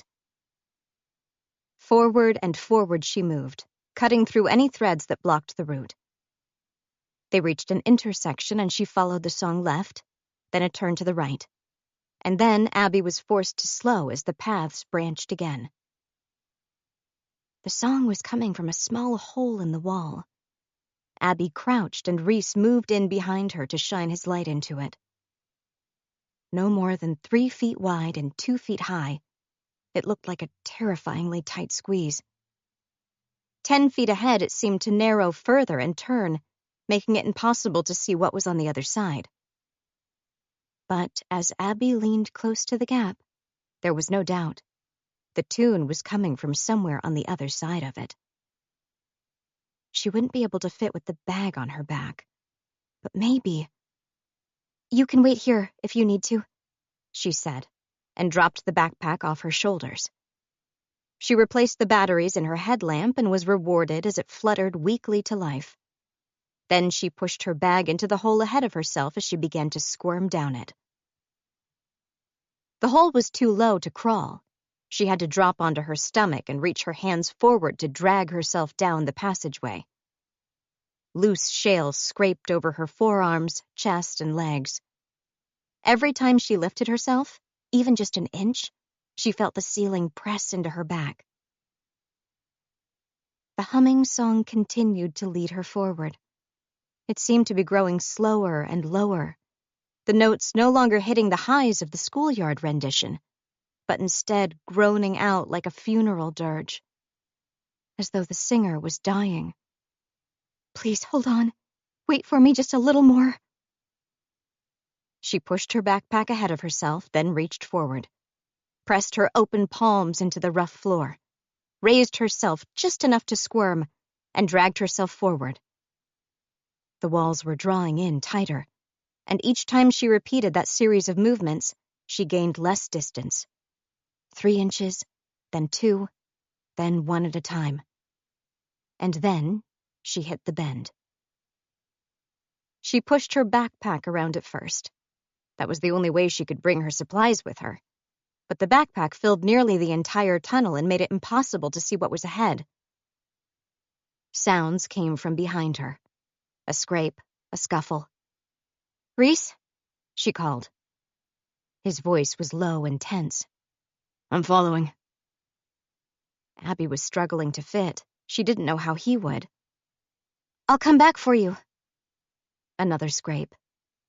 "It's not a chance I can take." She swallowed, then used her fingertips to nudge the backpack slightly further forward. Palms onto the floor, press down, drag forward.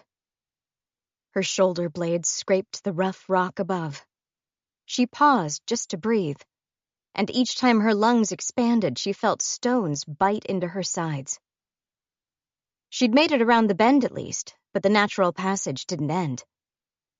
Forward again, push the backpack, press her palms, drag forward, breathe. Push, press, drag, breathe. Push. Her backpack vanished. A muffled thump echoed around the tunnel.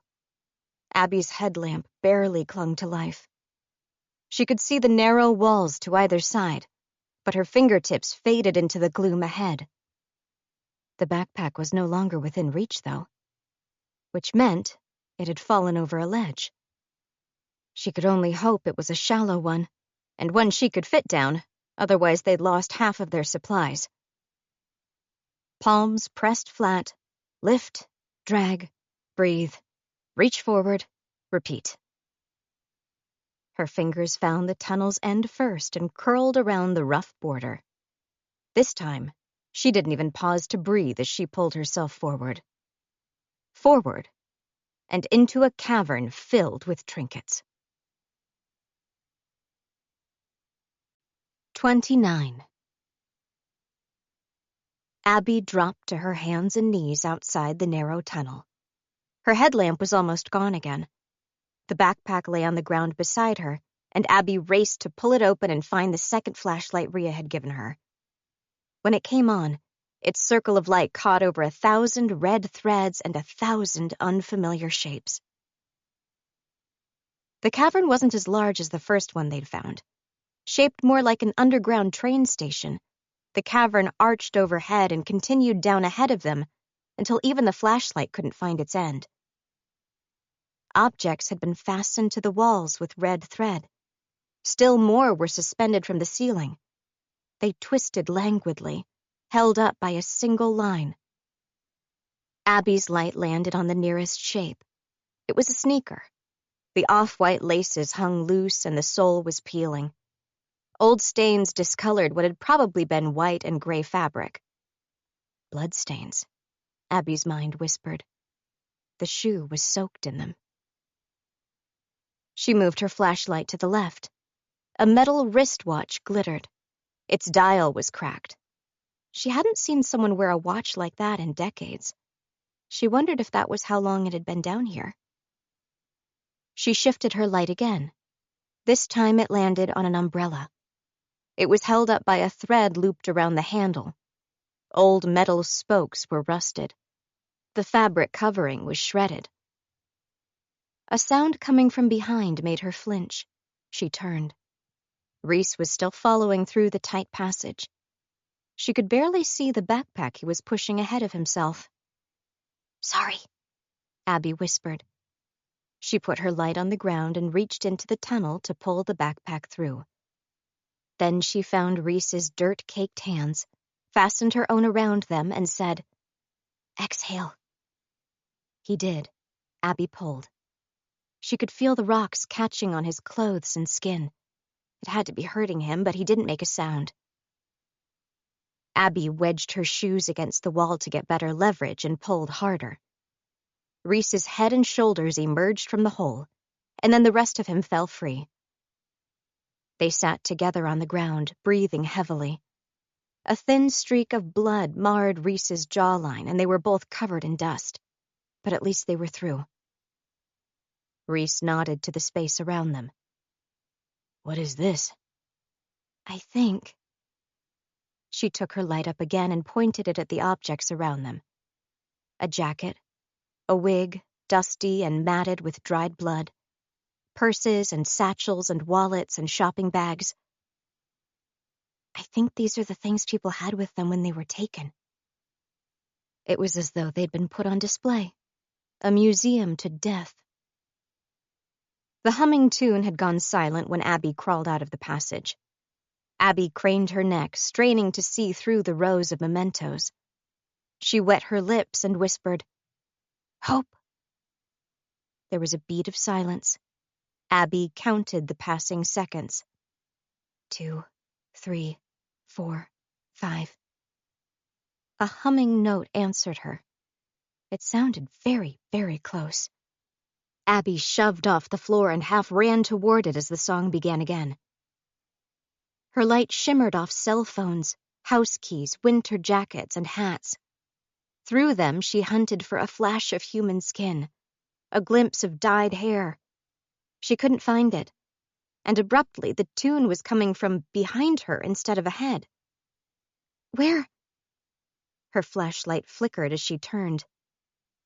Reese had come to a halt facing the wall. The energy seemed to drain from him. "Abby?" She crossed to him in 3 long paces. A children's music box stood crookedly on a jagged rock. A tiny painted horse circled it as it relayed its tune. It looked old, its paint all flaking off and its mirrored surface dull. And it was playing the slow, haunting melody she'd been chasing. No. Abby's eyes burned as she stared at it. Even as she watched, it ground to a halt, then began rewinding, playing backward. Any batteries must have died years before, but it still called its mournful song into the darkness. It had the jitters, just like any kind of technology that came too close to the stitcher. The mirrored surface was blurred with years of beating moisture and rock dust. Abby appeared in it as a shadow, crooked and faded. Next to her was a near-identical shape, Reese. And behind them, a shape shifted across the reflection. Abby swung, her light raised. It flashed across the opposite wall and its collection of trinkets, then fixed on the passageway they'd come through. She was just in time to see an enormous, pallid hand retract back into the darkness. "Oh!" came out as something between a gasp and a moan. Reese grabbed her arm and dragged her back away from the opening. She staggered with him. Trinkets bounced off their backs and then swung like pendulums, obscuring their view of the room. Abby felt frozen. She knew what she'd seen. That didn't make it any easier to absorb. The image was seared into her mind, horrifyingly clear. 5 fingers, larger and longer than any she'd seen on any human. The skin was as gray and weathered as a tombstone. It had been crisscrossed with lines where the flesh had been separated and then pulled back together with stitches of red thread. Bridget Holm and Nicholas Rigney had been telling the truth. Doubtful was haunted by a monster. Reese kept moving, dragging Abby with him. He held his baseball bat in his other hand, and Abby momentarily wondered where his light had gone before she realized it had died. Her own was barely holding on. It stuttered across the shapes around them, pulling them out of the gloom like waking nightmares. Shoes, scarves, a pager, a Halloween mask, its painted lips pulled back in a leering smile. "Stay close to me," Reese said, and his hold on her was fierce. "It doesn't like us being together." The victims are only ever taken one at a time. Even Reese's family had left the car separately. Abby's breathing was shallow as they raced, but her mind was moving even faster than her feet. Something's stopping it from taking us when we're together. One of their rules had been don't walk alone. Even back before they knew the Stitcher was a monster, they'd treated it as more of a common precaution. Now Abby was starting to think that rule might be more vital than they'd ever imagined. But if the arm reaching through the tunnel to pluck at them was any indicator, the Stitcher was prepared and willing to separate them by force. They were nearly at the opposite end of the cavern.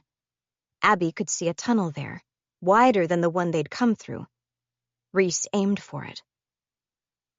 A jacket was strapped to the wall by lines of thread. Abby staggered to a halt, transfixed by it. The fabric was old and tattered and dusty. Except for one thing, it would have been no different from any other remnant in the space. A final reminder of the person who had been lost to the Stitcher. Abby pulled free from Reese's hold. She stepped toward the jacket, her eyes burning and unblinking, as she stared at the patch sewn into its sleeve.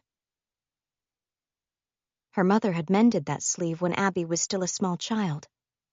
She'd seen it every morning as her father had slung his jacket over his shoulder, and every afternoon as he'd hung it on the hook by the door. The last time she'd seen it was on the night when he'd left to confront Charles Vickers. "At least I know now," she managed. "Oh," Reese said, realizing what they were looking at. Abby swallowed and felt the lump in her throat ache. Her father had been gone for years, Hope for just 2 days. She could grieve for her father later, when she had her sister back. They felt no closer to finding her, but they knew there was one other living thing down in the mines, and it was just barely out of sight. Abby adjusted her grip on the flashlight and held the pocket knife in her spare hand. Then she stepped into the new tunnel and left the hall of mementos behind. Jen gasped. Her blankets were strangling her. Her brain felt fevered from bad dreams. Images of animals screaming, of faceless people sobbing, and of black, inky clouds rolling across the landscape infested her mind. But as quickly as she tried to piece together what the dreams had been about, they were gone again. Moonlight poured in through the window, but judging by her dry mouth and full bladder, it was closer to dawn than midnight. Jen rose out of bed, grimacing as she rolled her shoulders and felt how tight they were, and left for the bathroom. She cradled a glass of water as she returned and pressed it against her hot forehead. It had been a long time since she'd had dreams that bad. She knew from experience it would be hard to fall asleep again, so she stood at her window, staring out at the sparse forest where strings of abandoned police tape fluttered in the wind. Two glinting eyes stared up at her. Jen rocked back, her breathing shallow. It was a deer, almost perfectly disguised by the dappled moonlight at the tree's edge. It gazed up toward her room, but there was something wrong with its neck, something bulging out to one side. She knew what it was even before the deer turned. The tumorous growths grew like bunches of swollen grapes along its jaw and flanks. They were leaking dark liquid. It was a different deer than the first one she'd seen. This one had no antlers and still had its eyes intact. But it was suffering no less. Its footfalls were unsteady as it staggered toward the trees. Jen didn't like to believe in fate or destiny or anything that bordered too close to superstition. She was still fairly sure the retired officer they'd spoken to the previous afternoon was the nexus of some massive town-wide delusion. It was the most plausible explanation, at least. But sometimes things happened too close together for her to believe there wasn't a connection. And the deer right outside her window, right when she woke up, right while her two not quite friends but slightly more than acquaintances, its complicated companions, were traveling somewhere deep underground. That was too much to chalk up to chance. The deer disappeared between the trees, but it was moving slowly. She thought she might be able to catch up to it if she was fast enough. Don't leave your house after dark. She worked her mouth. That's their rule. I guess tonight's a good night to make some rules of my own. She moved fast as she pulled clothes on over her pajamas. Her phone went into one pocket. A small knife she'd begun to keep on her bedside table went into the other. Then she slipped through the house and out through the groaning door, grimacing and desperately hoping her father wouldn't hear. Her house stayed quiet and dark as she crossed the yard to reach the woods. The deer wasn't hard to track. Its hooves crackled through dried leaves, and every few seconds it exhaled heavily, as though it was struggling to breathe. She pushed through a mesh of leaves and stumbled to a halt. The animal was directly ahead. Her phone's beam shimmered over the dappled fur and the swollen, oozing tumors. It faced away from her but didn't try to turn, even though Jen was nearly close enough to touch.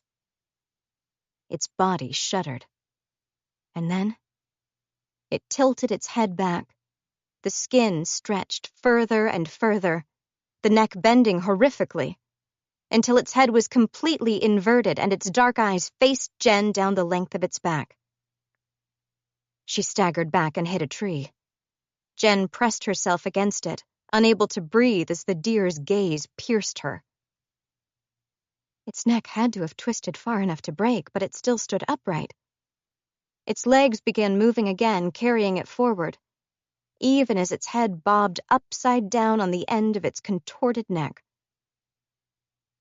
Something sleek and dark shifted to Jen's right. She flinched back as another deer emerged from the woods. Its eyes were gone to the tumors. She wanted to believe it was the deer she'd first seen, just after moving into her home. But then another animal shuffled through the forest to her left, so close that it nearly grazed her side, and she didn't know what to think any longer. She could turn around, go back inside, pretend she'd never seen anything, and hope the deer's twisted form didn't invade her multiplying nightmares. Her feet dragged across the leaves as she took a step forward. She'd made a choice to get involved, for better or worse.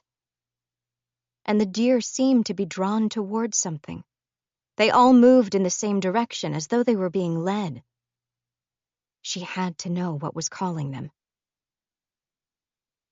Abby tried not to think about how far they were into the caverns. She knew they were deep. The passageways all seemed to lead downward, and already daylight and fresh air were starting to feel like distant memories. Her shoes were wet, and her feet sore from the uneven surface. 100 small bruises pocked her from where she'd misjudged her distance from a wall. It was impossible to tell how long they'd been down there already, but she knew it had to be hours. Somewhere between 6 and 10 by her best estimate.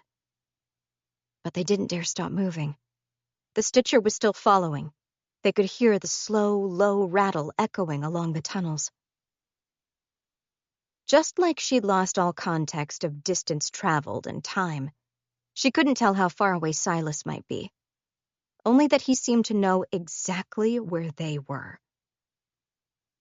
They ate food and drank from their water bottles without stopping. Reese had burned through most of his chalk as he marked their path. They'd given up trying to pinpoint their location on the maps. It wasn't going to help them when they didn't know where they needed to go. They could find a path out if and when they found hope. "Here," Reese whispered, passing her an opened bottle of water. "Drink before you get dehydrated." Abby gratefully took the bottle. The caves were damp and cool, but rock dust lingered in the air and dried out her throat. She swallowed just enough to clear the bad taste from her mouth, and then passed the bottle back. Reese took his turn, then tucked the bottle into his bag. "Wait." Abby hesitated, her lips held apart as she inhaled. "Do you smell that?" Reese came to a halt and tilted his head back, frowning. "You have a better nose than I do." The mines were full of scents. Dry, cold rock, the slightly unsettling odor of water that had festered for decades, and something else, something older and sicker and more rotten. The same scent that filled Charles Vickers' house. The smell of the Stitcher, she was almost certain. Now, though, a different scent wove between the others.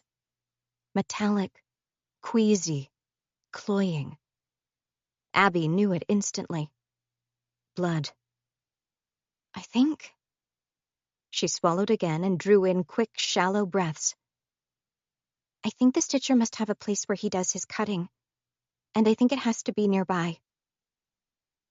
Irregular drips came from somewhere ahead, and behind the distant scrape, scrape, tap of Silas creeping ever closer. Reese didn't question her, he just nodded. And so Abby moved forward, trying to trace the tang of metal and rot through the passages. Silas had a room for the trinkets he took from his victims. Most of them were bloodied, but none of it had dripped onto the floor. They were all added to the room after their owners were dead. Which means Silas has a separate room for carving and stitching. And that's where he'd bring everyone at first. It was where he would bring hope. Her spine ached as shivers traveled down it. She didn't want to think about her sister in the cutting room, or what might have happened there. Bridget made it out. She was able to escape from whatever space the Stitcher had dragged her to, which means Hope could have escaped as well. But if she was right, finding the Stitcher's central lair would at least show them where Hope had been. It would give them a place to start. And maybe, just maybe, there would be clues about which direction they needed to go. Following the scent wasn't easy. Abby had to backtrack again and again, weaving slightly closer with each pass, until she finally found a tall but narrow gap in the walls. When she leaned close, the tang was strong enough to make her recoil. "Here," she said, and slung her backpack off her shoulders again. This time there was no crawling on her stomach, but she had to turn her body sideways to fit between the narrow walls. There was barely a finger of spare space, and rocks scraped every piece of exposed skin as she inched her way through the pass. The tightness made her body itch and her lungs burn, but, if they were lucky, the pass might be too narrow for the Stitcher to follow them through. She hoped. There was no doubting the smell anymore, though. Even Reese was gasping under its strength. Abby's eyes burned, but she shuffled her feet faster and faster, gritting her teeth as stones grazed along her chest and cheek, and then suddenly she was out the other side. Abby gasped and lurched back to press herself into the stones. Her shaking flashlight flickered over ground that was pocked with holes. Some were only as large as a finger. Some were big enough for a leg to drop through them. Some could swallow an entire person. "Careful," she whispered as Reese edged out of the narrow squeeze. Abby raised her light. It was hard to tell how large the space might be. The area was bisected with dozens of pillars of natural stone, and their surfaces looked like dripping candles. She reached up to touch the nearest one. It even felt waxy. Stalactites and stalagmites, formed from dripping water over hundreds of thousands of years, grown millimeter by millimeter, before finally connecting in the center to create a pillar. Some of the columns were wide enough that an entire person could hide behind them. They must have been ancient. Reese switched on his own light. Their two beams highlighted more of the pillars and crystalline walls. "Formations like this would be a tourist attraction anywhere else," he said. He was right. Under any other situation, it would have been spectacular. People bought tickets to visit limestone caves just like this one. And theirs had remained a secret, not just from the tourists, but even from the miners who had excavated the coal deposits nearby. It wasn't untouched, though. Threads crisscrossed every surface. There were more of them here than anywhere else they'd found in the mines. Some wrapped the structures in tight loops. Others were draped from the ceiling like cobwebs. They looked damp. Beads of liquid had formed at their lowest point, waiting for any small disturbance to shake free. The red thread was so pervasive that it helped mask the other traces of red in the room. As Abby's light trailed down the pillars, it highlighted dark stains in the pale, near-translucent stone. They were covered in what looked like streaks of long, dried blood. It wasn't just on the pillars, it was everywhere, creating a gradient from natural, waxy stone near the ceiling into rust red closer to the ground. Her light came to rest on one shape in particular, a handprint pressed high into the wall, stark and clear, and likely very old. She turned her light lower toward the pockmarked floor. Scraps of rags were discarded in piles. They were clothes, Abby realized, torn into scraps and thrown away as their owners were reassembled. Some of them hung into the holes that marked the floors. The openings didn't seem as natural as the pillars around them. In fact, most of them looked as though they'd been carved. And Abby abruptly understood what they were intended to be. Drainage holes. This was it. The Stitcher's cutting room. Abby pressed the back of her hand over her mouth and nose as she stepped deeper into the space, careful to avoid the holes. She pointed her light into some of them, but she couldn't see their end. The smell of old blood and rot was overwhelming. The ground was slimy from generations of death. Driven by single-minded focus, Abby had found it possible to push past nearly anything. The discovery that the Stitcher was not a man but a monster, breaking into Vickers' house, the claustrophobically tight tunnels. She'd been able to endure each new barrier with nothing but a pure, raw need to reach her sister. But as she crossed that room, she found herself shaking uncontrollably. Doubtful was a town built on and enveloped by death, but she had never been as surrounded by it as she was right then. She could no longer hear the scuttling, tapping sounds of the Stitcher behind them. She didn't know if that was better or worse. "Hope," she whispered. Her light flashed from a bloodied pillar to a heap of red-soaked rags to the damp, dripping threads above them. She tried focusing on the fabric, looking for any that might be fresh or might match the pink nightclothes Hope had been wearing when she was taken. Pink was a difficult color to find in a cavern painted in crimson. Her movements became increasingly erratic as she shone her flashlight over scraps of indistinct soaked material. A drop of liquid landed on her forearm. It was tinted red. She shook it away. Then she rounded a curtain of limestone walls and came to an abrupt halt. Objects had been suspended there, sheltered from sight until that moment. They were hung out like a gory display, a prized collection, something to be admired. Abby opened her mouth, but she couldn't tell if the scream made it out. 30. Body parts had been hung behind the limestone curtain. Like a butchery display, they trailed at the end of looping red threads, suspended there for when they might be needed. Stretches of skin, a foot, a hanging chain of teeth, intricately lashed together with thread. "No," Abby whispered. "No, no, no." At the arrangement's center was an arm. It was pale, thin, and horribly familiar. The fingers were curled slightly, as though the owner was resting. 2 of the fingernails were chipped. The palm held the remnants of lines of ink. The patterns Hope had drawn on herself at the fireside, faded by washing but not entirely gone.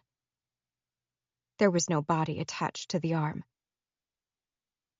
Abby collapsed to the ground. She felt as though her breath had been sucked out of her. The arm twisted on its thread, the slightly curled fingers seeming to beckon to her. Reese crouched down next to her. "I'm sorry," he whispered, and his voice was so hoarse that Abby knew it was hurting him to speak. "I'm so sorry." She didn't know what to say. Her mind was overloading. Maybe she's still okay. Maybe this is a hallucination. Maybe we've made a mistake. If we can just work harder, run faster, search more. Reese made a sharp noise. His eyes had gone wide. His hand tightened over Abby's shoulder. She looked down. The enormous, pallid hand snaked out of one of the largest holes in the floor, and it was wrapped around Reese's ankle. We didn't hear it following us, because it didn't need us to hear it anymore. We were going exactly where it wanted us to. The thoughts came too late. Abby lunged for the hand, the pocket knife aimed for the gray flesh.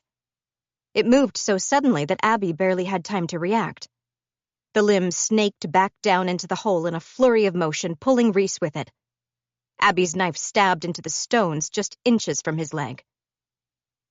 He gasped as he hit the floor and threw out his hands, clawing for purchase. His fingers slid through the oily grime coating the stones, leaving lines in the rust-red coating. He came to a halt with only his torso hanging outside of the hole. Abby grabbed at Reese, clutching around his shoulders as she tried to drag him back out. He locked eyes with her. With what sounded like last of his breath, he whispered, "Get out." The gray hand pulled again. Abby clung to him, burying her fingers in his clothes as she tried to hold on to him. The Stitcher was stronger. Reese was dragged through the hole in the floor. Bridget stroked her fingers through her cat's long, corpse-white fur. Its milky eyes, drowning in cataracts, stared into the far distance as its claws rhythmically curled and relaxed. They would be leaving tiny scratches in her thighs, but she didn't try to stop it. She barely had any feeling in what remained of her legs. A soft growl came from the room's corner. It was a dull morning, with heavy clouds hanging low on the sky, and the curtains stopped much natural light from getting in at all. Bridget couldn't tell which dog had sounded the alarm, but within seconds, all of the animals were reacting. The cat she'd been stroking went stiff, its claws all extended and its tail bushing. The tabby in the corner hunched up, its pupils contracting. The 3 dogs behind Bridget sent up rumbling, throaty growls as they paced. She knew where they would go if she only opened the door for them. There was a reason her home stayed locked. The floorboards creaked in the hall behind. Vivian was almost invisible through the gloom. She stood silently, watching as every animal shuddered and salivated and cowered. "It's happening, isn't it?" she asked. "Yes." Bridget didn't need the animals to alert her. She felt it through her body, crackling and prickling, as though every bone was being splintered. "Someone is being taken." Abby's hands were empty. They were stretched out toward the space where Reese had been just a second before, a space that was now nothing but an empty hole in the floor. Her mouth was open, but she couldn't make a sound. Inside her mind, she was screaming. His last words had been to tell her to get out of the mines. She couldn't do that, not when the 2 most precious people in her life were still down there. Abby clutched her backpack to her chest, hoping to shield the contents, as she dropped her legs into the hole that had claimed Reese. She didn't know how deep it was, or what waited at the bottom. She just closed her eyes and let herself drop through. The fall sent her heart into her throat. Her legs kicked at empty air, and then, before she was ready for it, she plunged into freezing cold water. She hung suspended in the liquid. It felt colder than any water she'd been in before, thicker, heavier. The kind of water that holds a person down and never lets them go. Then her outstretched legs touched a solid floor, and she kicked against it to drive herself up. Abby breached the surface and sucked in air. Liquid dripped into her mouth. It tasted like sour pennies and rotted mushrooms and poison. Her light had died. Nothing was visible. Her entire world was a blanket of inky darkness. But as her ears cleared, she thought she heard distant noises. Not quite splashing, but soft, swift, sluicing sounds, like practiced limbs brushing through water. They were moving away from her. She spat the foul water out as she swam, backpack held in one arm while the other helped pull her toward the distant noises. The pool had already begun to sap warmth from her, and the harder she swam, the more it stole. The sluicing sounds vanished. They were replaced with a low, heavy scraping noise. The Stitcher had reached some kind of shore. Abby swam harder. Her heart felt as though it was about to burst. One hand ahead, scooping her forward, legs behind, kicking rhythmically. Her clothes were weighing her down, and she could barely keep her head above water. But she couldn't afford to lose time shedding clothing. Hand forward, scoop, kick. Hand forward. Her fingers hit stone, and she felt her nails splinter. There was no time to nurse them. She threw the backpack ahead of herself and then clutched at the stone rise as she pulled herself out. Liquid poured from her clothes as she crouched on the rocks. The darkness felt as heavy and cold and smothering as the pool had been. She fumbled with the backpack, desperately hunting for the zipper to get at the flashlight inside, praying it might still somehow work. Slow, scraping noises echoed ahead of her. She'd thought they were moving away. As her fingers fixed around the zip and began to pull, the quiet, horrific realization hit her that the sounds were growing closer. And her world was no longer dark. 2 lights shimmered through the gloom. Enormous, they towered over her, fixing on her, dousing her. And Abby felt every last shred of resistance fade. 31. Rhea sat on the edge of her bed. She cradled her phone in her hands.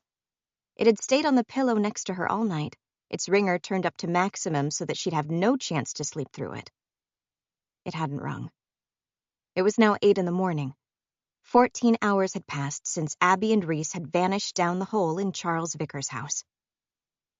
She scuffed her shoes together. She'd done the right thing by staying behind. The mines were close to being a death sentence, and she owed it to the people who loved her, her parents, her friends, herself, to stay alive if she possibly could. And yet, it turned out a person could make the correct choice and still feel strangled by regret. She turned the phone over. It felt dangerously heavy in her hands, as though it carried the ability to destroy her or save her. Realistically, she knew her answers probably wouldn't come from her phone. Realistically, she'd have to let go of her hope a piece at a time, relinquishing slightly more with each day that passed, until it was impossible to keep it alive any longer. And that was what hurt the most. If she thought Abby and Reese had died overnight, she could begin to mourn. But the Stitcher didn't always kill quickly. There were odds that her friends were both still alive at that moment, and that they might continue to be for days. Rhea ground her teeth as she fought to stop the pain and frustration from coming out as sounds. Her parents were downstairs, and she didn't want them to know anything was wrong. Then her phone chimed, and Rhea felt as though her heart had stopped. She nearly dropped the phone in her eagerness to read the message. It wasn't from her missing friends. It was from Cool Girl, and Rhea had to read the words 3 times to fully believe them. I think I've found a way into the mines. Abby shuddered as she pulled air into her lungs. She lay on her side on a cold stone floor. When she tried to move her arms, she couldn't. Thin threads cut into her skin. She pulled against them, harder and harder, until they pinched her skin so tightly that pins and needles ricocheted down her limbs. "Don't fight them," a voice whispered. "They'll only hurt you." Abby strained toward the speaker. "Reese!" Pale light fluttered. A figure lay just feet away from her, barely out of reach. Abby blinked and blinked again, struggling to see. Reese's headlight, despite the ordeal it had been through, was still fighting for life. It winked on and then faded again, before flickering erratically. It wasn't strong enough to see far, just herself and Reese, and the patch of bare rock between them. And the threads. They wove across and around them like a spider's webs. They were what had made it impossible to move. Even then, with the help of the light, Abby couldn't lift her arm more than an inch before the loop cinched tight. "Are you hurt?" she asked Reese, but he was no longer watching her. He'd tilted his head as far as he could, and as loose stones rattled across the floor, Abby realized why. Something enormous moved at the edge of their light. Massive hands, the size of Abby's torso, touched down on the ground, the fingers spreading for purchase. The arms were a patchwork of skin in all shades. The pieces were held together with red thread. In some places, they stretched tightly against bone as the limbs strained. In other places, folds of flesh hung loose. Above those arms, she could see the faintest outline of its shoulders, enormous but bone-thin, and a hairless head. The Stitcher moved slowly and languidly as it paced past them on all fours. Even crouched like that, it towered, its back close to brushing the ceiling. Its elongated limbs trailed past Abby. She couldn't hold still any longer. She strained against the threads again, fighting to slip even just one hand out of the loops. The Stitcher turned toward her. "Don't look into its eyes," Reese whispered. The warning came too late. Abby was already staring up toward it. Its head was barely human any longer. Lines of red thread bisected it at every angle, piecing a loose mask of a face into place. The nose was flattened with no cartilage underneath. The lips were wide and made from pieces from many different mouths. Sewn threads looped around the eyes in perfect circles. They held the folds of skin clear of the dark pits behind. Dark pits filled with light. 2 glowing discs shone from inside its head. They fixed on Abby, and she felt every muscle in her body seize before going limp. Conscious thought drained out of her. So did her emotions. The fear and the anger and the desperation all faded into an easy numbness. She felt as though she was asleep and lost in foggy dreams. Faintly, she was aware of Reese calling to her, but she couldn't understand the words. They barely seemed to matter as the Stitcher turned away and resumed moving through the room, his lamp-like eyes shimmering across the stone walls. "Abby," Reese called. "Abby, come back." She didn't want to. For the first time in days, she was comfortable and happy and safe. The threads cradled her. The cold clothes and painful floor were forgotten under simple contentment. "Abby!" He begged again, and a sizzle of awareness flashed through her mind. People were near the abduction sites. The Stitcher moved behind her. One long, cold hand grazed over her head, as though to caress her hair. No one ever heard the victims being taken. No screams, no cries for help, no sounds at all. This is why. The Stitcher moved past. She drew in a ragged breath. The numbness was lifting. "That's right," Reese said. "Fight it. You can break out of it if you just fight it." Pain sizzled through her as forgotten cuts made themselves felt. She embraced them, letting them pull her back into the present. The Stitcher circled close to Reese, long hands wrapped around his shoulder and his chest. Reese squeezed his eyes closed and turned his head aside. Another sound came from somewhere behind them. Loose stones rattling, flesh scraping across the cold walls. Abby's heart froze. No, is there another one? Did it somehow build another creation like itself? The Stitcher's monstrous mouth opened. The threads pulled taut, and a sound came out unlike anything Abby had ever heard before. Like gale-force winds rushing through a tunnel, as every rock trembled under its force. Abby grit her teeth, her head aching and her lungs burning. As the echoes faded, the Stitcher swung its lamp-like gaze toward her.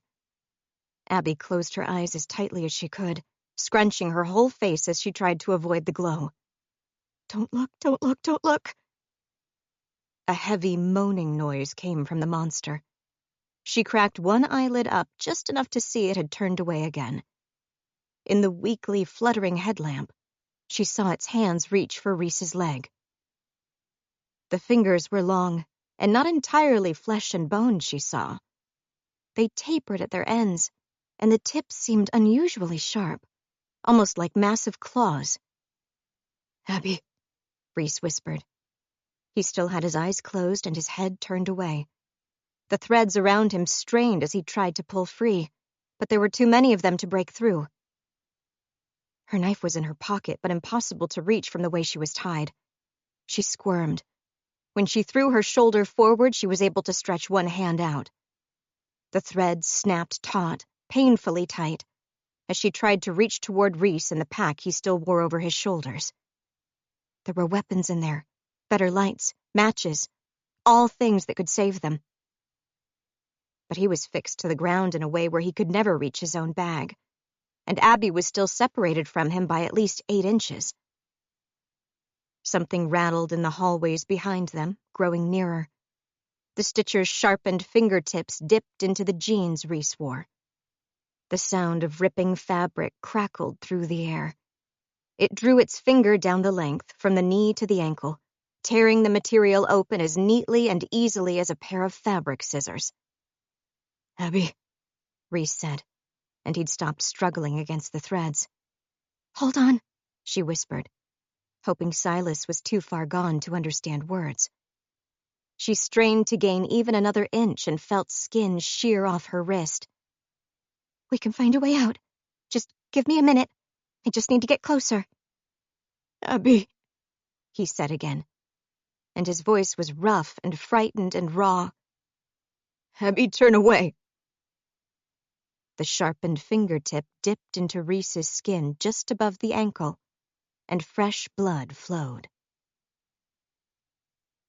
Jen stood at the entrance to a cave. Cave might have been generous, but hole didn't feel right either. She was facing a stony slope pockmarked with prickly weeds and dead leaves from the trees that grew around. And in the slope was an opening, a deep, dark, uninviting one. She'd stretched her phone as far into it as her arm could reach, and still couldn't see if it ended. But she didn't think it was natural. The walls weren't old and worn. They were raw and fresh and jagged, as though they'd been torn open by iron hands. And inside were loops of the same red thread she'd found in the forest before.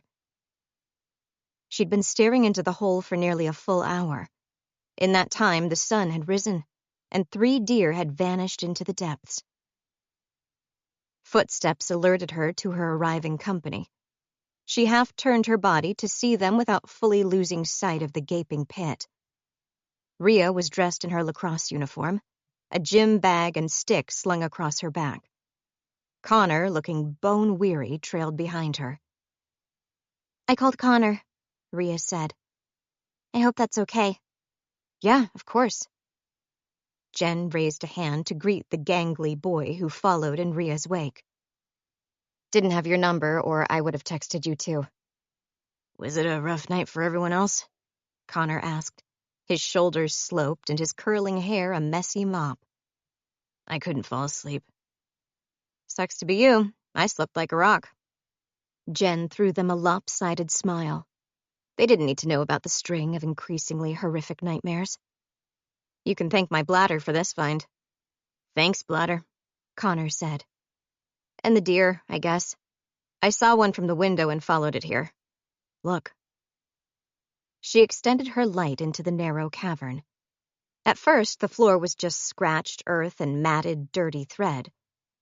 But as she reached her light further down, bones became visible. Animal bones. Mostly deer, she guessed, but plenty of smaller animals had been drawn into the space as well. Rhea swore under her breath as she crouched at the opening. I wasn't sure if I could believe you when I got your text, but... Yeah, Connor said. He sounded shaken. This is real. This is a way into the mines.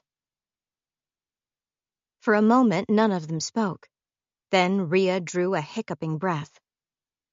What should we do? Connor took half a step back. We made our choices yesterday. I can't go into there. You know I can't. I know. Rhea bit her lip. But it's just... to find it here now, right when we need it. Can we really walk away without at least... Her voice faded. A sound rose from the cave. It was distant and distorted by echoes, but terrifyingly recognizable. Screaming. Horrible, horrible screams. They stretched out longer and longer, until every nerve in Jen's body was keyed tight with a primal, urgent need to flee. And then they faded. All 3 of them were breathing hard. Rhea was still crouched on the ground closest to the opening, and her fingers had dug grooves in the soft dirt. Connor stood back, half behind a tree, clutching at the bark to keep himself steady. Jen swallowed. She felt sick and clammy. Was that the deer? She tried. No. Rhea's voice trembled. That was human. Connor muttered something she couldn't understand. Jen ran her hand over her face and felt prickly, cold perspiration coat her palm. We can help, Rhea said. Connor choked on his own words. No, we can help, without going into the mines. There was a sudden surge of energy in Ria's voice. Her eyes were enormous and bright with both terror and hope as she turned toward them. If we can hear them, then they can hear us, and we can call to them. We can guide them out. What do you need from me? Jen asked before she could even consider whether that was a question she should put into the world.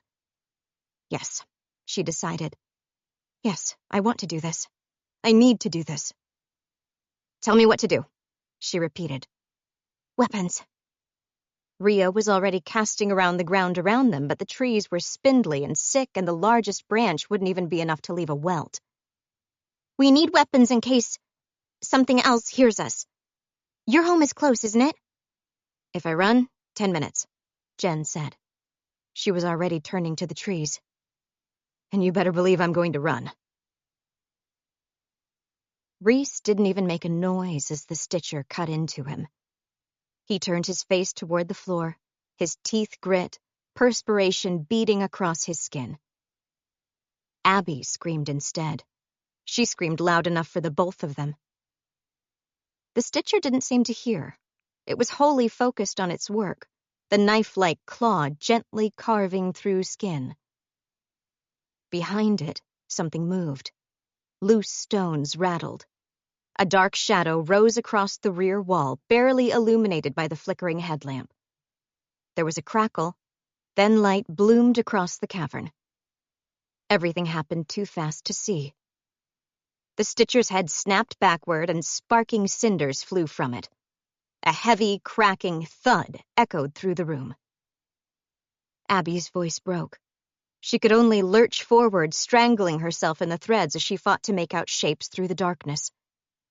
A figure stood behind the stitcher. It was soaked in dripping crimson. A wooden stick swung from its right hand as it advanced into the room. A cloth had been tied around the stick's end, and flames licked across the fabric. "Don't look it in the eyes!" Hope yelled. She raised her weapon and swung again. "Thompson!" Jen yelled as she barreled into their home. There was no answer. He'd probably been called into the station, even though it was a Sunday and that was supposed to be his day off. Barely breaking step, she passed through the kitchen. The knife block was full of large, sharp blades. She'd take some of them on her way out, but they weren't what she was really aiming for. Playing devil's advocate and assuming the stories were true, knives weren't going to do much against a monster. She turned into their barely used garage. Her father had added a handful of items when they moved in an effort to make the space feel less empty, but the shelves were still almost entirely bare. The largest addition by far was the generator. It sat next to the back wall, the instruction manual unfolded on top of it and only partially read. 3 jugs of fuel stood beside it. Jen hefted 2 of them and turned around. Her heart hitched. Ahead, Thompson blocked the doorway, his arms folded as he stared down at her incredulously. "What's this?" "It's not important," she said, and hoped he'd believe her. "I don't know.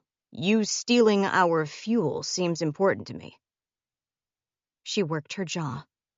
He was blocking the door, and no matter how desperate she was to get back to Ria and Connor in the forest, she didn't want to force her way past him. Thompson's eyes moved from the fuel and back to Jen. They stared at one another for a long beat before he asked, "This is about the bodies being found, isn't it?" "Yes." "Jen, no. Whatever's going on, it's not our fight." He took a step toward her. "I'm getting that transfer out of here, but we're not even going to wait for it to go through. Let's leave. Right now. We'll fill our bags with whatever we can and drive until this town's a distant memory and put our savings to good use for a few weeks at a motel." "My friends are out there." A horrible ache had set up in her chest, burning like coals against her lungs. "I can't leave them." "Jen." "You're right. This isn't our fight," Jen said. Her mouth was dry. "But you always taught me to do what was right, and to help the people who needed helping, and that's what I'm going to do right now." A choked laugh broke out of Thompson. "No, I thought I was very clear on this. If you're in a bad situation, I expect you to cut and run and live another day. It was your mother who instilled this horrible noble streak." He pulled his glasses off and stared at the reflections in them. Jen wasn't sure what he saw in those depths, but after a second, he took a deep breath. "Okay, what do we need to do?" "We?" "I'm not going to step aside." He adjusted his glasses. His eyes suddenly seemed a lot harder and a lot clearer. "But I'll walk with you. Tell me what you need." She considered that for a second. "You know Charles Vickers?"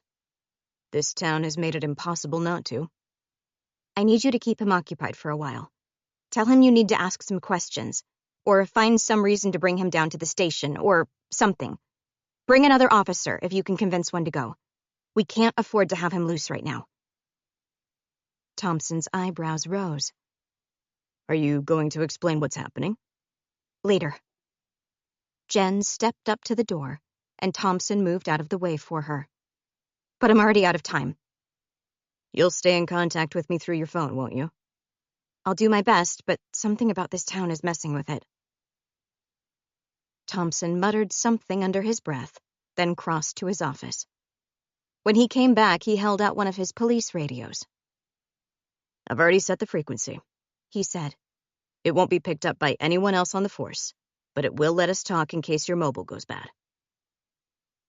Jen felt her throat tighten as she took it.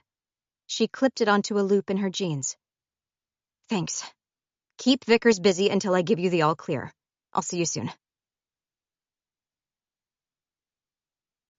32. "Don't look at it," Hope said. "Do not look at its face." She had her eyes squinted half closed. The stick was stretched ahead of her. The cloth wrapped around its end was burning up fast. Charred remnants scattered across the floor. The Stitcher lurched away from Reese, its lamp-like eyes fixed on Hope. The fire had hurt it. Smoldering threads curled up from the side of its face and its neck. The patchwork skin began to peel back as their connections were lost. The Stitcher's mouth stretched wide, and the horrendous, inhuman howling filled the cavern, shaking the stones and burning in Abby's bones. Hope refused to shift. She stood, her eyes closed and legs planted, the makeshift torch extended like a sword. The Stitcher's glowing eyes bore into her for a final heartbeat. Then it crept backward, its enormous hands dexterously sliding across the stones as it vanished into the darkness, licking at the edges of the cavern. The fire burnt out. Hope lowered the stick, slumping. "Hope," Abby managed. Her sister looked almost unrecognizable. She'd been saturated in red-tinted liquid that had dried in rough streaks. Her clothes and her hair's colors had vanished under it. The only part of her skin that wasn't colored were the lines under her eyes where tears had washed it away. She took a step closer, and the flickering headlamp showed the space where her left arm belonged. It ended not far below the shoulder in a line of red threads. Hope dropped her stick. She wore a vest that didn't belong to her and looked 4 sizes too big, and reached her right hand into one of the pockets. She brought out a lighter. "Hold still," she whispered to Abby, and clicked the flame to life before holding it beneath the threads. "I found these in one of the passageways. The original owner didn't need them as much as I did, I guess." The threads shriveled, blackened, and snapped in just seconds. Hope moved quickly, burning through the lines that held Abby immobile. "You're alive!" Abby couldn't tear her gaze off her sister's face. It looked pinched and drawn and older somehow. But then a tentative smile grew, and it was so quintessentially Hope that Abby thought she was going to cry. "You came for me," Hope said. "I wasn't going to leave you. Never." "Maybe it would have been better if you had." Hope's smile quivered. A bunched tangle of threads snapped as the flame cut through them, and Abby's arms were freed. She lurched up and pulled Hope into a hug. She clung to her for just a second, savoring it, before pulling back and wrestling the pocket knife out from her jacket. "I can take care of this," she said, indicating to the thread still around her chest and legs. Start on Reese. He still hadn't made a sound. She could barely hear his breathing, but it was there, low and ragged. Abby sawed through the threads furiously. She thought she could still hear the stitcher at the edge of the cavern. Cold, dead flesh scraped over the rocks as it crept through the ring of darkness. Don't look. The temptation was almost overwhelming. Just a glance, thrown over her shoulder to make sure the elongated hands weren't reaching for the back of her throat. But she remembered the way she'd felt under the floodlight eyes, the way everything had faded into numbness. She thought she understood why the stitcher only took victims when they were alone. Its eyes could freeze its prey like deer in headlights, but it could only focus its gaze on one person at a time. A second party might be able to scream, or attack it, or run, and the stitcher had long ago learned to avoid that. Though Abby doubted any of those complications would keep it at bay for long here in the depths of its labyrinthine maze. The final clump of threads snapped as she jerked her knife across them. She scrambled forward to reach Reese. He was pale. Perspiration beaded on his forehead and dripped toward the floor. Abby turned to his leg. It wasn't gone, but a deep cut had been made in it, and blood flowed freely. I'm sorry, she said, and used her knife to slice off the sleeve of her jacket. This is going to hurt. Do it, he said. She wrapped the fabric around the ankle, tied a knot, and cinched it as hard as she could. Reese grunted. His other leg twitched. He pushed himself up to sit, but the movement seemed to cost him. The headlamp fluttered one final time, then blinked out. The depth of the darkness was overwhelming. She could feel Reese's body under her hands and Hope's shallow breathing at her side, but except for that, she could have believed the world no longer existed. She could no longer hear the stitcher. She didn't know if he'd slunk away to repair his wounds, or whether he might still be at the back of the cavern somewhere, watching. Hold still, Abby said. She felt around Reese to get the backpack off him. It was drenched from going through the subterranean pool. Abby, blind, fumbled to get the zipper open and sifted through the contents. She found one of the candles and placed it on the floor ahead of herself, then continued searching for the matches. Her fingers closed around a small plastic bag. Rhea had had the forethought to waterproof them, and Abby's fingers shook as she took out a match and struck it. Two drawn faces were briefly visible on either side of her before she lowered the match to light the candle. The wick was damp, and took 2 more matches before it caught. Even then, the light didn't reach far, just enough to give them a moment of relief from the oppressive dark. Abby found herself staring at her sister again. Hope stared back, her eyes huge and intense. She'd been formidable when she'd stood between Abby and the stitcher, but now Abby couldn't overlook just how fragile she was. Her face was pinched. Her hand, braced on the floor, trembled. Her breathing was labored in a way that frightened Abby badly. She didn't know how much blood Hope might have lost, but she knew it had to be substantial. Then she glanced down at Reese's leg. The fabric she'd tied around his ankle was already drenched. Abby swallowed. He was losing too much, too fast. She reached into the bag for the first aid kit, but Rhea had only been able to get one, and it had been in Abby's backpack. A backpack that was now irretrievably lost. Abby swallowed, then fumbled for a water bottle instead. Yes! Hope gasped when she saw it. She grabbed it, and her other shoulder twitched. She was trying to use her lost arm to open the cap. Here, Abby said, reaching for it, but Hope just shook her head. She clamped the bottle between her knees and used her right hand to unscrew the top, then tipped the bottle back and drank deeply. There's puddles of water here, she said as she surfaced, breathing heavily. But they taste so foul, you have no idea. Abby managed a smile. She remembered tasting the pool she'd plunged into. I can imagine. Hope drank again, and trickles of water trailed down her jaw, washing tracks through the red staining. Abby's heart ached. "What happened?" she asked. "After he took you?" Hope lowered the bottle. Her breathing seemed rougher as she slumped. "He just let me free. He didn't try to tie me up like he did with you. I guess because he didn't need to. He found me pretty easily when he wanted my arm." Abby repressed a shudder. Hope's smile twitched, then vanished again. "I think he uses the threads to tell where you are. He can feel when you bump into them, and they're everywhere. I got tangled in some once. I thought they were going to kill me before I got free. How long have I been down here?" 2 days. It feels longer." That was what Bridget Holm had said about her time in the tunnels, too. The lack of light had to distort time.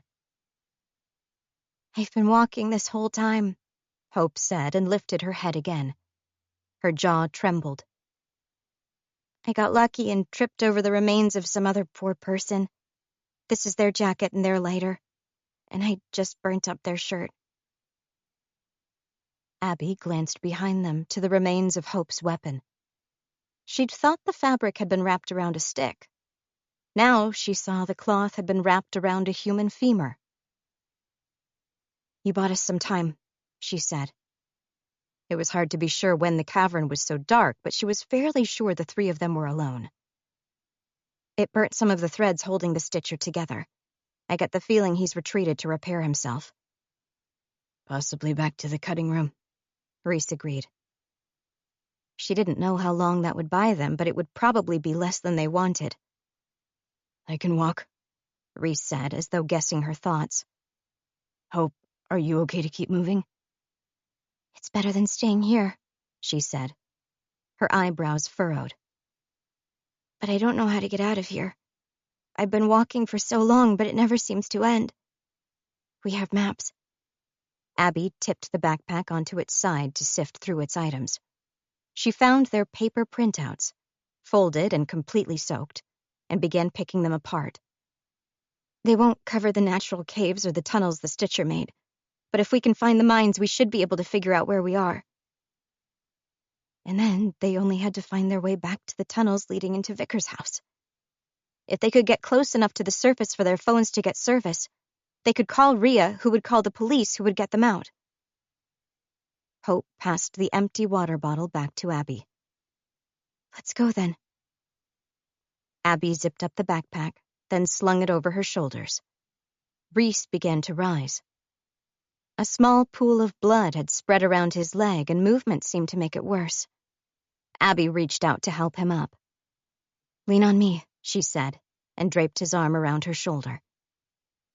Hope took up the candle. She stretched it out, searching the shadows, then sent one final glance back to Abby. The whites of her eyes shone uncannily in the flickering light. "Hold on to my jacket, just in case. Just in case the light goes out. Just in case the Stitcher tries to tear us apart. Just in case we're not able to find one another in this labyrinth a second time." Abby hooked her spare hand into the grimy jacket and held on tight as Hope led them out of the chamber. 33. "Abby! Reese! Abby!" Rhea sagged, dropping into a crouch. Years of lacrosse had kept her fit, but she'd still underestimated the sheer toll that yelling at the top of her voice would take. They'd been at it for nearly 20 minutes. Jen hadn't returned. Both Rhea and Connor's phones were jittering too badly to send any messages, and their calls into the mine had gotten no answer yet. Hello? Connor yelled at her side. He leaned close to the hole, his hands cupped around his mouth as he tried to direct as much noise into the cavern as possible. Abs? Reese? Whoever? He dropped his hands and carefully lowered himself to the ground. Like Rhea, he was winded. I don't know, he said through gasping breaths. I don't think this is going to work. Maybe we could go get some stuff like an amp or a drum or anything that would be more effective than just hollering and try again later? That was the sensible route, she knew. If they hadn't been heard by 20 minutes, odds were her and Connor's voices just weren't traveling far enough. Maybe it was time to call it, to reassess and reconvene later. But she still couldn't get herself to leave. She'd heard someone in there, someone who was screaming. It felt wrong to just leave them. She met Connor's gaze. His hair was tangled and frizzy. His freckles stood out against his pale skin. He looked bone-tired. "I know," he said, answering her unspoken thoughts. "I want them back too." Leaves crackled behind them. Rhea, her nerves keyed tight, swung. Jen emerged from between the trunks, her arms full. "I didn't mean to take so long," she said, sliding down the slope to reach the clearing. "But I didn't want to cut corners either." Rhea stared at the 2 cartons and bulging duffel bag Jen dropped beside them. "Is that fuel?" Jen didn't get a chance to answer. Connor lunged forward, one hand stretched toward them and waving frantically. "Shh," he hissed. "Shh, shh. Listen." For a few precious heartbeats, Rhea couldn't hear anything. Then a sound drifted up from the depths of the tunnel, faint and wavering and indistinct. It sounded like a faraway voice. Her fingernails curled into the dirt. "Abby! Reese! Hope! We're here!" They crowded closer, each of them pressing up against the opening. Jen raised her phone and turned its flashlight on. The beam cut down the long passage of bare earth. They couldn't see an end. It flickered, then faded into nothing. The voice repeated. It was so far away that it felt like it could have been an echo from a dream. "Hurt." A pained gasp interrupted the words. "Hurt." Rhea felt like she was suffocating. She cupped her hands around her mouth and yelled as loudly as she could manage. "Follow our voices! There's a way out! Just follow our voices!" Her words hung in the air as echoes, but they weren't being answered. Painful seconds stretched out, becoming minutes as the 3 friends crouched there, suspended, waiting. Rhea blinked rapidly, her eyes burning. I have to. A hand fixed around her arm. Connor's lips were pale and his eyes huge. "We don't know who that is." "Connor's right," Jen said. "I don't know your friends as well as you do, but that didn't sound like them to me." Rhea shook her head. She knew she was panicking and turning reckless, and she couldn't stop it. "Whatever called to us, it was human. It might not be Abby or Reese, but it's someone, and they're in pain. I can't just leave them." "We had a plan," Connor said, speaking fast. "We were going to stay on the surface. We all agreed." "This is different." Her choice was solidifying even as it terrified her. Rhea grabbed for the sports bag she'd arrived with. "It's an open entrance, and whoever's down there is within hearing range. I'm not going to be running through the tunnels blindly. I just need to go in far enough to get whoever that is, and then I'm coming straight back out. Jen, did you bring any weapons?" Jen deftly unzipped her duffel bag. "As requested, and you're going to need light, too." "Yes." Rhea's mind raced as she took the 2 alarmingly long kitchen knives from Jen. She'd have her lacrosse stick. That would serve as a ranged weapon. "My phone won't work, so..." "Yeah, and flashlights are going to be unreliable, right?" Jen's gaze was cool and sharp. "Call it intuition, but I had a horrible sense someone was going to try to go into the cave. I have wooden stakes, cotton t-shirts, gas, and matches. Everything you need for a torch." Rhea choked on a laugh. For once, she wasn't the overprepared one. "Okay," she said, and stared into the depths of the dark, twisting chasm ahead of her. "Okay, 5 minutes. 10 at the most. I'll be back as quickly as I can. Connor made a faint choking noise, like something between a sob and a laugh. I'm coming, he said. Con, no. Don't walk alone. He flexed his hands and the tendons made faint popping noises. I want them back too, Ree. She found his arm and gave it a tense squeeze, then turned to Jen. Will you stay here at the opening, just in case? I'm not going far enough to get lost, but it would help if there was someone outside I could hear too. Yeah, I can do that. Then let's make our torches. Abby, Hope, and Reese staggered through the dark. Hope led, with only the candle to guide them. Its flame was low and fighting for survival. It was all they had left. None of their lights or phones would work any longer. They were moving through a pock-marked maze of natural caverns. It was slow and hazardous. The floor was constantly shifting, forcing them to climb and stagger for every foot of gained ground. Reese's breathing was rough in Abby's ear. She couldn't hear or see any sign of the Stitcher. She hoped he'd retreated entirely. Maybe the injury had been enough to make him wary.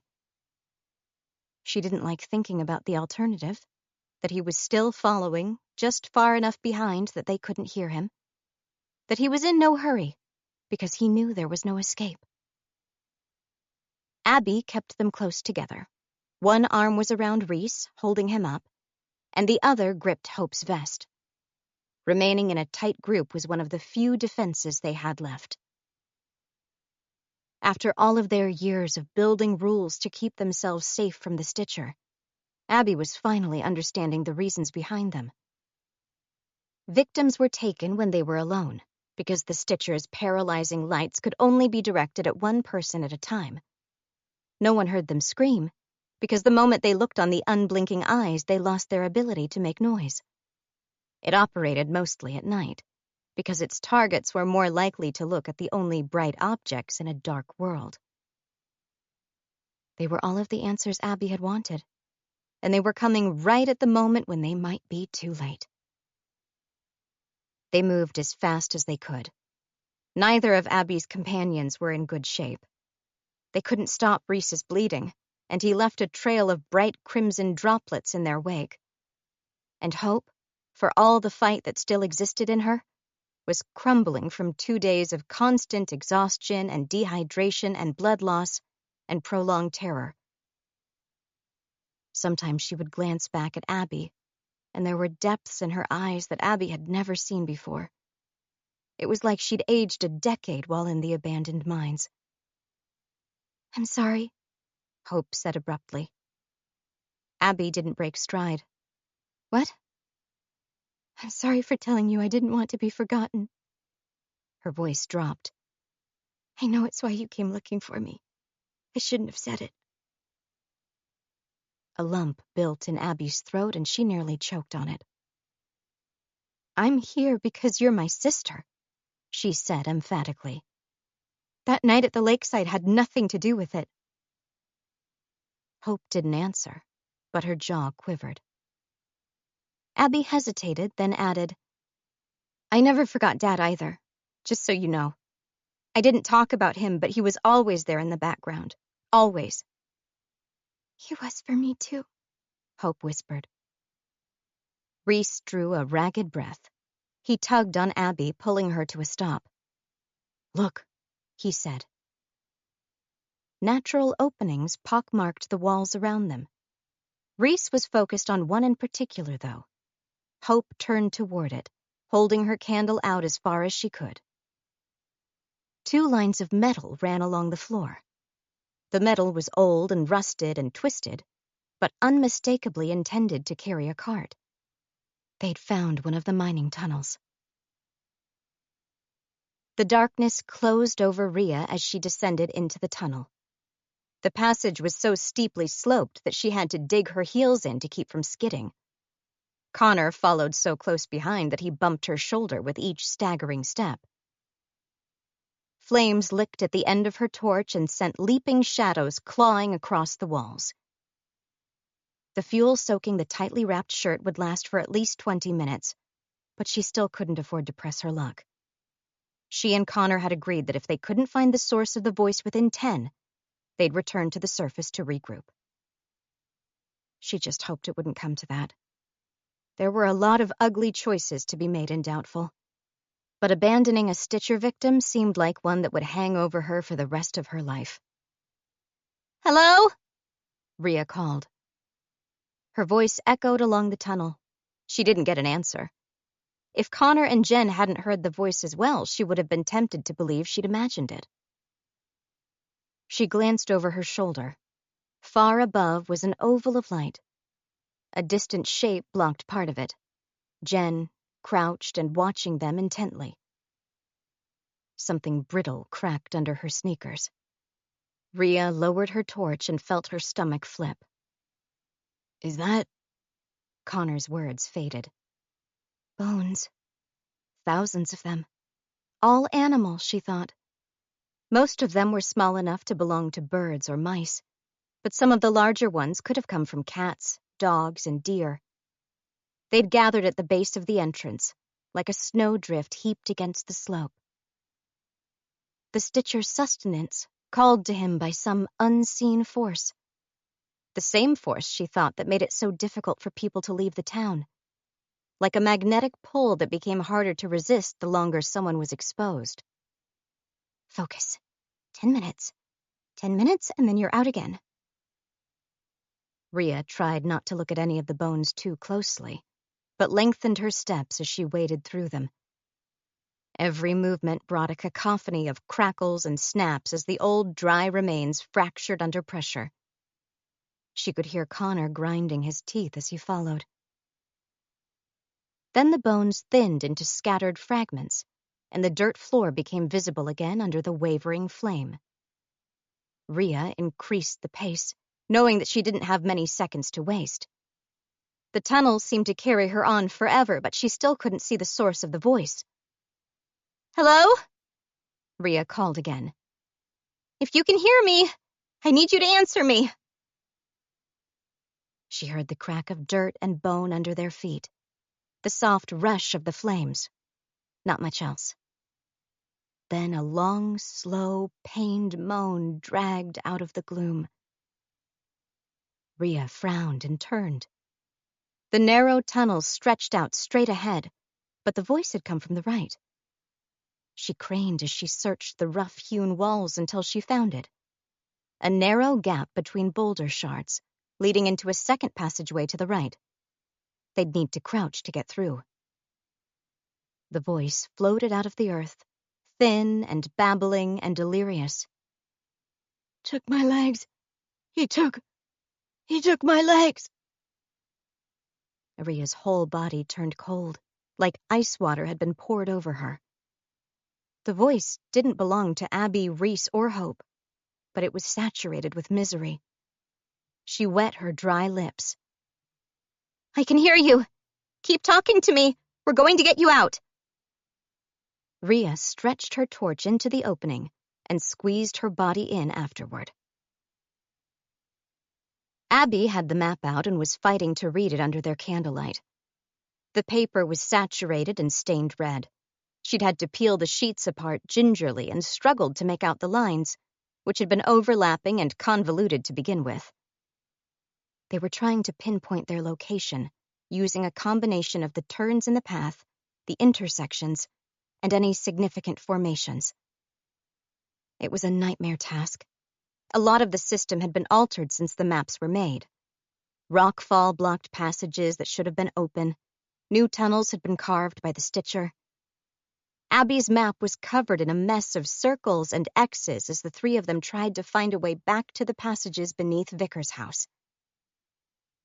They chose passages that led upward every chance they had, and kept to the man-made tunnels. Otherwise, they could be 10 minutes from the surface or half a day. The Stitcher hadn't returned for them yet. That was a small miracle, and one Abby knew she couldn't rely on indefinitely. More pressing, though, were her companions. Neither Hope nor Reese had said anything yet. but she knew it was only a matter of time before one or both of them were no longer able to keep walking. And that was a terrifying prospect. Abby made one final mark on the map, then folded it again. She reached her arm around Reese to take his weight. His clothes were damp from clammy sweat. Without a word, Hope raised the candle again and turned down the intersection they'd chosen. The threads were growing denser again.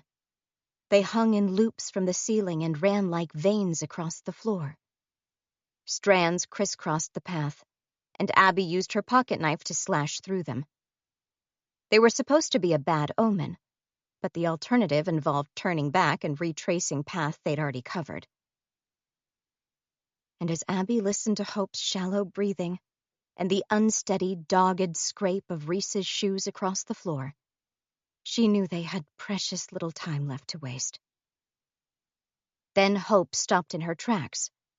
As she turned, the candle's light threw harsh shadows across her face, distorting it until it looked like a melted, broken skull. Her voice wavered from exhaustion and dread, and some third emotion Abby couldn't read. "Did you hear that?" "Hello?" Rocks jammed into Ria's shoulder as she forced her way through the narrow gap. Cold, slimy red threads brushed across her skin like spiderwebs. She was pushing past the 10-minute time limit, but the voice had sounded close, too close to give up on now. "Keep talking. Let me know where you are." "Where?" He coughed, and it sounded bad, like parts of his lungs were missing. "Where he can't find you." "Slow down," Connor called from behind. "I can't go as fast as you." Ria clenched her jaw. She was running on fear-fueled adrenaline. Every second she spent inside the tunnels felt like a gamble she could never justify the odds on. But the voice was coming from just around the corner.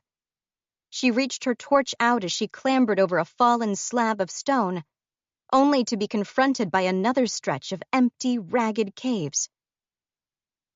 "Where are you?" She dropped down into the new area and swung the lacrosse stick ahead of herself. Lines of red thread crowded the space, like a mimicry of the police tape crisscrossing the town above.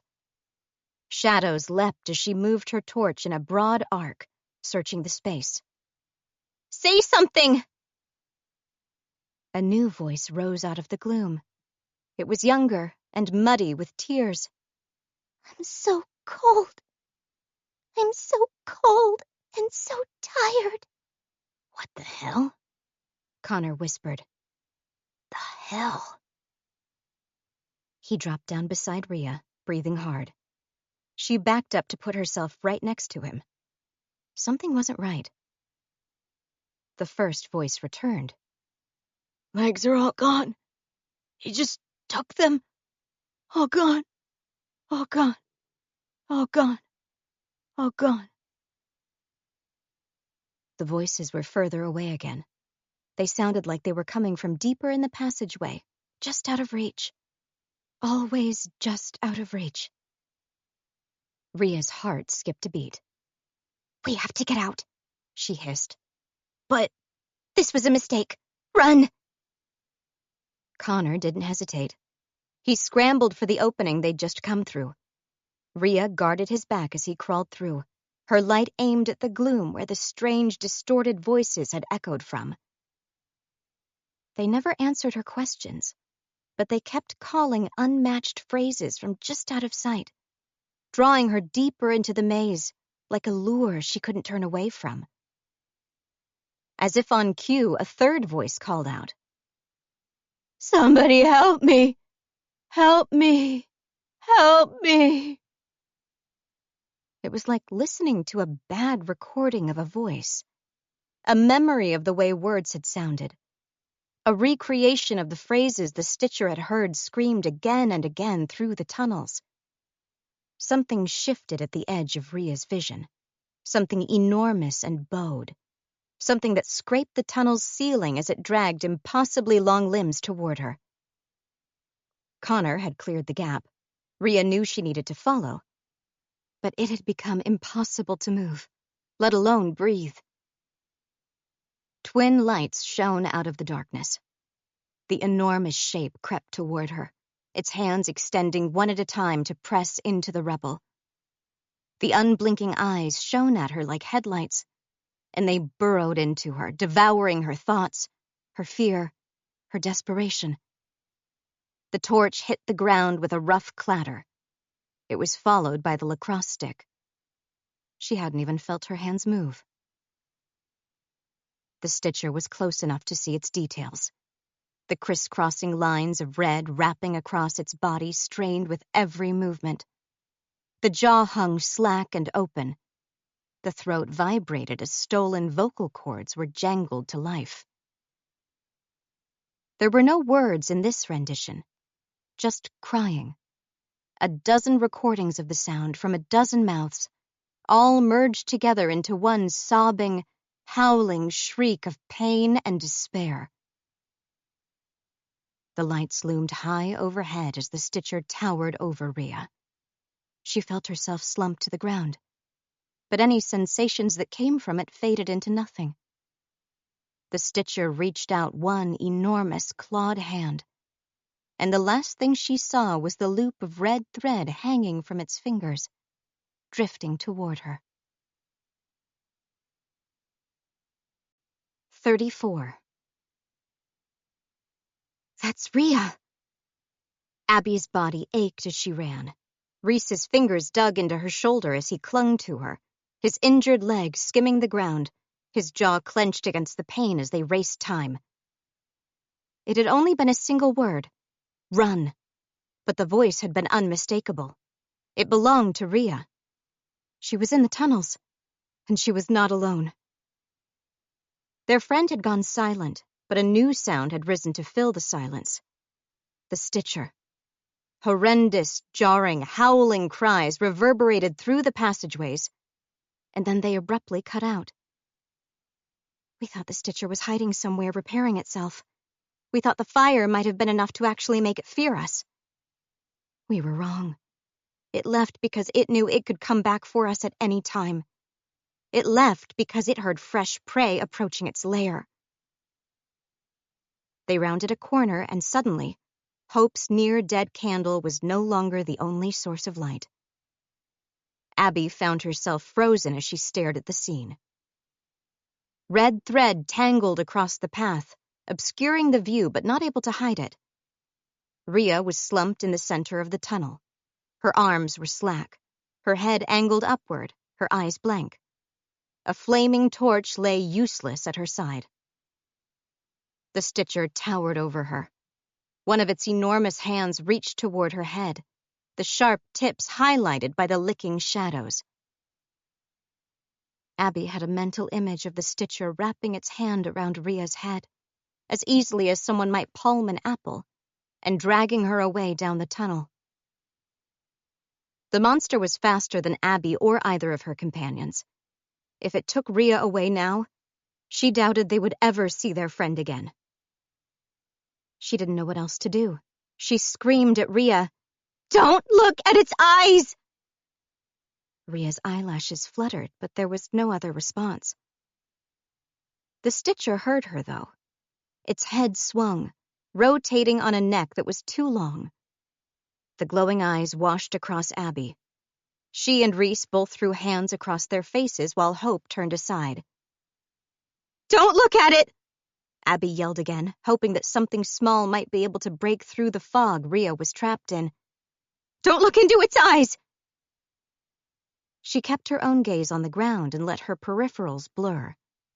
When she did that, she could just make out the Stitcher staring at her with a furious, ravenous intensity. Its clawed hand twitched over Rhea's face, and Abby had the impression of red blood blooming under one of the talons. Then a voice rose. It wasn't a word, but simply a scream, full of anger and horror and fear and finality. Connor appeared from seemingly nowhere. He had a torch. He held it straight ahead, like he was brandishing a sword as he charged toward the monster. The Stitcher swiveled back toward him. but Connor had his whole face scrunched up to keep his eyes closed. The torch smacked into the creature's chest. Sparks flew and flames licked over the desiccated skin. Red threads blackened and curled as they broke. The Stitcher threw one of its long arms out. It swiped Connor aside as though he were a rag doll. He tumbled onto the ground with an aching grunt. "Quick!" Reese hissed, and Abby launched forward again. The threads snagged around them, pulling taut and snapping. Abby sliced her knife through any that wouldn't break. On the ground, Rhea was stirring. She drooped to one side, blood seeping from a narrow incision on her forehead, and she shook her head as though trying to clear it. "Rhea, don't look in its eyes!" Abby yelled. Hope dropped the candle, which was burnt down to a stub. She ducked to pick up a rock from the ground and hurled it toward the Stitcher. It bounced off the creature's hide, but it was enough to draw the monster's attention away from Connor. It turned back toward them, each vertebrae rotating one at a time with a sickening click. Abby followed her sister and snatched a stone off the ground. This one hit the Stitcher's forehead. She forced herself to look away before its eyes could sear into her. On the monster's other side, Connor staggered back to his feet. He had a hand pressed to his shoulder. He staggered toward the torch, but seemed unsteady. And then Rhea rose from the floor. She moved suddenly, sweeping her dropped lacrosse stick up toward the figure towering over her. The sound it created when it connected with the Stitcher's jaws made Abby flinch. There was a deafening crack, mixed with the smaller pops of breaking threads. The Stitcher jerked backward, sinking into the shadows that rose across the stone walls, its red-threaded hands pressed across its own face. Abby's knife sliced through the final threads, keeping her from her friends. Rhea stood on unsteady feet, her eyes still slightly glazed, her mouth hanging open as she panted. She clasped her lacrosse stick in both hands, but it had broken at the 2/3 mark, and the end hung from a splinter of wood. Connor stumbled close up beside them. His expressive face washed through a spectrum of emotions in the span of a second. Fear, then relief, and then back to dread. The Stitcher was lowering its hands. Abby could barely see it in the gloom, but she had the nightmarish impression of broken threads hanging loose from the jaw like nerves from pulled teeth. Abby picked up the torch Rhea had dropped. The 5 friends bunched together, backing away as the Stitcher loomed above them. "Connor," Abby whispered. "Yeah? Do you know the way out?" He glanced behind them, then swallowed thickly. "Yeah." "You'll have to be the leader. On the count of 3, we run." It had been longer than 10 minutes. A lot longer. Jen crouched near the cave's opening, waiting. Her skin crawled.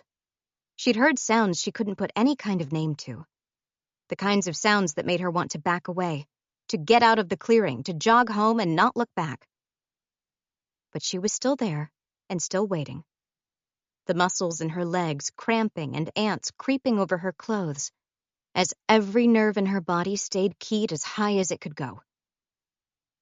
A distant noise seemed to come from the tunnel. Jen's breath caught. She turned her head to angle an ear at it, trying to hear it better.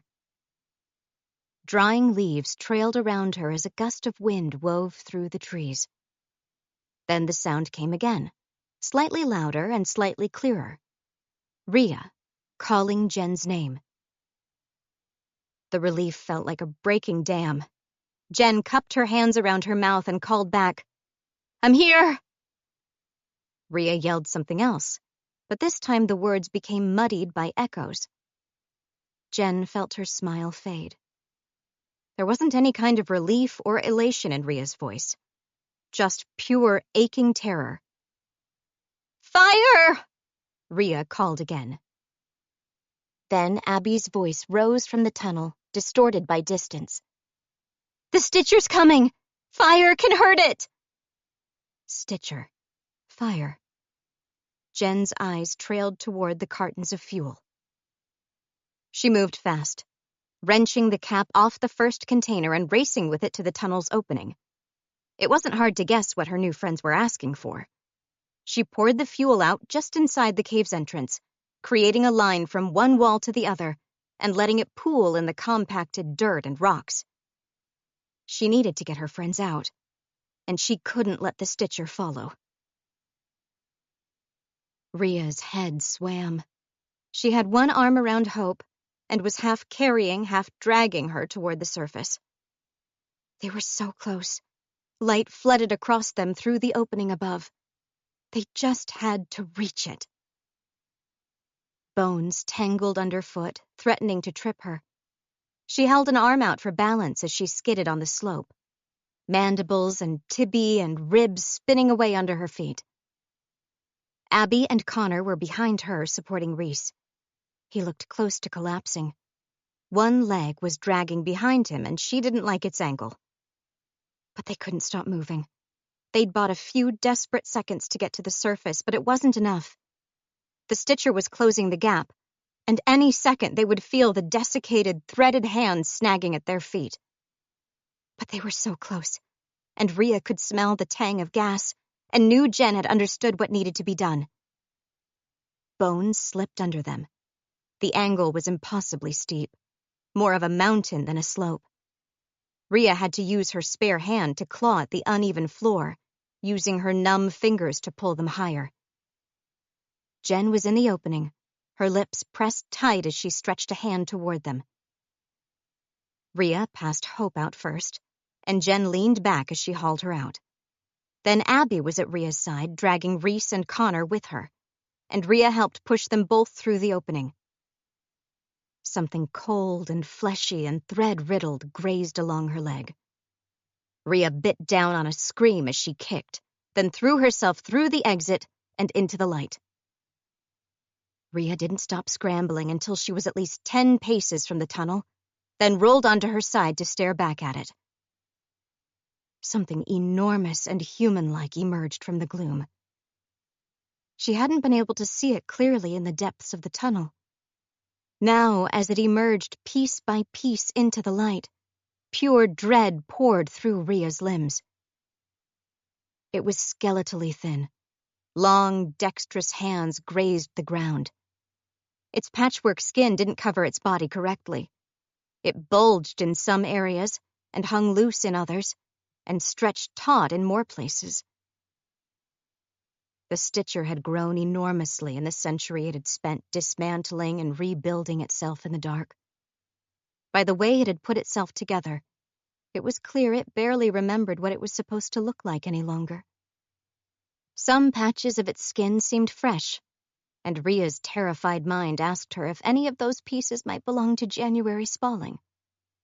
Other patches were growing old and shriveling, the seams pulling increasingly large holes in it and exposing dark, raw flesh beneath. Very likely, Hope had been intended to replace them.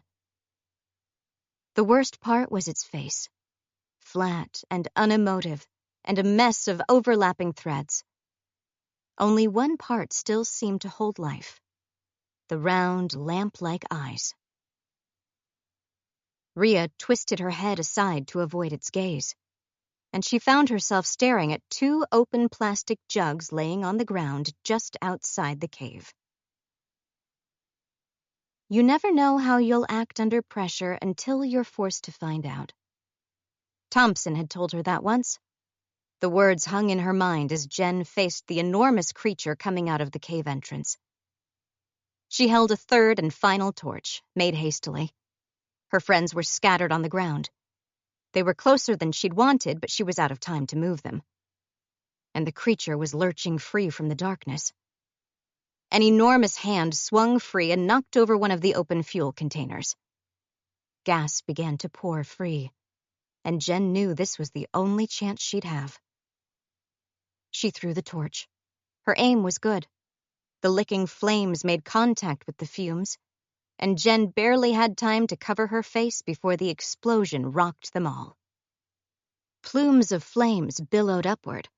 The fire wrapped around the Stitcher, swallowing it, and an ear-splitting shriek burst from its mangled throat. Rocks cracked from the pressure. The cave entrance vanished in a rain of smoke and sparks. The monstrous creature burst out of the explosion. Its arms were thrown wide, its head bent backward as it bellowed at the sky. Fire crackled on every part of its body, consuming it. The Stitcher lurched forward, broad hands slapping the ground as it raced toward Jen. Jen threw herself to the side, and one of its burning hands slammed into the grass where she'd just been laying. Then it passed her, racing into the trees, its flaming body leaving a wake of smoke and sparks in its path. Bridget Holm lurched forward, gripping the armrests of her chair with enough force to pop tendons. She couldn't find even enough breath to scream. Some of the Stitcher's threads had been left inside of her during her days in the mines. Those threads now squirmed like live things, like parasites, fighting to burst through her skin and spill out of her legs. Around her, cats wailed. Dogs snarled, their fur rising into ridges along their backs. They all felt it. The whole town felt it. It was happening. Two mothers watched their children play. The park was otherwise empty. Not many people wanted to be out when things were this bad, but their children had begged, and the mothers had relented. They watched their children like hawks, though, and it took them less than a second to be on their feet when the youngest boy tripped. The mothers and the other children formed a circle around him, staring down at what had caught his foot. A loop of red thread rose out of the ground. Nervous glances were exchanged. The thread hadn't been here when they'd arrived, had it? A girl shrieked. More thread was rising up, endless yards of it, bursting out of the wood chips, tangling as though some immense force was extruding it from the earth. The mothers snatched their children up and held them to their chests as they ran. The woman gagged. Something was in her throat, something that choked her. She hunched forward and retched, again and again. It was right there, at the back of her mouth. She reached dirty fingers in and scrabbled them across her tongue. A cracked fingernail caught on the edge of the foreign object. She pulled.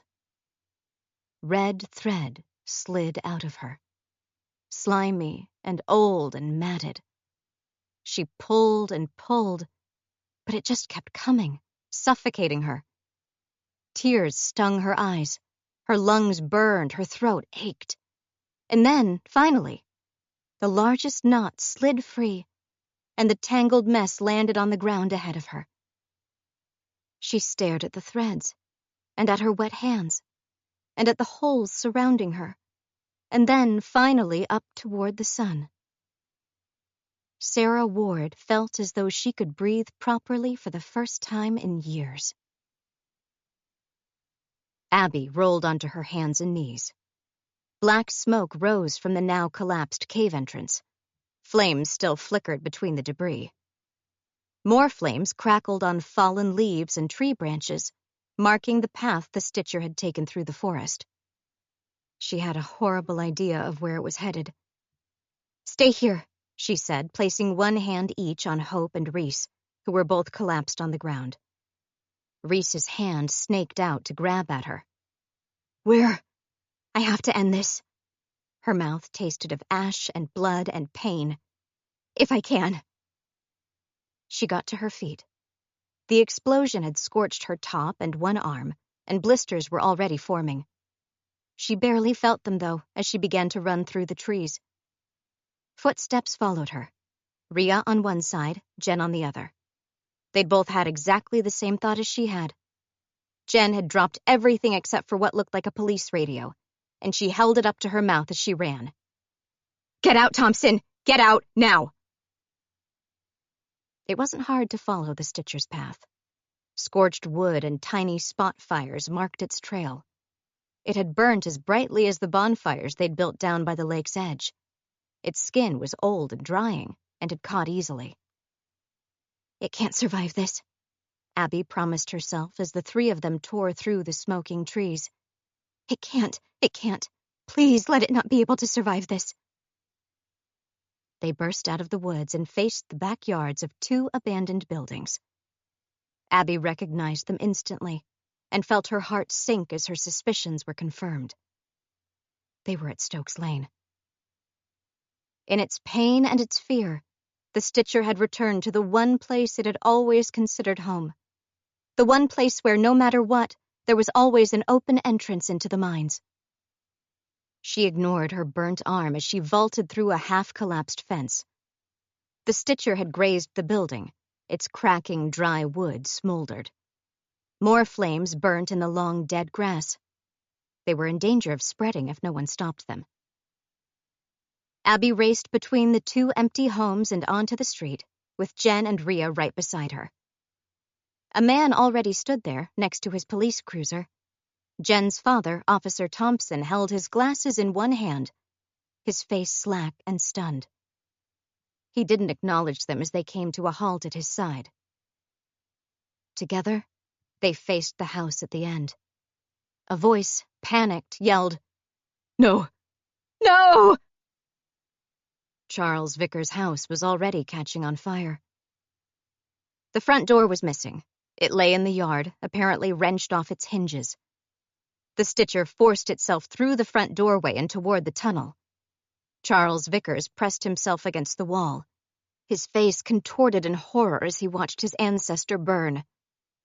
If it gets back into the mines, if we let it get away. Abby ran, her lungs burning and her heart pumping out of control. She was already too late to stop it, though. The creature, wild with pain and terror, tore the trapdoor off the tunnel with a deafening crack. Then it raised its head. The Stitcher's lamp-like eyes were dead, scorched out by the fire. One arm hung loose, only connected to the rest of its body by a strip of skin. It was falling apart as the flames devoured it. Its nostrils flared. Small flames crackled across its back and stomach, and the gaps between the patchwork skin were glowing hot embers. It staggered, then turned. Abby realized what was about to happen and flinched backward. The Stitcher might not be dead, but it was very close to it. It was desperate for material to patch its crumbling form. The blind eyes fixed on its handler, who was pressed tightly against his hallway wall where the mirror had once been. "No," Charles Vickers said one more time. The Stitcher's hand snaked out lightning fast and fixed around his torso. Vickers screamed. His glasses clattered to the floor and his face contorted in terror. He beat his fists at the scorched flesh holding him as his cardigan began to smoke. But the Stitcher neither felt the blows nor cared. It turned and vanished headfirst into the mine entrance, dragging Vickers with it. His screams lasted all the way down the tunnel. Abby felt numb as she climbed the porch to Vickers' home. Small fires smoldered on the dry wood and discarded rug. She stopped at the edge of the hole, staring down into its bleak, dark depths. Charles Vickers was gone, and she didn't think anyone would be trying to get him back. Jen and Rhea stopped on either side of Abby and stared into the pit. After a moment, the creak of old floorboards told them a fourth participant had arrived. "That was it, wasn't it?" Officer Thompson asked. "Yeah," Jen said simply. He took a slow, deep breath, then said, "I have a 3rd carton of fuel at home. We'd better finish the job." Minutes later, they stood at the end of the street and watched as Charles Vickers' house crumbled under the force of the flames. The roof caved in first, followed by walls that fell like dominoes. Toxic black smoke billowed upward. "Good thing the houses around are all empty," Rhea said. "We should probably still call the fire department, though, to stop the flames from spreading too far." "Yeah," Abby said. and tilted her head back as she felt the cooling afternoon air brush over her skin. "We'll do that. Later. I want to be with Reese and my sister first." 35. Cool air rushed across Abby's skin as she biked through town. There was still time before night fell, but the earliest traces of a sunset were beginning to spread across the horizon. Houses lit up around her. She still knew when night fell down to the minute, just like she still locked her window at night, and just like how she still preferred bikes to get around town. They were some of 1,000 little habits that would likely follow her for the remainder of her life. It was 5 months since they'd emerged from the tunnel, and 5 months since anyone had been taken. At first, the jackrabbits had been intensely cautious. They'd watched for flickering light bulbs. They'd traveled everywhere in pairs. They'd compared nightmares and watched the animals and flinched when they saw headlights in the distance. Rhea had been the first to notice it. "The town's changing," she'd said one day. "Can't you feel it?" And Abby realized she could. It was like something heavy and poisonous had been drained out of the air. Like the town had been carrying a weight for its whole life and had finally shrugged free of it. Abby let her bike coast around a corner and put out one foot as she came to a halt at the head of Vickers Street. She always stopped there when she passed it. The house was nothing but a charred, crumbled wreck. Police tape circled it, just like it did for every one of the locations where the Stitchers' victims had been found. She suspected the town planned to leave it that way, forgotten as much as it was possible to forget the Stitchers' home. No one except a select number of people knew what had happened in the mines. Chief Hewitt had interviewed all of them, but her questions had been gentle and easy. She'd nudged the right people to rule the house fire as accidental.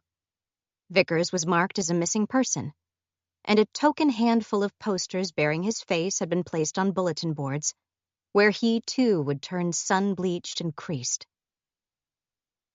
Most of Doubtful's population would never know what had caused the change to their town, and the jackrabbits had all agreed that was the way they wanted it.